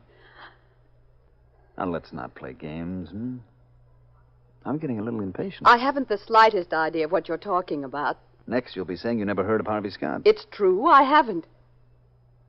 Then it wouldn't interest you to know that Wally Russell is dead, It would not. particularly if you killed him. I must ask you to leave, Mr. Abbott. I may have to refuse, Miss Braddock. And that would be extremely rude, Mr. Abbott. Pat Abbott. Well, I'm Everett Seabury, Lord Glenview. Are you? The tone of your voice indicates you don't believe it, and I resent that. I'm afraid I can't be responsible for what you read into what I say. Well, my dear sir, I don't know who you are. I'm a private or detective. what you want, but you're obviously upsetting my fiancée, and I suggest that you leave. Well, I'm sorry, but there's been a murder. Don't listen to him, Everett. Miss Braddock wants you to go, Mr. Abbott. Well, that's too bad. You see, I have a little speech prepared, and I was hoping to make it. Well, you...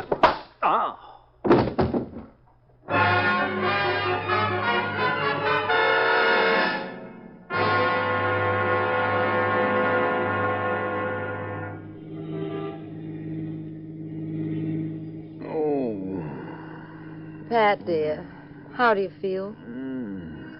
Like a big dope. Keeping my eye on that blonde. Well, I told you to cut that out. If I wasn't watching her, I'd have seen this Englishman coming with that Sunday punch. Come to think of it, I did kind of spot it coming, but he scored anyway. Well, he would have. Why? They don't usually get me. Darling, he used to be an amateur heavyweight champ. You did? When you first mentioned the case to me, I looked up Lord Glenview's background. He was on the English team in the last Olympics. No wonder. Well, they packed you off into the elevator. They left you in the lobby. I came along to pick you up and found you groggy but happy. Dumped you in this cab and... Well, you caught up now. Caught up on everything but who stabbed Wally Russell. Well, who did, Pat? I don't know who. I can guess why, though. Because of the letters that Kay wrote Harvey Scott. The killer must have them now. How can you be sure? Well, they weren't in Wally's apartment, and they're too valuable to destroy. In other words, find the fan mail and you find the boy. Let's go to police headquarters. Oh, darling, what for? Maybe I can persuade them that I can crack the case if they send Harvey, Kay, and Everett a wire to go to my office. Well, what for? That's elementary, my dear Jeannie. Gives me time to search all their apartments.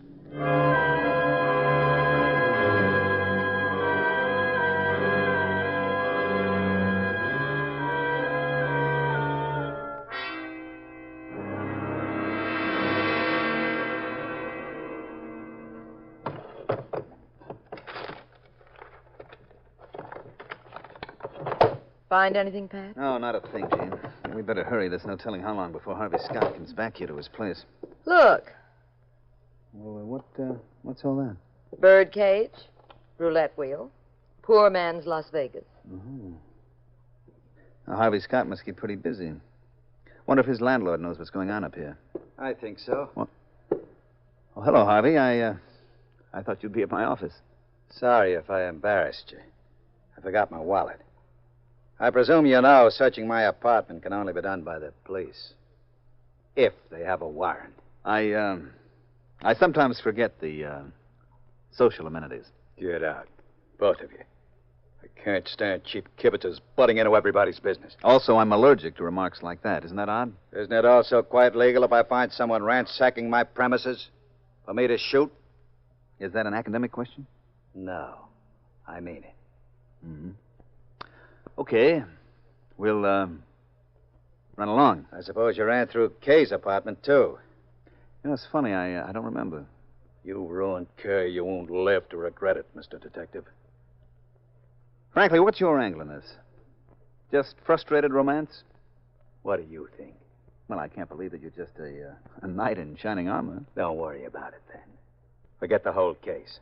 Did Kay buy you off? Get out. Stay out. And you, Yes, what about me? I'm Mrs. Abbott. take care of your husband, Ann. Extra good care. He's liable to have an accident.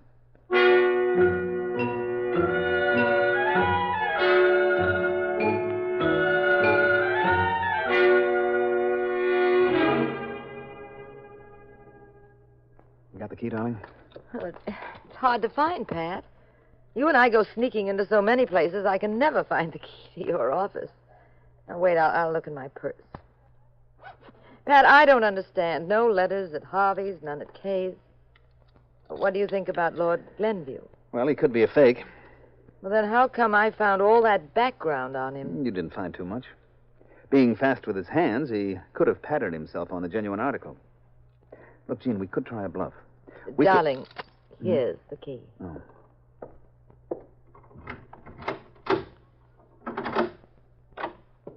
Well, Lord Glenview, how did you get in here? Well, shall we say this epidemic of housebreaking is contagious, and shall we leave it at that? Where's Kay?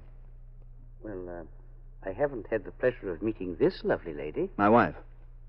Where's Kay? How do you do? Well, I thought the two of us should have a chat, Mr. Abbott. She may be by later. Mm-hmm. Well, what would you like to chat about? I'd like to know why you are annoying Kay. I was working for her. So you said when we first met. Now, who is Harvey Scott? Why don't you ask Kay? Well, because I would prefer to get the information from you. Well, I'm afraid you're wasting your time. And besides, by opening up this little can of peas, you might run into some questions you won't like. Can of peas, eh? For instance? Well, suppose your title is a fake, and suppose Kay should find out. Yes. Go on. You might put a few dollars aside by cashing in on the letters yourself. Even if she doesn't marry you, she'd want them destroyed. You know, that's a very ingenious theory, Abbott. But I don't know what letters you're talking about. You don't? All right, then we'll skip that for the moment. I hardly think so. Pat, it won't be a sock in the jaw this time. That gun he has... Oh! Oh. Well, this time, thank heaven, you were ahead of him, Pat. Yes, darling, but it's too bad I had to smash your favorite vase in my lord's noggin. Now, maybe I can find another vase. No, you'll never find one like that, dear. Why? You see what's inside? Hey, good girl. Letters. From Kay Braddock to Harvey Scott. I'll just relieve my lord of that gun. He'll be coming around in a minute. Pat, I'll visit you in the death house. What do you mean? Well, you said the killer was the man who had the letters. Well, you had him, pal, right here in your own office. In my favorite vase. Incidentally, I do wish you'd chosen another place to hide them. Oh, stop the clowning. I have to figure out who planted those letters here, and Perhaps we can assist you, Abbott. Harvey Scott. Everett, darling. My What's husband, count him, Miss Braddock. With a vase, inside of which, Miss Braddock, I found the missing letters. Let me have them. Just 1 second. You're forgetting something. You'll get money. I don't want the money. I want the killer. One of you charming people tried to frame me. It certainly wasn't Kay. How can you be so sure, Harvey? She was with me all afternoon. Where were you at 3:30? Why? That's when Wally Russell was murdered. I said she was with me. And I said, where were you? Well, we were having a drink at the Fraser Bar. Why don't you keep out of this, Harvey? Harvey gave you the answer. But it wasn't the right one. Now, let's face it, Miss Braddock, you don't have an alibi. But you may not be put on the stand. Why? That would be up to you. Shall she testify against you? Me? Certainly. You killed Wally Russell. Really? Now, don't try to leave, chum. I said don't... My Just winged you, Mr. Scott. You wouldn't listen. But you'll have plenty of time for listening now. You know, Might have paid you to listen before to what you said was a fine, high-class Seamus like me.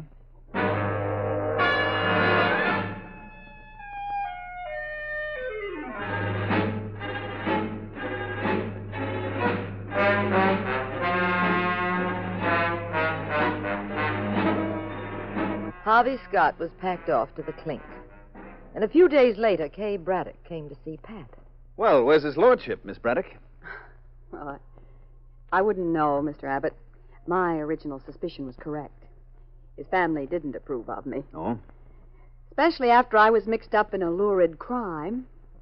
Oh, I think I owe you some money. Well, I'll mail you a bill. May I be a little curious? Sure? Why did Harvey do it? I'm afraid the truth might be an awful blow to your pride. Oh? All you meant to him was money in the bank. Well, then, why was he so concerned about the letters? You see, Wally never stole those letters from Harvey's apartment. Harvey gave them to him to shake you down. Then Wally got smart. He figured why work on a percentage basis with Harvey when he could claim the letters were stolen from him and collect the full amount. Oh, no. So that's why Harvey was so upset when the letters disappeared. Mm-hmm. He knew Wally was double-crossing him, so after squeezing the truth out of him and then recovering the letters, he killed him. But, why did he plant the letters in your office? Because they were hot. You see, we all knew that they supplied the motive for Wally's death. Mm-hmm. But Harvey couldn't bring himself to destroy them. With your bankroll, those letters could be converted into cash at any time. He could always get in to see me at my office and try removing them on some pretext. How did you know he was guilty? Elimination.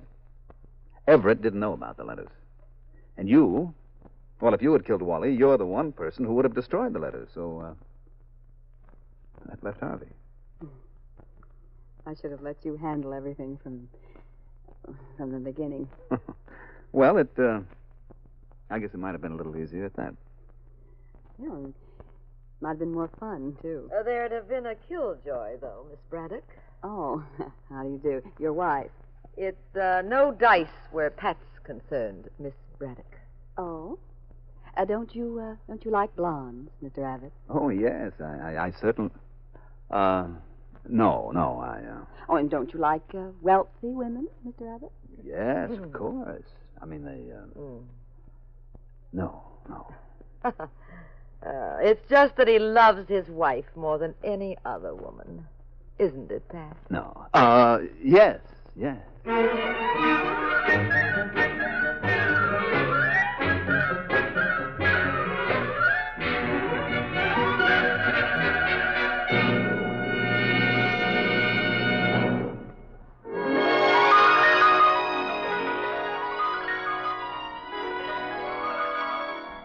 Adventures of the Abbotts has come to you through the worldwide facilities of the United States Armed Forces Radio and Television Service.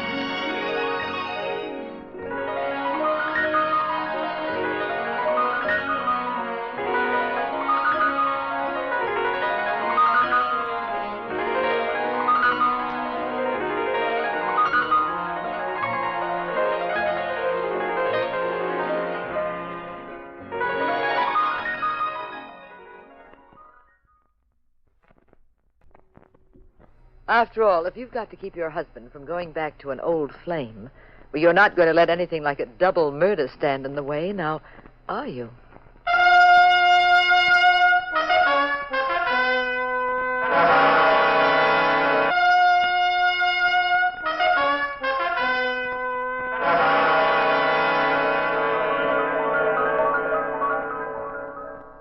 The National Broadcasting Company presents The Adventures of the Abbotts, starring Claudia Morgan and Mandel Kramer as Pat and Jean Abbott, those popular characters of detective fiction created by Francis Crane, whose current book is Death in Lilac Time. NBC invites you to join Pat and Jean each week at this time for another recorded adventure in romance and crime. Now here is Jean Abbott to set the stage for tonight's puzzle in Murder.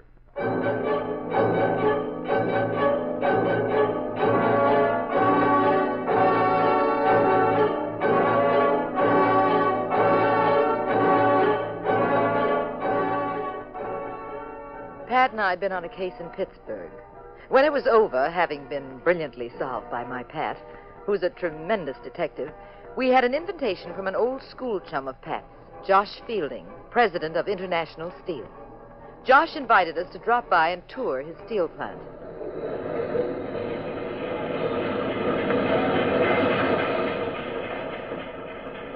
Pat and I stood beside Josh as he led us past the huge, boiling cauldrons of hot, liquid steel.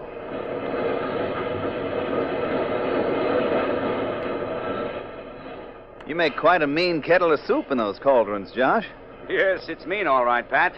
Some of it's up to 3,000 degrees. Now, if you look at that catwalk crossing over your head toward the cauldrons... Oh, what a terrific view. Look at that catwalk. It's so far up. Look, Pat. Pat, that man up there. Good heavens, he's falling. He'll fall into that hot steel.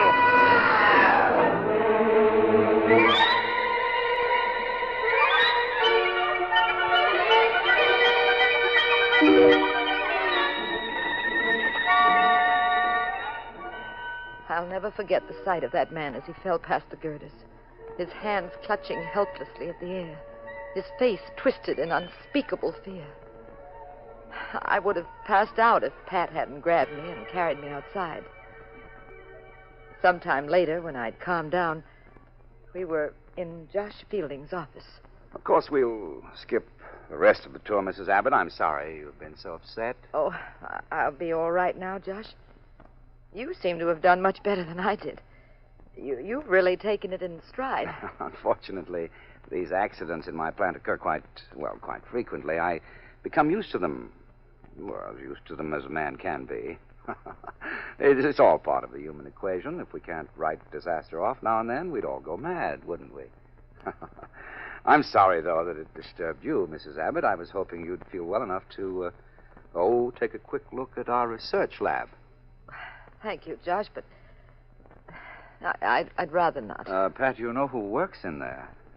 Laura Stewart. Not the Laura Stewart. The belle of the old campus herself? Exactly. She turned out to be a remarkable chemist. I put her in my lab last year. Laura Stewart? Mm-hmm. Josh, you remember the night at college when Laura and I got accidentally locked in the gym? I never thought that was an accident, Pat. No, not if I know Pat it wasn't. Darling, you never told me about that. Well, he never told you about Laura Stewart.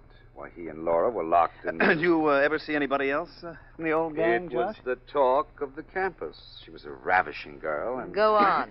Isn't it awfully hot in here? Now, come on, Pat. Step into the research lab with me and say hello to Laura. She'll be so glad to see you. I'd like to take a look at her myself. Well, some other time, maybe. Let's go, Mr. Fielding. Which way is it to the research lab? I've always been interested in research of various types. I see. Well, it's right through that door down the hallway. Just follow me. Just a moment. Stand right here, please. That's the warning buzzer. It means that someone's coming out. We'll have to wait here a second. Let these men pass. Careful. Just stand back, please. What are those men carrying? Grams of radium. What in the world? Well, what noise is that? A Geiger counter. Oh, well, I've never heard one. Detects radioactivity, doesn't it? Yes, we have to be very careful.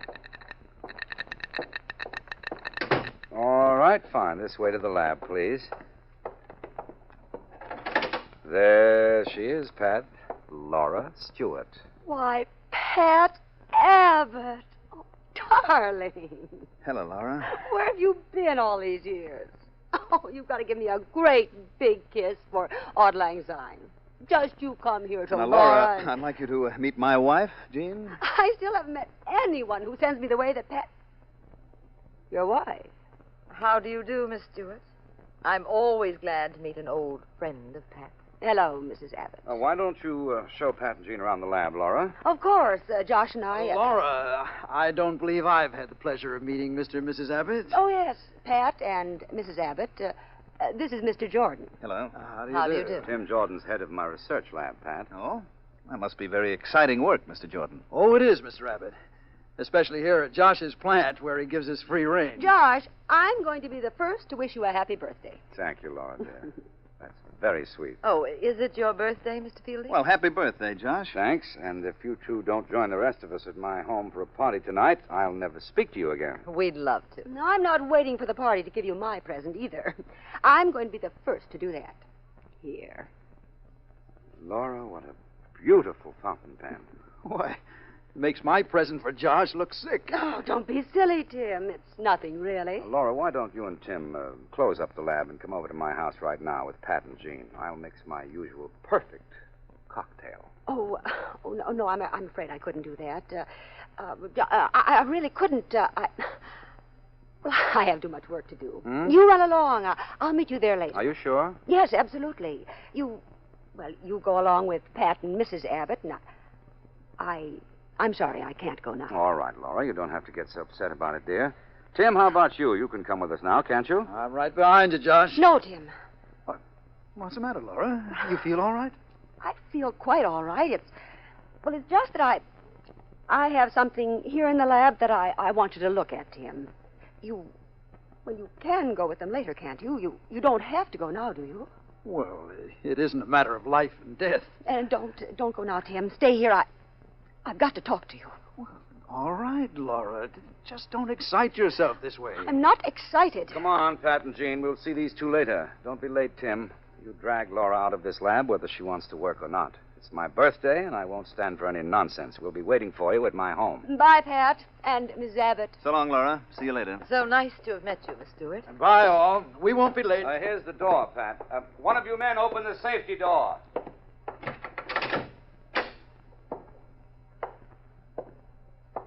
Well, your old flame may be a very glamorous-looking woman, Pat, but I'm afraid she's on the hysterical side. Don't you know why? Why? Got a theory? Mm-hmm. It's because she saw me again. Oh, you conceited. Well, I always have that effect on her, darling. No Geiger counter this time, huh, Josh? No, Pat. After all, as president of this company, I'm not going to steal from myself. We just take ordinary common sense precaution. But ordinary precautions don't seem to work, Mr. Fielding. Why do you say that? Well, I was thinking of that man who fell from the catwalk and was killed.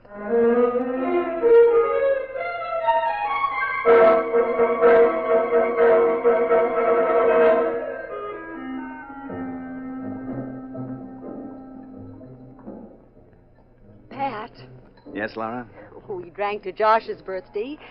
So this time, I'm drinking to you and me and certain memories. To us, Laura.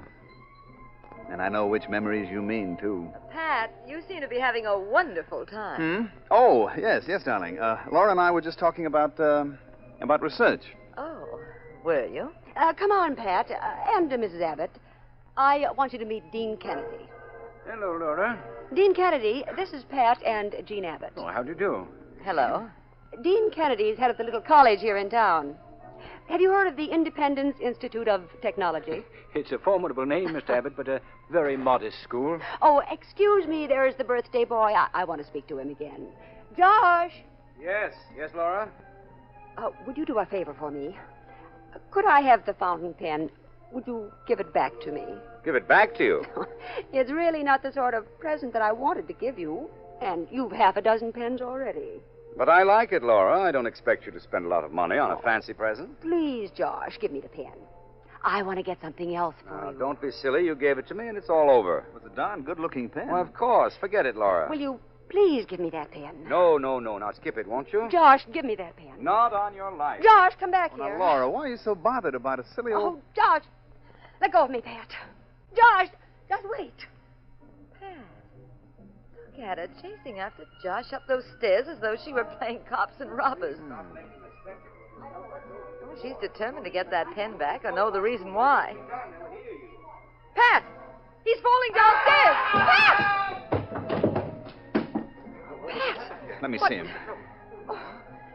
Well, call a doctor, someone. What happened? No! It was an accident. Is he all right? Is he all right? He's dead. I didn't know what I was doing. I was angry. I pushed him. I didn't realize that he was so close to the stairs. I didn't know. I didn't All right, Laura, easy know. now. Easy. Look, I think Laura ought to rest for a while. She'll be all right if she's left alone. Yes, you're right.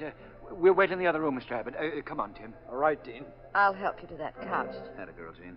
Now, if the rest of you will wait in the other room... Come on, Martha. I say she killed him deliberately. Please, Martha. Let's go, Tim. Certainly, Dean. All right, let's just get her on that couch, Jean. Now, Laura, stand up. Now, that's right. Now lean on me. That's it, dear. You've got to believe me. I didn't kill him. Mrs. Kennedy hates me, and that's why she said that. Now, Laura, please, lie back. That's it. I'll go into the dining room. I saw a bottle of vodka in there. I'll be right back, Jean. The phone is out in the hall, too. It's convenient. For what? I'm going to phone the police. Oh. Now, Laura, just try to control yourself. You won't help things acting this way. I wouldn't hurt Josh. No. I just pushed him. I didn't know. All right, Laura, all right. Now, suppose you just... Lights. Well, who turned them out? Pat! Pat, come here!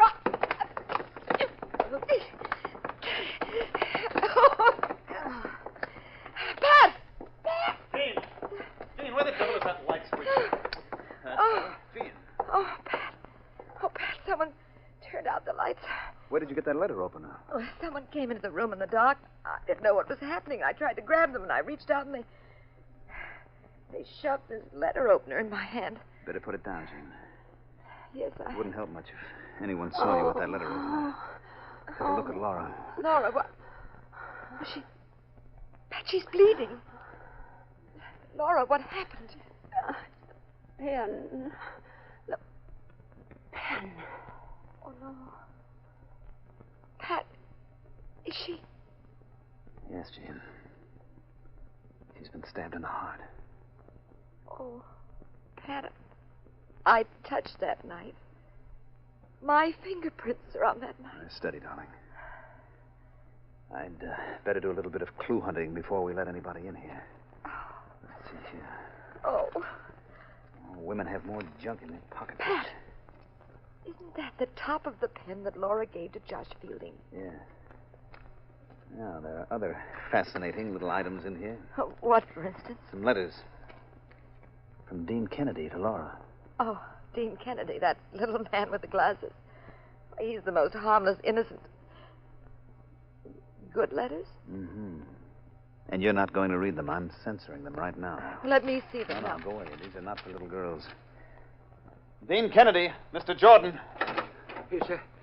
Is Laura dead? Yes, I'm afraid so. Oh, that's horrible. Horrible. The police are on their way. They'll take over. By the way, the three of you were in the other room before this happened. Now tell me, did any one of you leave that room at all?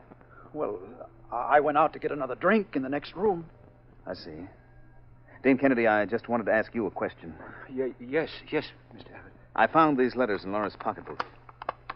Were you going to buy them? Me? Buy them? You heard me. All right, it is true. I did write those letters. I've tried to cover up because... Well, I'm married. I've worked for 10 years to get my job as dean at Independence, and any gossip, whatever it was, could have cost me that job. But I don't care now. I can't cover up anymore. We're all involved in a terrible murder, and Now I certainly don't give a hoot what becomes of me. Well, Dean Kennedy, if I were you, I'd try not to be quite so talkative. You think we might implicate ourselves? Well, we're in it up to our necks now anyway. But I think we can save you a lot of embarrassment. Maybe even save your job. Oh, how? Go home.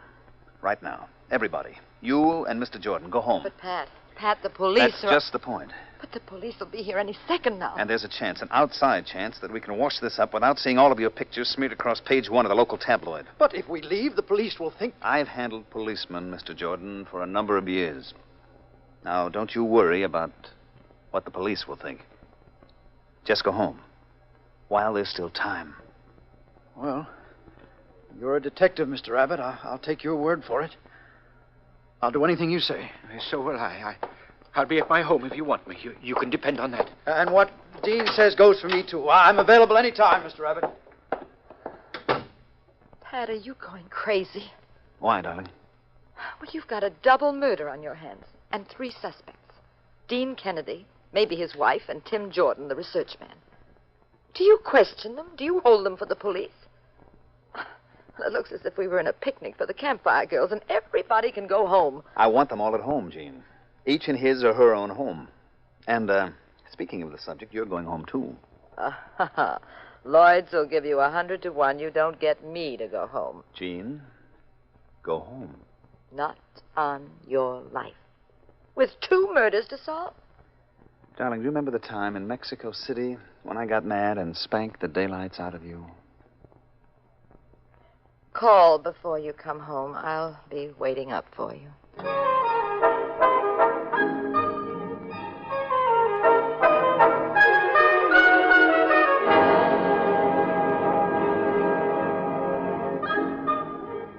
Very much upset, I went home. Pat swings quite a punch when he spanks. And the last time we had that kind of a session, I couldn't sit down for a week, so I went home. Meanwhile, as I learned later, Pat was traipsing around, of all places, in a car with a friendly policeman.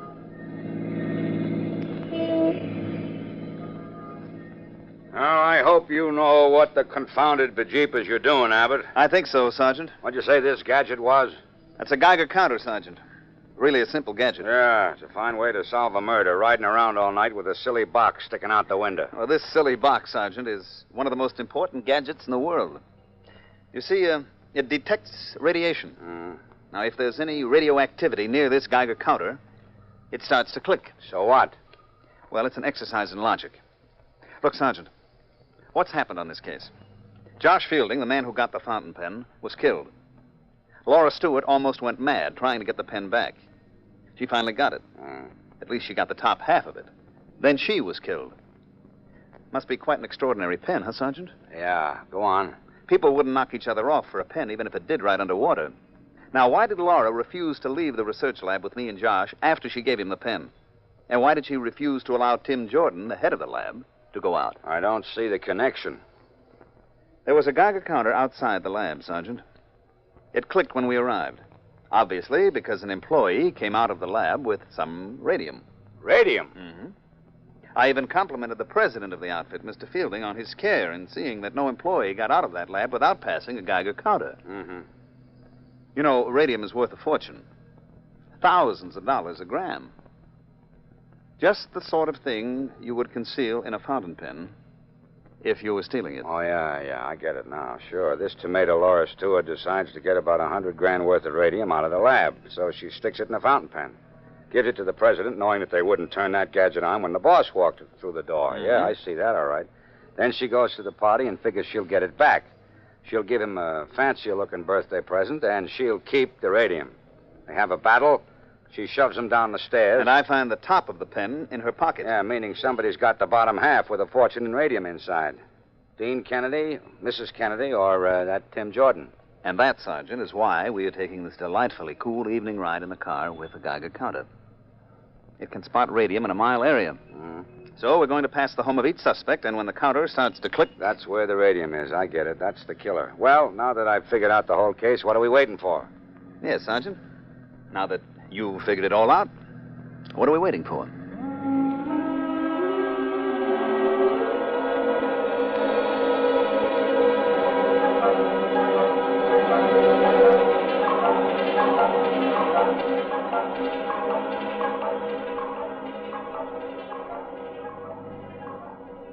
Well, that's Tim Jordan's house right ahead of us, Abbott. He's the head of the research lab. All right, Sergeant. I'll turn on the Geiger counter.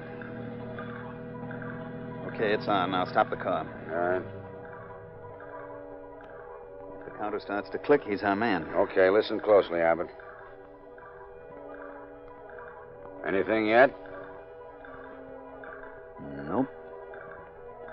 Drive on.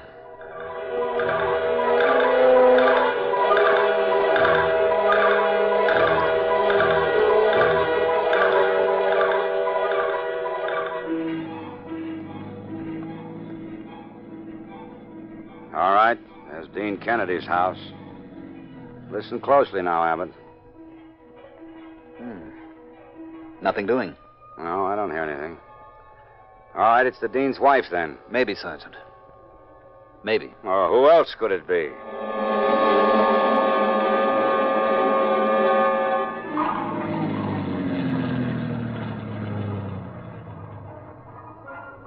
Here's her house. Dean's wife lives over there. You got that Geiger counter on? Yes, it's quiet. It sure is. Wrong again. I don't understand it. It's got to be one of the three. Sergeant, drive me home. Must be something wrong with the way I figured this out. But what the devil is it? Where did I go wrong?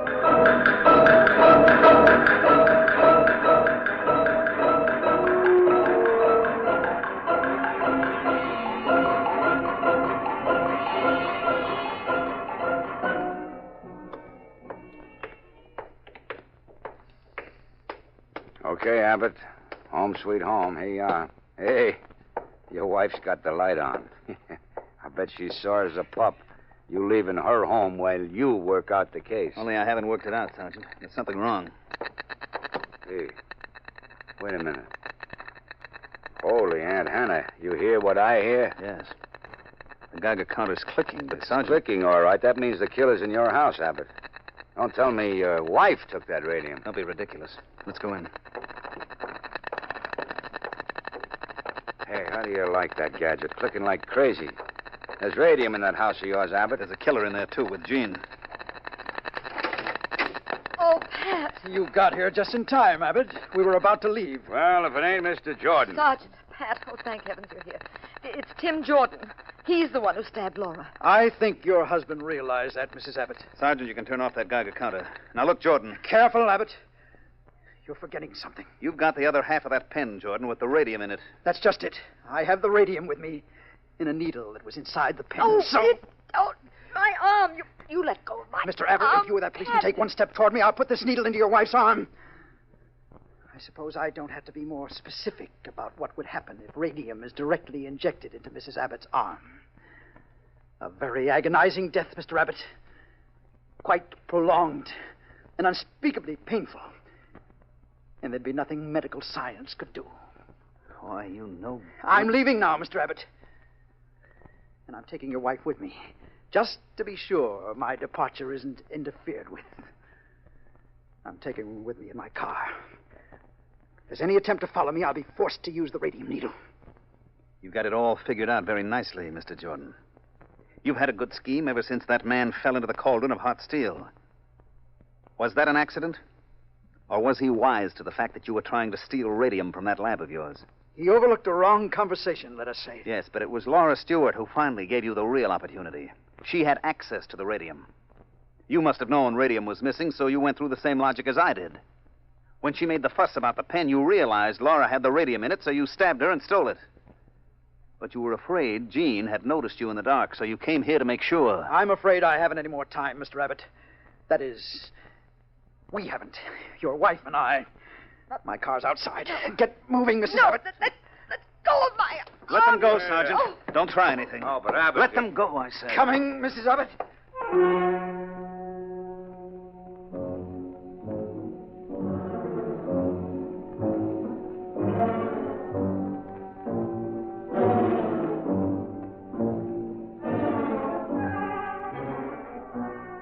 Tim Jordan gripped my arm with the radium needle about an inch from my wrist.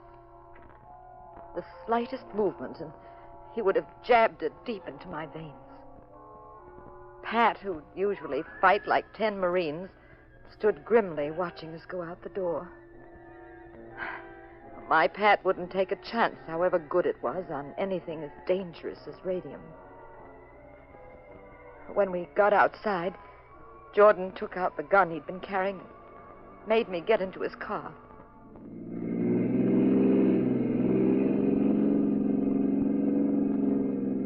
I'll drive down this road, Mrs. Abbott. Then we'll turn left and hit the highway. I must warn you, if we're followed by a police car, I shall kill you instantly. Don't move, Mrs. Abbott. I can see everything you see. Mr. Jordan, all I want to do is powder my nose. That's a woman's privilege. All right. I don't see why you should worry about a girl's powdering her nose. I'll just... My eyes! My eyes! Oh, I'm so sorry, Mr. Jordan. I'll just take that gun of yours and... Look out! We're going off the road!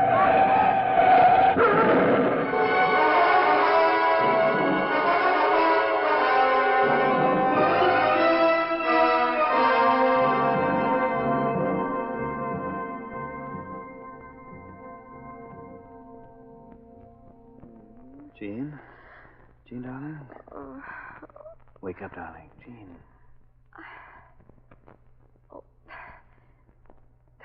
You're in the hospital, darling. Oh. Jordan. Tim Jordan. I blew the powder in his eyes. Mm-hmm. It was very smart, sweetheart, but you should have waited until you were at the stoplight. You know, you knocked over a lamppost, an ice cream truck, and a fire hydrant. Oh.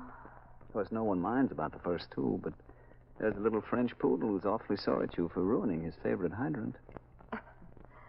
Oh, Pat. Oh, what happened to Tim? He's in the clinic. And your picture is in the paper with a very fancy headline. Oh? Daring girl captures radium killer. It's a nice picture, too. Do I look pretty? Fair. Prettier than your old flame, Laura Stewart? Maybe. Pat, tell me the answer to the biggest mystery in this case. The biggest mystery? What's that? Oh, what happened when you and Laura were locked in the college gym all night? Oh, darling, that was before you and I were married. Well, I still want to know. Did you see the gorgeous flowers I brought you? Oh, stop stalling, darling.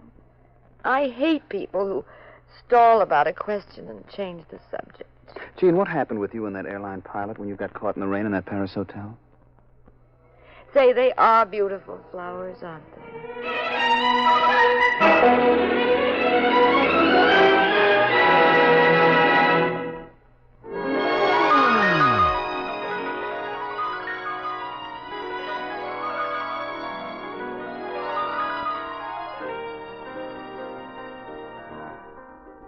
Adventures of the Abbotts has come to you through the worldwide facilities of the United States Armed Forces Radio and Television Service.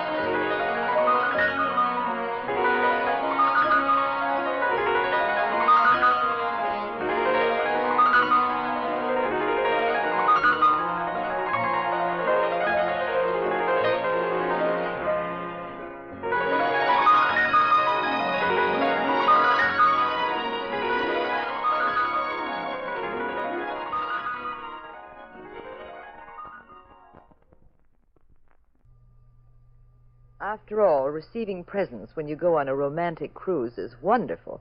But what if someone gives you and your husband a corpse?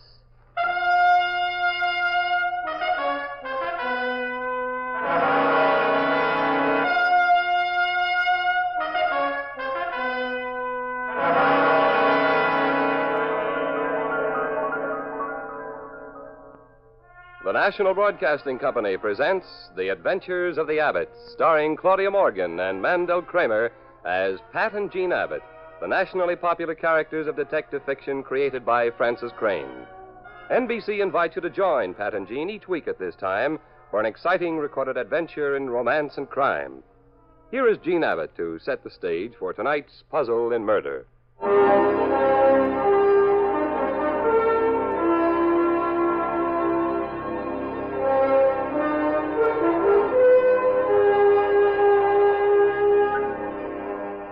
Pat and I decided to get away from it all, as if you ever do when your husband's a private detective. Anyway, the boat had sailed, and Pat and I brushed off the confetti and headed for our cabin. This way to the Abbott's cabin, ma'am. Oh, Pat. But it's sensational. Mm-hmm. Must be very wealthy people, these Abbotts. Now I'll just close this door. Now, me proud beauty, now that I have you alone in me cabin, maybe I ought to grow a mustache so I could twirl it now and then, huh, Jean? No, don't grow a mustache, Mr. Abbott. I kind of like you the way you are. Oh, Pat, everyone's been so sweet I could cry. Look at all those presents. 4 Bon Voyage baskets, 6 bottles of champagne, and those roses. The cabin smells like Shangri-La. Where are you going, dear? Take a shower and dress for dinner. Oh, wear the white dinner jacket tonight, Pat, so I can be very proud of my handsome husband. Okay, darling, but I hate the darn thing. I always feel like a head waiter. We have a present that we didn't know about, Jean. Really? Oh, that's marvelous. Don't tell me. Now, let me guess. Bath salts? No. Orchids? Mm-mm. Well, what is it, Pat? A dead body. Oh, isn't that nice? What did you say? There's a guy in there taking a shower, but he's not singing. Now, Pat Abbott, if you're clowning around... Now, let me... You stay out of there, darling. It's not a very pretty sight for starting a vacation. Somebody split his head open with a fire hatchet.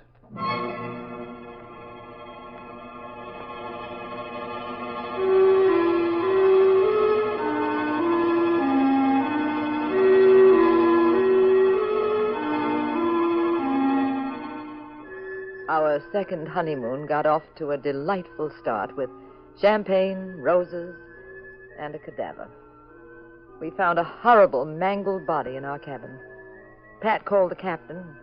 I thought all ship's captains looked and talked like Charles Lawton, but this chap was very simple. Not at all dramatic, but abrupt. Almost too abrupt. After quite a few questions... Sorry this happened, Mr. Abbott. I know you're a detective, but I'll assume complete charge of this case. Well, that's all right with me. I'm on a vacation.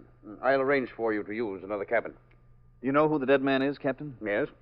You mind telling me? He was a member of the French secret police. Oh? Any idea who killed him?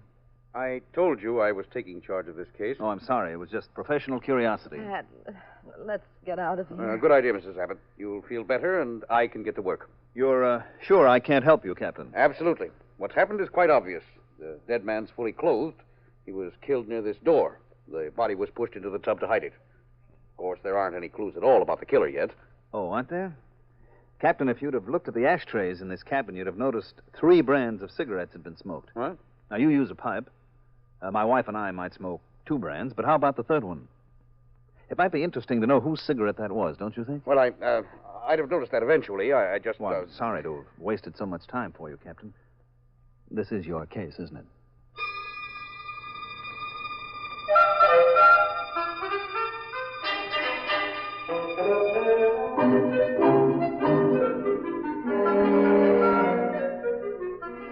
The captain made us promise not to mention a word about the murder to anyone and to behave as though this was a very jolly trip, which indeed it turned out to be. The trip was to Martinique in the French West Indies. And there were some passengers who'd crossed from Cherbourg to New York and then gone south. While Pat was playing shuffleboard, I strolled into the cocktail lounge. I met a very dapper little gentleman. He was almost a Hollywood idea of a comic Frenchman. Small, delicate, with a mustache. Very graceful airs about him. He wore a loud Nile green suit and a yellow ascot tie. Very chic. We were at the bar.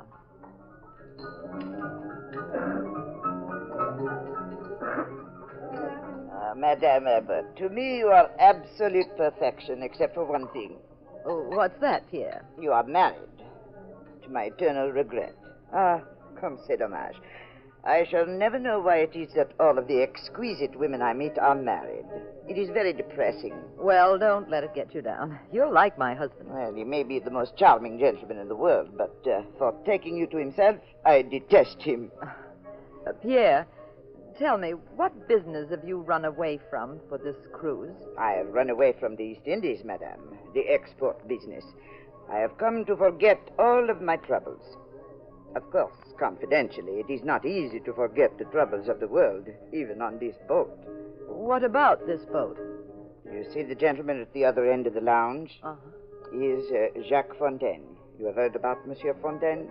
No, I met him for a second. He is what the writer Pertinax, André Géraud, would call a gravedigger of France. He was a collaborationist. At first, he worked with the coiffeur. Now he is involved in the mess in Indonesia, on the wrong side again. Really? Yes. Well, my husband and I thought he was very pleasant. Every night I pray that Monsieur Fontaine will not live to see the morning.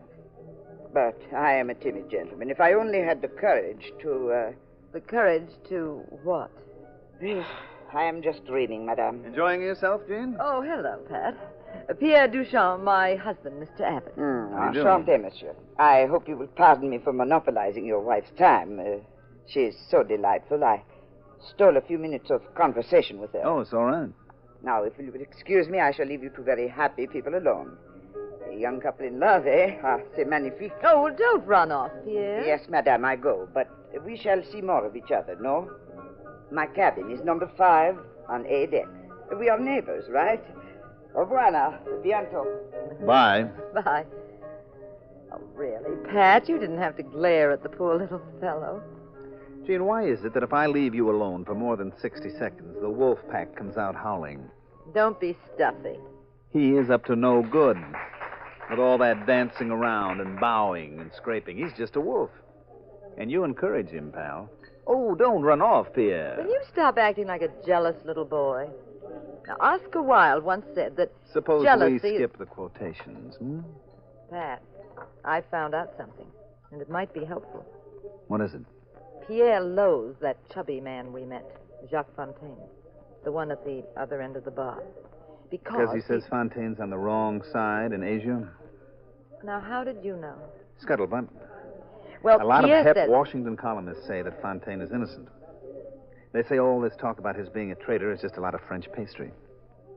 We'll get a chance to judge for ourselves, though, darling. Why? In the mirror, he's coming over.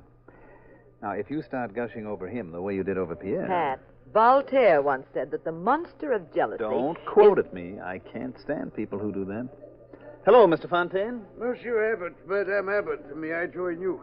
We didn't have much of an opportunity to chat when we first met. Well, sit down, Mr. Fontaine. We'd be delighted. Have you just come from France? Mary, yes. Did you, have any trouble getting out of the country? Oh, no. Why should I? Just asking. Europe's not exactly a playground these days. Oh, I have been made the victim of cheap political gossip, Mr. Abbott. Oh? And you have been listening to it. And you have believed it. Oh, I didn't say that. I am on the side of democracy in French Indonesia. Of course, your story has been corroborated, Mr. Fontaine. No, that is impossible. The only witnesses I have Yes? were killed.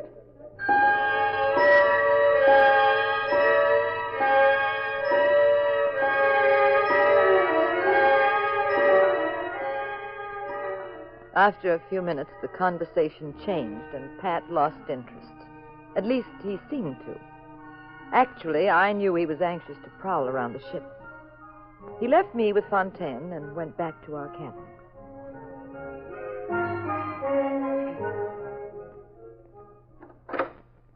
Oh, Aren't you in the wrong cabin, ma'am? You are Monsieur Abbott? Yes. You know, I'm beginning to wonder what makes me so popular. We keep having visitors in here. Please forgive me. I'm Marie Fontaine. Fontaine? Yes, I saw you in the lounge before. You were speaking to my father. Well? It is very rude, but I wanted to speak to you. I was waiting in the hallway, hoping you would come, but then I saw a man's shadow. Someone was watching me, following me. He seemed to be just around the turn toward the exit. I was frightened. I ran into your cabin to be safe. I waited for you here. Miss Fontaine, what's this all about? Why should anyone follow you? And why do you want to speak to me? It is about my father. You know, they say he is a traitor to France, but he is innocent, Mr. Abbott. He is innocent. And you are a famous detective. You can help us. Secret agents, they follow him. He will be killed. He will be killed. Now, Marie, just take it easy now. I'll do whatever I can. Oh, you will? Oh, but I do not have any money. I have nothing to offer Well, you. that's all right. You just forget that. Just relax. Oh, Mr. Abbott, I knew you would help me. You are a darling, a darling. Now, Marie, please. Oh, you're now, an look, angel. Marie, please. Oh, look out, monsieur. fellows. Here come the cops. Oh, Jean, come in, Jean. This is. Oh, this must be your wife. Oh, c'est drôle. Yes. Say droll. Shall I turn on the air conditioning, Pat? You look overheated. Well, no, darling. I was thanking your husband, Mrs. Abbott. I am Marie Fontaine. He's going to cooperate with me. Going to? My dear Miss Fontaine, he is cooperating. Oh, I'm sorry if you misunderstand. I shall leave. I'd better see you to your cabin, Miss Fontaine. She's not safe going around on the ship alone, Jean. Now, where have I heard that one before? Jean, on the subject of jealousy, George Bernard Shaw said...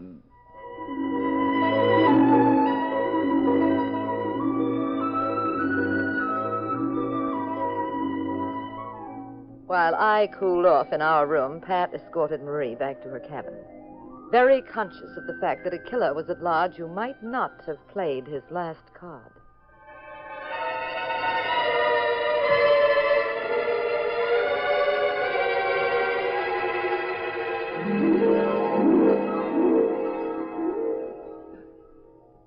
This is my cabin, number 3. 3. Didn't Pierre say that he had number 5 on this deck? Ah, yes, his cabin is next to mine. The little man in the green suit. I do not trust him. He makes me very nervous. Is there a connecting door between your 2 cabins? Yes, there is, but I keep it locked. Pierre behaved like a harmless pigeon, but I think that he is a wicked vulture. You and me both. I shall be quite safe if I stay in my cabin. Thank you for bringing me here, Mr. Abbott. I'm sorry if I upset your wife. Good night, Marie. Oh, confidentially, Yes? I'm not really sorry. I like kissing you. You are the kind of man for whom a woman would be glad to take risks. You are... Good night, Marie. Say, droll.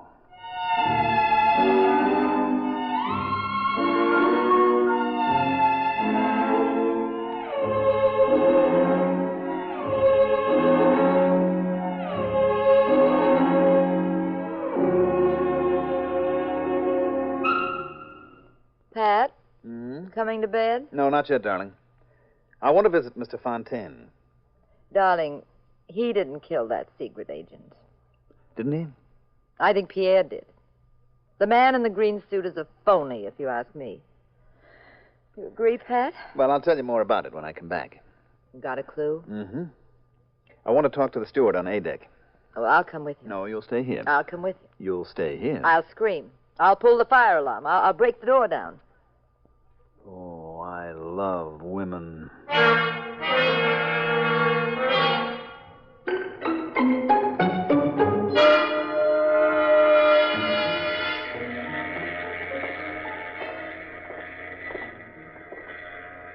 Here we are. This is Fontaine's cabin. I'll knock.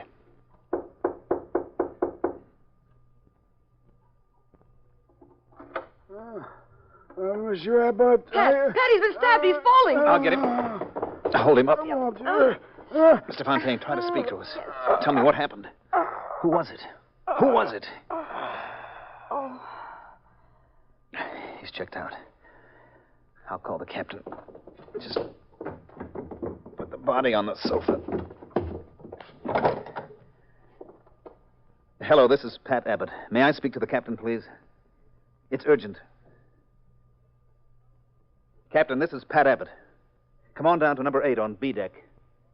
Somebody's killed Fontaine.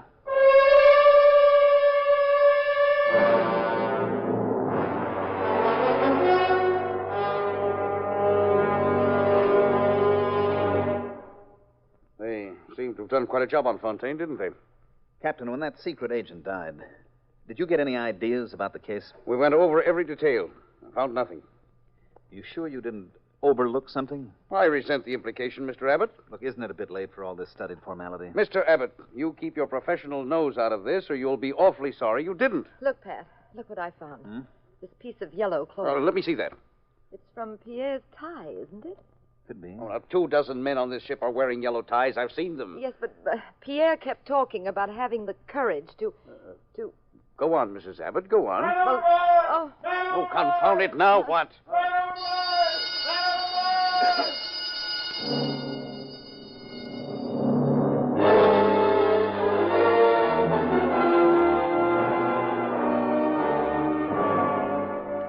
We raced to the top deck. It was pitch black up there. The captain shouted commands. Long fingers of light swept the water. Anybody see him? Anybody see him? Get that boat down! Faster! Faster! Up to it! Pat, Yes. I'll bet Pierre jumped off. He said he just needed courage, that's all. He stabbed Fontaine and then he went over. He committed suicide. Oh, they'll never find him in that black water. You've solved this pretty quickly, haven't you, chum? Swing that light more to the left. The left! Swing it over! That's it! Binoculars! Get my binoculars! Come on! Come on!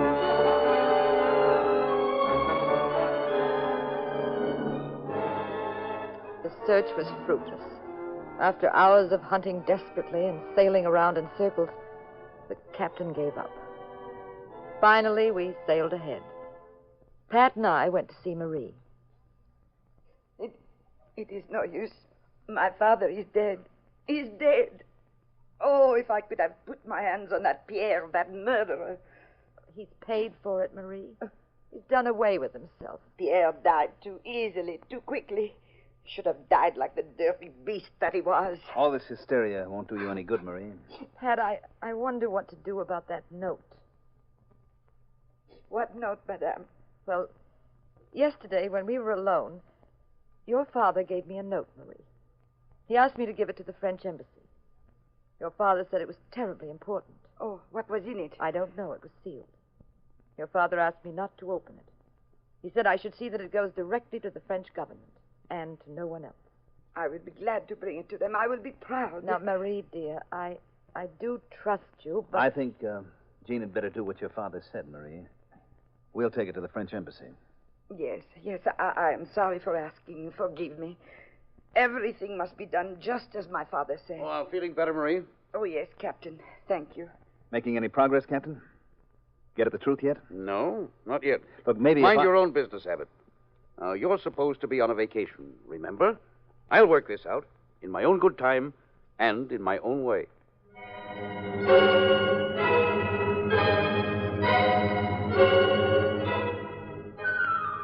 Later, Pat went for another one of his strolls around the deck.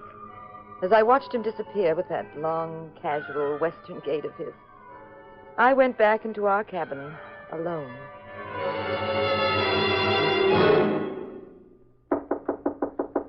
One second. Good evening, Madame Abbott.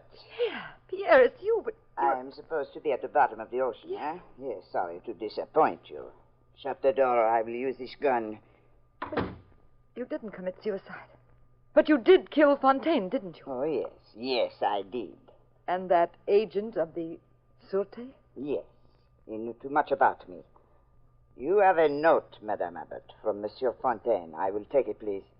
I am not going to give it to you. But now, my dear, you must have learned by this time that human life has very little value to me. I have done away with 2 people. I could so easily make it a 3rd. Give me that note, Madame Abbott. Get out of here, Pierre. I want that note. I shall wait exactly 10 seconds for you to hand it over. Then I shall kill you. You don't frighten me at all, Pierre. 2 seconds have gone by. I shall wait 10, as I said. Then I shall get you out of the way. The shots would be heard and you'd be caught. You haven't much of a chance anyway. You'll be seen no matter what you do. You're finished, Pierre. Odd that you should be willing to die for that little piece of paper. Surely it is not that important. When my watch comes to the 10th second, I shall fire. 8 seconds. 9 seconds. Drop that gun, Pierre. Abbott! Duck, Jean! Pat! Pat, you missed him. You hit the mirror. You hurt, darling? No, but there he goes, Pat, down the hallway. But go ahead, you... Pat, what are you standing there for? Just want to kill time, darling. I missed him purposely. You what? Now, I want to give him a chance to get back to his cabin. I don't want to grab him right now. Well, of all the... I thought... That it was all over? That all I had to do was catch Pierre? No, darling. You've been oversimplifying this deal ever since the cards were out. He's had enough time now. Come on. Pat, be careful. Don't follow me. I certainly will. Shh. Wait now. Easy now. Round this turn. There he is. Way down the hall. Mm-hmm. You see him? He's looking around for you. Now he's going into his cabin. There he goes. Good. Come on.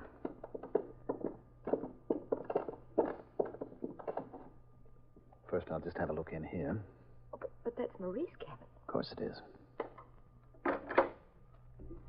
Fine, it's empty. I'll make sure that connecting door is locked. Yes, it is. All right, now, come out here in the hallway. That's it. Now we're going to play some games. You got a cigarette? A cigarette? Now? Sure. Oh, Pat Abbott. Come on. Atta girl, now give me a light. Oh, what in the world? I'm going to blow some smoke through the keyhole in Pierre's cabin. When I do, you scream fire. Oh, now, Pat, I can't. Come on. Start screaming. Pat, fire! Fire! Fire! Where is it? What is the matter? Marie! Stand right there, Marie. What? I missed you before on purpose, but this time I'm playing for keeps. Where's... Pierre? There isn't any Pierre. Is there, Marie? There never was any Pierre. Was there, Marie? You rotten. Come on, talk up. Yes, you're right. You created Pierre, Marie.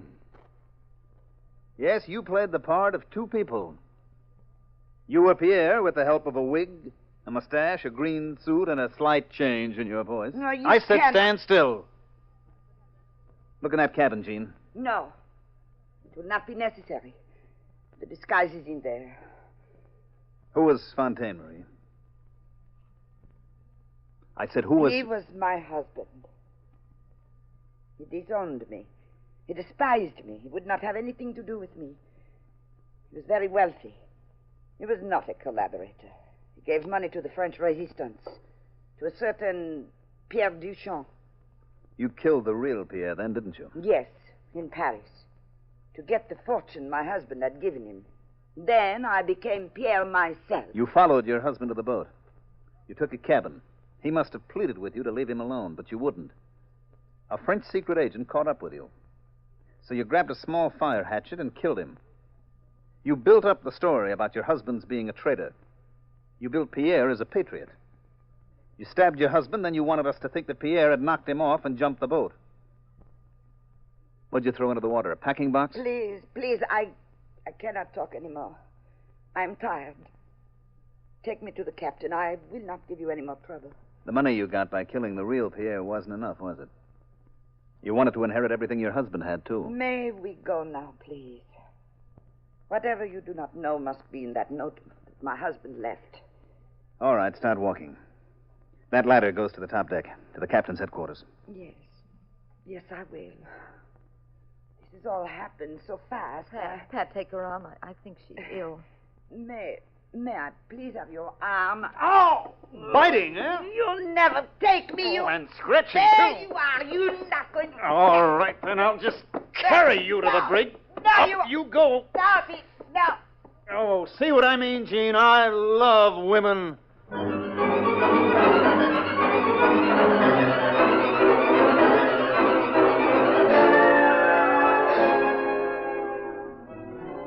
After Pat had turned that tigress over to the captain, we had dinner. We danced. We went up on deck to begin our romantic cruise again.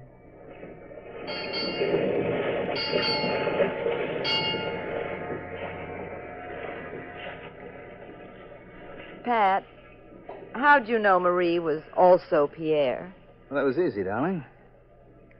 First of all, I never saw them together at the same time. Now, that was just a vague notion, so I asked the steward on A deck to do a favor for me. Oh? He showed me the cigarettes that he'd emptied out of the ashtrays in Pierre's cabin. Every one of them had lipstick on the tip. And if you weren't sure then, you must have been later. I noticed Marie was the only person we told about the note. But a few minutes later, Pierre came in and asked for it. Oh, I'll bet the captain's hopping mad. He was hoping to solve the case without you. The arrogant so-and-so. He isn't half as mad as I am. It's a fine second honeymoon this is. Pat, Hmm? I was just thinking. Yes, dear? Well, if the boat sank, If the boat sank. and we were marooned on a desert island for the rest of our lives, what would you do? I don't know. Spend most of the time Doing what? this.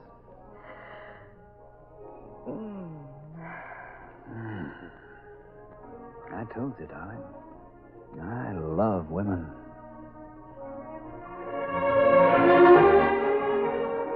Moral of the story.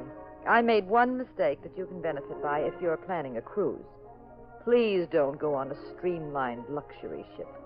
Go on a very small, dangerous boat that's liable to be shipwrecked near some lovely private island.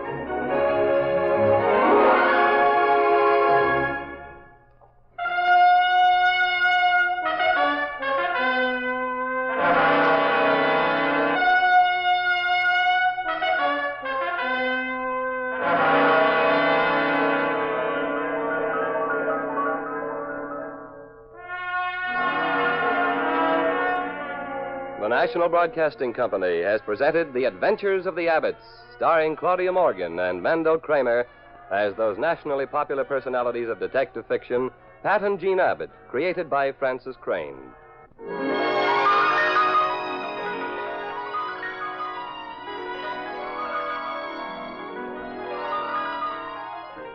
Adventures of the Abbotts has come to you through the worldwide facilities of the United States Armed Forces Radio and Television Service.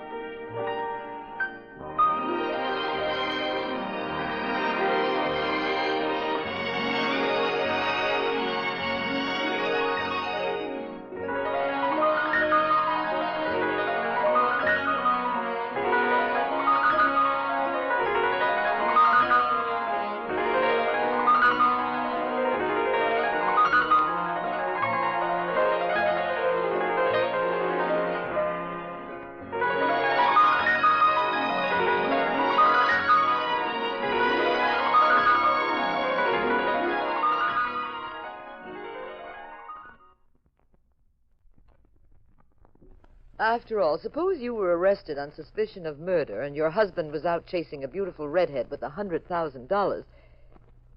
You think you've got troubles, hmm?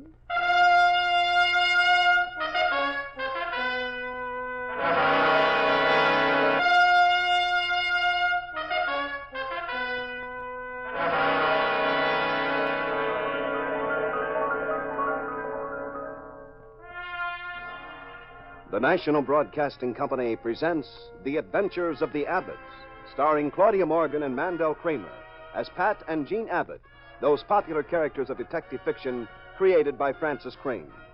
NBC invites you to join Pat and Jean for another exciting recorded adventure in romance and crime. Now here is Jean Abbott to set the stage for tonight's puzzle in murder.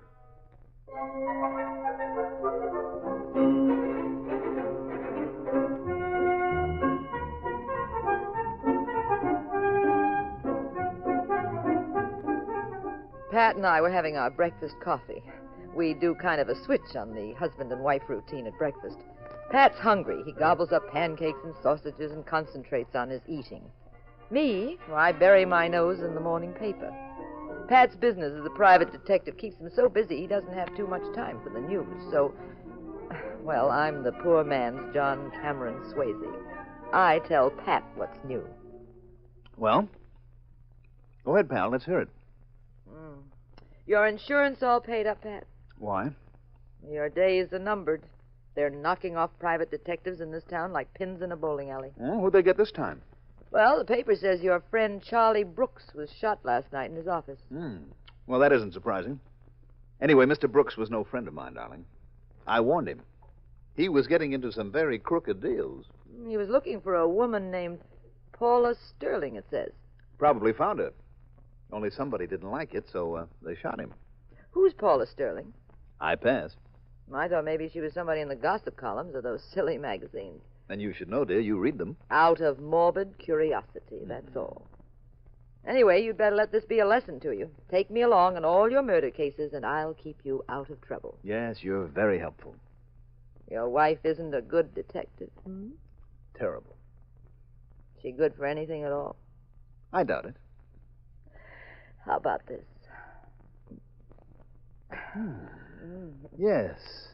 Now that you mention it, she does have talent along certain lines.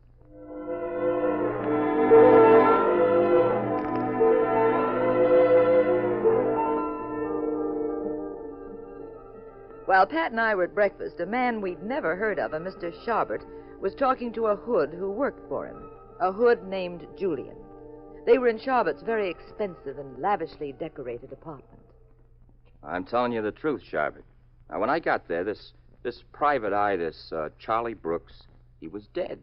Julian, doesn't it strike you as odd? Doesn't what? I hired Brooks to find Paula Sterling.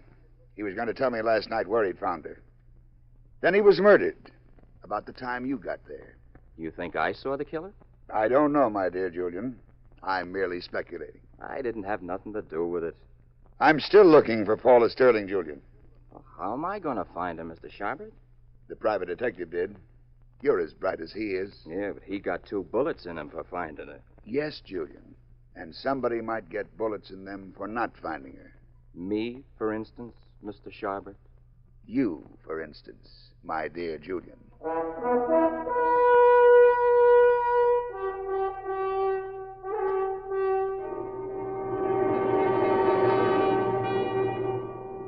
I walked Pat over to his office in one of San Francisco's newest skyscrapers. Figured I'd kibitz on a case or two. Pat hates it. But me? I worry about him. I also worry about the women that parade into his place. The one we found in his waiting room, for example. I'm Dorothy Strickland, Mr. Abbott. Oh? Well, do sit down. This is my wife, Jean. Oh, how do you do? Miss Strickland. Not here in the anteroom. My private office, Miss Strickland. Oh, thank you. Wait here, Jean. Jean. Come back, dear. I said wait here. Oh, did you? Mm-hmm. You see, perhaps Miss Strickland wants to talk to me confidentially. Well, that's what I thought. Read some magazines out here, chum. Newspapers, whatever you like. Okay. Oh, say, here's something. Pershing says he has the Kaiser on the run. Where do you get these magazines? From your dentist? Now, what's on your mind, Miss Strickland? I want you to find my sister-in-law Why? so my brother can sue her for divorce. I'm very sorry, but I don't get mixed up in divorces. But she may have been murdered. Really? What makes you think so? She's been missing for 6 months. Well, that doesn't mean she was killed, unless you have some special knowledge. Don't start accusing me. I don't like innuendos like that. I'm just trying to get the story straight. What's your sister-in-law's name? Paula Sterling. Oh. Her again. Paula Sterling's her maiden name. She's originally from Los Angeles. Why did you say her again? Her name was in the morning paper. Yes. Very unfortunate. That private detective. The fact that he was killed looking for her is hardly tempting. Well, to hear me out first. The divorce her fault? No. My brother Stuart is young, and, well, he's fallen in love with someone else. Tell me, could Paula have disappeared so your brother can't find her and serve her? Is she blocking the divorce that way? Absolutely not. That's why I know something must have happened to her. Anybody else mixed up in her life? Another man, maybe? None that I know of. Is she psychologically sound? No possibility of amnesia? That's out of the question. Do you have any idea why the first detective hired on the case was murdered? None. Are you frightened? Is that why you won't look for Paula? I don't scare quite that easily, Miss Strickland, but I do like to know who's holding what cards. You've got to take the case. I need your help terribly. Isn't there anything that will persuade you? Perhaps. I think I'd know a way, except there's an obstacle. Oh? What way is that? Well, let's say the obstacle's in the anteroom. My what? Well, sometimes it's easier to win a man to your own way of thinking if there isn't a wife in the picture. Oh, well, skip that. Married or not, I still have a peculiar feeling I don't like risking my neck unless I have to. Now, tell me, what does Paula look like? Well, she's 5'3". She weighs 115 pounds, has beautiful red hair, lovely big blue eyes. They say she looks a little like me. Oh, lovely eyes, beautiful hair, looks like you. You're the modest type, I see. No, just telling you the facts. That's what you wanted, isn't it? Speaking of facts, Miss Strickland, let's face a very interesting one. The fee. Hope it won't be exorbitant. Well, you know, stuntmen get a lot of money. That's because their assignments might be fatal. Now, you were asking me to walk the same road that a colleague of mine just walked, and he's in the morgue. All right, name your figure. 5,000. Find her or not. Well, would that settle it? Then you'd accept? Probably. I'll dig up the money somehow, some way. It's a deal, 5,000. Of course, if it could be less, I mean, even a little less. You're asking me to find a woman nobody's been able to locate in 6 months. She's very attractive. In spite of what you say, she's undoubtedly involved with men, and some of them are obviously hoods. They just knocked off the guy who finally did find her. And you've no really valuable clues. There'll be nothing less, Miss Strickland. All right, I'll pay. All right, then you're on. Will you start immediately? Immediately. You're a darling. I could just kiss you. Well... Was I interrupting something? Oh, no, I, just that, Jean, dear, you see, she got excited because I consented to take the case. Do you have a pencil, darling? I want to take down Miss Strickland's number. I think you've already got her number. Look, I came here to hire services, Mrs. Abbott, not to indulge in second-rate wisecracks. You also didn't come here to kiss my husband. Or did you? Here, I'll write my number on this pad. There we are. All right, I'll call you the moment I learn anything, Dorothy. Learn anything? Brother, if I hadn't come in, you'd have graduated with honors in about 5 minutes. I was talking about the case. Well, I wasn't. Now, isn't that odd? I'm very grateful, Mr. Abbott, and goodbye, Mrs. Abbott. Goodbye, Miss Strickland. That's a sweet girl. Husband snatcher. Darling, you don't know what this involves. I certainly do. I listened on the intercom. 1 million people in San Francisco, and I have to find one redhead. You know, that's like looking for a cheap apartment. I have a feeling I can clean up this case with one call. And I have a feeling that you've flipped. Just listen. Hello? May I please speak to Paula Sterling? Well, this is Paula Sterling. Well, this is the office of Pat Abbott. Are you from Los Angeles? Well, yes. Thank you. That's all I wanted to know. Well, don't... Hello? Hello? Well, my fine, high-class private detective with the big problems. What have you got to say now? Well, that couldn't possibly be the same Paula Sterling. Dorothy's been looking for her for almost 6 months. Or maybe she wasn't trying very hard. She's living at the Beverly Arms. Well, how did you know? Elementary, my dear Abbott. I looked it up in the phone book.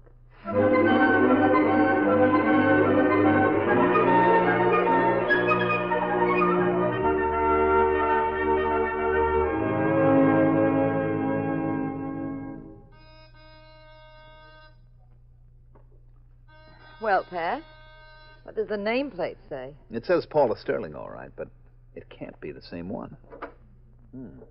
What's the matter? Not locked. Nobody home? Let's try the bedroom.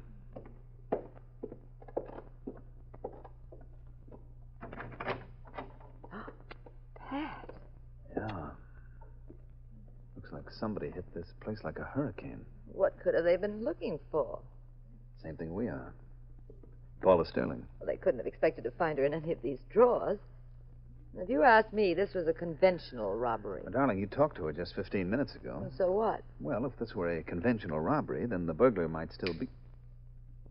What happened to those lights? I don't know. Turn them on. They won't work. Fuse must have gone. Don't move. That's good advice. Why don't you take it, too? Get that flashlight out of my eyes. Well, Pat Abbott, the detective, right? Have we met? Not formal, no. I saw you in a courtroom once. Oh, you did real good. But you won't this time. Not with this dame. Which dame? Paula Sterling, the dame with you. I am not a dame. I'm Mrs. Pat Abbott. That must be fun. I could have more fun, pal, pushing your wise guy face. Never mind that. It'd get us all in a jam. I didn't hear your name. Call me Julian. All right, Julian. We're looking for Paula Sterling, too. My boss would like to know that. Who's your boss? Mr. Sharbert. He's a very nice guy. You know, you ought to meet him. In fact, you ought to meet him right now. Maybe I don't want to. Maybe you don't see this 38. All right, we'll meet him. I love cordial invitations like that.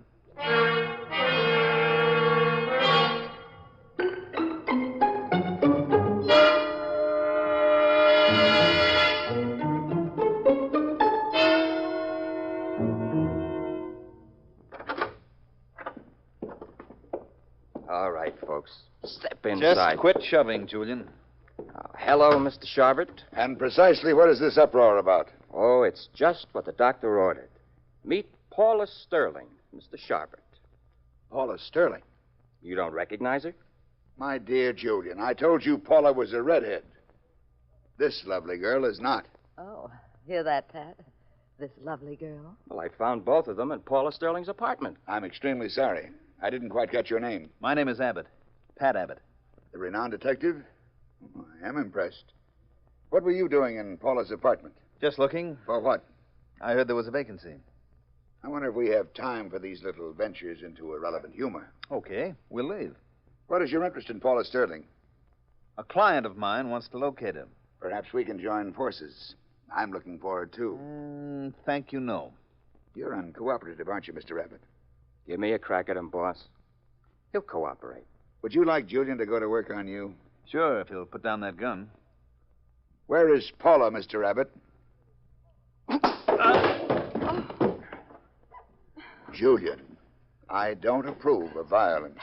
Pat, are you all right, dear? Of course he is. Help him up, Julian. Never mind. Just put the gun down, pal. I'd like a crack at you myself.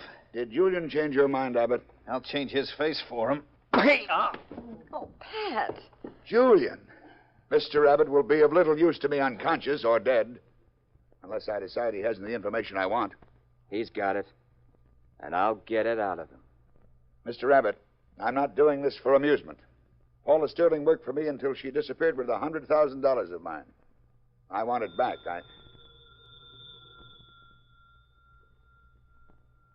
Want me to answer? Never mind. Hello? Yes? Yes. You have? Oh, that's splendid. Accept my apologies, Mr. Abbott. What for? An error. It's been rectified. One of my employees phoned in. Imagine. He just found Paula Sterling.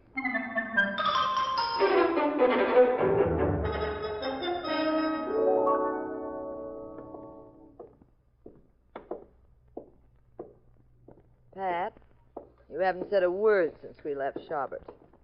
I've been thinking, darling. Well, it's about time, the way you were being pushed around. I want to see Dorothy Strickland. Business or pleasure? You got the key to the office? Mm-hmm. Here.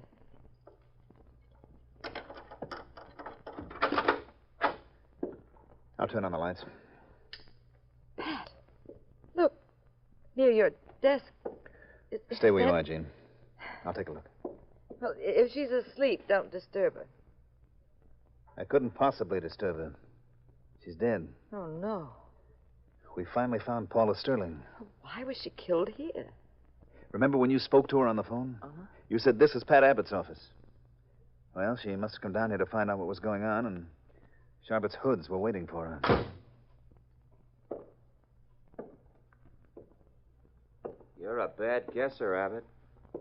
I'd like to be your bookmaker. You know, this is the second time you've snuck up on me, Julian. I'm getting annoyed. And get that gun out of my face. I've been tailing you ever since you left Sharpett's place. That phone call was a phony. Sharpett figured when you heard we found Paula Sterling, you'd go where she was hiding out to check. Well, he's a bad guesser, too. Why'd you knock her off? Don't be an idiot. I just got here. You know that. Yeah, but how long does it take to knock a dame off and roll her for a dough? Give me the phone. Who you calling? The cops. Forget it. It's a crummy idea. Oh, you've got a better one? Yeah. I got a better one.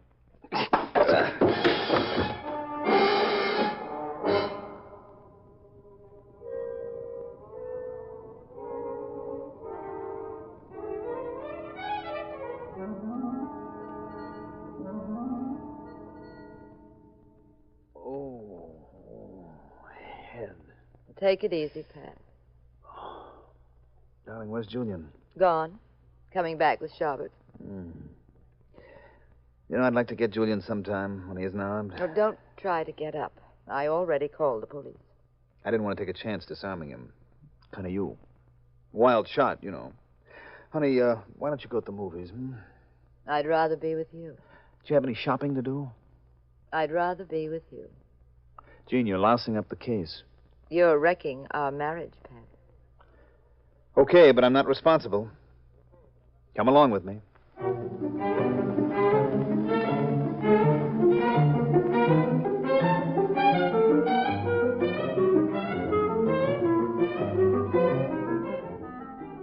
The phony. Pat, I mean.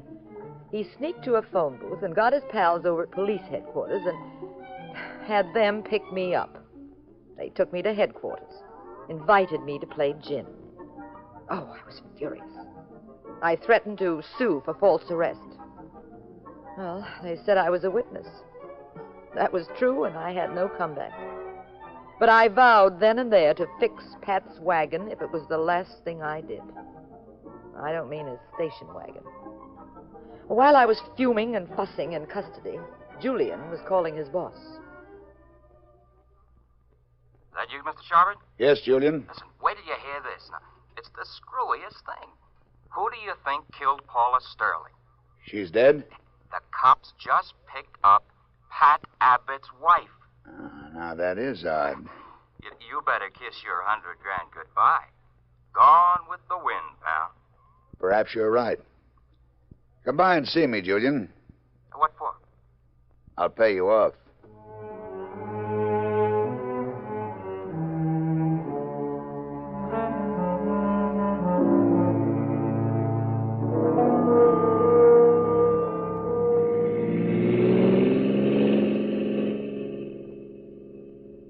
You didn't have to drive me to the airport, Mr. Sharbert? I'm delighted to do it, Julian.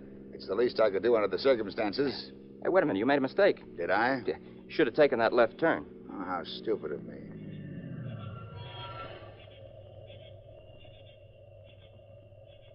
Why are we stopping here? Something just occurred to me. Did it? Yes. Julian, who stands to gain the most from Paula Sterling's death? Well, Pat Abbott? Why do you say that? Well, he could knock her off, grab the dough. Incredible. Abbott is a world-famous detective. He's turned down more money than that. Extremely ethical. Maybe his wife swung it, huh? Don't be absurd. Who does that leave? You, my dear Julian. Me? What are you getting at? Suppose you committed the murder. You wouldn't have to split the take with anyone. Oh, come on. Do you have the money with you, Julian? Or shall we drive somewhere and pick it up? Put that gun away. Let go, I tell you. Let go. The price of stupidity, my dear Julian. To live by violence is to die that way.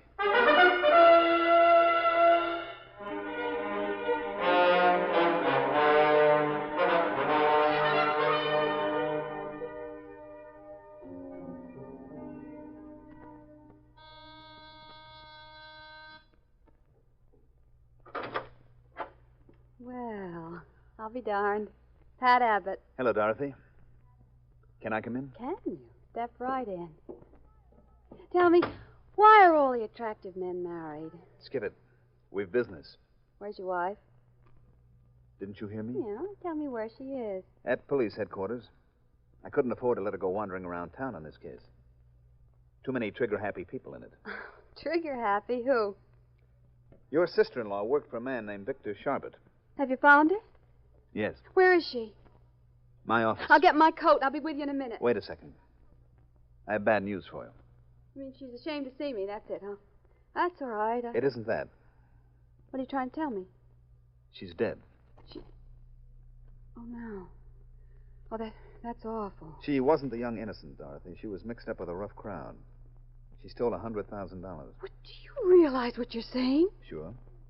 Yeah, but that doesn't make sense. I mean, Paula was a simple, sweet girl. She didn't need Charbert's money. I can't convince him of that. Well, you're wrong. There's a mix-up. Yes, there is a mix-up. What do you mean? You said she had beautiful red hair and blue eyes. Well? Her hair wasn't naturally red like yours. It was dark at the roots. It was the first thing that struck me when I saw the body, and also she was about 2 inches shorter than you. Well, what difference does that make? Well, I know you haven't seen her in months, and girls do dye their hair. Now, wait a minute. but, You've lost me. I can't seem to think straight. Now, the shock, I guess. Knowing Paula's dead. Paula Sterling isn't dead. But you just... The girl in my office is dead, all right, but not Paula. You're Paula Sterling. Oh, no, now, really? If you're trying to be clever... No, not very clever. Tell me, how do you know she took Charbert's money? I didn't say it was his, but you did. I just presumed, since you mentioned his name... No, it was too easy when Jean found your name in the phone book. I should have had the answer then. What surprises me is that Charbot never thought of looking there. Sure he did, but it wasn't there when he looked. I waited until today when the new phone listings were published before I walked into your office. I was very thoughtful. Who is the dead girl in my My office? double, and she did it well, too. Mm-hmm. Well, now, if we're all through... We're not through. Oh. You have a license for that gun, Dorothy? Nope, but it won't bother me. The police will think that Charbot killed you when they find your body. You want to make a deal? Go ahead, talk.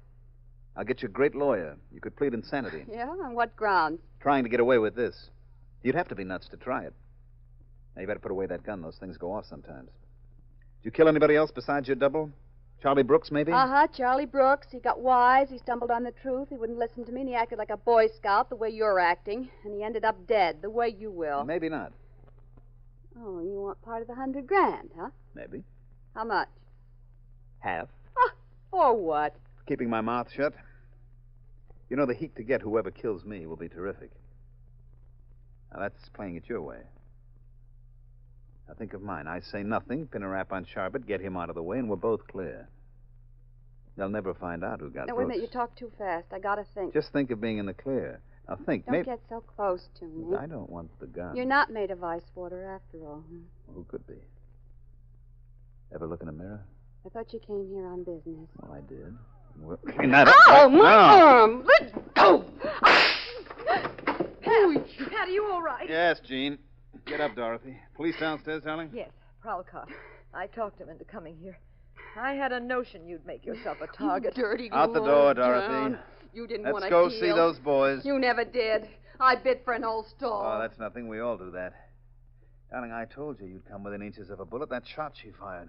Lucky it was wild. Not as wild as I am, dear. Locking me up in the hoosegow. Chasing redheads. Kissing this woman. Line of duty, pal. Oh! Ow! Hey, what's the idea of kicking a guy in the pants if he just captured a killer? Well, I'm your wife, right? Line of duty, pal. Line of duty.